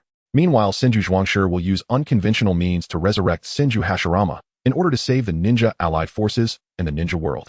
There can be reincarnations of Ashura and Indra in the world. However, the Sage of Six Paths understood that the ninja world could not have two pairs of reincarnations at the same time, especially since the death of Uchiha Shinra would cause tons of psychological damage to Zhao Yuan-chun. The outcome could only be one: destruction of the ninja world. Rather than waiting for the future ninja world to be destroyed, it was better to hope that Zhao Yuan-chun could change Uchiha Shinra and Senju Zhuangshi. Wait. But, logically, Captain Shinra doesn't have the Rinnegan, so how can he use the rebirth of the samsara? Even if we take 1,000 steps back, what other means does Senju Zhuangshi have? Chun was left dizzy by a torrent of questions, wanting to ask something. A sharp pain shot through her forehead as the Sage of Six Paths pressed down on her forehead, knocking her unconscious. The scene returned to reality. Zhao Yuan-chun was in pain all over as she crawled out of a deep pit. Konoha had been utterly destroyed, and in the center of a giant crater stood Pain and Naruto. Naruto stood dazed, struck by the sneak attack of the animal path. Just as the animal path was about to activate the Lotus Spear mechanism, it was crushed by the enraged Kushina. The Jonin on the battlefield were attacked by the remaining members of Akatsuki, caught in a desperate struggle. Indeed, all the members of Akatsuki who could come except for Uchiha Itachi were here. This could only exacerbate the already dire situation of Konoha. The Lotus Spear was retracted by Pain, and Naruto retreated heavily injured. Chun.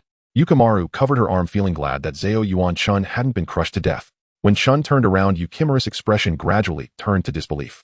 What's wrong? Zhao Yuan-chun shrugged and joined the battle. This battle manipulated by the enemy, she must change. Mark. Pain kept dodging, glancing at the red vertical mark on Chun's forehead. The long red line on her forehead was somewhat conspicuous, not looking like a bloodstain, but more like some kind of mystery. Zhao Yuan-chun's right hand was pinned to the ground, rage burning in her chest, and blood-red patterns began to spread from her right palm, covering her entire body. Except for her face, Chun's entire body was covered in mysterious blood-red patterns. The patterns on the back of her hand coalesced into a red circle.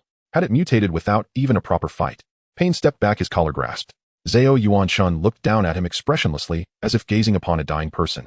The penetrating wound on her right hand healed at an observable speed, and Chun, in a loss of reason, pummeled Pain into the ground with a series of blows. The increasing debris in the deep pit was drawn in by gravity, flying over and enveloping the two. A power stronger than ever before crushed everything, and under the repulsive force the ninjas could not approach the center of the battlefield. Chun remained unmoved at the eye of the storm. It was as if their roles had reversed. The irrational Zhao Yuan-chun became an unbeatable deity. No, perhaps not a deity, but a demon who would not easily spare Akatsuki. Pain barely broke free, feeling an emptiness in his chest. You won't bleed, I know. Zhao Yuan-chun withdrew her hand, having pierced through Pain's chest. At the moment of his daze, Chun seemed to have exhausted her energy, using her last strength to press her forehead against Pain's. The blood-red mark emitted a blinding red light. All the Pains ceased their attacks, and the Konoha ninjas supported each other, looking towards the center of the battlefield. Zhao Yuan-chun and Pain were in a state of stillness, and the dangerous red light split the sky. Nagato's consciousness was influenced by the red light, and he saw the future, witnessing the smoke of despair and the death of Shinra. In a flash, he saw Zhao Yuan-chun, who would destroy the world due to Shinra's death. And all of this was due to Akatsuki gathering the tailed beasts to assist in their tyranny. His pursuit of peace brought endless wars and suffering. When Nagato awakened, two figures stood before him. One was Konin, and the other was Zhao Yuan-chun, who had shed her red patterns. Just as Chun was about to start speaking, Nagato surrendered. Nagato sincerely apologized, his shoulders trembling. It wasn't just weakness or fear of Zhao Yuan-chun destroying the world. He had launched a verbal plea. The pain of losing comrades is incomparable. I understand you just as well. Perhaps I have pursued peace the wrong way from the start, but I hope you can walk the right path. You, like Shinra, are a good person. A good person card added. Zhao Yuan-chun inexplicably completed the persuasion task. Nagato repeatedly urged Chun to remain calm, and used his own power to resurrect those who had died in battle. His life also came to an end at the very last moment. Nagato's forehead also bore blood-red vertical markings. Konin looked puzzled, choosing to trust Nagato's judgment. After blessing Chun, she returned to the land of rain with Nagato's corpse and the Akatsuki members. Konin's focus on Uchiha Shinra reached an unprecedented level. Obito, his body riddled with wounds and swathed in bandages, once again resembled a mummy after years apart. Dazed, he recalled using Kamui to divert Jiraiya from his fatal plunge into the sea, only to be stabbed from behind moments later. Regardless, Obito sensed that pain had deliberately spared them. To survive, he pushed himself to the brink. Both he and Jiraiya, bleeding heavily, bickered even as they collapsed together near the borderlands of grass country. The one who saved them remained unseen to Obito. Get away, get away. Every twitch sent searing pain through his battered frame. Each breath tore at raw, open wounds. He cracked his eyes open, just a slit, and locked gazes with a slender serpent coiling across his chest. He would rather have died. He already knew who their savior was. His leg immobilized in a splint, Obito hopped awkwardly on one leg toward the doorway. The dim interior offered little light, yet the instant he opened the door, blinding daylight nearly scorched his vision. The sunlit laboratory held no instruments, no bubbling flasks, no humming apparatus, resembling instead a modest residence. Orochimaru sat smiling serenely in a chair, while Jiraiya lay sprawled across a long sofa, claiming its full length. Jiraiya slept soundly, utterly oblivious to the world. "It's you. Now. No need for such tension, Obito." Orochimaru replied, his smile warm and maternal, yet it failed entirely to ease Obito's wariness. Obito's eyes widened with fresh dread. Dragging his injured leg, he seized Orochimaru's collar. "You forced me to defect." Memories of recent suffering surged. Anger flared sharp and bitter. Orochimaru's gaze gleamed with quiet mockery as he casually brushed Obito's hand aside. His voice, low and rasping, carried an unmistakable timbre, one that unsettled Obito like the slow, insidious drip of poison, unpredictable and lethal. "Why on earth would I force you to defect? How should I know?" "You," Obito faltered, uncertainty creeping in. "You didn't want me to become Hokage?" Orochimaru rolled his eyes, exasperated.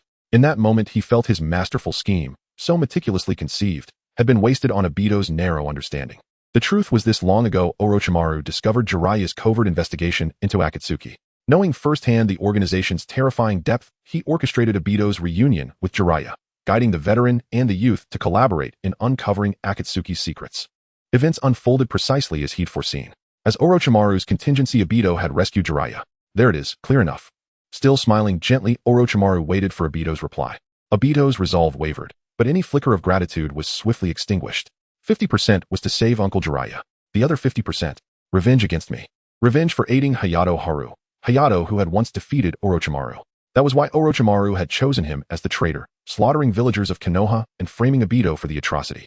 Such cruelty left him speechless, unwilling to condone it, unable to accept it. "Your understanding, or lack thereof, matters little now," Orochimaru murmured, disinterested, before turning away and closing the door behind him. Obito sank down frustrated and landed squarely on Jiraiya's back. "Ouch, ouch, ouch, ouch. Gah, where's this place?" Wincing, Jiraiya shoved the disruptive boy off with a grimace. He glanced around, gradually regaining composure. As one of the legendary Sannin, Jiraiya understood this man all too well. Orochimaru. Indeed, Orochimaru. Obito's glower was so intense he resembled a fluffed-up, long-haired cat, bristling with indignation. Jiraiya scratched his head, baffled, then suddenly widened his eyes, realization dawning. No, Konoha is in danger. Isekai'd was nothing short of extraordinary. After 2 years of rigorous training, Sasuke's strength had advanced dramatically. Yet none of Sasuke's growth owed anything to Mizusawa. Every ounce stemmed from Itachi Uchiha's tutelage. During his 2-year seclusion within Isekai'd, Sasuke received unexpected aid from 2 unlikely allies. Naruto Hako and Naruto Zo were nearly a decade older than Sasuke, yet possessed the guileless hearts of children. Through subtle questioning, Sasuke uncovered unsettling inconsistencies surrounding the Uchiha massacre. Mizusawa had been lured to Konoha years earlier. "What are you looking at?" "Nothing." Sasuke turned. Sure enough, it was Karen. Karen, a girl whose fondness for handsome men often brought her seeking Sasuke, out of sheer nostalgia, leaned in cheerfully. "Stay back. Your presence attracts hostility." For reasons unfathomable, Mizusawa had taken to treating Karen as his own daughter. Within Isekai'd, the sole member blind to his depraved, contemptible nature, Karen's standing had inexplicably risen. "Wait, Sasuke." Karen's cry faded behind him as Sasuke resolved to flee this morally bankrupt sanctuary. Itachi Uchiha had told him yesterday, "I'll take you with me. We'll capture Itachi Uchiha to demand answers, and then I will kill him myself." Sasuke had lain dormant too long. Each time he prepared to act, Itachi restrained him, leaving his spirit not calmed but twisted further by mounting anguish and fury. Night deepened. With a stony expression, he slipped into the dense forest, yet Itachi was absent from their appointed meeting place. Sasuke slowed his breathing, fingers resting lightly on the hilt of his long blade. A breeze lifted leaves into swirling flight. Surrounding trees rustled softly, whispering through the dark. A test. Itachi's trial. Uchiha Sasuke instinctively touched the crimson curse mark burning at the nape of his neck, a seal he now rarely activated ever since learning it devoured life itself. This time he would rely solely on his true strength. A A sharp whistle split the air. Sasuke leapt backward just in time. Several kunai buried themselves in the earth where he'd stood. His Sharingan revealed metallic wires strung invisibly throughout the forest, allowing him to anticipate his opponent's next move. Fingers deftly gripping shuriken, he hurled them in 4 directions, each wire snapping cleanly under impact. Just as he began to exhale in relief, killing intent erupted behind him. At this level, he spun intending to obscure vision with Fire Dragon technique, only to find Itachi's fingers clamped around his throat. That same scene again. The rage and hatred surged anew. The instant Sasuke broke free, the forest dissolved. No wind, no trees, no one. A more intricate Jinjutsu duel awaited him. Uchiha Sasuke drew his long blade, assuming a vigilant combat stance. Leaves fluttered down from the treetops, not randomly, but with eerie purpose, coalescing into a human shape. Uchiha Nobuhito appeared before Sasuke, cloaked in the blackened, clouded robe of Akatsuki. The illusion he'd just woven was but a small gift for Sasuke's benefit. Who are you? Nobuhito's silver hair and dignified bearing marked him as an elder gentleman of refined grace. Yet Sasuke had never laid eyes on him before. Show some respect for your elders, Sasuke. I am your and Itachi's paternal uncle. With effortless grace, Nobuhito plucked a leaf from the air. The creases beside his eyes deepened as he smiled warmly. Sasuke's rhythm remained unbroken by the smile. In one fluid motion, he lunged forward, his tanto piercing Nobuhito's chest. Time reset. Sasuke found himself back at the beginning. Beneath a moonless, windswept sky, Uchiha Nobuhito recounted their kinship, his gentle smile unwavering. Sasuke lowered his weapon, his breath steady, his mind calm. The hospital ceiling remained unchanged, hazy milky white. A narrow square-shaped light fixture encased in yellowed plastic bore faint stains of aged grime. Ah, you're awake. Sakura Haruno, a shinobi assigned to logistical support and rescue, hastily set down her tray and rushed forward to help Hojo-senpai sit up. My head feels so dizzy. Her fingertips brushed her forehead, meeting gauze. Hojo Spring slowly rose from the hospital bed as fragmented memories began to resurface. Did I injure my head, eh? She recalled nothing at all. No, that's not it, Sakura murmured, recalling the scene. After every shinobi in Konoha was resurrected by the enemy, Hojo-senpai collapsed, utterly spent. What now? Sakura's thoughts tangled into chaos. She couldn't possibly tell her patient that a vivid crimson mark had inexplicably appeared on her forehead. And this mark wasn't a wound. It refused to fade. What if Hojo-senpai asked for a mirror? Well, it might be from bumping your head while unconscious. Or perhaps a tattoo. Sakura gave an awkward, strained laugh, her voice dwindling to a whisper. That's even more absurd. Since when did you become this abstract kid? Under Hojo-senpai's insistent demand, Sakura reluctantly fetched a small hand mirror. Hojo Spring peeled away the bandage and scrutinized the vertical mark on her forehead with meticulous care. A slender, blood-red stripe, like a willow leaf, rested precisely above her brow. Its surface felt perfectly smooth. No scab, no scar, no trace of injury or foreign substance. Startled by Hojo-senpai's muttered stream of disbelief, Sakura quietly slipped out of the room. Moments later, the door opened. Hojo Spring fell silent and turned to gaze out the window at the sky. If I'm disfigured, you'll still love me, won't you? It must be Genma, she guessed. Oh, already. So soon after our second meeting, you're asking whether I should fall in love with you. The voice startled her. Hojo Spring whirled around, and there stood Deidara. Deidara leaned casually against the doorframe, striking a pose. Hey, I kept my promise. You were teaching me that technique. Never provoke a child who takes things seriously. Hojo Spring felt a profound wave of resignation. Fortunately, the crimson mark on her forehead captivated Deidara far more than his original purpose, distracting him entirely. Deidara burst into loud laughter. Hey, all right, I'm utterly lost now. Akatsuki has disbanded. Uchiha Shinjin talks to thin air, growing increasingly unhinged. So I came looking for you. Of Akatsuki's former members, only Uchiha Itachi, Kisame, Deidara Sasori, and Kakuzu remained, some dead, others gravely wounded. Kakuzu roamed, endlessly searching for Haiden's severed head. Sasori, revived by the lotus spear, seemed to have abandoned his devotion to art, listless adrift in quiet despair. Kisame remained as volatile as ever. Where's Itachi? Hojo Spring stepped forward, instinctively gripping Deidara's sleeve. Deidara's gaze flickered away, avoiding hers. He's probably occupied, apparently detained by Uchiha Shinjin. Anyway, you will teach me that jutsu. Once again, the conversation circled back to the art of manifesting whatever one pointed at. Hojo Spring punctured the delusions of an overconfident young man with merciless clarity, pulling a photograph from her pocket. Here, this carriage driver is actually my boyfriend. That silver-haired fool Mizuki is just a terrible friend. You're belittling me again, after only 2 days, eh? Hojo Spring. A shout erupted from the adjacent room. Mizuki yanked aside the curtain, his left arm in a cast. Spotting Deidara, the cowardly Mizuki snorted, immediately yanked the curtain shut, and feigned death. What then was Uchiha Itachi doing? An excellent question. For years he'd lain low within that so-called evil organization, fulfilling his duty as a double agent. He relayed portions of intelligence to Konoha's upper echelons, and as insurance shared other fragments with Hojo-senpai. Time had passed. Itachi longed to settle all old scores. He'd imagined waiting for Sasuke to seek him out, staging a deliberately weakened duel, then revealing the truth to his younger brother. But his plan unraveled. Uchiha Shinjin sensed his intent and forbade him from undermining his grand design. According to Shinjin, Itachi was to persuade Sasuke to join this peace initiative. Peace between the Uchiha and Konoha requires unity, and with the tailed beast's power, a peaceful world lies within reach. Even without those oddly assembled members, Madara-sama awaits me. Madara-sama needs me. True peace was utterly impossible. Itachi saw clearly the peril his cousin posed to the shinobi world. He would never harm Konoha or Sasuke. Their confrontation escalated. In cold fury, Shinjin imprisoned Itachi within an iron cell designed to drain chakra. After Shinjin departed, the defector Konan freed Itachi, and as he glanced back, once Uchiha, Itachi vanished into the night. He headed straight for the land of water. He knew Shinjin would be there, yet he arrived too late. In the forest, Uchiha Shinjin had trapped Sasuke within an endless Jinjutsu loop, the two locked in mutual, motionless gaze. Itachi circled behind Sasuke and saw his cousin's right eye turn stark white. Yes, he intends to sacrifice one eye to bind Sasuke forever within the infinite loop conjured by the Mangekyo Sharingan. Shursui arrived belatedly, grasping Itachi's arm in urgent desperation. After so many years apart, Uchiha Itachi offered no pleasantries, no explanations. Placing his hand upon Shinjin's shoulder, he met his cousin's Jinjutsu Hiden and plunged into the same inescapable cycle. Within the looping world, Sasuke knew the weakness of Shinjin's cyclical illusion, but this time something was different. Too many anchor points, yet none were correct. No, he would not die here. Who are you? I've already said it, only obedience ensures survival, for both you and Itachi. The Uchiha children were all prodigies. If they refused to aid his Moon's Eye plan, they would become insurmountable obstacles.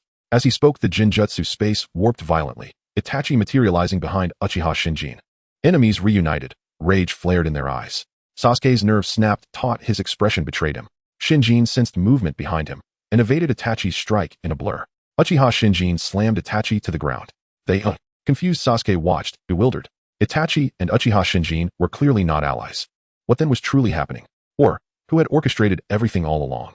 The world cycled anew. Itachi and Sasuke stood side by side, no time for pretense. They began sharing information instantly. I understand you, Sasuke. If you wish to kill me, first destroy the enemy before you. Uchiha Shinjin seeks to trap the afflicted forever within this recursive world. Such tender concern. Sasuke's fractured reality shattered further. Instinctively, he confronted Itachi. After everything, what right do you have to claim you entered to save me? Itachi remained silent. Before the brothers could erupt into furious, unfiltered argument, a lightning bolt split the sky of the looping world. Rain began to fall. Sasuke stilled, suddenly calm, face impassive as he stared at Uchiha Shinjin across the void. Already recovered so quickly. Shinjin blinked, and his right eye whitened visibly, its luster fading. Every blade of grass, every tree in the looping forest began to wither, crumbling into dust. He had to escape. Sasuke sensed that the truth loomed close, within grasp. Seize Shinjin, and all would be revealed. The world is collapsing. And strange, truly strange, the world had always been wondrous. As death approached, Sasuke felt an unexpected sense of clarity. He accepted his end here. Thus for now he could only cooperate with Itachi. Listen to me, Itachi said, visibly unsettled under Sasuke's razor-sharp gaze. Uchiha Nobuhito is our paternal cousin. His right eye straddles the boundary between reality and illusion. If his right eye fails completely, both your consciousness and mine will be erased. Rain traced paths down Itachi's face as his tightly furrowed brow gradually eased. You seek the truth. Touch the anchor, and you'll escape. Sasuke's breath caught in his throat. Within half a minute, the entire forest dissolved into drifting fragments. In the blinding white void, only Uchiha Itachi and the architect of this chaos, Uchiha Nobuhito, remained visible. Inside the collapsing loop world, Nobuhito sat motionless in deep meditation, a hollow shell. His right eye was milky white, a writhing insect emerged from its socket. When Nobuhito's right eye rotted away entirely, the channel to reality would seal shut forever. Let's go. Itachi glanced back. Sasuke clenched his teeth and followed. They ran through the formless void for an indeterminate span, until at last they found a scene still clinging to existence. Yet something fell off with the timeline. Sasuke and Itachi stood before the gates of the Uchiha compound. From within came furious, ragged shouts. This was Nobuhito's inner world. As the loop world shattered, they could glimpse his psyche through his chakra, channeled via their paternal cousin. Can't we simply coexist peacefully? I beg you, Fugaku. You're so much older. Why can't you see it? Fugaku. Enough. Sasuke gently pried the door open a sliver and peered inside. Within stood Nobuhito and their father Fugaku, locked in fierce confrontation, while their mother Mikoto strained to pull them apart. Nothing will ever be right again, Nobuhito. Fugaku's sharp retort echoed fiercely, awakening the infant in the cradle. Only then did he rush over, frantically rocking it. At Mikoto's urging, the couple settled the child and stepped outside. Sasuke's eyes widened. He vaulted onto the roof. But as he turned, he found Itachi frozen in place, unmoving. His parents walked past Itachi as though he were invisible. It's only memory, don't worry. Itachi called down the startled Sasuke. They entered the house. The interior remained unchanged. After his younger cousin departed, Nobuhito slowly approached the cradle where the infant Itachi lay. Gently, he brushed a fingertip across Itachi's cheek. A tender, bittersweet smile flickered across Nobuhito's lips. The image froze. Then, like the forest before it, the entire Uchiha compound began to fracture and vanish. Sasuke fell silent, thoughtful, then dashed ahead toward deeper layers of memory. Itachi followed closely behind. Framed, misunderstood, manipulated. The brothers witnessed a different father. Fugaku, though radical, had once striven earnestly to balance the Uchiha clan with Konoha. During that time, Fugaku's cousin, Uchiha Nobuhito, served diligently in Konoha's torture and interrogation division, acting as mediator and peacemaker. The collapse of Nobuhito's inner world accelerated. At the very brink, Itachi seized Sasuke's arm and yanked him back from the abyss. They paused to catch their breath in an unfamiliar, secluded chamber. Itachi grew increasingly quiet, recognizing the place. Sasuke watched riveted as Nobuhito snapped the guard's neck and slipped silently into the chamber. He followed without hesitation. There Sasuke saw Danzo and the young Itachi. Every word exchanged pierced his ears. He stood stunned, unable to regain composure. Mechanically, he turned and met Nobuhito's gaze. Hooded and indistinguishable among subordinates, Nobuhito had listened to it all. Nobuhito was merely an eavesdropper, powerless. Give that boy a nudge. Perhaps referring to Itachi. As Sasuke brushed past Nobuhito in the scene, those words reached his ears clearly. He rushed to Itachi for confirmation, but Itachi offered only the same weary phrases: a shinobi sacrifices for the village. I refuse such sacrifice. Why must this be the price? In the end, it was all bitterly absurd. The brother Sasuke had hated for years was himself a victim. The man who'd wounded him, Uchiha Nobuhito, was also a victim. The entire Uchiha clan had been victims. Only one remained the true perpetrator. In Konoha village. Sasuke's gaze hardened, terrifying, unyielding. The truth was far more grotesquely ironic than he'd ever imagined. The fourth Hokage was lured away by a minor ruse. Danzo forced Itachi to choose to eradicate the Uchiha, and Nobuhito, cornered and desperate, pledged allegiance to the enigmatic Uchiha Madara. All sought peace, each struggling, each broken. Nate endured enough.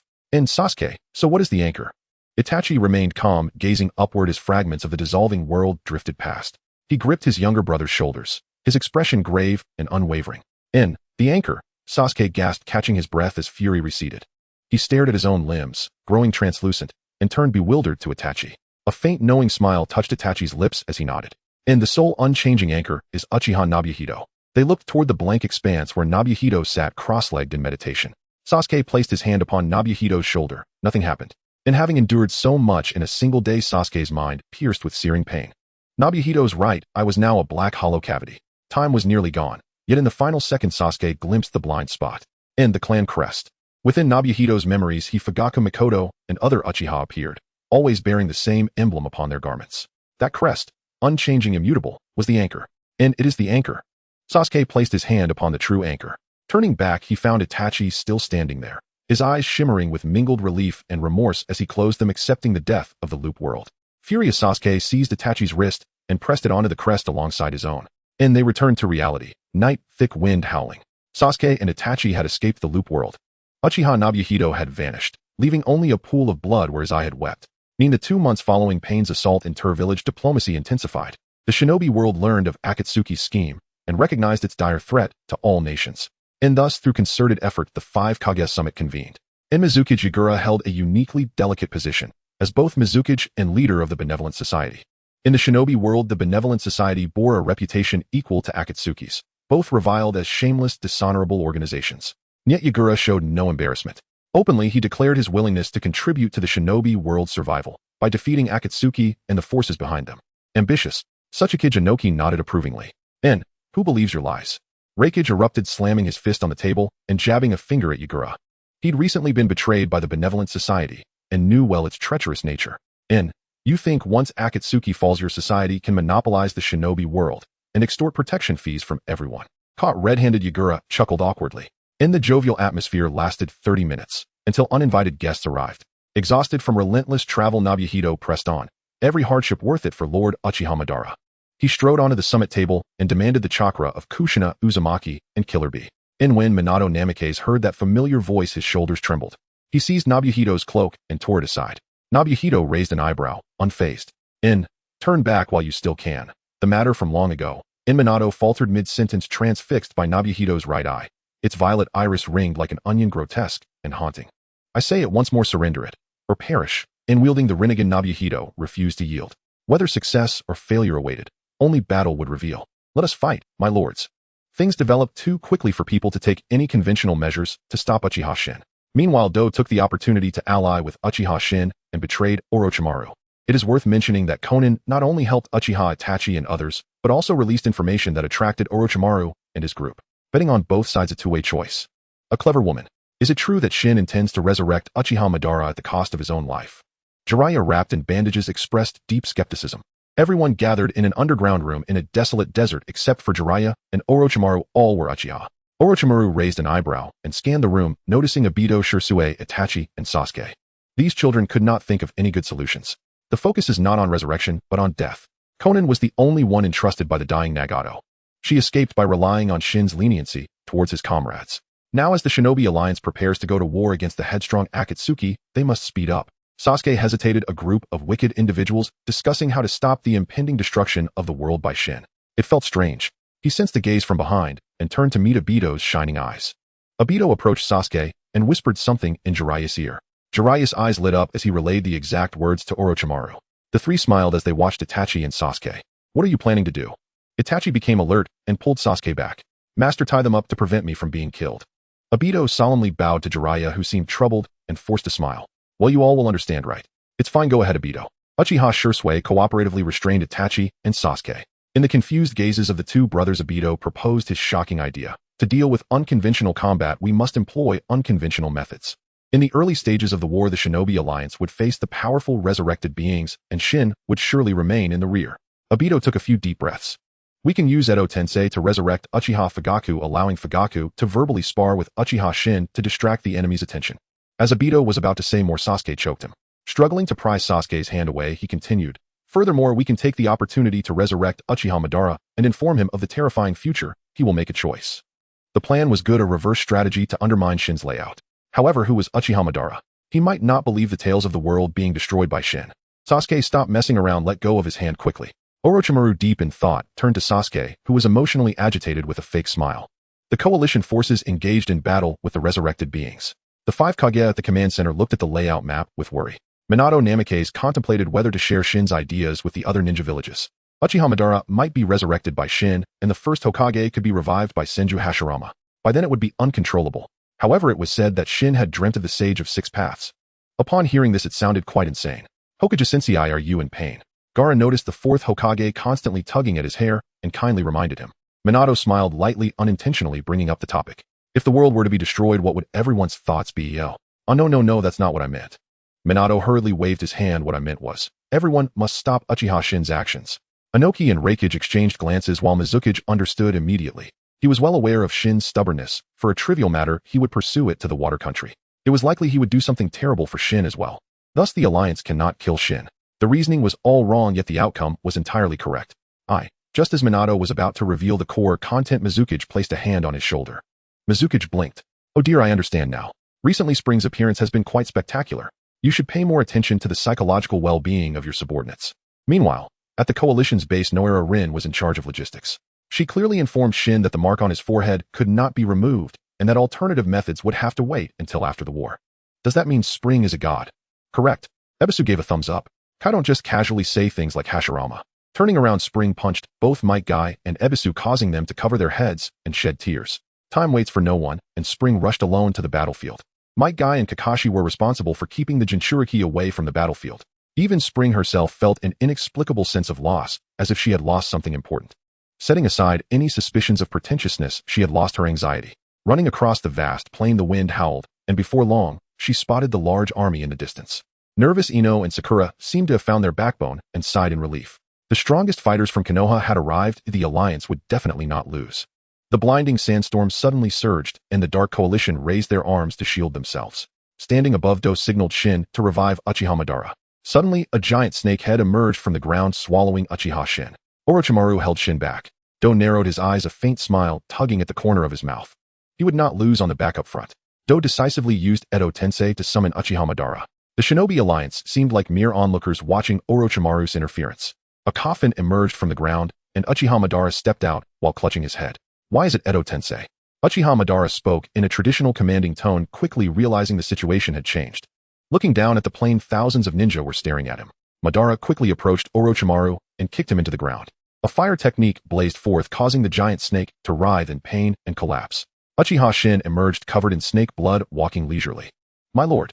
Shin respectfully knelt on one knee. Throughout, Madara treated Shin as a guard, slightly nodding and directing his gaze towards the Shinobi Alliance still watching the spectacle. At this point, it seemed he had to teach everyone a lesson. Uchiha Madara charged into the battlefield, wielding body techniques and fire techniques with great success. Suddenly, one person among the army caught Madara's full attention. The air turned cold and no one dared to approach. "Long time no see." Spring greeted expressionlessly. "You're still alive? It's been about 100 years. Uchiha Madara's worldview shattered. A multitude of emotions surged in his heart as he recalled the monstrous beasts of the Warring States period. Command Center, Obito. Uchiha stormed into the meeting room of the Five Kage. Under the pressure of the shadow-level powerhouses, Obito turned and smiled at his teacher Minato, be it the old-style verbal attacks or the monitoring by Kurizetsu. Even if he were to bleed to death from all 7 orifices, it would not matter. "I have something to say." "Kid, you're being a bit too arrogant." Laying thought that Obito was about to detonate the command center and clashed his fists together. He swiftly flipped the conference table and charged forward, only to be stopped by both Feng Shui-men. Shui-men had a terrifying expression. Next to him, Lu Jiu shook his head helplessly. The conflict between master and disciple was intricate, and it seemed that the rebel ninja Obito was not here to provoke. "I have something to say." Obito bit down on his lip, his teeth trembling. But he quickly regained his composure. His heart had never been so tranquil. "If this is the illusion before death, it would be wonderful. It could be called nonsense. Akatsuki's collection of tailed beast chakra is to revive the 10 tails. Uchiha Madara promised to give Uncle Shin a peaceful world. The Uchiha and Konoha were to be closely united with no more battles or disputes. But someone has seen the future. Uncle Shin's death would lead to the destruction of the world. Yet Madara deceived everyone, and the revival of the 10 tails would culminate in a phantasmagorical, illusionary world. Moreover, Uncle Shin is very important. His death would cause chaos and spring." Obito spoke rapidly as if he wanted to finish a lifetime's worth of words. He kept his eyes closed, yet tears streamed down his face. Memories flickered through his mind, and reluctance only deepened his inner pain. "Obito." Both Feng Shui-men frowned deeply, pressing down on Obito's shoulder. Shui-men easily associated this with some forbidden techniques that prevent the dead soldiers from revealing secrets. Considering the crimes of Uchiha Obito listed by Qinxiang, the forbidden techniques might have already taken root. "What's going on? Wait, don't act impulsively." Inoki pulled the impulsive laying back, and everyone's breathing unconsciously lightened. Revealing the truth of sacrificial death requires immense willpower. Obito gasped for air and surprisingly laughed. The tear stains on his face were unsightly. He released his grip and closed his eyes. "I know there are things in this world more important than becoming Hokage-sensei. It's really frustrating." Kakashi and Rin. 1 second, 2 seconds, until a minute passed. Everyone snapped back from their shock, realizing that Obito's body did not explode and there was no blood. Could it be that he was played? Both Feng Shui-men let out a long sigh of relief after surviving and pushed his student, who was still awaiting death. Obito opened his eyes and spun around in panic. There was no blood flowing from his orifices, no sudden death, so none of the anticipated situations occurred. It was actually not hard to guess, because Shin had played Obito from the very beginning. Uchiha Shin was inherently kind-hearted and would not put such malicious things on a naive child. He merely bound Obito to his promise with a small lie. So it was. Obito awkwardly covered his face. A powerful force patted his back, nearly making him cough up blood, and turned to see Laying smiling, still patting his back. "At least you have some backbone, Uchiha." It hurt so much that he felt like his waist was about to break. The atmosphere in the meeting room slightly eased, and at that moment a ninja scout returned. The scout brought back new bad news. The team protecting the Jinchuriki was subjected to a diversion tactic, and Kushina and Killer Bee had their tailed beast chakra extracted by the strong foes resurrected from the dead, their life signs fluctuating before stabilizing. There were new developments on the main battlefield. The intelligence came at just the right time. It was time for them to adjust their actions based on Obito's information. The 5 Kage rushed to the battlefield. At this time, in the abandoned underground chamber, Orochimaru returned to the base with his injured body. The underground chamber was only 2 kilometers away from the main battlefield. This was enough for Orochimaru to do a lot of things. "You started to change, haven't you? So have you, Jiraiya." Years of friendship needed no words, and Orochimaru calmly put on the demon mask. He summoned the 1st and 2nd Hokage through the Edo Tensei. The whereabouts of the 3rd Hokage were unknown, so Orochimaru hadn't prepared to summon him. The coffin lid was lifted, and Senju Hashirama and Senju Tobarama emerged. The cracks on their faces made it clear that they were resurrected from the dead. Tobarama looked around and snorted heavily. "What is the meaning of this? Are you going to condemn me, a dead person?" A circle of Uchiha surrounded him. Uchiha Shisui, Uchiha Sasuke, and Uchiha Itachi all took a step back. They had some resistance to the 2nd Hokage. Jiraiya stepped forward to mediate, asking the 1st and 2nd to support the battlefield first. "Wait, 2nd Lord." Uchiha Itachi called out to Senju Tobarama. He had seen unusual stories in the looped world and wanted to verify. What is the relation between Shin and his father to Uchiha Madara? Tobirama and Hashirama exchanged glances, their brows furrowing deeper. They were part of the guard team. In terms of the Warring States period's family autonomy, they could even be considered servants. Long ago, both the Senju and Uchiha clans had some low-ranking clan members, and Shin's father was one of them. The family order was strict. Uchiha Taijima assigned the young Shin's father to Uchiha Madara as a guard. Therefore, Shin's unwavering belief that Madara would help him was merely wishful thinking. Just a guard son, huh? He won't receive any serious regard from that guy Madara. Tobirama did not hide his opinion. Itachi and Sasuke, having obtained the answer, fell silent. On the main battlefield, Zeo Yuan-chun and Uchiha Madara met again after decades, but everything had changed. Uchiha Madara, after all these years, still believed that Zeo Yuan-chun was a demon or a monster and approached to fight. The 5 Kage arrived in time to intercept Uchiha Madara. "Chun, go do what you must." Both Feng Shui men shouted to stop Zeo Yuan-chun from advancing. Chun glanced at the battlefield and resolutely turned to run away. However, Chun did not go to find Uchiha Shin. She was looking for Senju Zhuangshi. God knows where this old man is hiding, preparing to revive the first Hokage. The warning from the Sage of Six Paths forced her to find Grandpa Zhuangshi first before making any decisions. Things shouldn't be like this. There must be some way to change it. Her heartbeat quickened and the dense red patterns on her body spread again. These mysteriously arranged patterns were of no help except for aiding her in destruction. If this was the handiwork of the Sage of Six Paths, then why? Before Zeo Yuan-chun lost her rationality, she found Senju Zhuangshi hiding behind a medical tent. Grandpa Zhuangshi was sneakily holding an iron box, peeking around. You do not act. No matter what you want to do not make a move. Zeo Yuan-chun took deep breaths to calm her emotions, and the burning sensation of the red patterns gradually faded. She tightly gripped Senju Zhuangshi's arm, fearing that the old man would do something. "Hey, how can you speak to your elders like that?" Grandpa Zhuangshi scared twice, reasoning with her. "I didn't plan to do anything. Besides, I've survived 4 ninja world wars and am still alive. This is enough to prove that I am very afraid of death." Zhuangshi continued to coax. The moment Zeo Yuan-chun loosened her grip, Zhuangshi suddenly erupted with tremendous speed and dashed away. Fortunately, someone intercepted Senju Zhuangshi, and that person just happened to be. Senju Zhuangshi widened his eyes and trembled. Lord Hashirama. Hashirama and Tobirama, resurrected via the impure world reincarnation technique, hastened toward the battlefield. In the rear supply zone, Hashirama abruptly veered off, vanishing without a trace. By the time Senju Tobirama realized what had happened, he stood alone. Again, how utterly unreliable. Tobirama proceeded to the front lines alone, while Hashirama had doubled back upon spotting a familiar face. Decades had passed since their last meeting, and Hayazono Haru now bore an uncanny resemblance to a gnome. Her entire body crisscrossed with eerie crimson sigils as she sprinted swiftly across level ground. With Haru's aid, the allied shinobi forces could not lose. Clutching the hope of persuading her, Hashirama followed in pursuit, only to witness her embroiled in a heated confrontation with Soishi. Soishi was still alive. How could one live so long? Lord Hashirama. He whirled around and fled, only to find his path blocked by Senju Hashirama. His eyes widened in exhilaration, yet almost instantly he recoiled, attempting to escape. Hashirama ensnared the furtive Soishi with would-release bindings and stepped forward until he stood face to face. "I'm sorry. I'm so sorry, Lord Clan Head." Soishi, once an elder, seemed to shrink into a flustered, trembling youth, so mortified he wished to vanish into the earth itself. He had secretly stashed the Six Paths treasures inside the fire temple, and then lost them. No coercion was needed. Under Hashirama's presence, Soishi confessed everything without hesitation. "The world is on the verge of annihilation, Lord Clan Head. I acted out of sheer desperation. Only you can save us all, my lord. If you were revived, everything could be restored." Hashirama listened, bewildered, and turned his gaze toward Hayazono Haru. Haru shrugged lightly, pointing at the iron chest clutched tightly in Soishi's arms. Under his clan leader's insistent urging, Soishi reluctantly produced the box. Wrapped in several layers of cloth, he unwrapped it with reverent care. "Soishi." Hashirama gasped. Inside lay nothing but ashes.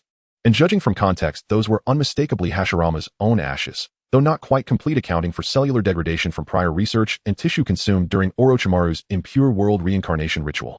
The Lotus Spear possesses the ability to transfer both lifespan and soul. I can reclaim it and channel my entire body along with every ounce of vitality into these ashes through the Six Paths treasures. You would rise again. The war demands your return. Hashirama remained silent, gazing down solemnly upon the quaking Soishi. After a long, heavy pause, a hand settled gently atop Soishi's head. Hashirama did not rage. He simply patted Soishi's head. Trembling, Soishi lifted his eyes. "You've borne such hardship all these years, haven't you? What an immeasurably long life you've lived, Captain Soishi." Captain, that title, his rank during the Warring States era. For decades you walked alone with no kin to confide in. Not even Tsunade, who surely tuned out your endless ramblings. "I truly am sorry for all these years." Haru stood quietly in the background, and yet astonishingly she glimpsed a radiant aura shimmering behind Hashirama. The bonds of kinship were profound, but Soishi's devotion bordered on madness. What we have now is already enough. Hashirama firmly refused Soishi's desperate plea to resurrect him.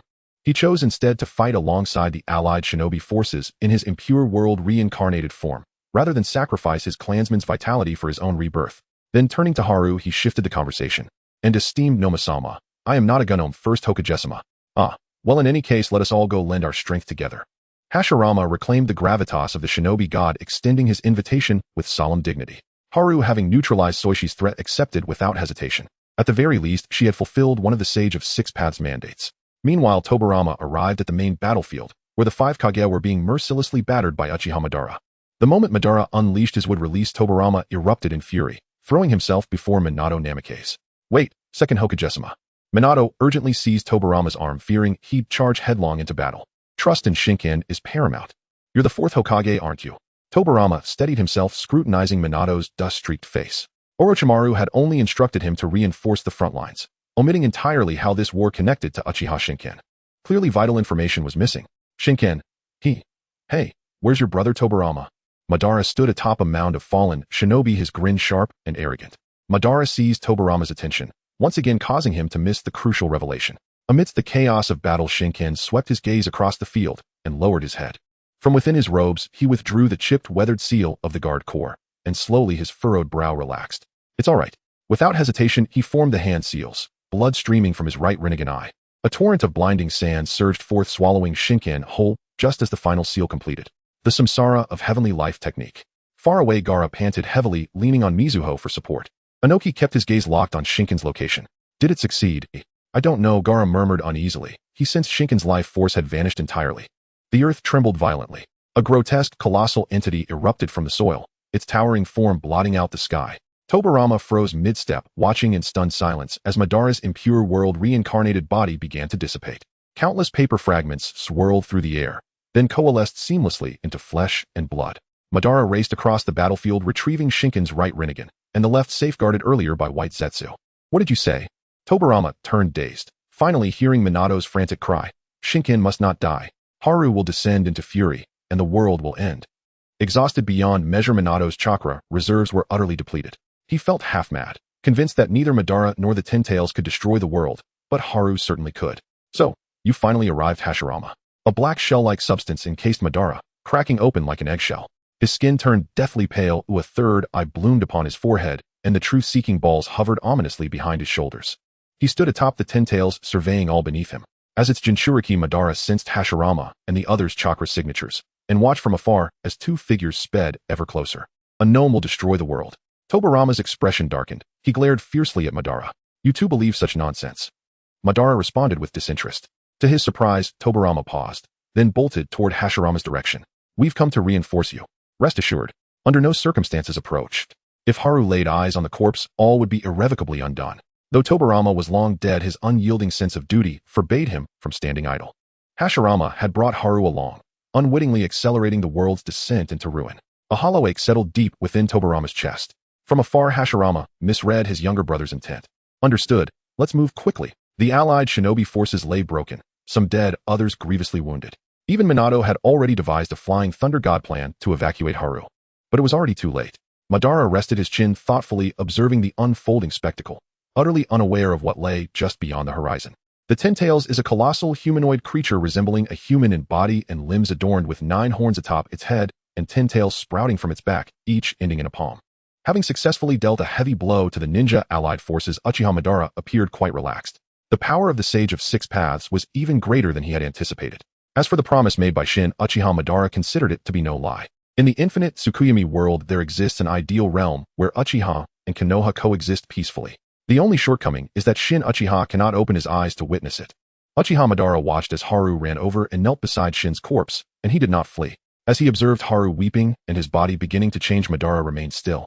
The battlefield was eerily quiet as Haru stared vacantly, tears flowing from his eyes, turning to blood. Under the horrified gazes of all, the crimson patterns on Haru's body multiplied, nearly covering his skin. The vertical mark on his forehead turned red to the point of blackening. The mysterious power bestowed by the Sage of Six Paths enhanced Haru's berserk state, transforming him into a truly savage monster. No, perhaps not a monster, but a divine being delivering punishment to the world. It may sound shameless and exaggerated, yet that was the sole feeling of Senju Hashirama hiding behind the battleground. The cold wind chilled him to the bone, and his words had come true. I knew it, the earth deity truly is a god. A fierce wind swept past Uchiha Madara's side as he laughed maniacally, directing the Ten Tails to counterattack. A massive crimson-tailed beast orb was shot forth, exploding within a 10-meter radius of Haru. The center of the explosion saw Haru remain unmoved, seemingly assessing what Uchiha Madara had thrown. The others on the battlefield fared poorly as dozens from the allied forces activated the earth flow wall, yet countless ninjas were still hurled into the air. Everyone had to retreat from the center of the battlefield, watching the unwinnable duel unfold. It's fine, I can use the truth-seeking orbs and sage techniques. A drop of cold sweat trickled down Uchiha Madara's forehead, and his smile faded slightly. However, ranged attacks were utterly ineffective against this monster, all being shattered by Haru. Madara attempted to command the Ten Tails to attack, which seemed to sense the chakra of the sage within Haru, responding much more affectionately. Madara laughed in anger, thinking it could not be more obvious. The Ten Tails was simply afraid of death. Transforming back into a tree was merely a sign of its fear. The Ten Tails actively evolved into its complete form. The branches and vines of the divine tree spread out, crowned by a massive flower bud. You can't even be a savior, Madara. Madara immediately turned around, blocking Black Zetsu's ambush with the truth-seeking orb. You look down on Shin Uchiha's servant, yet what difference is there between you and him? Only you mortals will perish. Its goals had already been achieved. Once Haru defeated Uchiha Madara, it would take advantage of the situation to resurrect its mother Kagaya Otsutsuki. It's so easy that whether I ambush or not is irrelevant. How ridiculous. Even if I don't ambush you, Haru will still kill you. All ninjas and ordinary people in the world will die. This is all you're doing. It's simply wonderful. If all obstacles were cleared by Haru, then Black Zetsu can reap the benefits. Uchiha Madara resembled an enraged lion, his long hair flowing in the wind. After hearing Black Zetsu's mocking remarks, he instinctively turned his gaze towards Haru, his mind blank. Haru slowly approached, standing quietly. The fated death had arrived. Should he accept it calmly or wallow in guilt? Uchiha Madara slowly closed his eyes. No, of course not. He could not be manipulated by others, and those who dared deceive him would pay the price. Uchiha Madara suddenly opened his eyes, kicked into the ground by Haru. After attacking Uchiha Madara, Haru lost his target and began attacking the White Zetsu army. With a moment to breathe, Uchiha Madara was forced to plow through dozens of meters of earth before finally coming to a stop. Madara lay on his back, and a hand appeared before him. Senju Hashirama looked at him expressionlessly, maintaining the outstretched hand position. Madara gasped and got up, clearly seeing the ninjas behind Hashirama varying in their injuries, yet still holding on. His gaze returned to Hashirama's face. To atone for your sins. Just a few short words. You are right, the world should not be destroyed here. Whether savior or a traitor scorned for millennia. It turned out this was a stage of humanity. Uchiha Madara grasped Hashirama's hand. The overall morale increased significantly. No, someone needs to awaken Haru. A voice broke the rhythm of the allied forces. Yugeo's forehead bled, yet her gaze was resolute. He'll go. No, it should be me. Naruto and the others volunteered to charge, but they were all passed over by Yugao. Any ninja below the level of a Kage would be turned into minced meat by the current berserk Haru before they could awaken him. Even Nara Shikaku was passed over by her. Is there really no way? Mizuki collapsed beside Reikage. Reikage disdainfully shoved Mizuki aside, loudly shouting back, the others will. No matter what method we use, as long as we gamble our lives to protect, that's enough. The Awakeners must simultaneously meet the following conditions. Not be knocked out in a short time, be an important companion to Haru, and possess the potential to awaken him. I'll come. Obito envisioned using intangibility to dodge attacks, raising his hand in self-recommendation. Mitarashi Anko's face lit up, shaking Yugeo's arm. Yugao shook her head. What kind of person is qualified? The five Kage and the reincarnated strong were all grappling with this conundrum. Uchiha Madara's temporary alliance with the righteous side left him equally at a loss. In the crowd, Kakashi sensed something and looked up at Might Guy. Might Guy exchanged a knowing smile and stepped forward. Have you really thought this through? Kakashi, please don't see me as a failed, unrequited lover, but as a ninja who fulfills his promises. Might Guy had always been bold, prompting everyone to recall the scene of youthful Haru battling Might Guy. But the gap between the youthful and the current Haru was vast. That promise. I promise to protect Haru. If Haru destroys the world, he will regret it. What I do is prevent regrets from happening. Youth will never end. Only uncontainable joy flows through my veins. Might Guy charged forward. Uchiha Madara felt a twinge of doubt, turning to see that every ninja in the allied forces wore expressions of admiration and anticipation. What are you all igniting again? The will of fire. He was merely a villain. Oh, why was he being asked to wear the same righteous expression as the ninjas? And why did you, Obito, have to bear such an expression as well? The world was shrouded in darkness. The believer walked on the flat ground for a long time. The road to the other shore seemed endless, his face pale as he took one step after another. The yellow springs were not as he had imagined, devoid of an end of people. A chilling aura lingered in the space, causing the believer to walk stiffly for a while before abruptly turning back. In the distance, a figure stood in the darkness, holding a torch, too far to be seen clearly. Is that you, father? For decades has your soul found peace. The believer's eyes reddened as he walked back. The closer he got, the calmer he became. The one waiting for him with the torch was not his father, but an annoying relative he did not wish to see again. Do not show a look of disdain. Uchiha Fugaku, now a spirit, wore a contemptuous expression. He had come to escort the believer. After waiting for over a decade, Uchiha Shin finally perished. Fugaku, guilt, defeat, and disappointment twisted together, tormenting Shin, with overwhelming emotions, leaving him with white hair, and in the end, he had not achieved his goal of peace. Upon seeing Fugaku again, Shin found himself at a loss for words. The surroundings grew brighter. He slowly raised his head, and besides Fugaku, there was also Mikoto standing there. More and more Uchiha clan members in the darkness raised their torches, paying homage to the believer's soul. In the face of death, right and wrong became trivial disputes. Tears sparkled in the reflection of the flames, and after a lifetime of struggle, the believer found release. He calmed his emotions and vanished into the eternal yellow springs with his clan. Let it be this way. A life filled with failures and deception. Back to the main battlefield. As the battle approached, Might Guy opened the sixth gate, in quick succession, green steam erupting from his limbs, his hair dancing wildly in the turbulent air. His speed surged to a terrifying level, almost impossible to capture even with the Sharingan, as he faced Haru's straight punch. Haru's arm was enveloped in crimson threads, and their fists collided midair with a thunderous impact. His fingerbones taut the sleeve of Might Guy's right arm was torn by the residual force. He was smashed into the ruins, the ground cracking with spiderweb-like fissures. Ho! Might Guy's shout echoed through the heavens, calling out to Haru, who was preparing to attack the coalition. The battle was not over, and his promise remained unfulfilled. Blood streamed down his face as his injured body once again released a flow of chakra. Haru retracted her gaze, the mark on her forehead, resembling a seed firmly rooted beneath her skin. Before her were only color blocks and blurred noises instinctively attacking the source of the sound. In the realm of consciousness, Haru could not respond to the external world. Given the current situation, her fury was ignited by the death of Captain Shin, and the Sage of Six Paths' gift had become a curse. So be it, she had been bound by the prophecy of the sage since childhood. Deceived, concealed, and feared, perhaps after enduring countless hardships, she was merely welcoming her own fate. The blade of destruction against the world. As she thought this, Haru felt someone tugging at her sleeve. It turned out to be just a gust of wind in the realm of consciousness. The scene of the illusion shifted again, and she returned to that rainy day. Fate can be defeated. Hinata Akiyama leaned back, crashing heavily to the ground. Memories are ambiguous things. Just mere platitudes that Haru convinced herself of. How could she persuade herself? Sight, hearing, and touch were all controlled by the crimson mark. Haru felt a rare moment of dejection. People must seek within. Yakumo, do not look with your eyes, but observe with your heart. Haru desperately covered her ears as the words of herself and others echoed in her mind. The voices did not diminish, instead they multiplied from all directions. I hope you live until you die. You will definitely be happy. Haru, I will present an apology for the act of peeping my apologies. Did you gather the dumbest people in the world? No matter when I despise your tears. Uchiha Obito was deeply shaken by the devastating battle, but what shocked him more was that Might Guy had opened the 8th gate, but had not attacked. Burning his life and chakra, he was merely blocking.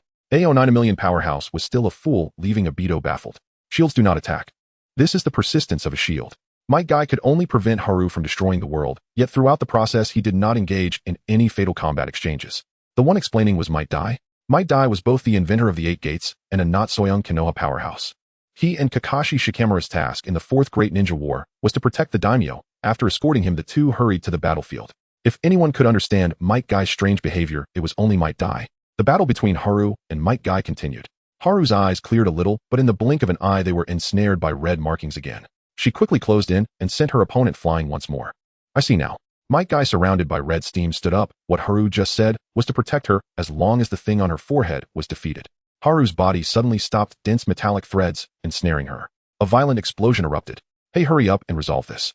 A clay bird swept over the battlefield. Deidara and Scorpion arrived late. Some took the initiative to join the battle, while Senju Hashirama and others successively joined the struggle against Haru. Based on the crucial information desperately provided by Might Guy, removing the forehead mark became the goal of the ninja coalition. A wooden hand formed by wood release grasped Haru, but she broke free from the giant hand. I am very sorry, I will no longer call you a goblin. The emotional card was thrown onto Haru's face, causing her actions to pause.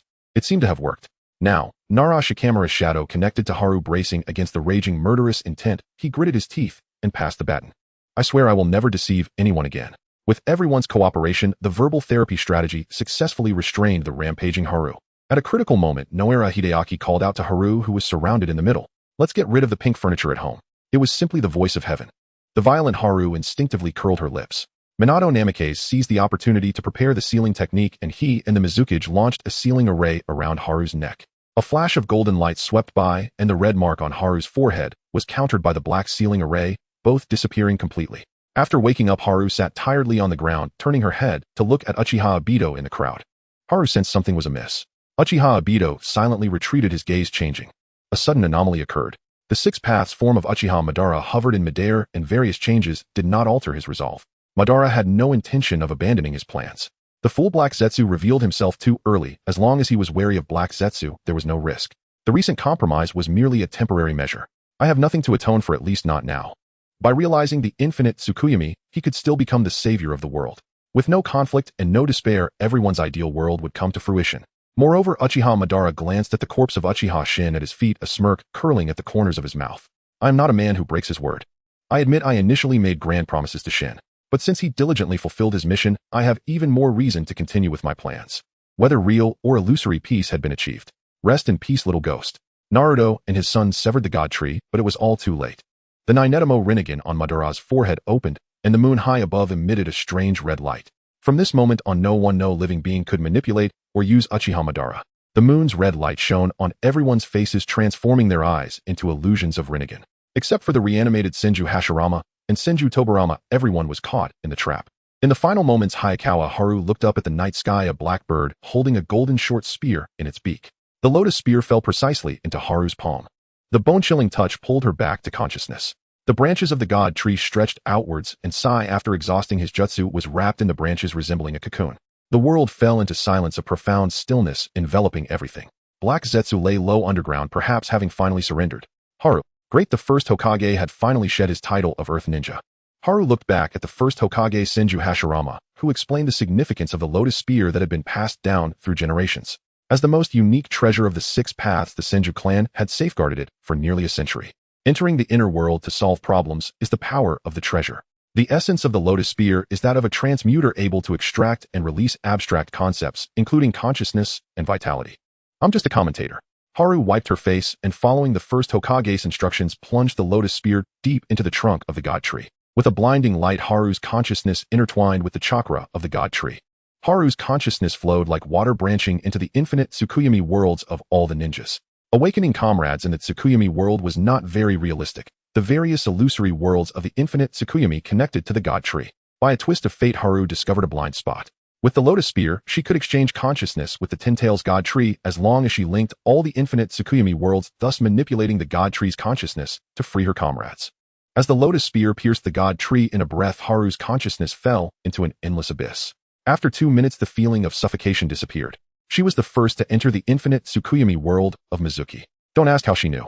Mizuki was just in the distance. Upon observation, she found that Mizuki's ideal world was stuck 2 years in the past.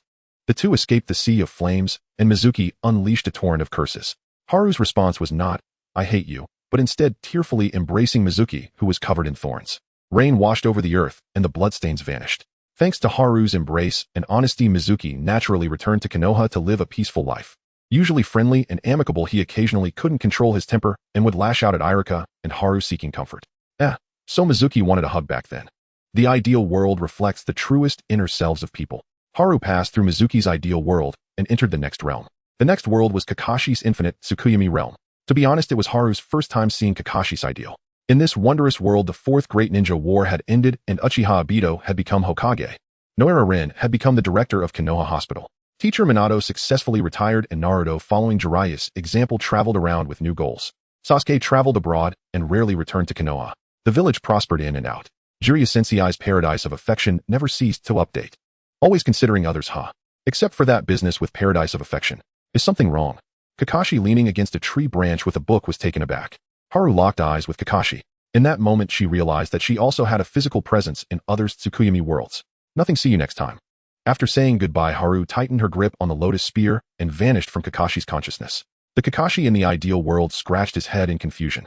Back to reality. The reanimated Senju Hashirama was still persuading Uchiha Madara to turn back, and Madara was a person easily provoked.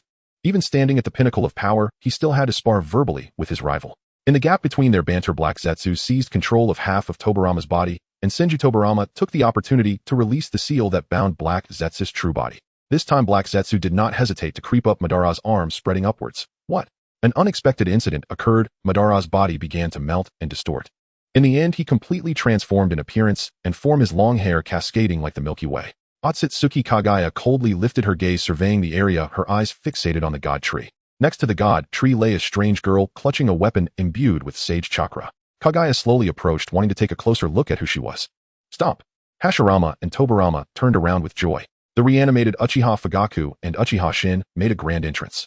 Just now Orochimaru had scientifically blocked the influence of the infinite Tsukuyomi and had temporarily reanimated some helpers. Two Senju. Two Uchiha. What is going on? The Senju and Uchiha clans had been pulling each other's hair and hurling insults over 100 years ago. Now time has passed, and they must unite to face a formidable enemy. A crow flew over Tobarama's head. Let's do our best, everyone. Haru needs our help to buy time. His older brother was full of confidence. Can this group of reanimated guys really win against the moon goddess? It seemed they had no chance at all. And there was one important thing he had wanted to complain about for a long time. Aren't you the one whose death almost brought about the world's destruction? Damn Uchiha Shin. If it weren't for you resurrecting Uchiha Madara, none of this would have happened. Well, my apologies, Shin said, soothing the emotions of the second Hokage, underestimating Haru's heart. But from now on he would work hard to ensure that no character would harm Hayakawa Haru. Haru is like a daughter in my heart. A childless recluse spoke shamelessly. Uchiha Fugaku was speechless, but still clapped in agreement. Delving into the consciousness of the Ten Tails is far from simple. The Ten Tails, realizing someone was probing into its being, hid its consciousness within one of the infinite Tsukuyomi worlds.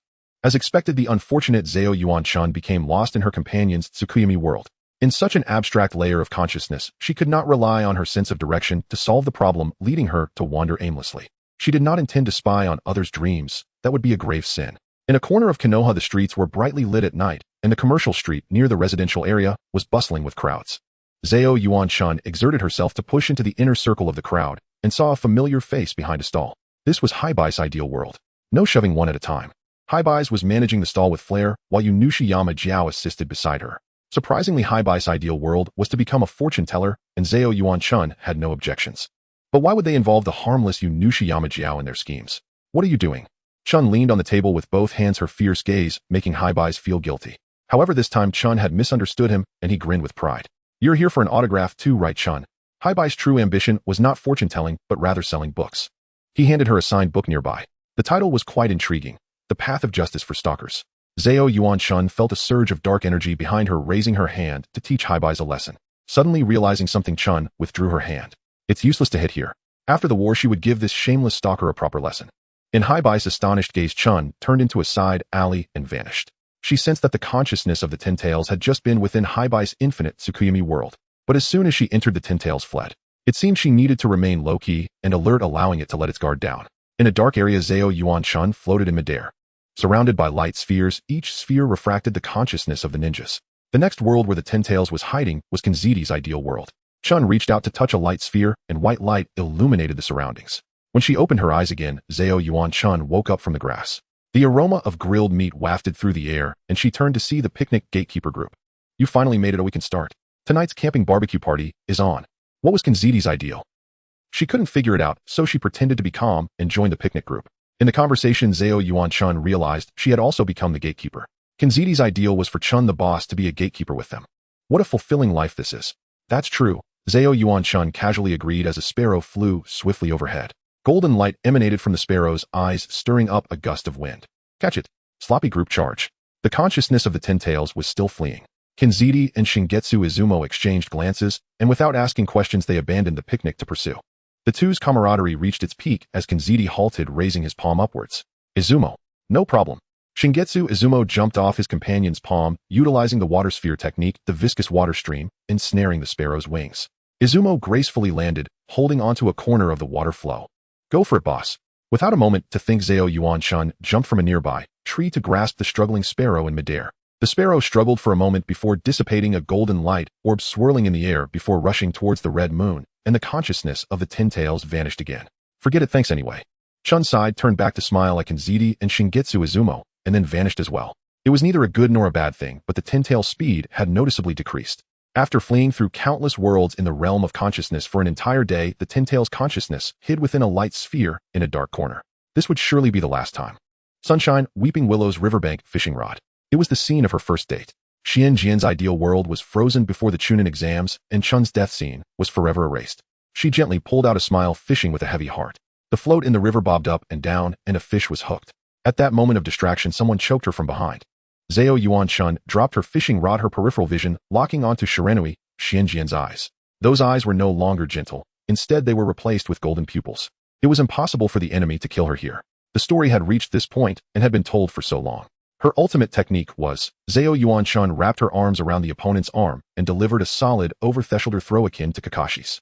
At the moment the Ten Tails hit the ground, Zhao Yuan-chun drove the lotus spear into his heart. Their consciousnesses instantaneously exchanged, and Zhao Yuan-chun felt countless chakra streams flowing into the ocean, moving toward the heart. Chun severed all connections to the Ten Tails' divine tree, returning to reality. Kagaya's power was overwhelmingly strong, her talent for manipulating space far surpassing everyone else.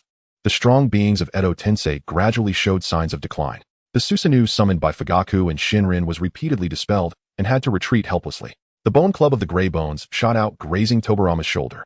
Ordinary people would die from a hit, while Edo Tensei users had only one outcome when struck, which was to be released from their Edo Tensei form. I'm counting on you guys. Senju Tobarama returned to the underworld. The remaining three felt even heavier. This situation was untenable. One moment, it was hell, the next it was an ice field. This villain was not a normal person. Kagaya opened a black portal preparing to ambush Uchiha Fugaku. At the critical moment, a hand appeared on Fugaku's shoulder. A flash of golden light passed, and Minato Namikaze returned to the battlefield. Otsutsuki Kagaya gazed at the Ten Tails' divine tree, which began to wither and decay. The ninjas wrapped in the divine tree fell to the ground, helping each other to stand up. The Ten Tails, unable to bear the burden, began to collapse, and the nine-tailed beasts escaped from the cracks of the divine tree. It's all your fault. Kagaya spoke flatly, expressionless, as she looked at Zhao Yuan-chun. Chun was covered in ash and looked up at the sound. Having narrowly escaped from the Ten Tails' consciousness, Zhao Yuan-chun was still a bit dazed and casually nodded. It was me. I am I. How are you? Her words were nonsensical and extremely perfunctory. Kagaya was left with a question mark. More and more of the ninja alliance began to awaken, and the increasing enemies seemed dire. She raised her hand to shift spaces. A sharp pain shot through her wrist. Amaterasu's flames had burned her wrist. Uchiha Itachi and Sasuke arrived late, spotting Fugaku on the battlefield. The brothers' anger towards Obito surged again, and the reunion between father and sons was wordless. Fugaku succinctly expressed his approval of his children. I'm sorry, Chun. Shinrin was in a hurry, and explaining his sacrifice to Zhao Yuan-chun was a question without an answer. To his surprise, Chun did not cry this time. The sorrows and warmth of ninjas were forever intertwined. It seemed Chun had understood today. I know. Zhao Yuan-chun paused for a moment, then put on a smile. I've always been worried about you, Captain Shinrin. It's so good to see you again. Shinrin was stunned. To some extent, these words could only deliver a pang of conscience to Uchiha Shinrin. Fugaku shook Shinrin's shoulder vigorously, waking him up. Fight first. The ninja alliance faced Otsutsuki Kagaya, and the chaotic battlefield gradually escalated to a white-hot intensity. Amid the smoke-choked ruins, Daetong Hui stood alone, facing the entire ninja world without a flicker of fear. She could not help but glance at Mingren and Zhuozhu. A faint frown creased her brow, the first time a human expression had softened her face. There was a familiar current of chakra about those two. Yet in the present circumstances, she knew the confrontation could not end unless she shattered every last shinobi. There was no time to waste. Daetong Hui spared no further consideration. Before her lay but a single path. Her power was so immense that no one dared act rashly. Her Byakugan pierced the shifting flows of chakra across the battlefield as she retreated with swift composure. Jagged stone spikes erupted from the ground. The rock ninjas tasked with attack stood sweating under her indifferent, merciless gaze. Hui remained in waiting, not initiating a direct assault. The allied shinobi unleashed wave after wave of jutsu and traps while she slipped away through black portals, evading them at every turn. Misfortune found her footing. The ground beneath her hit a trick. A flash of golden light betrayed the trap. Wolfing Shuemin struck her with the Flying Thunder God technique, severing only a few strands of her hair. So swift. The levitating land crafted by Dae-mu caught Shuemin as he fell from the air. Wailoa aided the rakeage as the battle pressed on. Shuemin leapt to safety. For the moment, the shinobi set aside their village animosities and fought as one. With the 5 Kage personally involved, the allied forces' resolve swelled to its pinnacle. Mingren and Zhuozhu exchanged a glance, then simultaneously looked down at their palms. Perspective shifted. Daetong Hui breathed once, then vanished and reappeared in an instant. Her hand seized Ziyuan Chun's shoulder and yanked her backwards. The black portal widened suddenly and swallowed Chun whole. Yuzhibo Shinrin's eyes widened as he reflexively grabbed Chun's arm, and Yuzhibo Fugai caught hold of Shinrin in turn. In the midst of grim combat, the abrupt tableau, like one of those old rescue tales where children save an elder, felt darkly absurd. Dizzy with impulse, Zhuozhu seized his father's hand. Mingren grabbed Zhuozhu's. One after another shinobi were hurled into a new temporal domain. Where's this place? Zhuozhu's Susanoo caught a few of them, anchoring them amid the chaos. Hellish lava surged from the fissures, spraying perilously close to the allies. You were waiting for me. Why? Ziyuan Chun looked Daetong Hui in the eye without flinching. It's all you're doing. The words came again. A barely discernible anger darkened Huey's alabaster face, her long hair stirring slightly on an unseen breeze. You mean to say it's all my fault? Hearing Huey stare straight at her, Chun's heart sank. She had slain the 10 tails and raised the god tree. It was not unimaginable that her opponent would now rush forward to tear her apart. Reed to the bone, Huey leapt into the sky. Chakra gathered in her palm, condensing into a devastating empty strike. The others were forced to scatter. Mingren shouted desperately, declaring that the enemy must be sealed. Are you some kind of herald? Yuzhibo, Fugai's Waju, and Shinrin all pressed their palms to their foreheads in exasperation. Provoked Daitamu, Huey once more warped spacetime. Within the super-heavy gravity domain, she finally had Ziyuan Chun Onionon.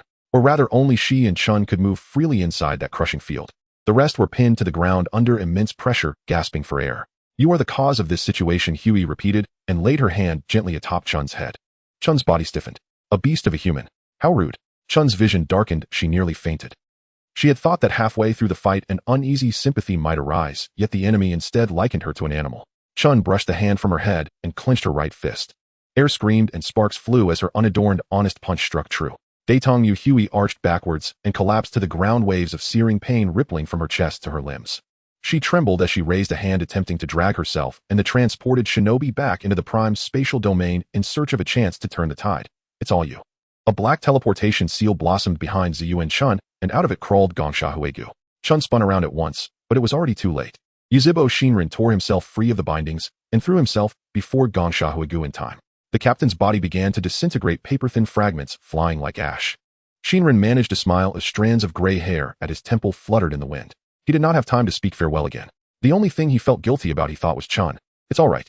Chun released the pressure on Huey and stunned darted toward Shinrin. Tears filled her eyes. It seemed her whole life had been in search of this captain's presence. Why betray? Why die? Why save her? All the answers had been written from the start. The third Hokage arranged for Nyla Lukyu and Shinrin to guide Ziyuan Chun so that a 6-year-old child would not be led down a road to world destruction. I am glad to have a colleague like Chun. It is a shame the elders cannot always live up to the reliability they should show. No, with you as captain I would never go astray. Kindness, resolve, care for children, patience. Shinrin embodied them all. During those days in the Konoha Interrogation Division, he gave a child the single, most important thing: companionship. He wanted to be the elder Chun could lean on. If I had a daughter, she would surely resemble Chun. Shinrin's Huadu Zhuanxing reanimation technique was undone. Only 4 remained on the field. Ziyuan Chun turned with an impassive face that was not fragility or hollow sorrow in her eyes, but the certainty of victory. This is Captain Shinrin's will, she declared. Keep up, Mingren, and Chun dragged out the syllable and stalled for a heartbeat. The expression on her face was a petty revenge for the time Zhuaju treated her like a thorny husk. What now? Zhuaju's flushed look was quickly suppressed. He snorted and followed. With Fugai's aid, Chun's sudden fierce strike succeeded in subduing Daitamu Huey. Mingren and Zhuaju joined their palms to complete the seal upon the mysterious Huey. The chakra of the 6 paths returned everyone to the real world. Yuzhibo Fugai's Huadu Zhuanxing was undone. A great crisis dissolved.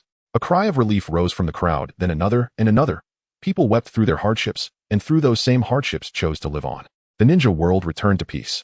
Ziyuan Chun no longer sought the layers of mystery that had shrouded Captain Shinrin. Those riddles were no longer important. She received a small lacquered seal, its character engraved with the word Ming, the Ming of tomorrow. In every tormented day Shinrin had endured, he had yearned for a brighter dawn, a better peace. From this day forward, an era of peace for the ninja world had begun. Morning dew glistened on blades of grass, while the coolness lingering after autumn rain gradually enfolded the world. The air at dawn carried the rich scent of damp earth and fresh greenery. The residence, once adorned entirely with pink furniture, now lay in ruins. A casualty of Wara Chun had temporarily returned to live with her mother. In her bedroom, Ziyuan Chun silenced the alarm clock and opened her eyes, her nose tingling faintly. Before her gaze stretched a bare tree branch. Glancing left, she saw the ancient courtyard tree thrusting its gnarled limbs through the window frame, its branches weaving inward through the narrow gaps. Chun's mind fully awakened. She drew a deep breath. Why haven't you died yet, Grandpa Zhuangshi? This was the 2nd year following the Great Shinobi War. The centenarian remained very much alive. Though his life had recently changed, Orochimaru, having turned over a new leaf, now persistently shadowed the 100-year-old man obsessively studying the genetics of longevity. Enough, time to rise. Today held an important event. Chun circled the date and read on her calendar, then yawned and headed to wash up. No matter her inner state, she resolved to wear a flawless, warm smile today. This autumnal equinox marked Uchiha Obito's official inauguration as Hokage. As the late Minato Namikaze once put it, every blazing inferno awaits its destined soul, fervent, fearless, and leaping in without hesitation. True teacher Minato often lamented how burdensome the Hokage mantle could be, but surely he must have felt profound joy watching his students mature into steadfast, responsible shinobi. Oh, And one more thing post-war everyone had carved out strikingly new lives. Anko Mitarashi, ever fond of sweets, pioneered the bitter interrogation technique. Earning acclaim within the torture and interrogation division, Irin had succeeded as captain of the sealing unit. Yuhi Kurinai balanced family life with leading advanced Jinjutsu instruction. Ebisu and Irika's legendary rivalry yielded fresh outcomes. Kakashi and Might Guy planned a global journey for next year. Gunma Shiranui resigned from the Hokage Guard platoon. As for Chun's own students, Hyuga Niji had risen to become a Jonin instructor.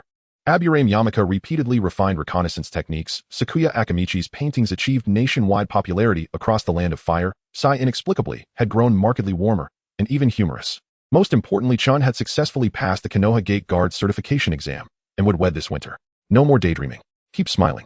She still needed to attend Obito's investiture ceremony. Zayuan Chun shook her head briskly and hurried out. The Hokage Tower bustled with crowds. Amid them, Chun spotted countless familiar faces. Irika, noticing her, stepped forward to stand beside her. "Good afternoon, Irika." He offered a warm, practiced smile, yet his eyes darted restlessly, betraying deep preoccupation. "Chun, can your heart bear bad news right now, eh? What kind of bad news? What is it?" Before she could ask further, the ceremony began. With Kakashi and Rin's devoted assistance, Obito stammered through his inaugural address. Watching his forced, guilt-ridden smile, Zayuan Chun suddenly saw everything with crystalline clarity. The ceremony concluded, and Obito bolted. But Chun had already intercepted him at the rooftop entrance. Wind roared fiercely, thick with solemnity and tension as both parties entered the arena. "So, you mean?" "Ah, that incident," Kakashi drawled lazily, draping an arm over Obito's shoulder with a serene, knowing grin. "Regarding the invitation seals, the fifth Hokage executed that task flawlessly. She printed the wedding date not for winter, but for today." For a moment, Chun couldn't tell whether Kakashi had simply run out of evasions or was genuinely praising Obito. "What on earth are you talking about?" Chun froze, utterly petrified. Rin rushed forward 2 steps to steady her collapsing form, her brow damp with embarrassment. Life's relentless minutiae had transformed the gentle Rin into someone quietly, profoundly weary. "How can you two possibly remain so calm?" So that halting speech wasn't just nerves, it was confession. Chun's mind went utterly blank. No words emerged. More comrades gathered around, all fixing her with secretive, knowing glances. Strangely, even Rin, who moments earlier had bristled with righteous indignation, now watched Chun with quiet, expectant eyes. "Wait, has this joke gone too far?" Mizuki nudged Irika sharply with his elbow, eyeing him skeptically. Irika chuckled nervously, then shifted his gaze toward Nara. Nara scratched his head and looked pointedly at the aloof, uninvolved Ebisu. "What's with that look, huh?" Ebisu broke into a cold sweat and cleared his throat. "I'm not the only one hoping to hear Zayuan Chun utter those words again. I truly have no other options." Over the years, as she grew into a capable, self-reliant shinobi, she'd said it less and less. Yet her comrades longed to hear that very phrase. Everyone here is an actor. Caught red-handed, the crowd scattered, glancing aside, pretending busyness, each absorbed in their own affairs. Gunma Shiranui's raised hand went unnoticed by Ebisu. "Chun, I truly..." Chun uttered the opening words, then abruptly paused. Chun swept her gaze across the circle, brushed dust from her clothes, and rose upright. She pointed directly at the flustered Obito. "Obito, I offer you 2 solutions. First, we dismember you together limb by limb. Second, resolve every detail. Gown lighting, officiant, reception hall. Perfectly, immediately, and without delay." Her words sent shockwaves rippling outward. Huh. Zayuan Chun. She didn't say I have no other options. Because this is psychological warfare. Mimicking Nara's deliberate cadence, Chun elongated her tone, stepping triumphantly onto the high ground of intellect. "Idiot. Why does that line sound so familiar?"